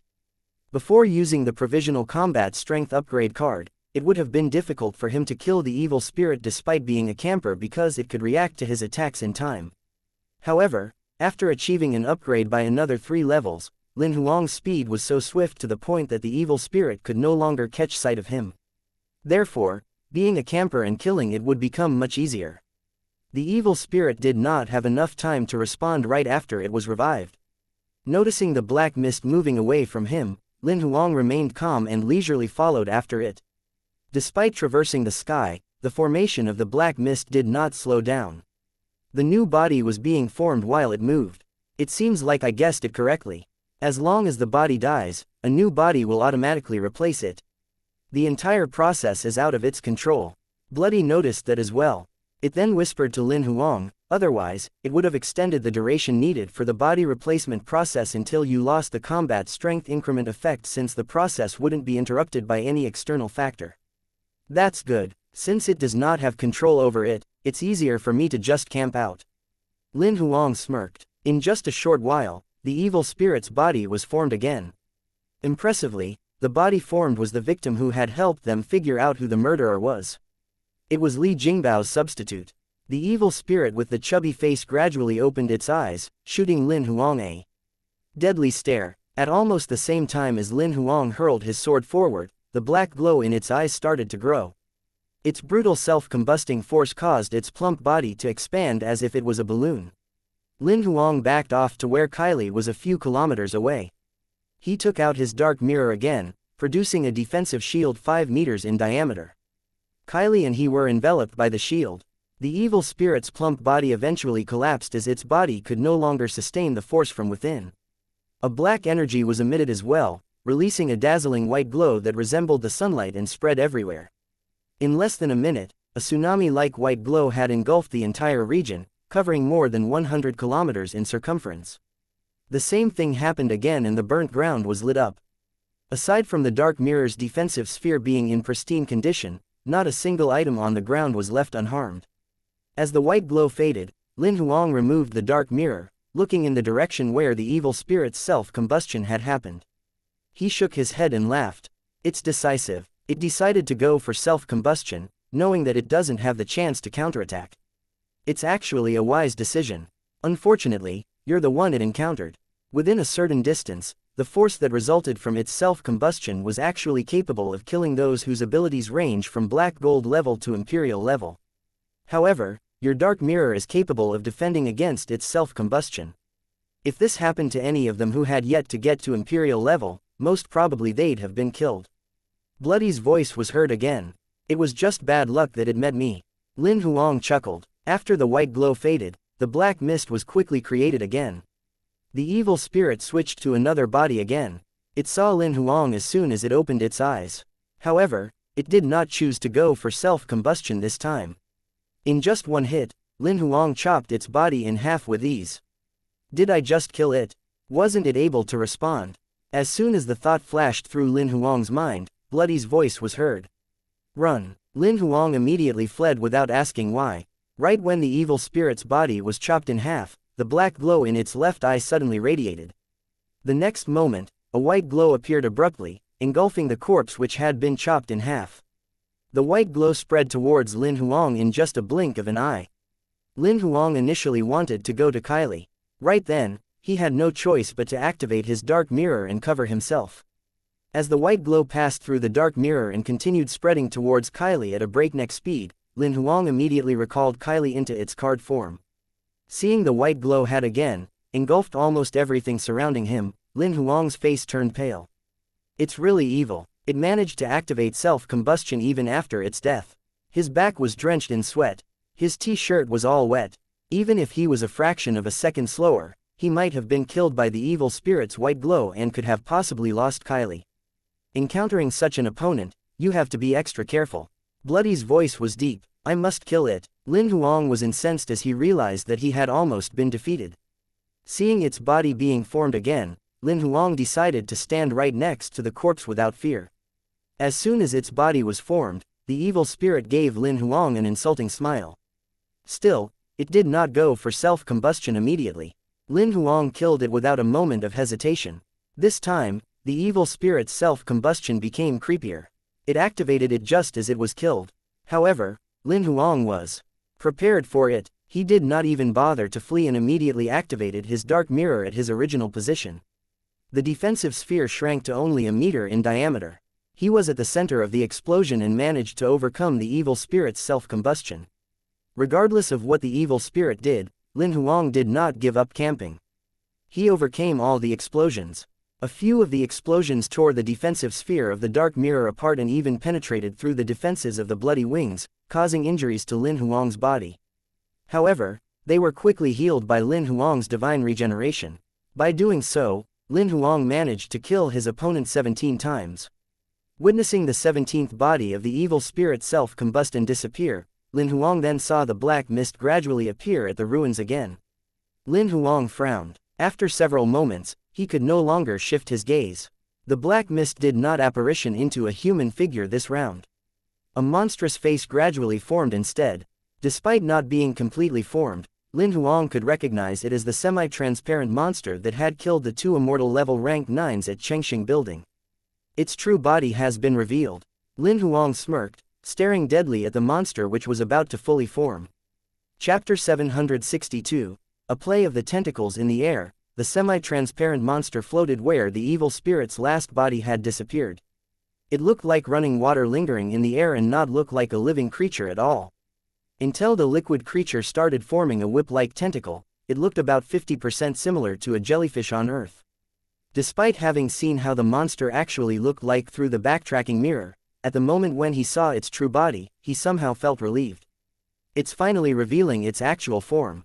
The evil spirit was in its jellyfish form, which was less than 2 meters wide.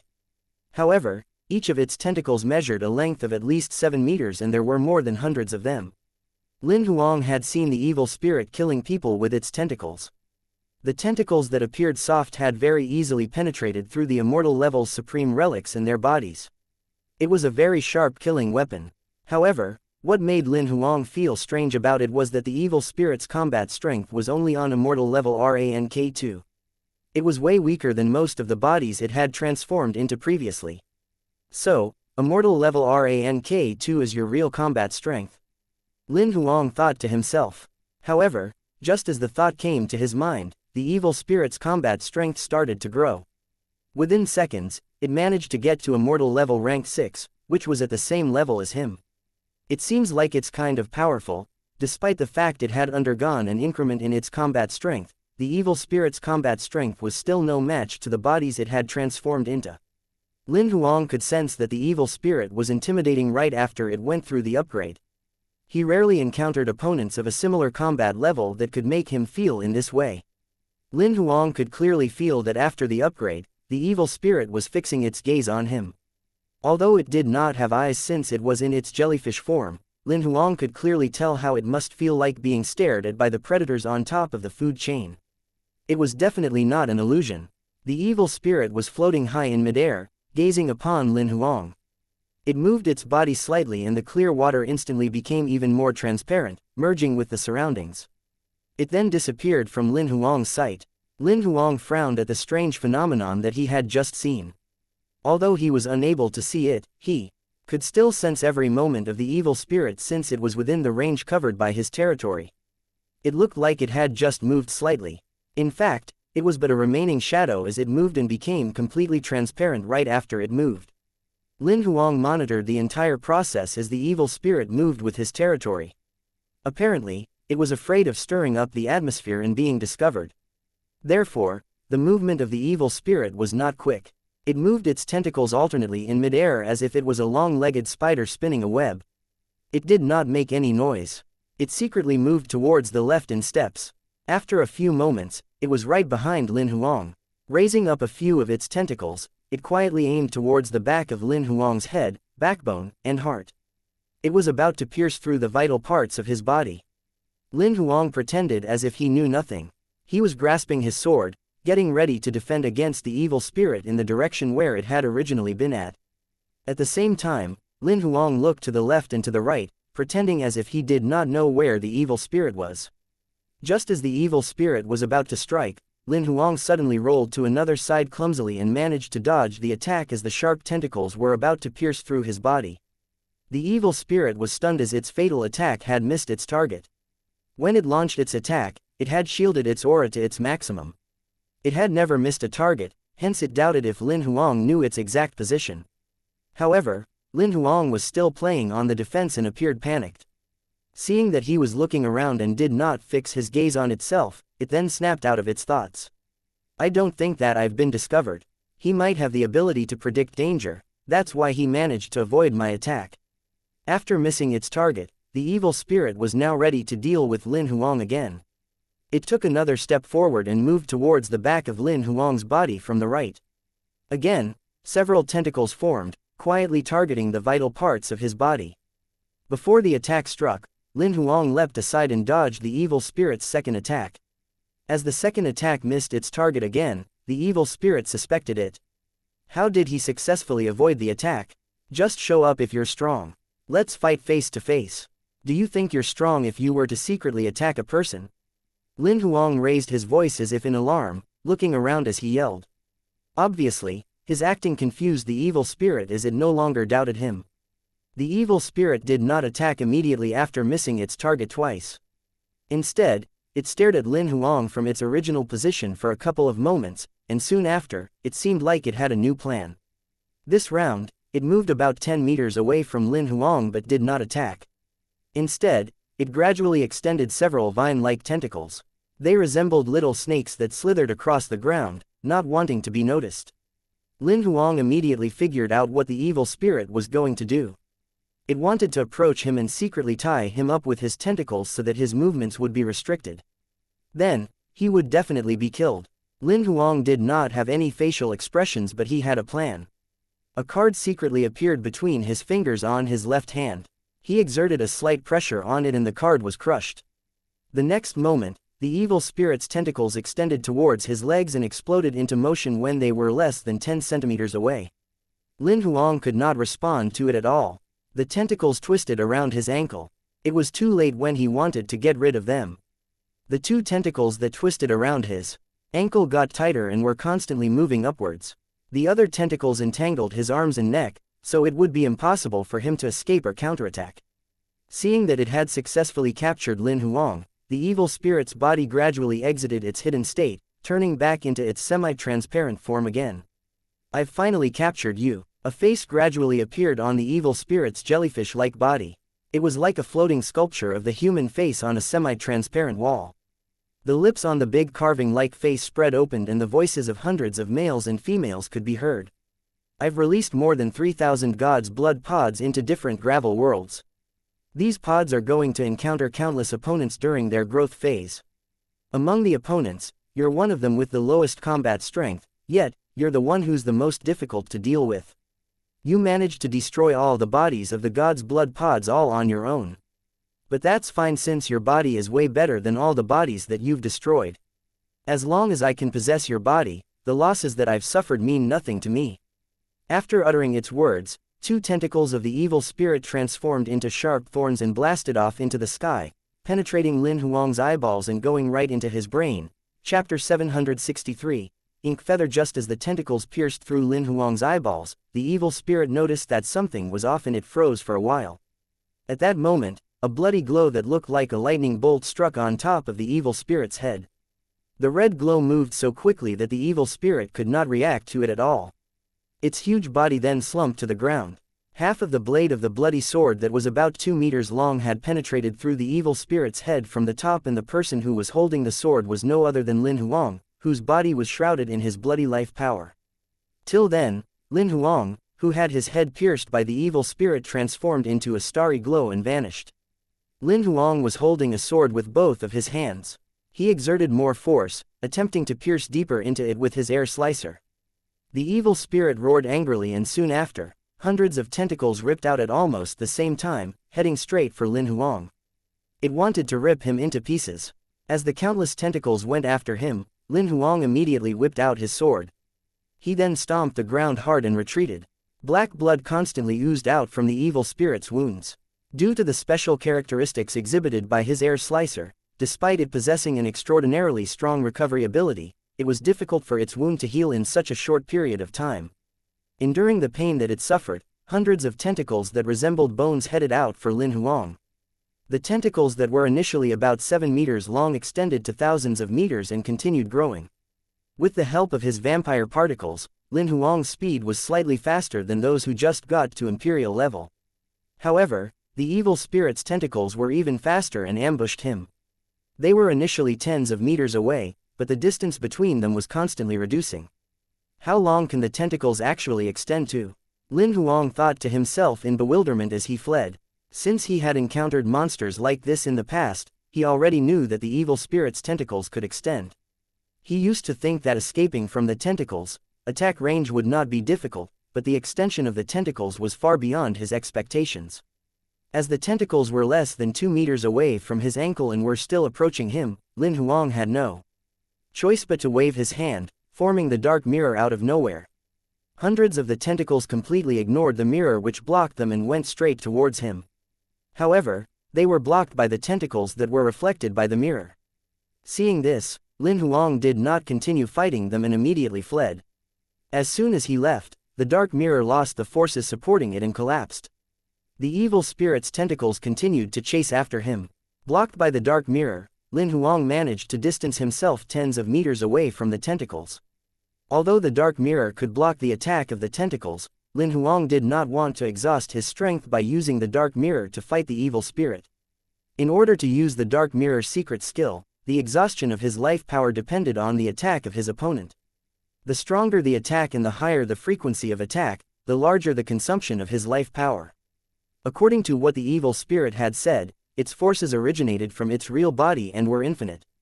Despite having 3 life power refill cards in hand, Lin Huang would not have sufficient life power for that. Lin Huang decided to use his dark mirror so that it could buy him some time and he could immediately escape. He knew very well that there would definitely be a limit to the extension of the evil spirit's tentacles, as such a secret skill could be a big burden to the user's body. If it went over the limit, the user's body would be unable to bear the burden. One's body might be severely injured by the secret skill and the body could even collapse. In fact, the evil spirit stopped extending its tentacles as soon as they reached more than 3,000 meters. Although it was unwilling to stop, it still had to retract all its tentacles. As the attack of the evil spirit had stopped, Lin Huang, who was 3,500 meters away, stopped as well, looking at it from afar. Despite his attack injuring the evil spirit and even managing to get rid of the tentacles' attack, Lin Huang did not look relaxed. The attack range of its tentacles covers at least 3,200 meters. In addition to the number of tentacles and their attack speed, it's difficult for me to approach it. Even if its flaws are discovered and I can successfully get near it, 1 or 2 attacks aren't going to kill it. It'll be difficult for me to escape by then. Just as Lin Huang was quietly thinking about what he should do, the evil spirit's body that was thousands of meters away gradually faded. It transformed into its hidden state again, merging into the surroundings. Having leveled up to immortal level rank 6, the region covered by Lin Huang's territory was no longer restricted by Lancelot, who was only an immortal level rank -3. The radius of his territory had increased from 3,000 meters to 6,000 meters. He looked like he remained still in his original position. However, he was monitoring each and every movement of the evil spirit. After the evil spirit transformed into its hidden state, it pounced right in front of Lin Huang. Its speed could be compared to that of Lin Huang's, as it reached less than 100 meters away from him in just a blink of an eye. Till then, Lin Huang still did not move. He did not dodge or defend himself. Just when it was less than 20 meters away, the evil spirit finally attacked. "You won't be able to run away this time." Hundreds of tentacles streaked across the sky in different paths. They instantly blocked Lin Huang's way to retreat. Even a mosquito could hardly escape from them. As Lin Huang was being attacked, a wicked sound was heard coming from his sleeve. Black daggers then ripped out. The ink feather that had not been used for a long time was like black fishes swimming away from him and colliding with the tentacles. "Are you actually able to see me?" Seeing the daggers hit each of its tentacles precisely, the evil spirit then realized that it had been fooled. All along, Lin Huang could see it. "I can't," Lin Huang immediately denied, shaking his head. "But I can feel you." The evil spirit was stunned when it first heard him. It then regained its senses immediately. "Is that your territory skill?" Lin Huang did not give any response. The daggers hit the evil spirit's tentacles like wriggling fishes. Aside from causing the tentacles to deviate from their original path, wounds formed on the tentacles as well. Despite the fact that the ink feather daggers were not as sharp as Lin Huang's air slicer, it was still an ancient relic. The evil spirit's combat strength was only on immortal level. Regardless of how strong its body was, it could not compare to an ancient relic. Lin Huang floated up high in the sky, allowing the evil spirit's tentacles to attack him. The daggers shot out of his sleeve, defending him against all the tentacles. He was like a mountain that remained unaffected despite being pounded by waves. The evil spirit made several attempts to attack. Its tentacles resembled waves that continually hitting him, trying to figure out if any of his flaws could be exposed. It wanted to take advantage of that, but its efforts were in vain. The number of daggers coming out from Lin Huang's sleeve was increasing, and there was a plot twist. The evil spirit originally had a great advantage over him due to the number of tentacles. However, due to the increasing number of his daggers, he successfully pinned it down. There were 3,600 daggers in a set of ink feather. After about 1,000 of the daggers had shot out of Lin Huang's sleeve, he managed to defend himself against the onslaught on him. As the number of daggers continued increasing, Lin Huang started controlling the remaining daggers to weave through the gaps between the tentacles during the defense and attack the evil spirit. The evil spirit could not do anything and it had to retract its tentacles in order to dodge. The battle was turned around in an instant. Just as about 3,000 of the daggers shot out of Lin Huang's sleeve, the evil spirit had lost its chance to attack. It had to focus on defending itself against the daggers.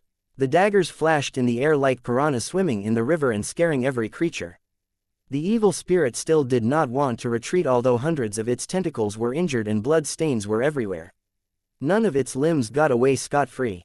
However, the daggers were different from the combat sword which Lin Huang was holding, as they exhibited no special characteristics. The evil spirit's tentacles were all bloody now. In fact, they were recovering on their own at a speed that was visible to the naked eye. Of course, Lin Huang noticed that the ink feather could injure the evil spirit. However, due to its strong recovery abilities, it could not be harmed. In the next 10 minutes, its perseverance was proven as it managed to survive the 3,600 dagger attack by Lin Huang. The evil spirit did not only dodge the attacks with his tentacles. It had extremely strange body movements as well. Its water-like body could twist into unimaginable shapes and successfully avoided his onslaught. You're controlling thousands of ancient relics that work differently with telekinesis. You've indeed done a great job. However, how long can your telekinesis sustain? The evil spirit insulted. I suppose you can still sustain for another 3 months based on your attack strength. Lin Huang knew that it was an exaggeration to say that he could still sustain for another 3 months. It had an endless supply of energy and its wounds recovered on their own. Moreover, it could avoid all his attacks with its body movements. If this continues, I'll be the one killed. Flesh constantly grew from the evil spirit's wounds. Despite having countless wounds, its aura was not weakened at all.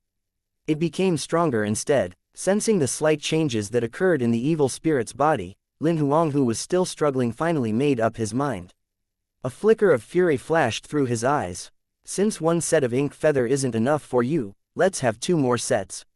I don't believe that I can't kill you with that. Chapter 764, 10,800 daggers. When Lin Huang was at the Stairway Mall, the first thing that he had redeemed with his points was the ink feather. There had been only 3 sets of the ink feather available at the Stairway Mall and he had bought them all. He had never used them since then. Since an ancient relic could only be dominated by an immortal level, he would need to use his transformation cards in order to achieve immortal level. Otherwise, Lin Huang was capable of handling his enemies with his air slicer. The evil spirit was the first enemy he encountered that forced him to use a whole set of his ink feather. The evil spirit would also be the first to witness Lin Huang use all 3 sets of his ink feather. There were 3,600 daggers in each set of the ink feather and they were sufficient to force the evil spirit to focus its attention on defending itself. It did not even have the chance to counterattack. What would happen if he were to use all 3 sets of the ink feather? The answer to this question would be revealed very soon. Lin Huang put both of his hands into his pockets and an increasing number of daggers shot out like swimming fish. The ink feather that resembled black fishes soon gathered, forming into a school of fish and covering the entire sky. Looking at what just happened, the evil spirit was upset. The reason behind having only thousands of telekinetic weapons in a set of the ancient relic was because the majority of psychics were only capable of controlling that many telekinetic weapons. However, Lin Huang could control them with ease and even managed to control the movement of every single dagger. The evil spirit felt that this was not an easy feat. Right now, 3 sets of the ink feather, which had 10,800 daggers, were flying towards the evil spirit. It was terrified. More than 3,000 of the god's blood pods were dispersed into more than 3,000 gravel worlds, and the longest that the pods could stay there were more than 500 years. It had only met 2 people who could be as strong as Lin Huang. The both of them majored in telekinesis and they were also on imperial level. Aside from feeling afraid, the evil spirit soon realized that it was in great trouble. It had given all it had to avoid being killed by the 3,600 daggers. It could imagine what the consequences would be as the number of daggers had tripled. Hundreds of tentacles were in straitened circumstances right after they were attacked by the daggers, which outnumbered them by at least 10 times. More than 10,000 daggers split up their tasks as they were all manipulated by Lin Huang. Half of them were used to restrict the evil spirit's tentacles, controlling their path. The other half of the daggers were like piranhas picking up the scent of blood as they attacked the evil spirit's jellyfish-like brain through the gaps beneath the tentacles. The daggers struck the evil spirit's body, boring holes. Although they could not completely pierce through its body, each attack inflicted wounds on its body which were about 10 centimeters deep. However, its ability to recover was extremely strong. Flesh grew on its body within seconds and the wounds were quickly healed despite the wounds being more than 10 centimeters deep. Nevertheless, the speed at which the wounds were formed was far beyond its recovery rate. Therefore, it had an increasing number of injuries on its body. The assault had only begun for less than 5 minutes and there were already wounds all over the evil spirit's body. The face of the floating sculpture looked scarier and became even more ferocious. Still, it had no means of retreating. It knew very well that if it happened to retreat, it would be completely pinned down by Lin Huang and would not have the opportunity to fight back after that. Right at this moment, if it managed to survive through this until Lin Huang's telekinesis was exhausted, it would emerge as the winner. Manipulating more than 10,000 daggers at the same time did really put a huge strain on Lin Huang's body. However, his telekinetic power originated from divine telekinesis, which was the integration of telekinesis and demonic telekinesis. His telekinetic power was way stronger than the rest of the psychics and at the same time, the consumption of his telekinetic power was much lower compared to the rest.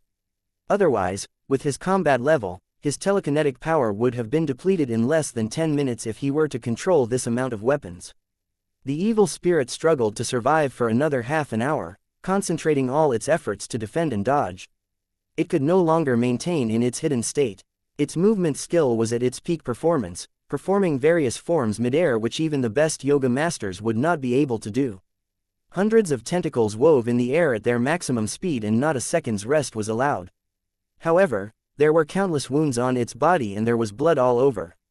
Seemingly, black blood stains had tainted all over its body, covering almost its whole semi-transparent body. It no longer had the additional strength to get rid of the blood stains with its life power. However, for the past half hour, Lin Huang's attack had not backed down at all.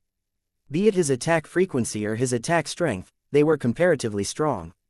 They were so stable, resembling a machine that would not fail or fatigue. It initially intended to rely on its strong recovery ability in order to exhaust Lin Huang's telekinetic power. However, after the half-an-hour attempt, it finally realized that it had underestimated how powerful Lin Huang's telekinetic power was. It was too late when it realized the problem.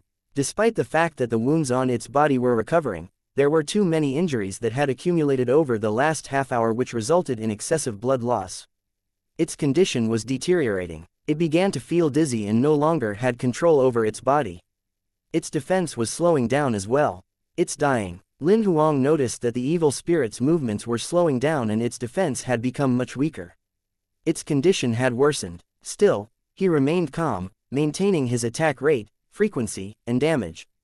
Despite the fact that the defense of the evil spirit's tentacles was much weaker than before, he did not reduce the number of daggers that restricted the movement of the tentacles, neither did he increase the number of daggers attacking. He knew the boiling frog syndrome very well, whereby it was safest to patiently let the frog being slowly boiled alive to be cooked to death. If one were to suddenly put the frog into boiling water, the frog would jump out and the cook might even be scalded. Of course, the evil spirit would be killed faster if he were to increase his attack strength. However, this would cause it to fight more aggressively.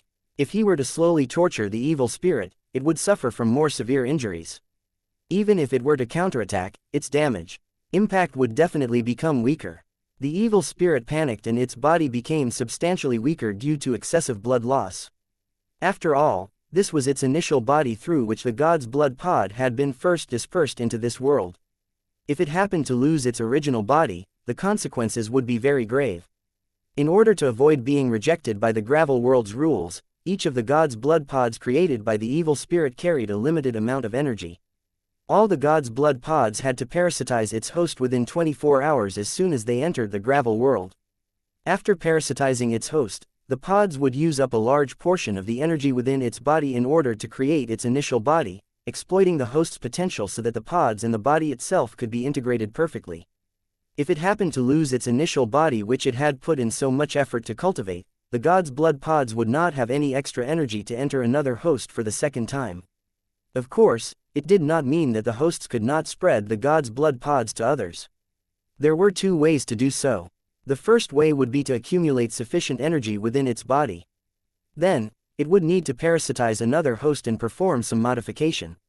It would take several years for the process of accumulating energy to do so.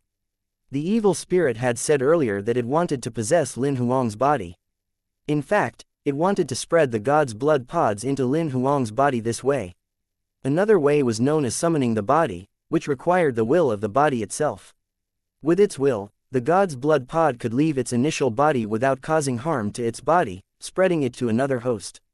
However, the consciousness of the god's blood pod would be like a reformatted hard disk, as its initial body would lose all its memory and inheritance and it would have to start from scratch. After being formatted and losing its consciousness, whether it would still be the same god's blood pod or not would be a philosophical issue that was worth addressing. Seeing that he was about to destroy its initial body and its vitality was quickly disappearing, the evil spirit knew that there was no way that it could be rescued. It raised its head, staring at Lin Huang, who was not far away from it. A flicker of fury flashed through the eyes of the floating sculpture. "You forced me to do this." Chapter 765, Die, Evil Spirit. If one's consciousness was emptied, was the person still the same as before? This topic had actually been discussed by many, but nobody could actually give an accurate answer. Somebody had once said that as soon as one's consciousness was wiped away, the person would not only experience a loss of memory. Aside from their memory, they would lose their personality as well. Personality was complex as it was determined by nature and nurture. Having had their personality erased, they would lose a part of themselves as well. This indicated that they would lose their personality that had been shaped by their experiences, their emotions, will, and all other aspects of life. Losing one's consciousness actually meant that one's consciousness was replaced by the new consciousness. There were also people who likened the emptying of consciousness to reformatting a hard disk. After it was being reformatted, the hard disk was still what it used to be. With or without consciousness, you were still you. You would just be a different version of yourself. The evil spirit had never done research on this topic. However, it definitely did not want to lose its consciousness. However, because of Lin Huang, it had no other choice. It either had to be killed by Lin Huang or its consciousness had to be removed. Both choices were equally bad. However, as it thought of what it had encountered today and felt how miserable it was now, the evil spirit chose the latter. Lin Huang instantly felt that something was amiss just as he heard it growl, "You forced me to do this." Before he could react to it, a black glow emerged between the eyebrows of the evil spirit's floating sculpture. All of a sudden, the black glow then flashed in the air and penetrated through the cloud layers in an instant. Lin Huang could not identify where it was going. He felt insecure as he had no idea what the evil spirit was doing. He immediately transferred a large number of daggers that were initially restricting the evil spirit's tentacles to attack it. Also, he increased his attack speed as he wanted to kill it as soon as possible. "It's useless. It's no use even if you completely damage my body." A ferocious smile plastered across the evil spirit's face. "You forced me to do this, what have you done?" Lin Huang frowned, feeling more and more insecure. "Nothing special. I've just summoned my real body." The evil spirit laughed loudly after uttering its words. As countless daggers were coming after it, it went mad and completely gave up defending itself. It allowed the daggers to strike against its body and yelled at Lin Huang, "Enjoy the last slaughter of your life. Kill me and become my new body." Has the dude gone crazy? Lin Huang frowned, seeing the evil spirit's reaction. However, he got some important information from the evil spirit, which was that it had summoned its real body. Lin Huang felt his emotions spiral downwards. Right until this moment, he could not understand the actual concept of the god's blood pods. Based on what he could see from the evil spirit, he guessed that it could be something with a cloning ability. With its cloning ability, he had to use almost all of his trump cards in order to gain victory. Right now, the evil spirit's real body was coming from an even stronger world. Despite the fact that it was only the consciousness of the real body itself, its ability would far surpass the god's blood pods. Moreover, Lin Huang speculated that its real body might be a virtual god or a true god due to the phrase, "God's blood," in the god's blood pods. Lin Huang lifted his head and looked towards the sky. On top of his head, a powerful yet unusual energy was throbbing vigorously between the cloud layers which the black glow had just penetrated through. The energy was spreading and increasing tremendously. Perhaps within half a minute, the plan that it was brewing would soon be revealed. "It's too late to escape now. Even if I were to leave the mini-world, with the god's power, it could easily tear the mini-world apart and chase after me, Lin Huang surmised. He then quickly shifted his gaze towards the evil spirit. The evil spirit's black blood was splashed everywhere on the ground and there were wounds all over its body. It was spine-chilling to look at. It no longer cared to what extent its body was damaged. It put its tentacles down and gave up defending itself against Lin Huang's attacks. However, it could still survive at the moment due to its body's recovery ability. Let's kill it first. Lin Huang did not want to waste his time fighting the evil spirit any longer. He then took out his God Crasher. Manipulated by his telekinesis, the God Crasher then took aim at the evil spirit. The 6th third-generation God Crashers that Lin Huang owned only had 2 remaining shots. They would be completely destroyed after being used. Lin Huang had been unwilling to use them all the while as they were weapons that could save his life, so he tried his best not to use them. He had wanted to purchase more of the God Crashers from the black market for emergency use. However, the purchase of the item was strictly controlled by the Union government. It was an extremely rare item in the black market as well. At almost every foothold, if he happened to drop by the local black market, he would ask if the arms dealers had any God Crashers available for sale. However, each time he would receive the same reply, out of stock. The God Crashers could not be replenished, so Lin Huang could only reduce the usage of the weapon. Seeing the God Crashers taking aim at it, the evil spirit could clearly sense that it was threatening. All the memory regarding the God Crashers that it had inherited from the bodies that it had previously killed flashed through its mind. It then knew very well that the weapon could destroy it into ashes. However, the face of the floating sculpture revealed no fear. It taunted instead, "I've told you before that it's useless. As long as my God's blood pod isn't destroyed, the summoning process won't be interrupted. The arrival of my real body won't be stopped as well. The God Crashers that you have can't even break through the God's blood pod's defense. You're not the one to judge whether it's useful or not." Lin Huang glared at the evil spirit. The daggers stopped attacking and scattered in all directions. The evil spirit was at the center, which stopped it from running away. At the same time, a red glow appeared at the muzzle of the God Crashers. It continued to radiate intensely and reached its peak in an instant. The lava-like red glow then gushed out of the muzzle like lightning. The evil spirit's eyes flashed with fear. The red glow then penetrated through its head before it could react to it. A large hole that was about a meter in diameter appeared next to its tentacles that were less than a meter away. The brain juice within its wound was boiling. Lin Huang could see the towering mountain behind its back through the hole. A third of its head had exploded in one hit. The evil spirit's body became limp and it fell down to the ground. Lin Huang stared at the evil spirit, not letting his guard down. A notification from Xiao was then heard. "Congratulations. You've obtained a pseudo-mythical level monster card unnamed X1. Lin Huang then felt relief flood through him. He had made countless attempts to kill the evil spirit but kept failing. Now, Lin Huang could confirm that it had died after receiving the notification from Xiao. Soon after, his face turned ghastly because the summoning force of the evil spirit had not faded away. It remained unaffected and continued to grow immensely. Lin Huang could clearly sense that the terrifying aura growing stronger every second. What it said is indeed true. Killing it won't stop the arrival of its real body. Chapter 766. Death Goddess. Between the clouds, the sky was enveloped by a black mist. A wave of terrifying energy gathered quickly along with an immense power. The entire mini-world dimmed due to the presence of the oppressive energy. Lightning flashed in between the cloud layers and the ground trembled slightly. It seemed like its arrival was a big burden to the mini-world and the world was about to collapse.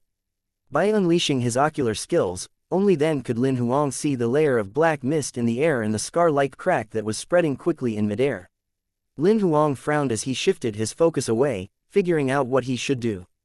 Bloody paid attention to everything that was happening on Lin Huang's sleeve. Seeing that Lin Huang had no idea what to do, Bloody then suggested, "Given my current ability, it's impossible to fight a virtual god or even a true god face to face. There's only one way to overcome the danger, which is to stop the summoning of the evil spirit. I've killed the evil spirit, yet I can't seem to stop its summoning." Lin Huang lamented. He suddenly recalled what the evil spirit had said. "Oh yeah, the god's blood pod. The evil spirit once said that in order to stop its summoning, one will have to destroy the god's blood pod." Lin Huang then appeared next to the evil spirit's carcass in a flash, pressing against its head.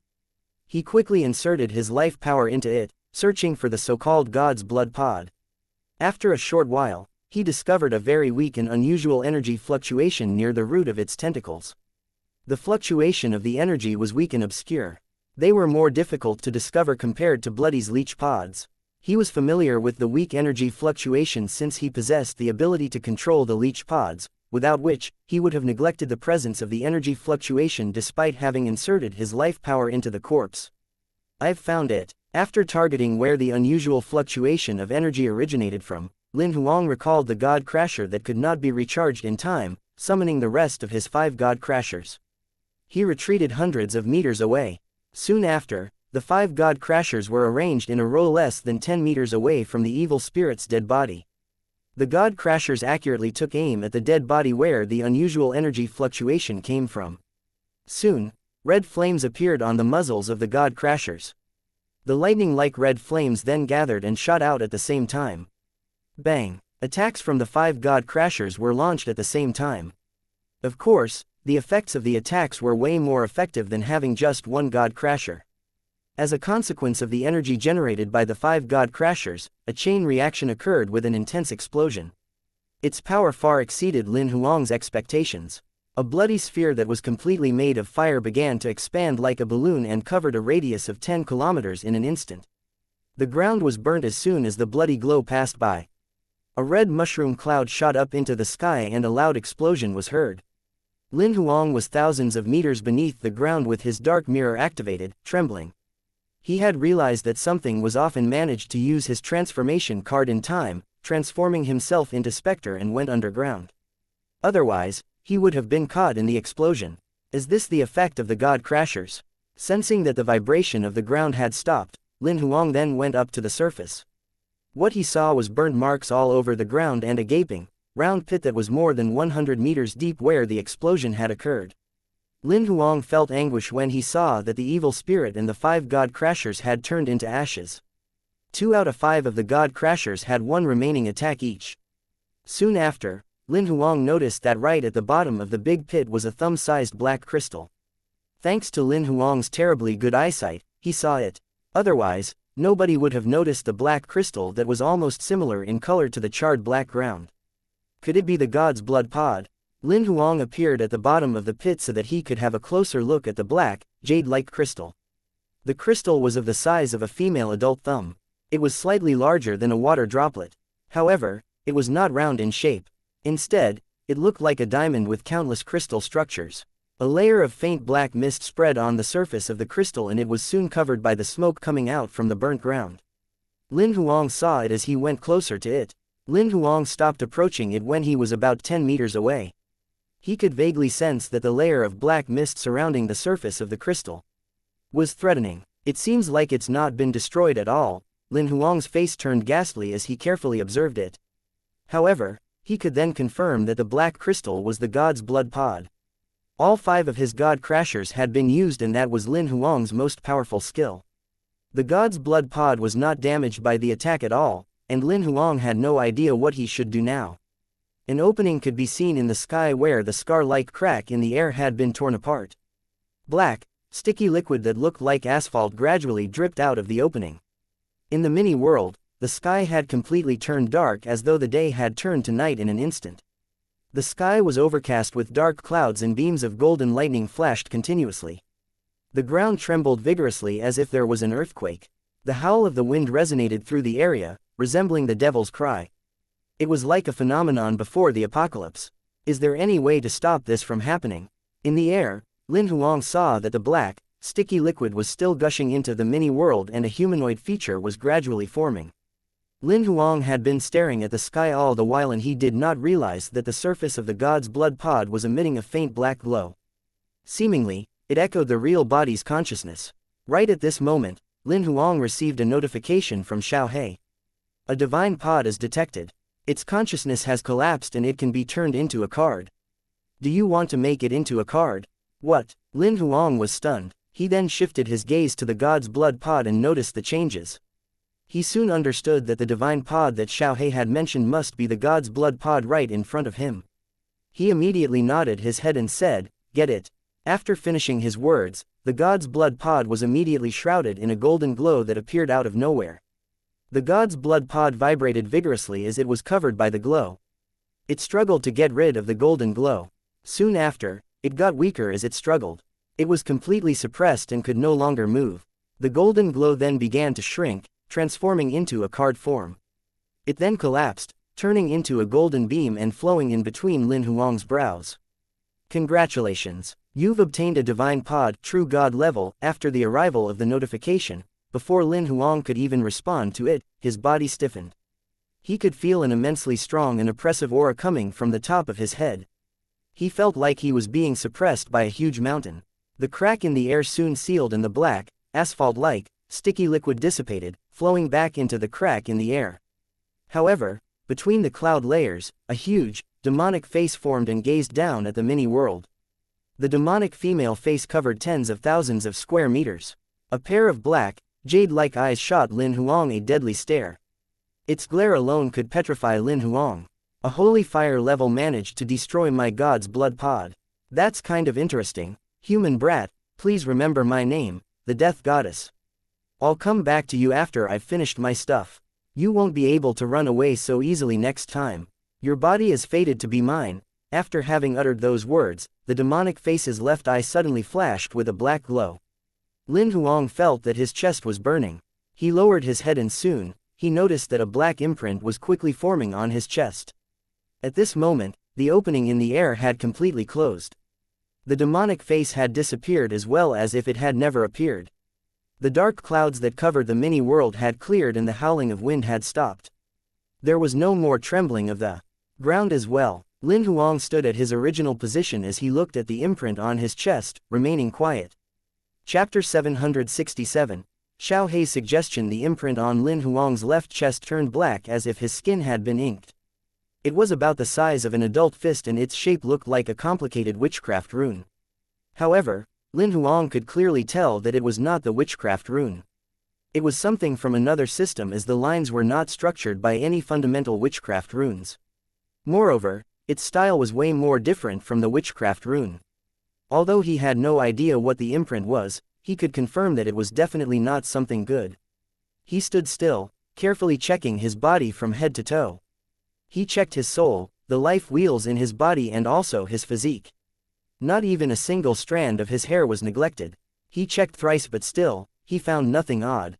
It doesn't mean that there isn't any problem although I can't figure it out, Lin Huang mumbled. He extended his hand and an ink feather fell right into his palm. The dagger ripped through his collar and he tore his t-shirt apart. Again, he lowered his head and studied his left chest. Let's see if I can get rid of this in the simplest way. After finishing his words, with the ink feather he was holding with his right hand, he pierced his chest. He could feel that the dagger stopped piercing through as it hit his breastbone. The dagger then began cutting along the imprint when it was a centimeter away. Soon, a circular wound was formed on his chest. Lin Huang endured the pain and pierced the dagger deeper into his chest. He groaned and soon after, he cut the circular flesh with the weird imprint out from his body. Lin Huang was being harsh with himself. After the flesh was cut out of his body, one could clearly see his exposed breastbone. However, thanks to his divine regeneration skill, his flesh grew at a speed that was visible to the naked eye. In less than 2 seconds, his chest injury had healed as if he had never experienced any injury before. Yes, he looked exactly like he was not injured at all.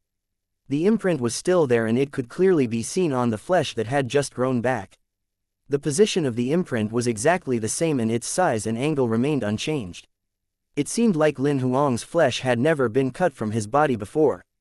Without the bloody flesh that he was still holding in his hand, Lin Huang would have thought that what had just happened was merely an illusion. The weirdest thing was that the imprint on the flesh that had been removed had disappeared. It's not working. The outcome was as Lin Huang expected. He simply wanted to verify if such a crude way could get rid of the imprint. The imprint has targeted your body. It won't disappear as long as your body still has its vitality. This matches with what the demonic face said. What it wants is your body. Bloody slithered out of Lin Huang's sleeve and said. That means even if I die, as long as my body is still here, the imprint isn't going to disappear. Lin Huang was helpless. With his divine regeneration, as long as there was no destructive damage, even after his body had lost its vitality, he could remain as he looked for tens of thousands of years and there would be not a single change. Yes, it is. In addition to the woman being at least a virtual god, the imprint she left on your body most probably contains the remnants of divinity. The power it contains is of another level. Perhaps only God is capable of getting rid of it, Bloody added. There's another piece of bad news. She's at least a true god, Lin Huang said helplessly. Despite Lin Huang not looking at the card after the divine pod was made into its card form, he did take a glance at Xiao Hei's notification. Next to the divine pod, it stated that it was on the true god level. The name of the death goddess itself sounded like it was a monster that nobody could afford to offend. In addition to it being capable of dominating more than 3,000 gods' blood pods that were on true god level, it indicated that it was at least a true god or even stronger. Lin Huang was only looking for a life fire monster. He had never expected that things would get so complicated. Aside from only managing to kill it after about 20 attempts, he had even attracted the arrival of the big boss that almost killed him. Just let it be. Since I can't feel anything, I'll think of a solution after leaving this place.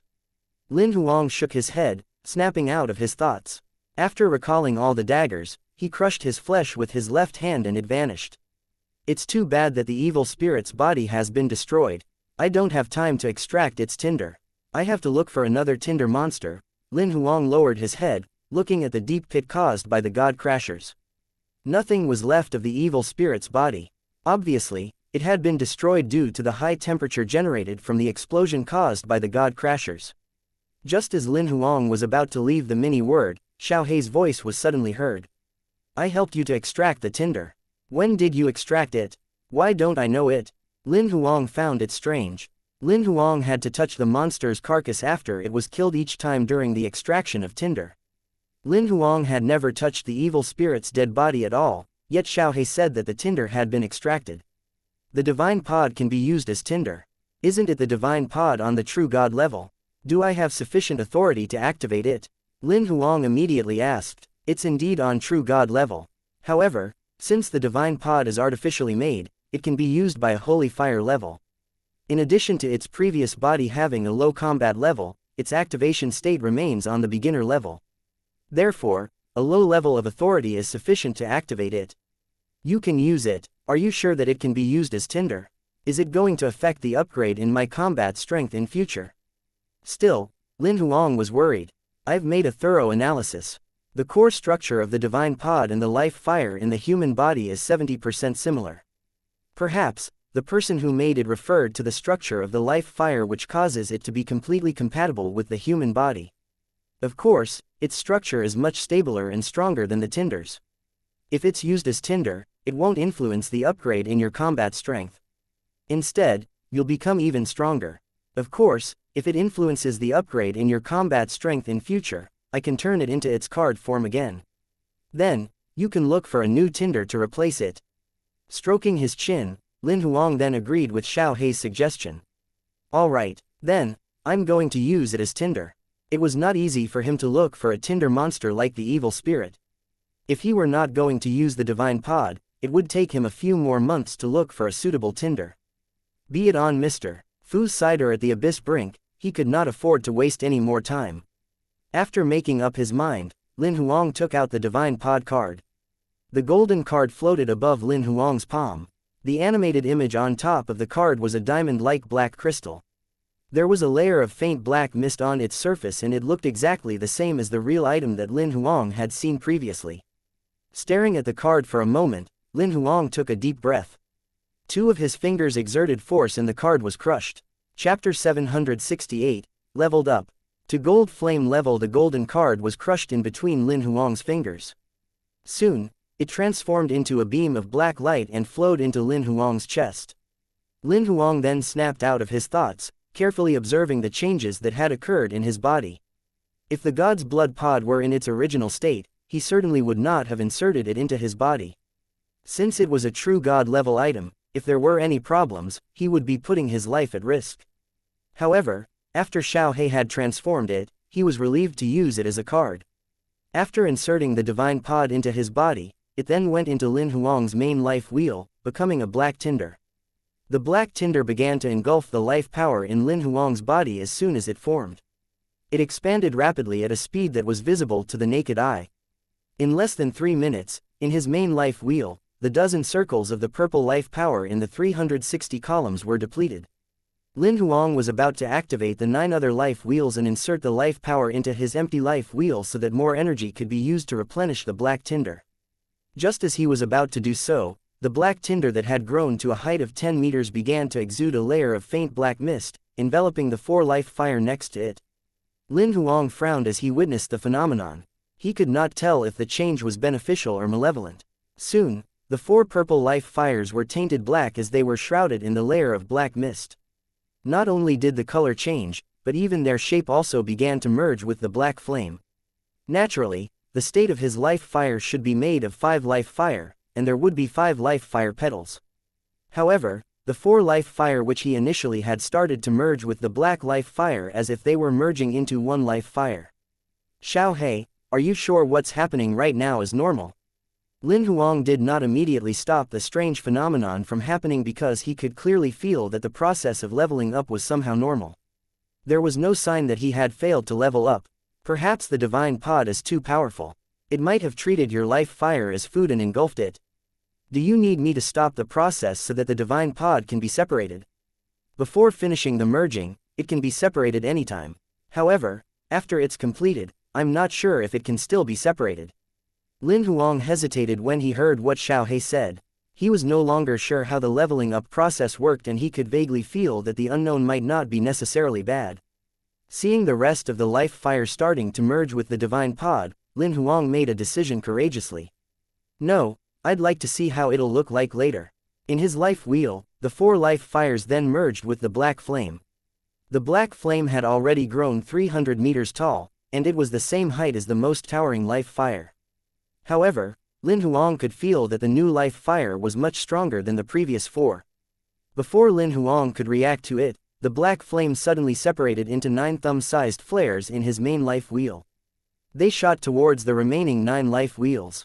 Soon, the 9 life wheels experienced the same thing that had just happened in his main life wheel, whereby the black life fire completely replaced their life fire. As soon as 10 of the black life fires were formed, Lin Huang could vaguely sense the hunger coming from the black life fire. At the same time, the life power in the rest of his body was quickly drawn towards the 10 life wheels, embedding into his life fire. Lin Huang immediately took out his life power refill card and crushed it so that the life power in his body could be replenished. In less than 3 minutes, the first life power refill card had been used up. In a matter of time, the second and the third life power refill cards were exhausted as well. The black life fire had reached a height of 1,000 meters tall, and it was still hungry for more. The power supply isn't sufficient yet. Lin Huang frowned. He immediately took out a large number of life crystals and began extracting power from them to fuel his life fire. However, it was likely to be but a drop in the ocean. After slowly absorbing the energy for less than a minute, the black life fire in his body was no longer satisfied with the speed of his life power being supplied. In his life wheel, the black life fire started releasing a black mist, and Lin Huang could vaguely predict what the life fire was thinking. It wanted to release the black mist to engulf the life crystals on its own. Alright, you do it on your own then. After getting permission from Lin Huang, the black mist soon dissipated out of his life wheel. It was then released into the real world through Lin Huang's chest. The layer of faint black mist seemed to have its own consciousness as it covered the regions with life crystals and began absorbing the life power. The life crystals shrank swiftly, resembling snow under the sun. In less than a minute, the life crystals right in front of Lin Huang were absorbed by the layer of black mist. Lin Huang then took out more life crystals and piled them up in front of him. The black mist then covered the area and started engulfing the life crystals. The speed of the black mist shrouding the crystals far exceeded the rate at which Lin Huang could absorb. Lin Huang noticed that the black life fire continued to grow while the black mist was absorbing the life crystals. Its height grew from 1,000 meters to 2,000 meters, and then it reached 3,000 meters. Just as it reached 10,000 meters, only then did it stop growing. More than 3 hours had passed. In Lin Huang's storage space, he found that he had used about 1 billion of his life crystals. If the tinder continued to absorb power at this rate, Lin Huang had no idea what else he should use to feed it. I've just gone broke overnight. Lin Huang twitched his mouth, forcing a smile. He had never expected to become poor because of a tinder. In his life wheel, after his life fire had reached 10,000 meters, the divine pod finally felt satiated and gradually recalled the layer of black mist that had been released out of Lin Huang's body. As the life fire vibrated, Lin Huang's 10 life wheels that had been drained were restored within 3 minutes. The black life power started coursing through Lin Huang's body, restoring his veins and changing every single cell in his body. The change in his life power was much faster than before, as it took him less than 20 minutes. The upgrade process to become a gold flame level had been completed. Although he only had 1 life fire left in his body, he could feel that he was more than 10 times stronger than before. Seeing the black life power moving through his palm, he could clearly feel that the quality of the life power was far beyond the strength of a holy fire levels. To be exact, the precision of his life power could be compared to an immortal level. I've finally leveled up to gold flame level. I used to think that using 5 life fires was the right cultivation technique. It seems like merging 5 life fire into 1 is better, Lin Huang mumbled. Soon, he frowned. The life fire is so powerful. How am I going to light up the life lamp? Chapter 769. True God level life fire. By the time he returned from Kylie's mini world to Martel City, it was already slightly after 5 in the morning. Those who had come to fight early in the morning might have left, as there was nothing to discover. Even the residents had fled.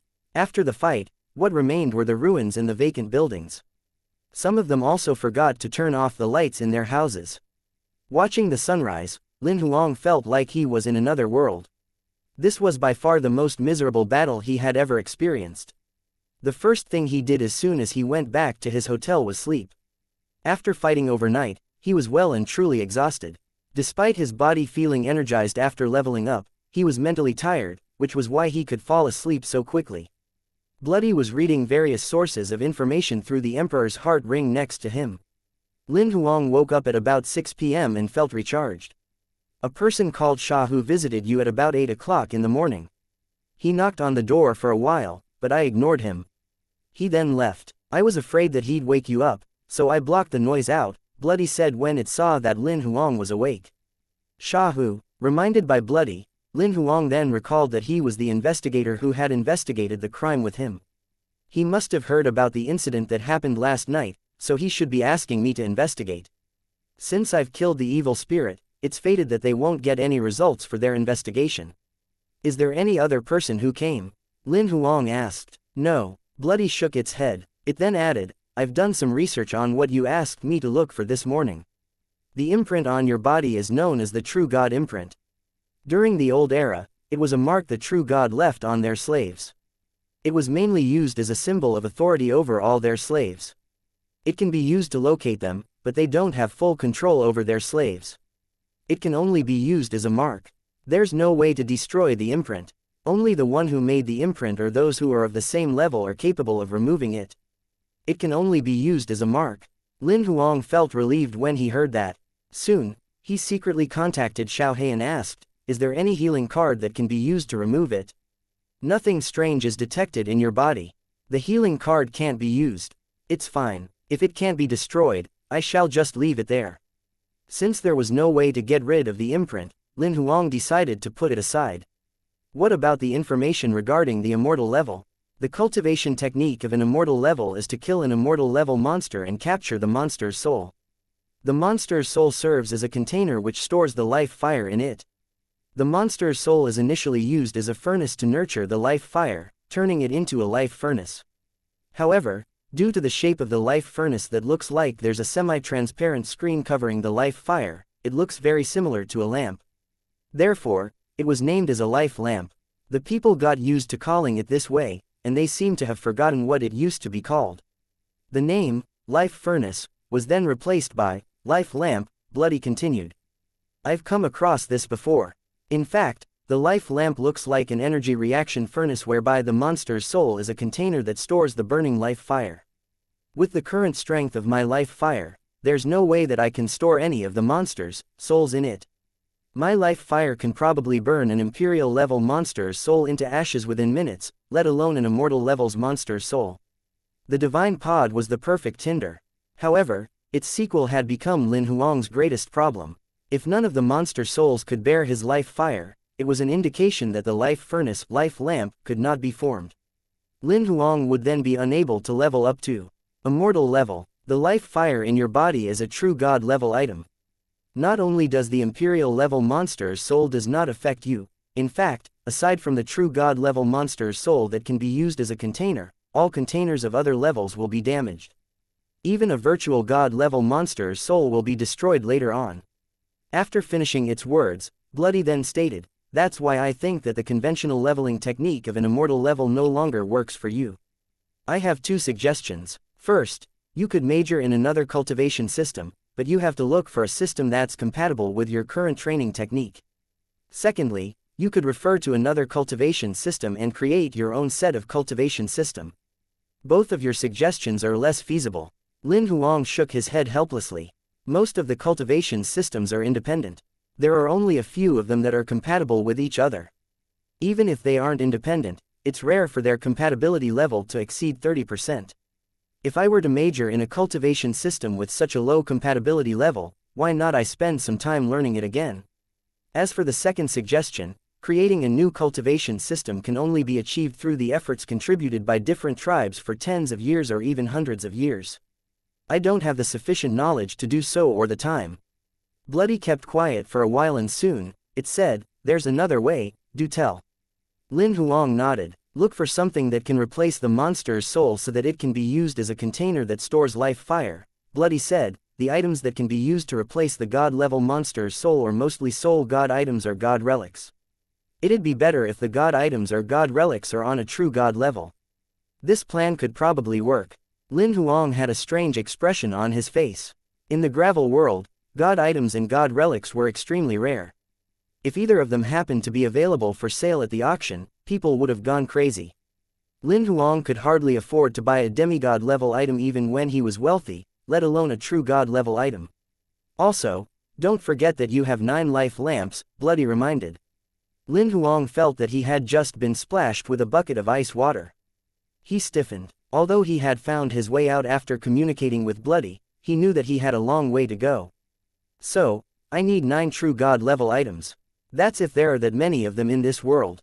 If there are, I guess I'll be broke hundreds of times if I were to buy them with all the money I have." It was stressing him out. "It seems like I have to participate in more exploration of ruins and heritage sites." Snapping out of his thoughts, Lin Huang then began to check the rewards he got from killing the evil spirit. Still, he was unable to obtain the supreme intelligence that he desired during the hunting of life fire. Right before the divine pod was made into its card form, its internal consciousness had collapsed. Neither its inheritance nor memory had been retained. When Xiaohe had made it into its card form, it handled and extracted the remaining pieces of consciousness that were not completely destroyed. However, it only managed to retrieve one secret skill, the golden cicada. That secret skill was what the evil spirit had been using to revive itself. However, the effect of the skill he had obtained was much weaker than the evil spirit's. The golden cicada secret skill allowed Lin Huang to disguise himself as anyone perfectly he had ever killed. Disguising himself as a monster was not allowed, and at the same time, he could completely mimic one's inheritance, memory, and abilities. He was given 3 chances a day to shed. He could either abandon the body or the body itself could remain as a scapegoat. However, once the body was discarded, he would be unable to disguise himself as the body any longer. The secret skill consisted of 2 abilities which were disguise and scapegoat. Despite it being way weaker than the evil spirit's skill, Lin Huang was quite satisfied with it. After scanning through the description of the secret skill, he took out another card. Monster card. Rarity. Mythical. Pseudo. Name of monster. Unnamed type of monster. God's blood. Initially the evil spirit. Pseudo pureblood. Combat level. Immortal level rank 2. Beginner. Summoning limit. Activated for the immortal level. Card remarks, recommended to train with maximum effort. God's blood. Seeing the information on the evil spirit's card, Lin Huang was shocked because he used to think that it was an evil spirit, but it turned out to be a god's blood. After carefully checking the information on the card, Lin Huang could briefly tell what had happened to the monster. It was an evil spirit for real. However, after being parasitized by the god's blood, it was modified into a god's blood with pure blood. Since it was human-made, Xiaohe had stated that it was a monster with pseudo-pureblood. Bai was only a high-level god's blood and was still far away from containing pure blood. In terms of levels, the evil spirit was much higher than Bai and charcoal. Unfortunately, only an immortal level can summon it. Seeing the chain seal on the front of the card, Lin Huang knew that he had insufficient authority to use it. He then put the card away after a while. As the sky was turning dark, Lin Huang took a step forward towards the balcony. He glanced up into the sky, watching the cloud layers being tainted golden red by the setting sun. Lin Huang observed the sunset from afar and mumbled, "I'm going to leave early tomorrow. I'll first get the cross-ranking rewards for the gold flame level." Chapter 770. The Cursed Land. The Cursed Land was one of the 6 forbidden lands in Division 3. It was a lonely island located on the east coast of the peaceful ocean. The reason why the people named it the Cursed Land was not because humans who visited the land would be cursed. Instead, it was because all the monsters that entered would be cursed and would be unable to leave. It was said that all the monsters that left the island would die within 24 hours. Their dead bodies would transform into spirits, and they would return to the island. There was more than one imperial censor who had performed experiments here with their pet monster. As long as the pet monster was summoned on the island, they would die within 24 hours, transforming into a spirit despite being recalled when the imperial censor left the island. The contract between the pet monster and the imperial censor would then be rendered void. They would attack all the creatures that blocked their way for the sake of returning to the island. Apart from that, all the creatures that died on this island, including humans, would turn into spirits and become new prisoners on the island. Lin Huang had heard of the different kinds of stories about the Forbidden Lands soon after he reached Division 3. He had also read through the information, so he was not even going to attempt it. He chose such a place to obtain the cross-ranking reward because he suspected that there would be a hidden spiritual god's item or god relic on this island. In fact, Lin Huang was not the first one who thought about this. Just as the Cursed Land was discovered, many had suggested this. Up until more than 100 years ago, the rumor had spread to the entire Division 3, and almost all of the Transcendents knew this. Back then, many groups of explorers visited the Cursed Land. The explorers slaughtered almost all the spirits on the island. Every single corner of the island was explored, but nothing was discovered. Over the past 100 years, nobody managed to find any of the spiritual items.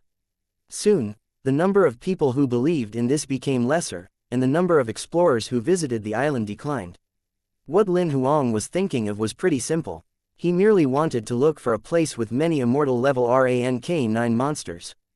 The only locations that fulfilled this criterion were the 6 forbidden lands in Division 3. Since the Cursed Land was one of the forbidden lands and there was such a legend about it being a place with spiritual items, Lin Huang decided to pay it a visit. He was not expecting much from this trip. His main intention was to hunt the monsters so that he could obtain the cross-ranking reward. He would walk around and leave the Cursed Land after that.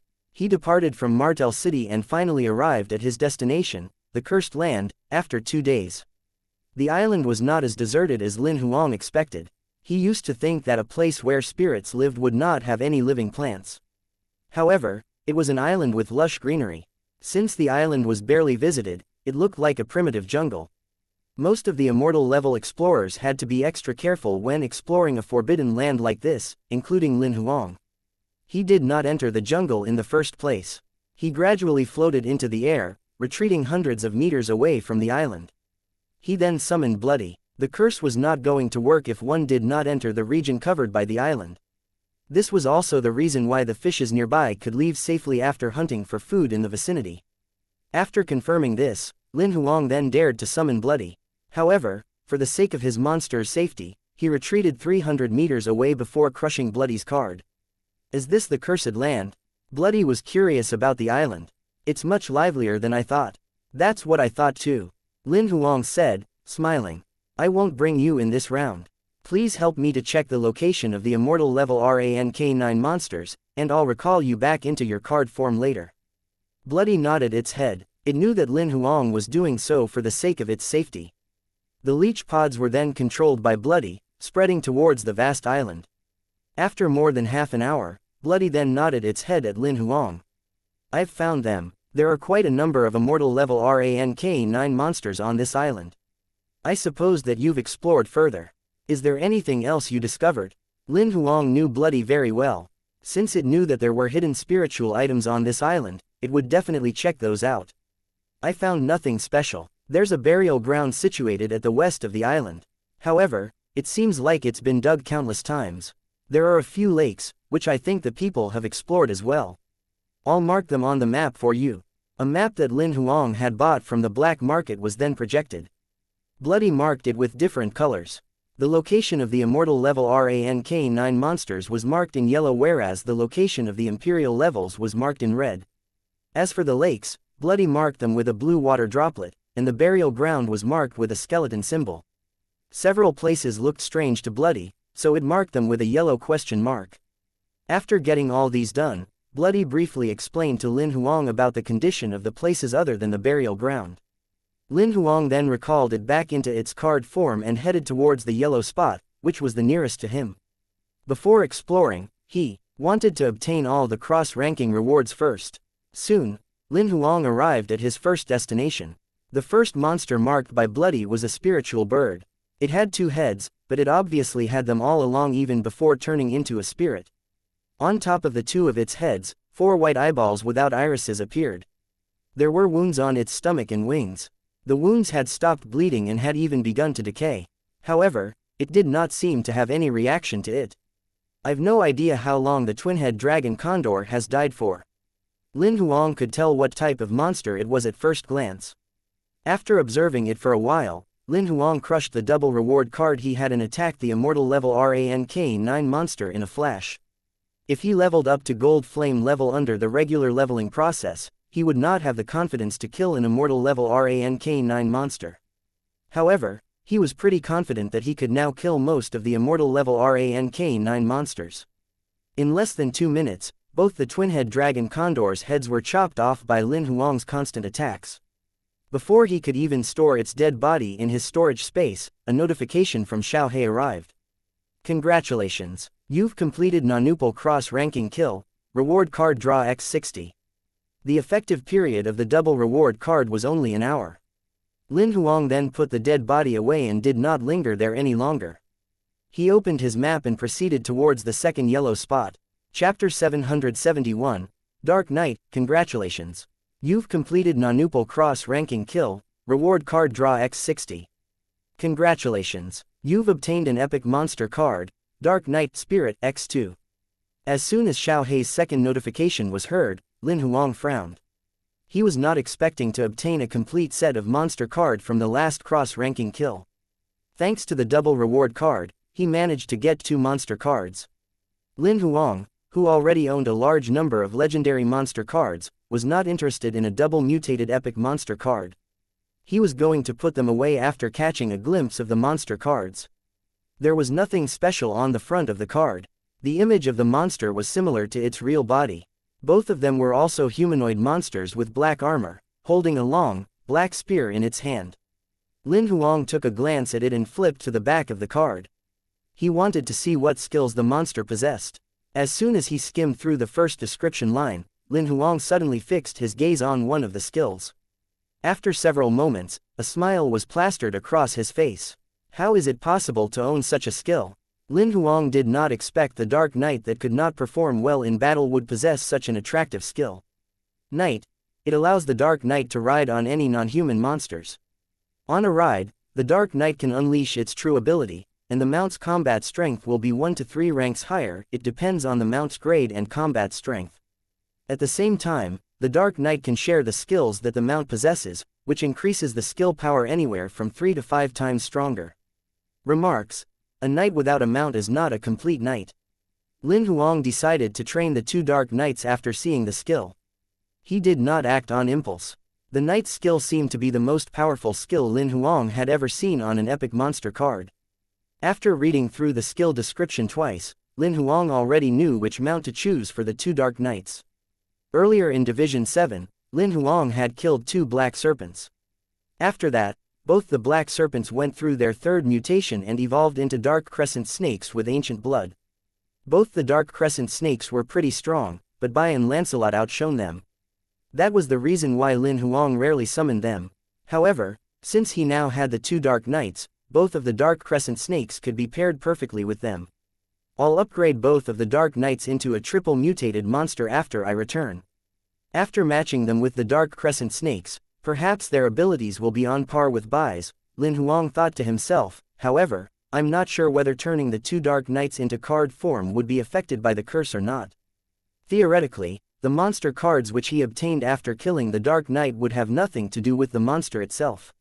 However, Lin Huang was still feeling dubious. It took a total of 3 hours to obtain 10 cross-ranking rewards, and he got a total of 600 card draws. Lin Huang's main task had been completed. In fact, the 10 battles took him only about half an hour.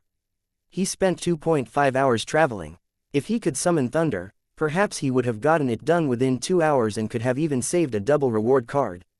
However, Lin Huang was pretty satisfied with the outcome. He had obtained 300 extra card draws with 3 double reward cards. It was a great deal. After recalling both the Dark Knight cards, Lin Huang tapped the map open again and looked at the rest of the marks made by Bloody. The burial ground is situated at the west of the island. From here, I'll pass 3 lakes in a place marked with the question mark. I need to detour. Lin Huang soon made up his mind and chose the first destination, the largest lake on the island. After more than 40 minutes, Lin Huang eventually arrived at his destination after avoiding an Imperial-level monster lair on his way. The largest lake on the island was not that vast at just about 80 square meters. The vivid water of the lake enhanced the beauty of the greenery. If this were a place on Earth, it would definitely be a favorite tourist spot for sailing. Lin Huang did not really enjoy the beautiful scenery in front of him. When Bloody explored the island with its leech pods, the pods had actually parasitized a small number of the monsters. He then managed to retrieve some useful information from the monsters. On this island was a monstrous bird on demigod level. It liked to hunt for monsters living in the water. If there were any Imperial-level monsters in the lake, they would be eaten in the first place. Sometimes when it was hungry, even immortal levels would be killed. This was also the reason why almost all the monsters in the lake were incapable of fighting Lin Huang. As he recalled the information provided by Bloody, Lin Huang felt relieved and soon, he dove into the water. Despite the lake not being huge, it was deep. Lin Huang surrounded himself with life power and dove to the bottom of the lake, which was about 200 meters deep. The lake water was quite clear, and in addition to Lin Huang's terribly good eyesight, he could see everything about 100 meters away clearly. He monitored a 4-kilometer radius with telekinesis. At the same time, he sized up the surroundings while monitoring the monster activities with his territory. It took him about half an hour to thoroughly explore the lake. Despite the wall of the lake being scanned by his telekinesis, he found nothing. Therefore, he emerged from the lake and did not go in for the second time. He immediately opened the map and headed towards the second lake. After exploring the second lake, Lin Huang then arrived at the location which was marked with a question mark on the map. It was a swamp. Bloody had marked it with a question mark because its leech pods were unable to detect whether if there were any hidden items in the swamp. The area of the swamp was no smaller than the first lake he had gone to. Based on the memory of the monsters which the leech pods had parasitized, there was nothing strange about this place. However, since it remained a mystery, Bloody had marked it on the map for Lin Huang so that it would not be neglected. After entering the swamp, Lin Huang activated his telekinesis again. He walked deeper in the swamp and began to explore. He spent more time exploring the swamp compared to the time taken to examine the first lake. It took him about 40 minutes to complete combing the swamp. Thanks to his telekinesis, he discovered the greatest secret of the swamp. A large number of monster carcasses were buried beneath. After leaving the swamp, Lin Huang spent another 10 minutes exploring the third lake and still found nothing. Let it be. Perhaps the rest of the places will be more or less the same. Since there was no new discovery after 4 attempts, Lin Huang's desire to explore gradually subsided. Let the burial ground be the final destination. I shall leave after exploring it. Chapter 772. The burial ground. The burial ground was at the most western side of the island and was surrounded by mountains. It was already 6 p.m. when Lin Huang arrived at the valley. The sky was turning dark. As the setting sun glowed all over the valley, it added beauty to the scenery. A randomly captured photo of the scene could be set as a desktop or mobile wallpaper without the need to choose the perfect angle. Lin Huang captured a few of the videos as well, sharing them on his social media which he had not logged into for a long time. He was not active on social media, and the total number of friends he had was less than 10. Just as he posted the videos, his friend commented within seconds. "That's so beautiful. Where's it?" Lin Huang then took a look at it and realized the person who had commented was Yi Yeyu. It was evident that she had a lot of free time. He then replied briefly, "The cursed land." Lin Huang then logged out of his social media as he did not have the time to chat with Yi Yeyu. Even imperial levels would not put their guards down when they were in the Forbidden Land, let alone Lin Huang. As soon as he entered the valley, Lin Huang delved deeper and soon, he was at the deepest point of the valley. He went completely silent after seeing the scenery in the deepest part of the valley. He had no idea how to describe how he felt at the moment. Above the ground, white bones entirely covered the ground. There were several big pits in the valley. Apparently, humans were the ones who had dug them. The deepest pit was hundreds of meters deep. However, when Lin Huang peered into it, what he could see were still the remains of the monsters. Apart from that, he discovered nothing, not even a blade of grass. There were several versions about the origin of the burial ground that could be found online. However, they sounded ridiculous. Nobody knew the actual reason behind the formation of the ground. When the island was discovered, the burial ground had already existed for a couple of years. However, there was a most widespread version, and it was also the one which most people agreed with. This was what it said: the hidden god's item was at the burial ground of the cursed land. The item had dominated all the monsters, souls on the island. When all the monsters died, they returned to the place where the souls were kept. This was the only way where they could achieve peace. Since many of them believed this, many people dug the burial ground, making it appear thus. It's similar to the elephant's graveyard, which people have been talking about on Earth. Lin Huang remembered that he had heard of this legend before back on Earth. When the elephants, since they were near death, they would enter the deep forest during the last few days of their lives. Following the path, they would reach the elephants' graveyard where they were buried. Of course, Lin Huang could not confirm whether if elephants' graveyards really existed or not. It's less likely that it'd be a human-made burial ground. It must be related to the strange story behind the island. If I'm not mistaken, it's the same thing that caused the formation of the burial ground and the curse cast on the island. However, nobody knows what it actually is. Be it an item or a living being, no one can confirm, Lin Huang speculated. He took a few photos and soon, he activated his telekinesis. He then began to explore every single corner of the area. The burial ground was not really big at about 30 square meters. However, due to its depth, Lin Huang had to investigate carefully. The sky had turned completely dark even before the first round of exploration was completed. Far away in the sky, a red and a purple moon rose from different directions. It was a beautiful and cloudless night with the moonlight glinting off the ground without obstacles. The white bones buried beneath the burial ground looked even whiter. It's really a good place for the filming of a horror movie, Lin Huang grumbled. It was even creepier when the moonlight shone on the burial ground. Despite the sky becoming dark, it had no effect on Lin Huang's investigation. The impact of the light ray on his eyesight was not significant, let alone given his telekinesis and territorial skill. The investigation effect had nothing to do with the intensity of the light ray. At night, all the spiritual monsters would become active. However, the burial ground was an exception. There was no living monster here. Even imperial levels or demigods would intentionally avoid this area.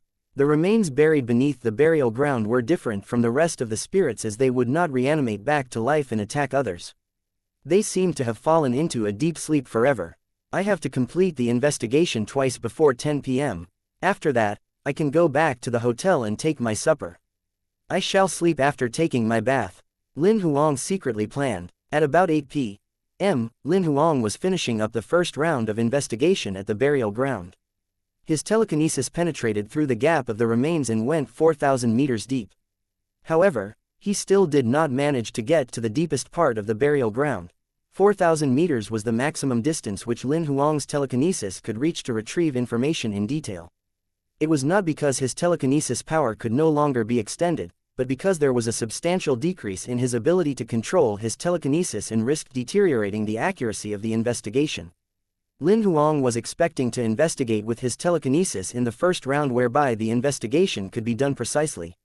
If nothing was discovered, he would increase the depth of investigation in which his telekinesis could reach. It would be fine if the investigation was not precise enough. If anything suspicious was found, He could use his transformation card, transforming himself into the specter and go underground for a more detailed investigation. Since the first round of investigation was about to end, Lin Huang seemed disappointed. He had scanned almost all the remains that were 4,000 meters beneath the ground. The performance of his oracle skill was at its peak as well. Observing all the skeletons that he could see with his eyes, there was nothing. After a short while, Lin Huang's telekinesis scanned through the last region of the burial ground. It penetrated through the gap of the skeletons that were all piled up. Resembling a spider web that scattered all around the underground world, his telekinesis power went deeper and deeper through the gaps and extended thousands of meters away. The underground world, which was 4,000 meters deep, was all revealed by Lin Huang's telekinesis. Even if it was a granule of sand, Lin Huang could clearly identify how many crystal surfaces it had. However, despite being able to detect things so precisely, Lin Huang could not find anything. After the first round of investigation, Lin Huang could hardly hide his disappointment. Although it was within his expectations, he was still unwilling to accept the truth. Never mind, I shall follow my original plan to carry out the second round of investigation. If I find nothing, I'll just go back to the hotel. Lin Huang then turned back, getting ready for the second round of investigation. However, he saw a cliff not far away from him. The surface of the cliff is so smooth as if someone cut it out with a saber, Lin Huang mumbled. He then scanned it with his telekinesis. However, after doing so, his telekinesis disappeared as if it would never return. What's happening? Could the god's item be right there in the mountain? Lin Huang's eyes brightened as he stared towards the cliff. He never thought he would stumble upon an unexpected discovery just by merely scanning the cliff for fun. Chapter 773. The god's item in the mountain. Lin Huang could confirm that there was a treasure in the cliff since he had detected something strange with his telekinesis. It could be the god's item that caused the weird phenomena to happen at the cursed land. It's highly possible that it's a spiritual god's item since it's capable of engulfing my telekinesis power. In addition to that, its characteristic is similar to a legendary god's items. Lin Huang looked at the cliff with excitement. Since telekinesis was a type of spiritual power, it would most probably be a spiritual item that could overwhelm his telekinesis power. He appeared at the bottom of the cliff in a flash. Lin Huang then pressed against the rock wall, which had a rough surface and was similar to an ordinary mountain. Again, he activated his ocular skill and carefully observed the cliff. However, he did not manage to find anything strange. He attempted to detect with his telekinesis, and again, as soon as his telekinesis power reached the rock wall, it disappeared. Since his ocular skill had been activated, Lin Huang could capture the energy waves that were created. They were completely transparent, and there was no force generated. Thanks to Lin Huang's ocular skill and his boundless vision, he could observe things beyond what the average eye could see. Otherwise, he might not have noticed it. Lin Huang kept his telekinesis activated while observing the cliff with his ocular skill.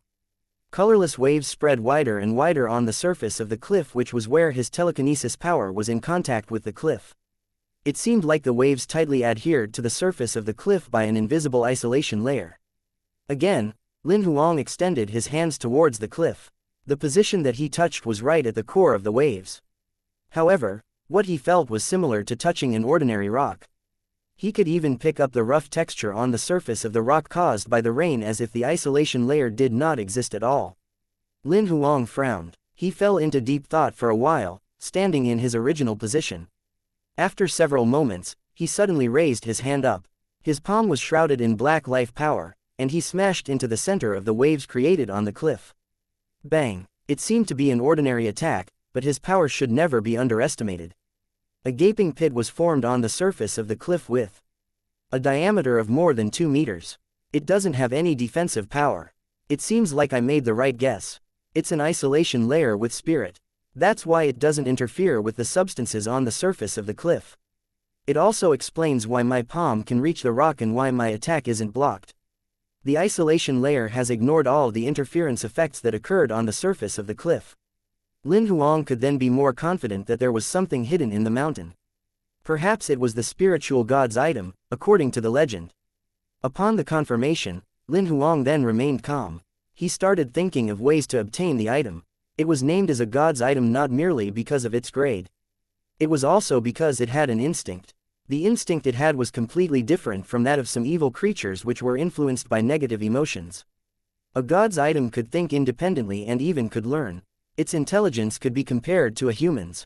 Even a baby would be on alert when encountering strangers, let alone the intelligent god's item. There were two primary methods to capture the god's item. The first method was to suppress and capture by force. However, the captor had to meet a very high requirement in order to capture it with this method because the god's item would fight hard. The captor would have to be at least a virtual god or even stronger. The second method would be the influence method. One would have to research the god's item's preference beforehand in order to persuade it and coax it to enter into a contract with humans voluntarily. Lin Huang had not prepared for it before he came since he could not confirm if the god's item really did exist on this island. His main intention had been to obtain the cross-ranking rewards and scout around if there was anything he could discover. He was not expecting himself to discover the legendary god's item by sheer luck. The god's item is hidden somewhere in the mountain. It's not easy to get it out of the mountain, Lin Huang thought to himself. Soon, he had a plan. He took out a transformation card, transforming into Spectre after crushing it. He then squeezed his hand against the mountain. However, Lin Huang's hand did not penetrate the mountain. Instead, he was blocked by the transparent isolation layer. He felt a smooth and cold surface as he touched the isolation layer as if it was glass. So, it's true that the isolation layer only has effects on spirits. Spirits like Spectre would become isolated. Since Spectre, who could normally pass through mountains, was being blocked, Lin Huang could not think of a better solution at the moment. If it doesn't work, I guess I have to smash the entire mountain. As soon as the thought ran through his mind, an immense attraction force acted towards his palm that was touching the surface of the isolation layer. He wanted to retreat, but it was too late to do so. His body penetrated through the isolation layer in an instant and was being drawn into the mountain. Lin Huang's body was steadily being dragged into the mountain by the immense force. No matter how hard he struggled against it, all his efforts were in vain. The force far exceeded his strength, which was usually incomparable. Despite returning to his own body from his spectral form, the immense force still did not let go of him. What was so strange about it was that although he was inside the mountain, his movement was not restricted. There was very little difference compared to when he was in his spectral form. It seemed like the rock and soil were not real and that they were just an illusion. However, with his ocular skill, he could quickly confirm that it was not an illusion.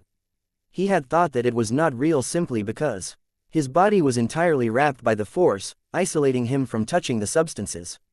After realizing that his struggle was in vain, Lin Huang completely gave up.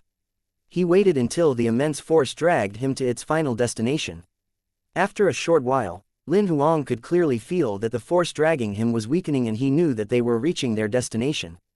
At the moment when the immense power disappeared, Lin Huang experienced a feeling of release.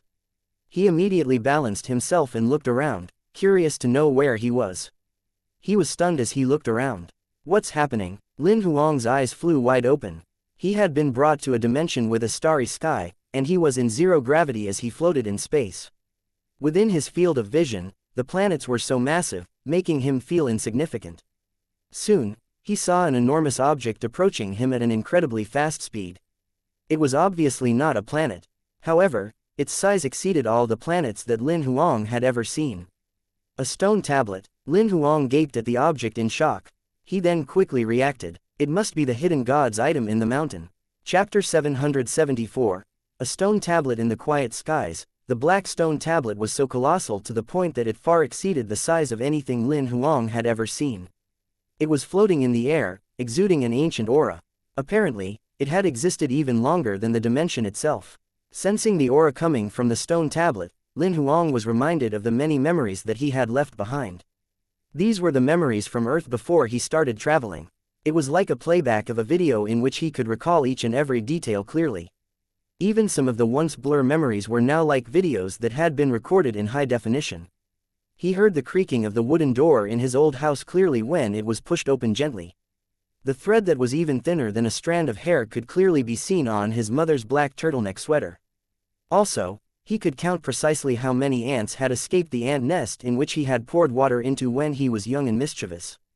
Even though he could not remember anything when he was a swaddled babe, he could now remember everything clearly. What's the stone tablet for? Its aura alone can affect my memory. As the stone tablet came nearer to him, Lin Huang then saw that the surface of the stone tablet had been struck by meteorites countless times. The great pits created by the meteorites scattered around 3/4 of its surface. In addition to that, there were apparent cracks that had begun to spread around the pits. Some of the cracks were rather significant and apparent. Lin Huang looked into these cracks and discovered that they were endless abysses. It seemed like the entire stone tablet was severely damaged. Based on the number of pits and the depth of the cracks, it was not easy to keep it whole without collapsing. I don't think that the crashing of the meteorites causes them. Since all the gods' items have instincts, it would have activated its defense shield when it encounters a meteor crash. It wouldn't leave any traces on the stone tablet. In addition to the power of the god's item, only a certain amount of damage can be caused to the stone tablet when its defense shield is completely activated. Causing such damage to the stone tablet is impossible. It's most likely man-made creatures, including humans and monsters, who are capable of damaging a god's item to this extent. Moreover, only true gods or those who are stronger must have managed to do so. Perhaps it's not an ordinary god's item. Despite having encountered damages to this extent, its power is still capable of covering the entire island. That's more than 1,000,000 square meters, and it's still casting curses. The more he analyzed it, the more he felt that the god's item was out of the ordinary. Seeing the stone tablet advancing in his direction, he felt insecure. I hope it's not coming after me. As that thought arose in Lin Huang's mind, he immediately retreated, attempting to flee from the stone tablet. Soon, he realized that the stone tablet had changed its path and it was still following him. It's really coming after me. Lin Huang's face became grave, and he changed his flying direction again. He turned around and again, he saw that the stone tablet had changed its direction as well, chasing after him. He made several attempts to alter his direction and each time, the stone tablet followed. It was still heading for him, and to his horror, it was getting closer to him. Despite having activated his double acceleration and flying at his maximum speed, he did not manage to distance himself from the stone tablet. I can't escape. Lin Huang then resigned to his fate as he knew that his efforts would be in vain even if he continued to escape. He decided not to run away. He crushed the transformation card, and his combat strength immediately leveled up from gold flame level to immortal level rank -4. He even had 3 spare provisional combat strength upgrade cards in his left sleeve. He then grabbed the air slicer with his right hand. He was floating in midair, facing the stone tablet head-on. He had a cold expression on his face as he braced himself to fight. The giant black stone tablet moved forward, and soon, it approached Lin Huang. Seeing that there were just merely hundreds of meters remaining, Lin Huang gathered the power of his sword skills, getting ready to attack. All of a sudden, the stone tablet suddenly stopped moving and lingered in front of Lin Huang, who was about 100 meters away. Just as Lin Huang realized that something was amiss, a loud thud resembling the rumbling of thunder boomed.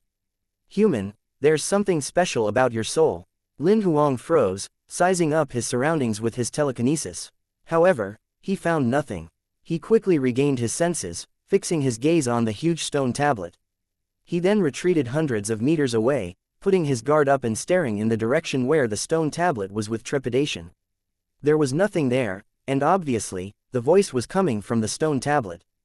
"Don't panic. I have no bad intentions towards humans." The voice was heard again. "Are you the stone tablet itself? Or is there a hidden creature in the stone tablet?" Lin Huang asked. "Since you have no bad intentions, why don't you reveal your true body and talk to me face to face?" Lin Huang had seen many of the talking monsters after traveling to this world. However, apart from his Goldfinger Xiaohei, he had never seen any other items that could talk. That was why when he heard its voice for the first time, he did not think that it was the stone tablet that had spoken. Still, when he could not find anything, he could then tell that the voice was coming from the stone tablet. However, he could not confirm whether if it was the stone tablet or the creature inside the stone tablet that had spoken. Lin Huang did not get an answer from it.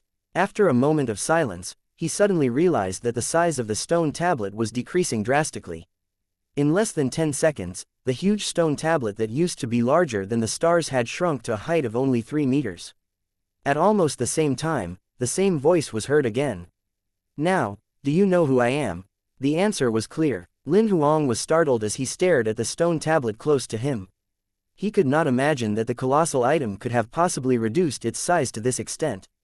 After a couple of moments, Lin Huang then recovered from his thoughts, but he was still alert. You just said that you have no bad intentions towards humans. Why did you bring me here then? Your soul releases an aura that strikes me as familiar. The stone tablet paused for a moment. If I'm not mistaken, you're a traveler, aren't you? His heart plummeted when he heard this. For the first time, somebody managed to figure out his identity. Still, he maintained a neutral expression and did not answer its question. I'm sorry if I sounded rude. I haven't been talking to humans for a long time. My conversation skills have gotten rusty. The stone tablet then changed the topic. Before asking you something personal, let me tell you about myself. My previous master is actually just like you. He's also a traveler. That's why the aura the both of you exude is somewhat similar. Also, I can clearly sense the Goldfinger's aura in your body because I used to be a Goldfinger too. You're also a Goldfinger. Lin Huang was nervous. He could clearly remember what Xiaohe had told him before about Goldfingers being able to subdue one another. He could also sense that the moment when he entered the dimension, Xiaohe became quiet. When he used the transformation card, he did not receive any notification as well. Due to his anxiety, he neglected this earlier. As he recalled what had just happened, he believed that Xiaohe might have sensed its existence and was forced to go into hiding. Because it was severely damaged, if it managed to overthrow Xiaohe, part of its casualties could be recovered. As the thought crossed his mind, Xiaohe's face turned ghastly. Noticing the changes in Lin Huang's facial expression, the stone tablet seemed to know what he was thinking. Don't worry, I'm not going to do anything to you and your Goldfinger. Taking over a 2-star authority Goldfinger isn't going to have any significant effect on my recovery. Moreover, it's in its complete form. If I were to engulf it, I might be putting myself at risk as it might devour me. A 2-star authority Goldfinger. Lin Huang mumbled. He was doubtful as he remembered that Xiaohe had actually leveled up several times. You know nothing about its authority. The stone tablet questioned. It seems like your Goldfinger has a bad attitude. It's still acceptable. Lin Huang immediately recalled back then when he just obtained Xiaohe, the remarks he had received for his exclusive card had been awful for a long period of time. Could you tell me more about that? It's pretty simple. It's related to the host's life level. An ordinary person would normally have a 1-star authority Goldfinger, whereas a Transcendence Goldfinger would be upgraded to 2-star authority. After becoming a god, one's Goldfinger would be upgraded to 3-star authority, and so on. So, do you mean that the notification we received from the system regarding the upgrade in authority isn't exactly an upgrade in the Goldfinger's star authority? Lin Huang immediately asked. What you mean should be the upgrade in its functionality, which includes functions unlocking and upgrading? It's the upgrade it obtains when it meets a certain requirement. It has nothing to do with the host's life level. The authority it has over the functionality and its star authority are two different things. However, each time the star authority levels up, some of the functions will be unlocked as well. Lin Huang was suddenly enlightened after listening to the stone tablet's explanation. Can I ask you some other questions? The stone tablet's explanation had given Lin Huang the courage to ask further. Shoot away, I'll try my best to answer. What's your star authority? Lin Huang tried his luck. 4-star. The stone tablet did not try to hide anything from him. 4-star, does it mean that your previous master is even stronger than a god? Lin Huang was shocked. Yes, indeed, his ability ranks above of many powerful men. Is he dead? Under normal circumstances, Goldfingers would never leave their masters. Since the stone tablet was here and was severely damaged, Lin Huang assumed something must have happened. After a moment of silence, the stone tablet answered solemnly, yes. With his abilities and your help, how could he have died? Lin Huang could not imagine how the stone tablet's master died. He offended a mighty enemy. The stone tablet was trying to avoid the question. Obviously, it was a topic that it did not want to talk about. As Lin Huang realized this, he did not ask any further. He remained silent for a couple of moments, and soon, he changed the topic. Why do you want to bring me here? I don't think it's simply because the aura which my soul releases is similar to that of your master's. Again, the stone tablet kept quiet. After several moments, it said, let me tell you the truth. The reason why I'm bringing you here is that I wish that you can become my host. Wait, you know that I can only have a contract with one Goldfinger, don't you? Lin Huang frowned. Under normal circumstances, he would, of course, not mind having another Goldfinger. However, He could remember that the contract with the Goldfinger was unique and it would be impossible for him to sign another contract. That's simple. You just need to terminate the contract with your current Goldfinger. Chapter 775. A Conversation with the Stone Tablet. Since you know nothing about your Goldfinger, I can surmise that the attitude of your current Goldfinger is quite bad. It might not like you either. Considering that it's only a 2-star Goldfinger, you still won't know whether it can level up to 3 or 4 star. But I'm different. I'm a 4-star Goldfinger. All the functionalities from 1 star to 4 star have already been activated. Despite my authority being restricted to only 2 star after getting into a contract with you, I'll definitely be stronger than your current Goldfinger. If necessary, I can even activate my 3-star authority with some special skills to provide assistance to you. By the way, I forgot to tell you that I'm capable of dominating spirits. To be exact, my functions include engulfing, controlling, sealing, endowing with spirits, and more. If I may exaggerate, I possess many skills that spirits have. I was on level S when I was a beginner. It's a level with the most powerful functions. Level S. Lin Huang picked up yet another concept which he had never heard from Xiaohe before. It's our initial grading quality, the stone tablet explained. The lowest level would be level D, followed by C, B, A, and S. A level D Goldfinger basically has defects as some of them don't even have an instinct. However, some of the level D Goldfingers with acceptable functions might be assigned to some unlucky travelers. Most travelers will randomly be assigned a level C or level B Goldfinger. Less than 1% of them will get a level A Goldfinger. It has been said that the probability of getting a level S Goldfinger is less than 0.0001. Since your Goldfinger is hiding this from you, ostensibly, it's less likely to be a level A Goldfinger. If it's a level S Goldfinger, it's definitely going to brag about it. It won't keep quiet like this. After understanding what the grading quality was all about, Lin Huang remained quiet. He was not considering the stone tablet's suggestion though. Instead, he was secretly guessing Xiaohe's level. After a couple of moments, the stone tablet then asked, "How's it? Have you made up your mind?" "I'm sorry, I think Xiaohe is great. I've been with it for several years, and I've gotten used to it. I'm not going to change." Lin Huang shook his head and rejected it. "I don't really understand the logic behind this. I thought humans used to say, the new should replace the old." Well, there's indeed a phrase like this.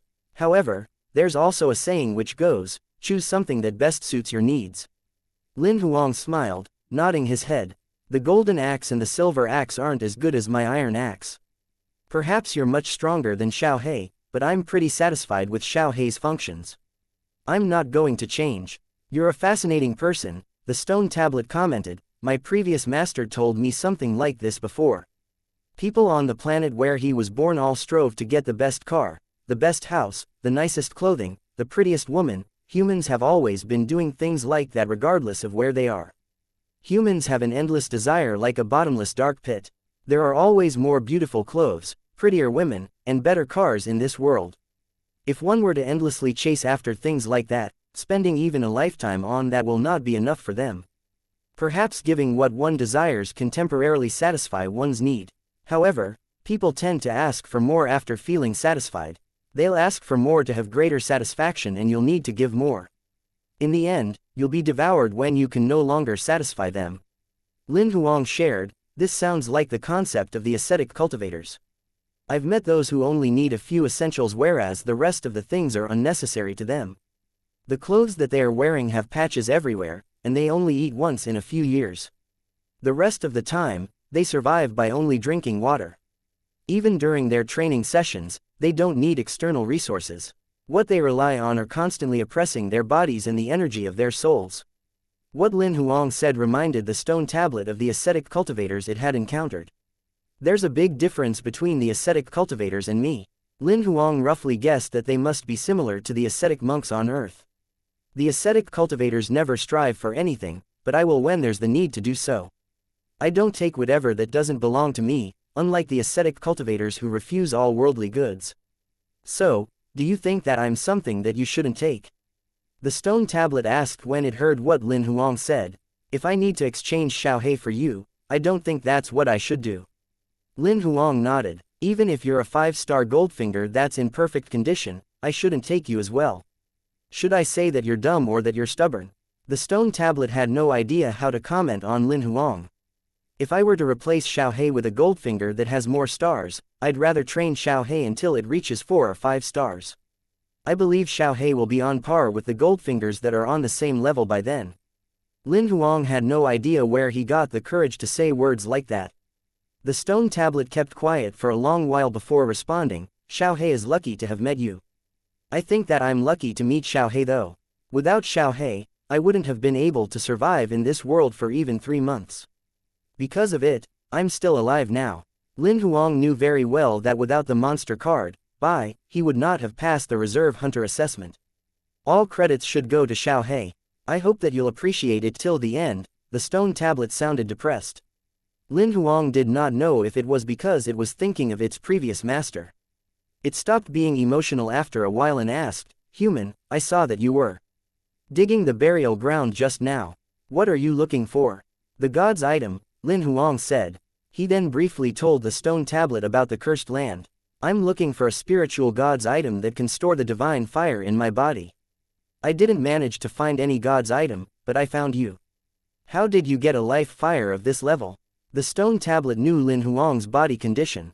It's definitely a good thing to have a high-level life fire. However, you're in trouble now. None of the monsters, souls in this gravel world can withstand your life fire.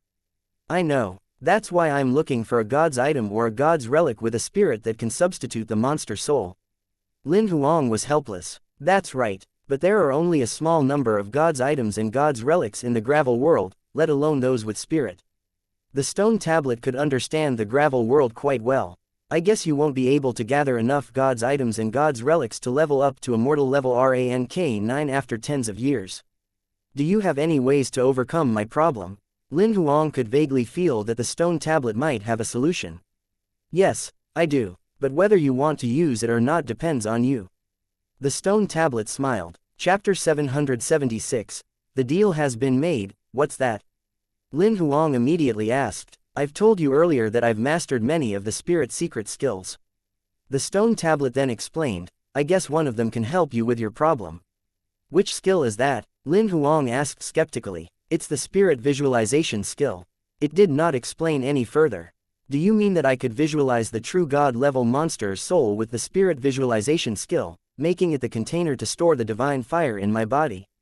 After listening to the stone table's terse answer, Lin Huang immediately understood what it meant. Lin Huang knew a little about the spirit visualization skill. It was a talent that was usually used to visualize a particular object, and his body could imitate the corresponding monster's soul. The visualized object could be the monster's skeleton, the monster's remains, a statue, a portrait, and more.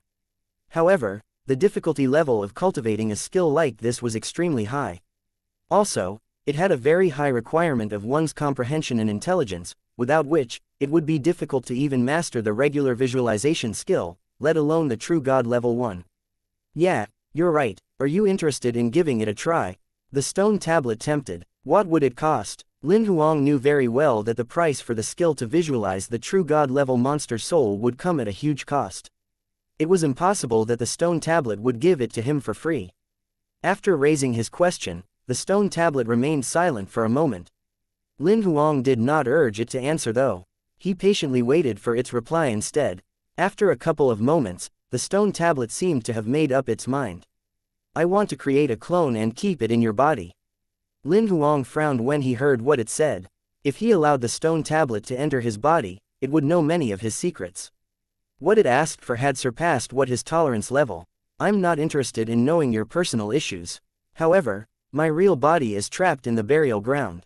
There's only one way to leave, which is to look for a new host. Since you don't agree with becoming my new host, I'm not forcing you to do so. I just wish that you can bring along my clone when you leave. Then, I'll get to access the outside world through my clone, and it'll be easier for me to look for a new host. The stone tablet knew what Lin Huang was concerned about. In fact, all the travelers who owned a Goldfinger would have the same concern. I can create a shield imprint that blocks my clone from reaching your secrets. You don't need to worry about me having access to your personal matters then. Right this moment, Xiaohe's voice was suddenly heard. Just promise it. Are you sure? Lin Huang was stunned and immediately contacted Xiaohe through his mind. You can promise the stone tablet, but you have to request for something. I don't feel secure if it were to create its own shield. After communicating with Xiaohe, Lin Huang accepted its suggestion. Alright, I promise you, but I have a request. Lin Huang stated what he had just discussed with Xiaohe. I don't need you to create a shield imprint. I just need your clone to be a 2-star Goldfinger. That's not a problem. With my current ability, I've only managed to create a 3-star clone, and it's going to consume quite a large portion of my power. To find a new host, a 2-star Goldfinger is sufficient. The stone tablet immediately agreed with him. I'll pass you the skill first. After finishing its words, a golden glow appeared and penetrated right between Lin Huang's brows. The visualization skill is named the True Spirit Guide. There are 183 portraits of true spiritual monsters which are true god-level monsters. There are descriptions of various types of monsters in the guide. Choose whichever you like. After visualizing it, the embryo of the monster's soul will be formed in the form of a monster egg. The spiritual power that you need to fill has to be at least equivalent to the strength of the demigod's soul in order to hatch the monster egg. Of course, it's not necessary for you to kill a demigod-level monster. You can also kill a large number of monsters with low combat strength in order to accumulate their spiritual power. Although the monster egg's combat strength is only on demigod level after hatching, the soul itself is still on true god level. It's not going to be afraid of the divine fire in your body, and it'll be sufficient for you to use it as a container for your divine fire. As the stone tablet explained the circumstances, Lin Huang quickly skimmed through the True Spirit Guide. He could then confirm that the skill would work for him. Alright, you can create your clone now. Wait a moment. Upon getting the confirmation from Lin Huang, the size of the stone tablet expanded rapidly. In just a few seconds, it recovered to its initial size, transforming into a massive object that was even bigger than the stars. After returning to its original form, a shadow slowly left the stone tablet like its spirit was freeing itself from the physical body. The overlapping images seemed unreal. As time passed, the shadow gradually withdrew itself from the body of the stone tablet, and the number of overlapping images was getting lesser and lesser. It took about 5 minutes to leave the stone tablet completely. It looked exactly like the stone tablet, but it was somewhat similar to a virtual projection as it was semi-transparent. After leaving its body, the size of the shadow diminished quickly. After a short while, its size reduced from the colossal size of the stone tablet to only 3 meters tall. However, it did not stop shrinking. Lin Huang was shocked to witness it rapidly shrinking to the size of a palm. The huge stone tablet had now become a token in the shape of a tombstone. It gradually floated in front of Lin Huang. The clone only has the basic functions of a 2-star Goldfinger. The authority to use the functions are open to you. However, if you were to use it, you have to pay for it with an equal amount of spiritual power. Lin Huang did not expect the stone tablet to give him the authority to use the functions. It was already deemed a fair exchange to use the functions at an equal value since he could not use Xiaohe's functions for free either.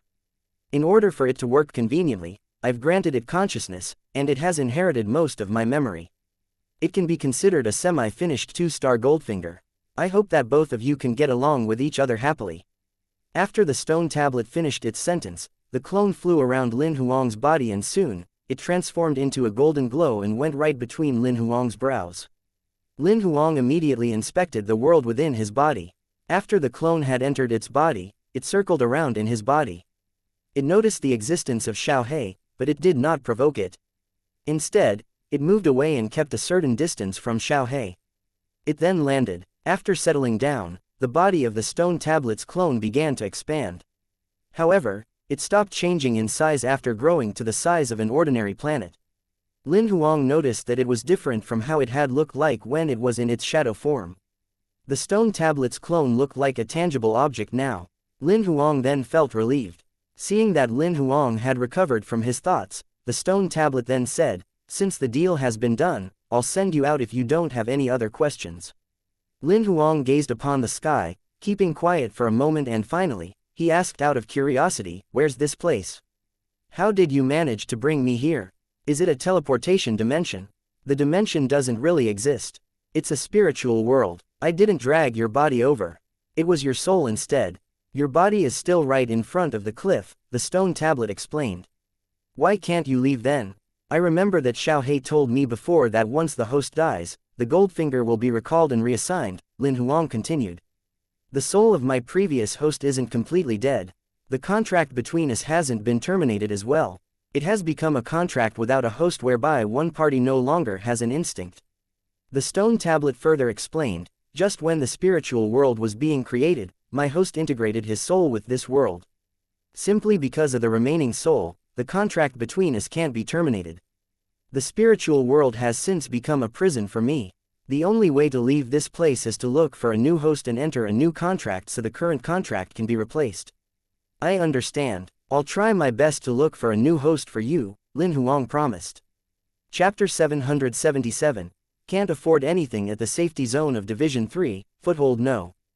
3A5, Wanbao City. A young man was sleeping soundlessly in the top management room of a luxurious hotel. The emperor's heart ring on his left hand suddenly vibrated. Who is it? The young man reluctantly tapped the communication page of his emperor's heart ring open, having been disturbed from his slumber. After identifying who the person who called him was, he hesitated for a while, but he still ended up accepting the person's video call with a frown. I can finally reach you. A beautiful lady with long legs appeared, and soon, she realized that the person she called was lying in bed. It seemed like he did not want to get up from bed at all. Lin Huang, why are you still sleeping? What's the time now? Sis, do you know that we're not in the same time zone? It's not even 5 a.m. here. Lin Huang slightly shifted the camera. Dawn was breaking, and the sun had not even risen yet.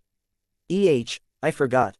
It's about 11 a.m. here, and it's lunchtime soon. Yi Yeyu then recalled that they were in different time zones. Then, she said confidently, so are you trying to say that I'm disturbing your sleep? Why don't you just ignore my call? Don't you know that you're an expert at calling incessantly? Lin Huang sighed helplessly. This was the main reason why Lin Huang had not chosen to ignore her call. It seemed like she could not refute. She then rolled her eyes at Lin Huang and changed the topic. I couldn't seem to reach you at all yesterday. Did you really go to the cursed land in Division 3? Yeah, I disabled the communication function. Lin Huang nodded his head. Under normal circumstances, most people would decide to disable the communication function while exploring the danger zones temporarily. This was to avoid getting themselves from getting into trouble by receiving calls from others when they were in danger or when they had to hide. Of course, Lin Huang had done the same, as the place he had gone to was the cursed land.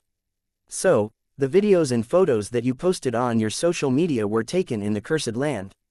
Yi Yeyu asked. Yes. Why? Lin Huang felt that Yi Yeyu's facial expression seemed weird.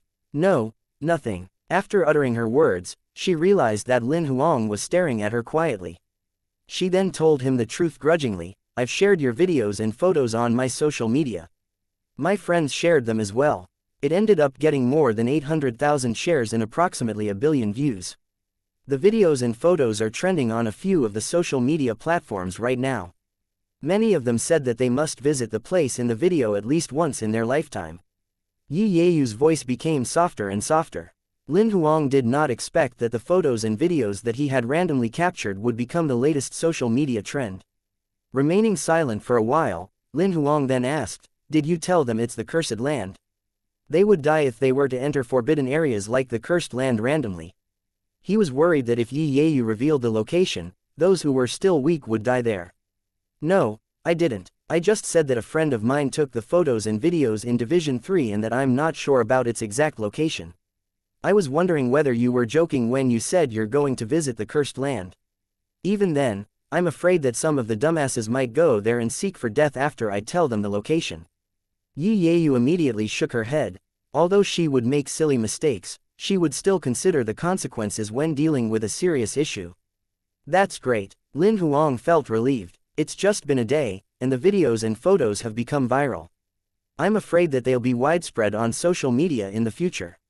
I guess many of the travel companies are going to seize the opportunity, offering tour packages to Division 3. Yi Yeyu forced a smile. That's good, as one gains knowledge when they travel. Just don't go to the dangerous spots. Most of the places in Division 3 are actually considered safe. Lin Huang did not mind at all.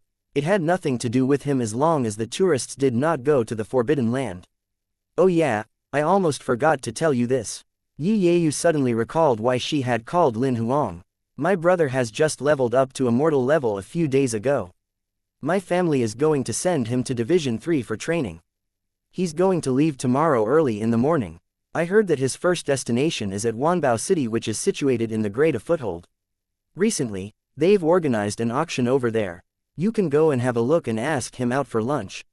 Lin Huang knew that Yi Yeyu was worried about Yi Zheng since he was alone and was unfamiliar with the place. He then promised her, "I'm at Wanbao City now. Ask him to call me once he reaches." Thanks. After dealing with the important stuff, both of them chatted casually for a while until Yi Yeyu's housekeeper started urging her to go for lunch. She then hung up the phone. The time projected by Lin Huang's Emperor's Heart Ring was about 6 a.m. now. Both of them had been on the phone for nearly an hour. Yi Zheng has leveled up to immortal level. Perhaps he's one of the youngest people who managed to get to immortal level in Division 7. When Lin Huang was still on white flame level, Yi Zheng had already gotten to purple flame level. Lin Huang did not feel surprised that he had managed to achieve immortal level. He was not even 25 years of age but was already in immortal level. The boy was a genius. The Yi family is sending their eldest grandson to Division 3 for training. They're really strict. Lin Huang was impressed by how they trained the younger generation. At least, the Yi family had their very own way of training. Many others who came from smaller royal families would be unable to compare to them. Yi Yeyu had awoken Lin Huang early in the morning. He wanted to sleep for a little longer as he had been swamped over the past few days and did not get to sleep well. However, he could no longer fall asleep after tossing and turning in the bed for a while. He had no choice but to get up. After taking his shower, he changed his clothes and went downstairs for breakfast. Instead of going out to paint the town red, he went back to his hotel room. He was not a homebody, but the reason why he came to Wanbao City was not to go on a vacation. Lin Huang had rushed back to Wanbao City as soon as he returned from the cursed land because he wanted to attend the auction which Yi Yeyu had just mentioned. On the sofa in the living room, he browsed through the auction website and began looking at the items. There was a variety of items being sold. However, there were only a few photos and a brief description of each of the item. The prices were not mentioned at all. There are a total of 273 items. The auction will officially start 3 days later, but I can't afford anything now. Lin Huang forced a smile helplessly. When he had upgraded to gold flame level in the cursed land, the true god level life fire had almost engulfed all his life crystals. He could not afford to place a bid on almost all the items displayed on the website, let alone buy them. After the auction has ended, there'll be an underground auction that sells illegal items. I heard that they have God Crashers this time. I've no idea if that's true. The God Crasher was the reason why Lin Huang came to Wanbao City. Chapter 778. A way to make money. Among the 6 God Crashers that Lin Huang had, 5 were completely destroyed during the battle with the evil spirit. Absolutely nothing was left. The last God Crasher he had was severely damaged and could only be used as a decoration now. He had lost his trump card. Therefore, when he heard about the news of the God Crashers, he immediately rushed to Wanbao City. Upon arriving at Wanbao City, Lin Huang found out that he was facing a severe problem. He had no money. The divine fire in his body had engulfed all his life crystals. He might not even be able to afford an ordinary item, let alone the God Crashers for sale at the underground auction. The 33rd edition of the God Crasher is the latest model which the Union government is selling at 280 million life crystals. It'll be priced at 350 million life crystals or more at the underground auction. Even the rest of the older models that have become obsolete are going to cost me more than 80 million life crystals. The 28th edition of the God Crasher that experiences deteriorating performance used to fetch 230 million life crystals on average at the underground auction, he thought to himself. The reason why the 28th edition of the God Crasher was expensive was simply that it was the most successfully modified model of the 3rd generation God Crasher. Everybody knew that the 3rd generation God Crasher was the most powerful one and that its only limitation was that it could only be used 10 times. According to the test data, the 28th edition of the God Crasher managed to achieve 82% more power than the 3rd generation one. It was known to be one of the best versions of the 3rd generation God Crashers. In addition to that, new materials had been used to replace the old ones, solving the problem that occurred due to the restriction imposed on the number of usages. Many of them were optimistic about the 28th edition of the God Crasher. After using it, the Union government discovered that despite having been able to overcome the problem of the number of usages, another issue arose.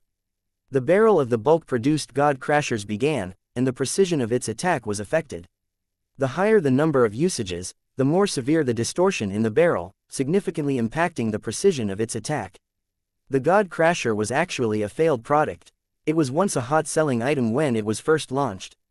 However, after the problem of the distortion in its barrel was revealed, the new generation of God Crashers rapidly replaced it. Some of the top gun masters were fascinated by this product and even boasted of it being a masterpiece because the precision of its attack could be adjusted personally. Although an ordinary gun master could only use it 30 times, many of the mighty gun masters could use it for about 80 times without affecting its precision.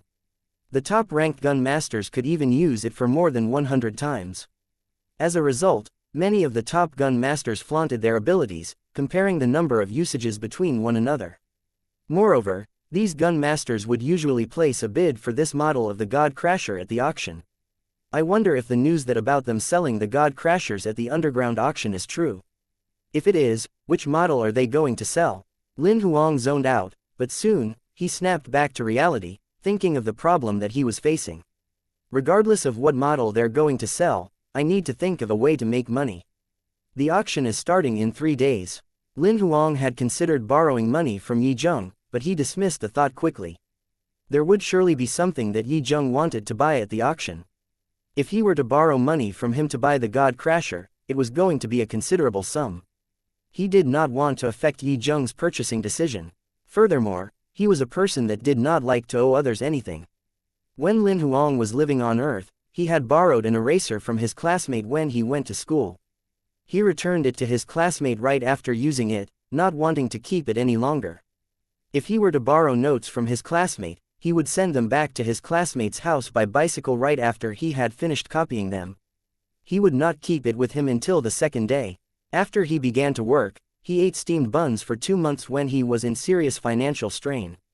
The steamed buns cost him 2 yuan for 2 meals and the preserved vegetables cost him 1 yuan and 50 fen.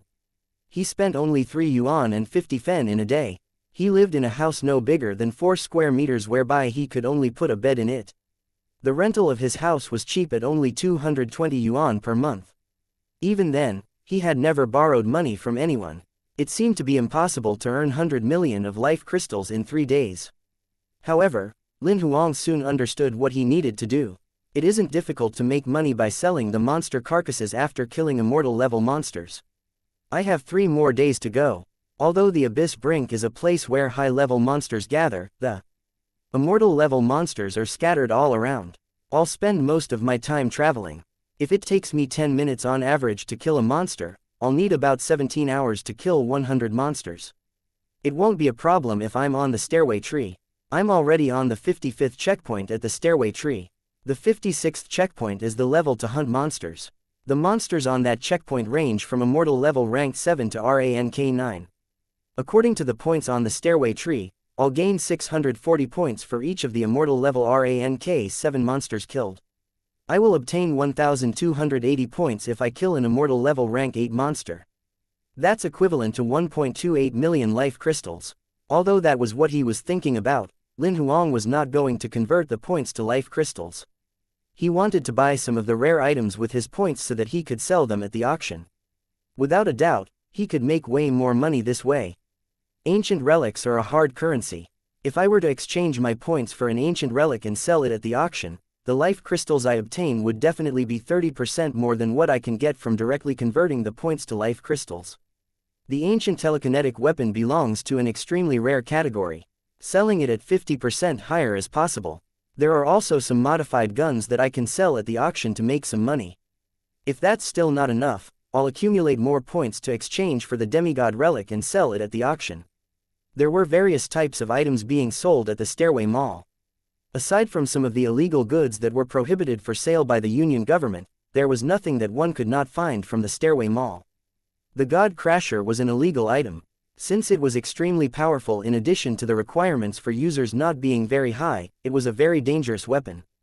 Unlike Lin Huang, not every one of them would buy the God Crashers for emergency use. Many of them who bought items like this from the underground auction were from the underworld. Organizations such as the Hunter Association and the Adventurer Paradise would not need to buy weapons from the underground auction as they could directly purchase it from the Union government. After making up his mind on how to earn money, Lin Huang did not hesitate any longer. He immediately tapped the Genius Union's website, which he had not visited for a long time, open. He then logged into the system after scanning his identity code. Since Yi Zheng isn't here yet and nobody is going to interrupt me, let's collect some points first. Chapter 779. I'm logging in to collect points. The 55th checkpoint on the stairway tree was the 4th human gathering point. When Lin Huang was still a blue flame level, he had almost given his all to reach this checkpoint. He had not logged into his account for about 2 months and had never used the points he collected. However, he was still ranked first on the leaderboard. All the members of the Genius Union could see the name who ranked first on the leaderboard light up the second Lin Huang logged in. All of a sudden, the Genius Union that had gone quiet for almost a month became active. He disappeared for 2 months, and now, Lin Xie has finally logged in. I wonder if Lin Xie is going to collect more points this round. Do you think that he's still on the 21st checkpoint? Starting from the 56th checkpoint right until the 60th checkpoint, the monsters on any of these levels will be on immortal level ranked 7 to rank 9. Lin Xia's combat strength is only on blue flame level regardless of how strong he is. Do you think that a blue flame level is capable of dealing with the monster horde that consists of immortal level ranked 7 to rank 9s with ease? You're right, although 2 months have passed and he has leveled up to purple flame level, it's less likely that he's capable of doing so. Of course, Lin Huang had no idea that the people were discussing him. After logging into the Genius Union, he did not dive headfirst into the challenge. He headed directly towards the foothold of the Heaven Alliance. The 55th checkpoint on the stairway tree was one of the checkpoints with the most intense competition among all other organizations because most of their combat strength was on immortal level ranked 7 to rank 9. There were many formidable challengers there. Despite the challengers on the 63rd checkpoint being much stronger, the number of challengers on that checkpoint was less than 100th of those on the 55th checkpoint. On the 55th checkpoint of the stairway tree, the number of members from the Heaven Alliance alone had exceeded 1,500. Of course, the Heaven Alliance was the organization with the most number of challengers on this checkpoint. The Hong Alliance ranked second, and the number of challengers who lingered at this checkpoint was more than 900. There were about 800 members from the Tang Alliance that took third place. There were a total of 268 genius organizations in the Genius Union. As one reached the 55th checkpoint, it was pretty easy to determine who the strong and the weak ones were. Those that managed to get into the first echelon would, of course, be the Heaven Alliance, the Hong Alliance, the Tang Alliance, and the Divine Alliance. They had more than 500 members on the 55th checkpoint. 11 organizations got into the second echelon, and they had more than 100 members on the 55th checkpoint. The number of challengers was slightly higher at the third echelon as there were about 50 of them. There were more than 20 of them who managed to reach the 55th checkpoint. Next would be the fourth echelon with only a few of them who were capable of getting to the 55th checkpoint. It was the echelon with the most members, about 180 of them.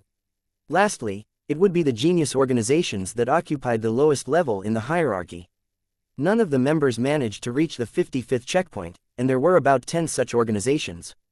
Of course, the Heaven Alliance was known to be the strongest genius organization in the Genius Union, not because of the number of people they had.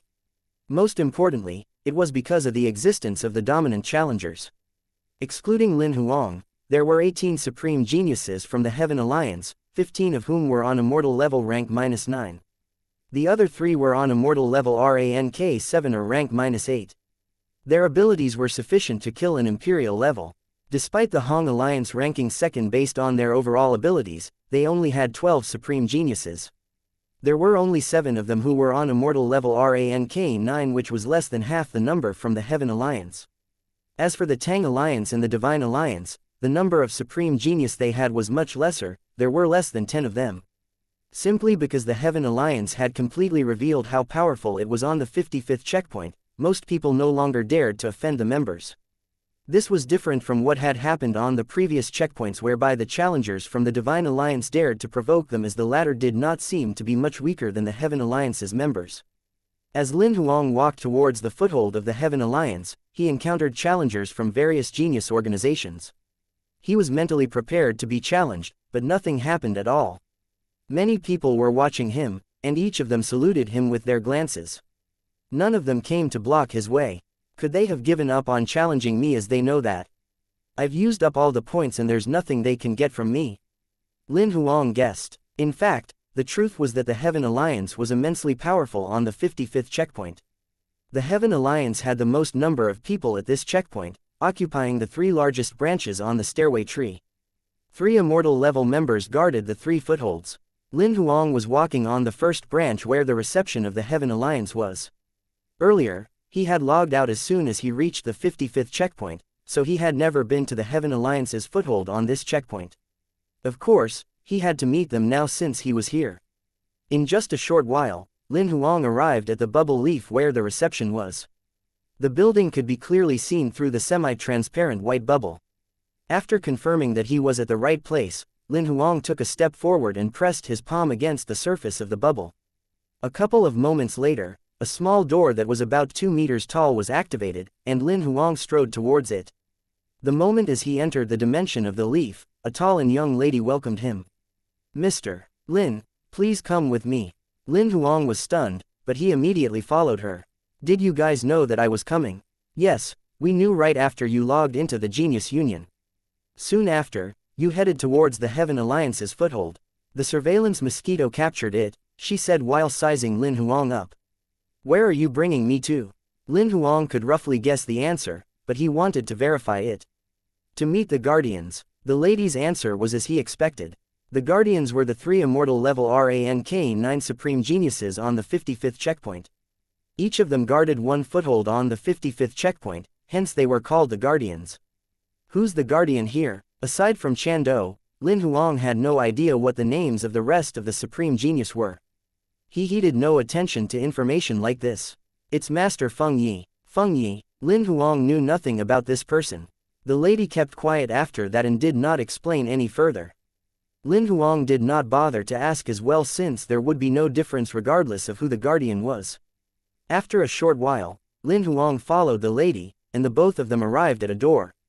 "You may enter." It seemed like the lady had something else to say, but she ended up keeping mum. Lin Huang frowned as he noticed this and he pushed the door open.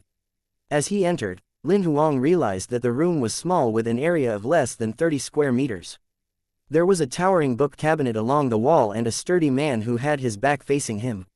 He was standing in front of the book cabinet as if he was looking for something.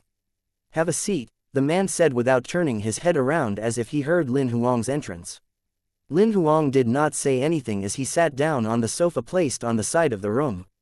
After several moments, the man took a book from the book rack and turned around. He then put the book on his desk and started studying Lin Huang. After studying him, Feng Yi then said without any facial expression, "Lin Xie, let us know if there's anything you need from us. Chando has told us all about you." Nobody could ascertain if he were pleased or upset by his voice. Lin Huang thought that he would make small talk with him first. Unexpectedly, he was so straightforward. "Let me be frank with you. I need the complete details for the levels after the 55th checkpoint, including the information after the 63rd checkpoint," Lin Huang told him his real intention. Feng Yi frowned but soon, he maintained a neutral expression.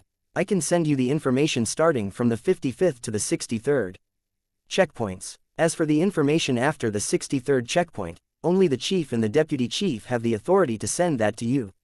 I don't have sufficient authority over that." "It's okay, I'll have the details from the 55th to the 63rd checkpoints then. I'm not urgently in need of the information after checkpoint 63. I'll get it from the chief later on when I'm free." Lin Huang nodded. He was not surprised. Many organizations treated the information about the stairway tree after checkpoint 55 as private and confidential. The information for the checkpoints after checkpoint 63 would, of course, be top secret. "I've sent you the information. It belongs to the Heaven Alliance's internal database. You're not allowed to reveal it to others or send it to the rest of the Heaven Alliance's members that are below the 55th checkpoint. You have to keep it with you. Of course, the document itself has been protected. You aren't granted any authority to forward it to others." Feng Yi had solid multitasking skills. Before Lin Huang could even finish his words, the file had already been sent. "He's really an impetuous fellow," Lin Huang thought to himself. "Is there anything else that you need?" Feng Yi asked. "No, thank you." Lin Huang shook his head, getting up from the sofa as he was about to leave. As he took a few steps forward and was about to reach the door, Feng Yi's voice was suddenly heard coming from the back. Are you coming back to attempt the 63rd checkpoint? Lin Huang stopped, turning around and looking at Feng Yi. No, I'm not. I'm logging in to collect points, but I'll try and see how far I can go at the next login. Chapter 780. Secret Forest. The 55th checkpoint on the stairway tree was not only a human gathering point. It was also a lush forest. Perhaps people would see moss and fungus growing on a regular tree, but that was not what one could see growing on the trees at checkpoint 55. Standing on the base of the branches of the stairway tree at checkpoint 55, Lin Huang lifted his head, gazing at the trunk on top of him. The large tree trunk was now entirely covered by the ancient forest. The roots of the big tree penetrated deep into the bark of the stairway tree. There were also various types of wildflowers that grew from the bark. Lin Huang was surprised by what he just saw. After climbing more than 50 checkpoints on the stairway tree, Lin Huang knew how hard the bark of the stairway tree was. He was unable to damage the bark despite attacking it with all he had. He even doubted if the stairway tree itself was something that could be destroyed in the virtual world. Naturally, he was surprised when he saw the grass that grew from the bark of the stairway tree. I guess this is the secret forest. Lin Huang studied the forest curiously. He had briefly browsed through the information provided by Feng Yi and knew that the 55th checkpoint on the stairway tree would not be as simple as he thought. The unique thing about the secret forest on the 55th checkpoint was not the flowers on the tree branches. What drew the people's attention were the special rules imposed on this level. All the creatures that entered the secret forest, be it humans like Lin Huang or monsters that were used to staying on the stairway tree, experienced shrinking. Their body sizes would be reduced to 1,000th of their original size. That being said, if a person as tall as 2 meters entered the forest, that person's height would instantly be reduced to 2 millimeters. The decrease in size would happen to all relics and equipment that one had, including one's clothing, shoes, emperor's heart ring and more. There were no exceptions. The shrinking effect caused the climbing route that was initially 10,000 meters long to shorten to 1,000 meters. One was unable to fly on the stairway tree, and teleportation was prohibited from being activated. They could only climb with their hands and feet, and the terrifying gravitational force completely restricted their traveling speed. Even people like Chan Dao, who was capable of killing an imperial level, had his traveling speed completely suppressed to the point that he was now slower than a transcendent. His traveling speed would no faster than an ordinary cultivator with a golden life wheel, let alone Lin Huang's. With his body that had been reduced to a size that was 1,000 times smaller, Lin Huang knew that it would take him at least 3 days to complete the climb that was 10,000 meters long without any rest and without encountering any obstacles. It will take me at least 3 days to complete the climb with this reduced body size. However, the auction would have started 3 days later. Lin Huang grinned. Luckily, I have my own transportation. Thanks to the mighty ape's size, despite being reduced 1,000 times smaller, it can complete the climb in less than a day if it doesn't face any obstacles. Let's get to the 56th checkpoint today. I need to meet Yi Zheng tomorrow morning, then I can start collecting points tomorrow night. Herculean King. Lin Huang crushed the card in his hand and the mighty ape was summoned, accompanied by a low growl. The mighty ape, which was now an immortal level rank 4, was more than 400 meters tall, resembling a small mountain. Lin Huang leapt on the mighty ape's shoulder in a flash, pointing towards the leafy forest. Go through the forest as fast as you can. The mighty ape bounded and entered the secret forest. At almost the same time as it entered the forest, Lin Huang and its body shrunk to 1/1000th of their original size. Lin Huang felt nothing strange during the entire process. The only thing he felt was that everything in front of him became much larger all of a sudden. The mighty ape was slightly startled. It had no idea what was happening. Sensing that the mighty ape was stunned, Lin Huang patted its neck reassuringly. Don't worry, it's the rule of this region to make us 1,000 times smaller. We'll be able to return to our original size after getting out of this forest. The mighty ape nodded its head as it heard what Lin Huang said. It regained its initial excitement from when it had been summoned and quickly scaled upwards. The 400-meter-tall mighty ape shrank to only 40 centimeters following the rules of the forest, turning from King Kong into a humble monkey. However, the changes did not have a significant effect on the mighty ape's movement. Its diminished body size enabled it to be more agile when passing through the tree branches. It loped through the trees at a breakneck speed. Sometimes, It held onto the tree branches to swing from branch to branch and leapt from tree to tree. As it familiarized itself with the forest, its movement became smoother, and its speed got faster and faster. Lin Huang felt that the decision to summon the mighty ape was absolutely spot on. However, he was still very alert towards his surroundings.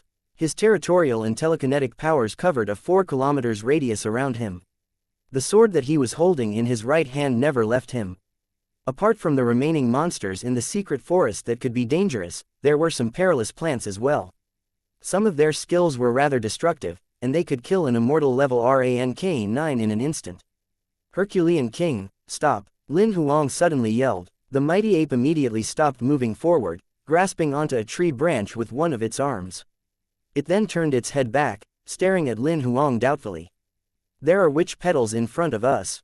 The region that it covers isn't that big. Let's cross that area from the right. Lin Huang's facial expression was stern as he looked towards the front. He had sensed the existence of the witch petals with his telekinetic power. It was a type of demonic plant with enchantment power, and it was talented at casting enchantments on creatures that approached it, causing the creatures to commit suicide. Subsequently, the corpses would be used as its nutrients. The combat level of the witch petals was not high and basically ranged from immortal levels rank -1 to rank 3. The enchantment effect of a single plant could only deceive those who were on immortal levels rank 4 to rank 6. However, the enchantment effect of the plant could be multiplied.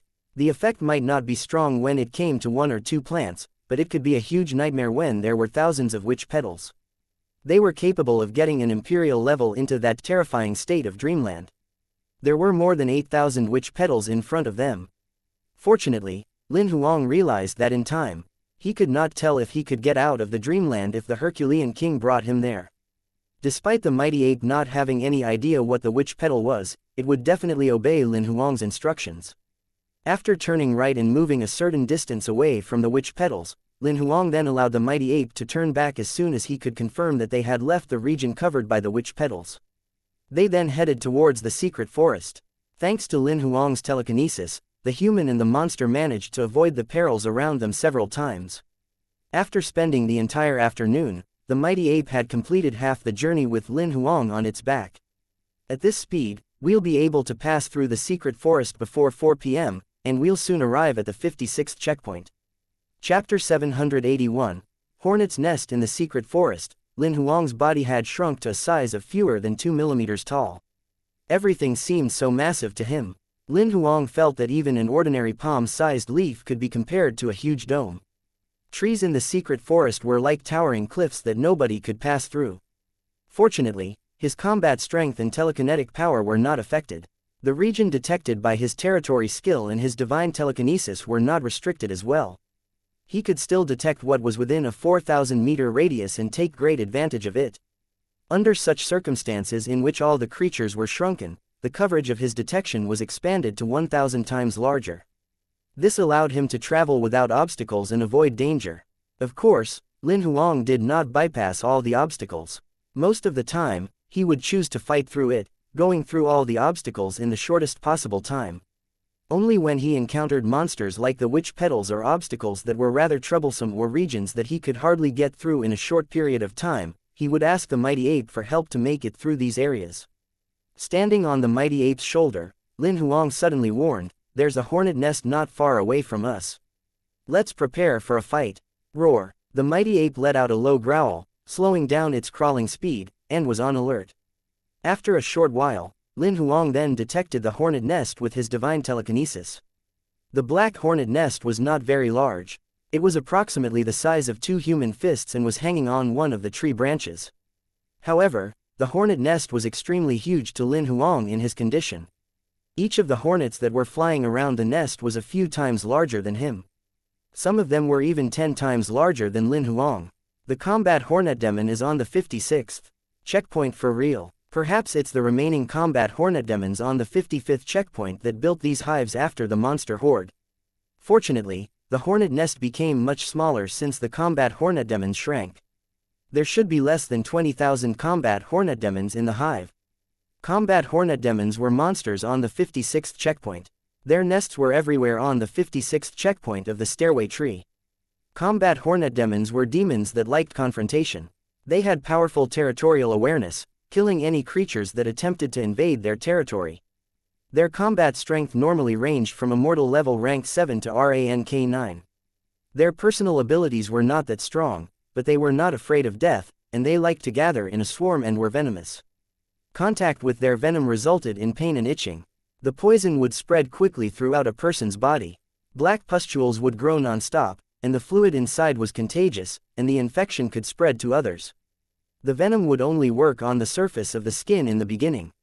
However, after more than 24 hours, it would penetrate through the flesh and burrow deep into the organs after 36 hours. Even the brain would be infected. Eventually, the infected person would then die.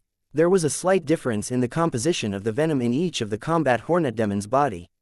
However, the venom could work in multiple doses. If an immortal level rank 9 was injected with a combat hornet demon's venom, the person could only survive for, at most, 40 hours. If a second shot were given to this person by a second combat hornet demon, the destructive effect would be multiplied and the time for it to take effect would be reduced by half. This meant that this person could only live for a maximum of 20 hours. If this person were stung by a third combat hornet demon, the venomous effect would be even worse. Of course, the person's physique had to be able to support the multiplier effect of the poison. Most immortal levels would die as they could not take it after getting poisoned by more than 3 combat hornet demons. Most imperial levels would avoid places with a large swarm of combat hornet demons. This was also the reason why they did not want to offend monsters like this. The venom of a combat hornet demon seemed to have no effect on an imperial level. However, if 7 or 8 combat hornet demons attacked one, the imperial level would be poisoned due to the multiplier effect of the venom. Since the number of poison multiplier was high, they would still die. Seeing the hornet nest from afar, even the mighty ape, who was usually not afraid of anything, stopped moving forward. Although it could not recognize the combat hornet demons, it could still sense that the monster was threatening. Since we've encountered the combat hornet demons here, it's time to try a few of the hunting skills that I've previously thought of, Lin Huang mumbled. Charcoal's dragon flames can restrict the combat hornet demon's venom. Bai's vampire particles can be an excellent defense against the combat hornet demon's attack. Because of Tyrant's defenses and its physique, it has no fear of the combat hornet demon's poison. Lancelot's dark mirror can perfectly guard against the combat hornet demon's attack. Its saber dao territory and sword manipulation are good skills to attack with. Kylie's lightning control can be a counter to the negative effects and should be effective for the demonized poison, while the ghastly clown's telekinetic power and illusion skill are good for fighting in a group. The Eclipse Boa's engulfment ability has no fear of the poison as well. There are also 2 fiends with advanced level bloodlines, the which is now with Lin Xin. Although the mighty ape that had gone through its 3rd mutation was not weak, its ability was still weaker than Bai and the rest. It was not suitable to fight a venomous monster like the combat hornet demon. This fight is not yours to take up. Get some rest first. We'll continue our journey later. After recalling the mighty ape, Lin Huang then crushed the monster cards. Charcoal, Bai, Tyrant and the rest were summoned, and they appeared in front of Lin Huang. The plants, Bai frowned. Charcoal and the rest noticed that the plants over there were strange as well. There are some special rules imposed in this forest. All creatures that enter, including local creatures, will be 1,000 times smaller, Lin Huang explained briefly and immediately got back to his main point. The reason why I summoned all of you today is to kill the combat hornet demons. Bloody will be in charge of the battle. After briefly describing his plan, Bloody then projected the combat hornet demon's information. Bloody did not directly join the fight. He was in charge of strategizing the entire battle to maximize everyone's efficiency to kill. Parasitism would not work on creatures with a combat strength higher than Bloody's. It was currently on immortal level rank 4, while the weakest combat hornet demon was on immortal level rank 7. If its combat strength were not restricted, Bloody could fight all the combat hornet demons alone regardless of how many of them there were. This is just a warm-up battle. There's only a small number of combat hornet demons. I hope that all of you can try your best to follow Bloody's plan, killing the monsters at the highest efficiency. The number of enemies will be hundreds of times larger during the fight on the 56th checkpoint. It'll be much more difficult. Not all of you are immune to the combat hornet demon's poison, but I hope not to see any injuries. Lin Huang glanced at the Supreme Overlord as he said. He was not worried about the rest, but the clown was quite a character. Seeing Lin Huang looking at it, the Supreme Overlord stuck its tongue out, flashing a funny face. Lin Huang then let Bloody take over the conversation. Bloody began distributing the work to each of them. After a short while, Bloody was done assigning tasks to them. Alright, let the slaughter begin. Lin Huang raised his hand up, pointing towards the hornet's nest from afar. Before he could finish his words, Bai and the rest had already headed towards the hive. Chapter 782. A one-sided fight. There were 10 monster cards, and Bloody was there to be in charge of what went on behind the scenes. Kylie, who was in her black armor, flapped the 12 pairs of black wings on her back, and in the next moment, she arrived right in front of the hornet's nest.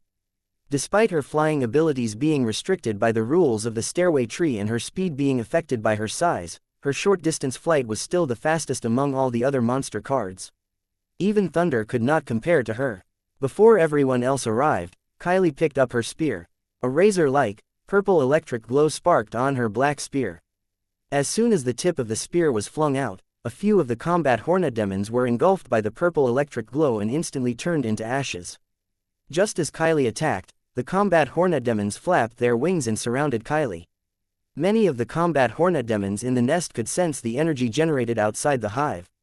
They immediately gushed out of the hornet nest, and Kylie was besieged on all sides. Just before Kylie got entangled in an intense battle, Bai then joined the fight. In its black robe with its 12 pairs of wings on its back too, Bai was a sight to behold. Its wings were made of vampire particles which were utterly blood red in color. Compared to Kylie's wings, Bai's wings were more like a weapon that possessed a terrifying ability to slice and kill. As soon as Bai joined the battle, it was surrounded by another swarm of combat hornet demons. However, it had no fear at all. Its killing speed was even faster than Kylie's. Transforming its vampire particles into sharp blades or thorns, dead bodies of combat hornet demons fell wherever its wings sliced through. Soon after, Bai's attack had lured a large number of combat hornet demons away, and Kylie's side of the battle had become less stressful. Before the swarm of hornets surrounded the both of them, Charcoal and the rest struck. As Lin Huang had leveled up to Gold Flame level, Charcoal's combat strength was upgraded to Immortal level rank -4. It was now 4,000 meters tall. Despite the fact that its body was compressed to thousands of times smaller, it still stood at a staggering height of 4 meters. Charcoal was considered huge compared to the combat hornet demons, which were only about 2 centimeters tall. As it opened its mouth, black dragon flames gushed out of its mouth and enveloped the massive swarm of hornets. Its speed was even faster than Bai's. Not far away from Charcoal, Tyrant crushed the swarm of hornets like a tank. Although its body was less than a tenth of the combat hornet demons, each attack it rained managed to kill the monsters. As Tyrant struck a heavy blow on the combat hornet demons, they exploded without him having to make a second attack. Tyrant had never released its body after feeling the celestial giant's bloodline in his body. Its body had always been only about 2.5 meters tall all the while. Even Lin Huang had no idea how huge it could truly be. Typically, the size of a giant could reach thousands of meters tall, and its body could be as large as a king sea monster or a super gigantic monster. An adult could grow more than 10,000 meters tall. However, Lin Huang knew nothing about the celestial giant. Not much information was passed down from the ancient times. He had referred to many of the information sources in the Martial Hunter College, but he found nothing about the celestial giant. According to what Tyrant told him from the memories it had inherited, the body of the most powerful celestial giant during the ancient times was comparable to a galaxy. It was a tremendously powerful and terrifying creature. Although Lin Huang had never seen Tyrant's real body before, he guessed that even if it was not a celestial giant with pure blood, it would not be any smaller than a king sea monster or the supreme giant. Lin Huang was pumped up when he saw Tyrant's attack strike right into the combat hornet demon's body. Lancelot, the ghastly clown, and the rest of them were incredible. The one-sided slaughter began as soon as they got into the fight with the swarm of hornets. In fact, the combat strength of Bai and the others were only 4 stars. Since they were immortal level monsters that had gone through 3 mutations, they were capable of engaging in a battle to fight enemies that were 2 levels higher than themselves. In addition to that, the gods' blood creatures, the fiends, and the celestial giant had an enchantment effect on their blood. Even if it were only beginner-level enchanted blood, it could fight enemies that were a level higher, let alone Bai and the rest who now had advanced level blood power. They were only 1 step away from getting the pure blood whereby they could then fight enemies that were 3 levels higher easily. Although their combat strength was only on immortal level rank 4, the addition of their combat strengths resulted in their abilities being on par with an immortal level rank -9. Besides, Lin Huang would train them when he was free, and he would occasionally teach them something related to martial arts. As long as they did not encounter a supreme genius, they were capable of handling enemies below imperial level. The combat hornet demon was only an ordinary double mutated monster and did not possess enchanted blood. Even if their combat strength was on immortal level rank 9, they could definitely not fight Bai and the rest. Despite there being a large number of combat hornet demons, they could not harm Bai and the rest. The fight was a one-sided massacre. The horrifying combat hornet demons were like helpless little lambs in front of them as they had no way of fighting back at all. Bloody, who was in charge of the entire battle, did not give any instructions midway at all. At the beginning of the fight, Bloody issued some brief instructions and distributed the work among them. They then did the work on their own. Bai and the rest knew each other's abilities very well, and they had great teamwork. It took them more than half an hour to defeat more than 10,000 combat hornet demons. Just as Lin Huang was about to recall them back into their card forms, he heard Bloody's voice. He nodded after listening to what Bloody said, gathering Bai and the rest.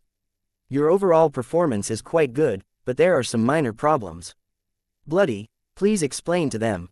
Bloody nodded and stood out from the rest. It then called out their names. Ghastly, I know that your fighting style tends to be lazier, but I hope that you can change your attitude in the following battles. You're only using about 20% of what you've got to protect yourself. You relied on the others to kill the enemies, and it's kind of irresponsible as a team member. Luckily, you didn't slow us down. Otherwise, I'd have asked Master to expel you. Lin Huang frowned, looking at Ghastly. It was the one with the worst attitude among all his monsters. I actually think that the rest of you were capable of handling them. That's why I didn't help out. Since you're telling me this, I'll take it more seriously next time. The Supreme Overlord shrugged its shoulders, worried that Lin Huang might not summon it anymore. Bloody caught a glimpse of the Supreme Overlord and did not say anything else, shifting its gaze towards Bai. Bai, you went too deep into the monster horde. Your physique isn't completely immune to the combat hornet demon's attack like Tyrant. Although the defenses of your vampire particles is quite good, I guess you'll still collapse if you're attacked by tens of the immortal level rank 9 combat hornet demons. I'd suggest you not to go too deep into the battle. Try to reduce the number of enemies that you need to deal with at any one point in time. According to the control you have over your vampire particles, fighting 12 enemies at the same time will be ideal. There won't be a significant increase in your efficiency if you were to fight more enemies. There'll be only a 20% increase in your efficiency at the most. Therefore, as soon as you make it through the monster horde, it's unnecessary to fight 20 to 30 monsters at the same time. You should make sure that you're fighting at the best efficiency instead of the highest killing rate. The latter will cause you to make mistakes more easily. In the following battles, we'll fight in a team. If any of you happen to collapse, the pressure faced by the rest of us will increase. I hope that you're not the one that collapses. Got it. Bai accepted its comment. Bloody nodded its head and shifted its gaze towards Kylie. Kylie, I know that you're pretty strong on your own. However, I wish that you can do better when you fight in a team. Instead of simply killing the monsters, you can actually have better control of the fight by unleashing your lightning control. Attacking with lightning reduces the number of monsters the rest of the team members will encounter, and it'll be much easier for them to handle the monsters. Moreover, the number of monsters killed in this way might not be lesser than what your number from directly killing them. Kylie did not refute and nodded her head, expressing that she understood what Bloody was trying to say. Bloody then pointed out each of their shortcomings and suggested ways to improve. All of them accepted his suggestions. After recalling all the monster cards, Lin Huang looked towards the hornet's nest hanging on the tree branch and grinned. The combat hornet demon's honey is fantastic stuff. Selling it together with the hive will be worth even more. Lin Huang then appeared at the bottom of the hornet's nest in a flash. He took out his combat sword and hacked at the nest for about 7 minutes before storing it in his storage space. After putting the hive away, he summoned the mighty ape again and quickly climbed towards the forest. Chapter 783, the 56th checkpoint on the stairway tree. The second half of the journey in the secret forest went smoothly. It was not because the challenges on the 55th checkpoint were easy. Instead, Lin Huang had taken significant advantage of the situation as the capabilities of his territorial skill and his divine telekinesis were not suppressed, allowing him to avoid the danger. The mighty ape carried Lin Huang along and was guided by him. They did not encounter any obstacles on their way. At about 4 p.m., the both of them finally passed through the secret forest. The moment when the mighty ape swung through the secret forest from one of the tree branches, Lin Huang's facial expression changed. Before recovering to its original body size, he instantly recalled the mighty ape back into its card form. The next second, he returned to his original state. As he landed on the ground, he crouched down and hid in the bushes. He restrained his aura, studying the object that had caused him to turn grave through the gaps between the grass blades.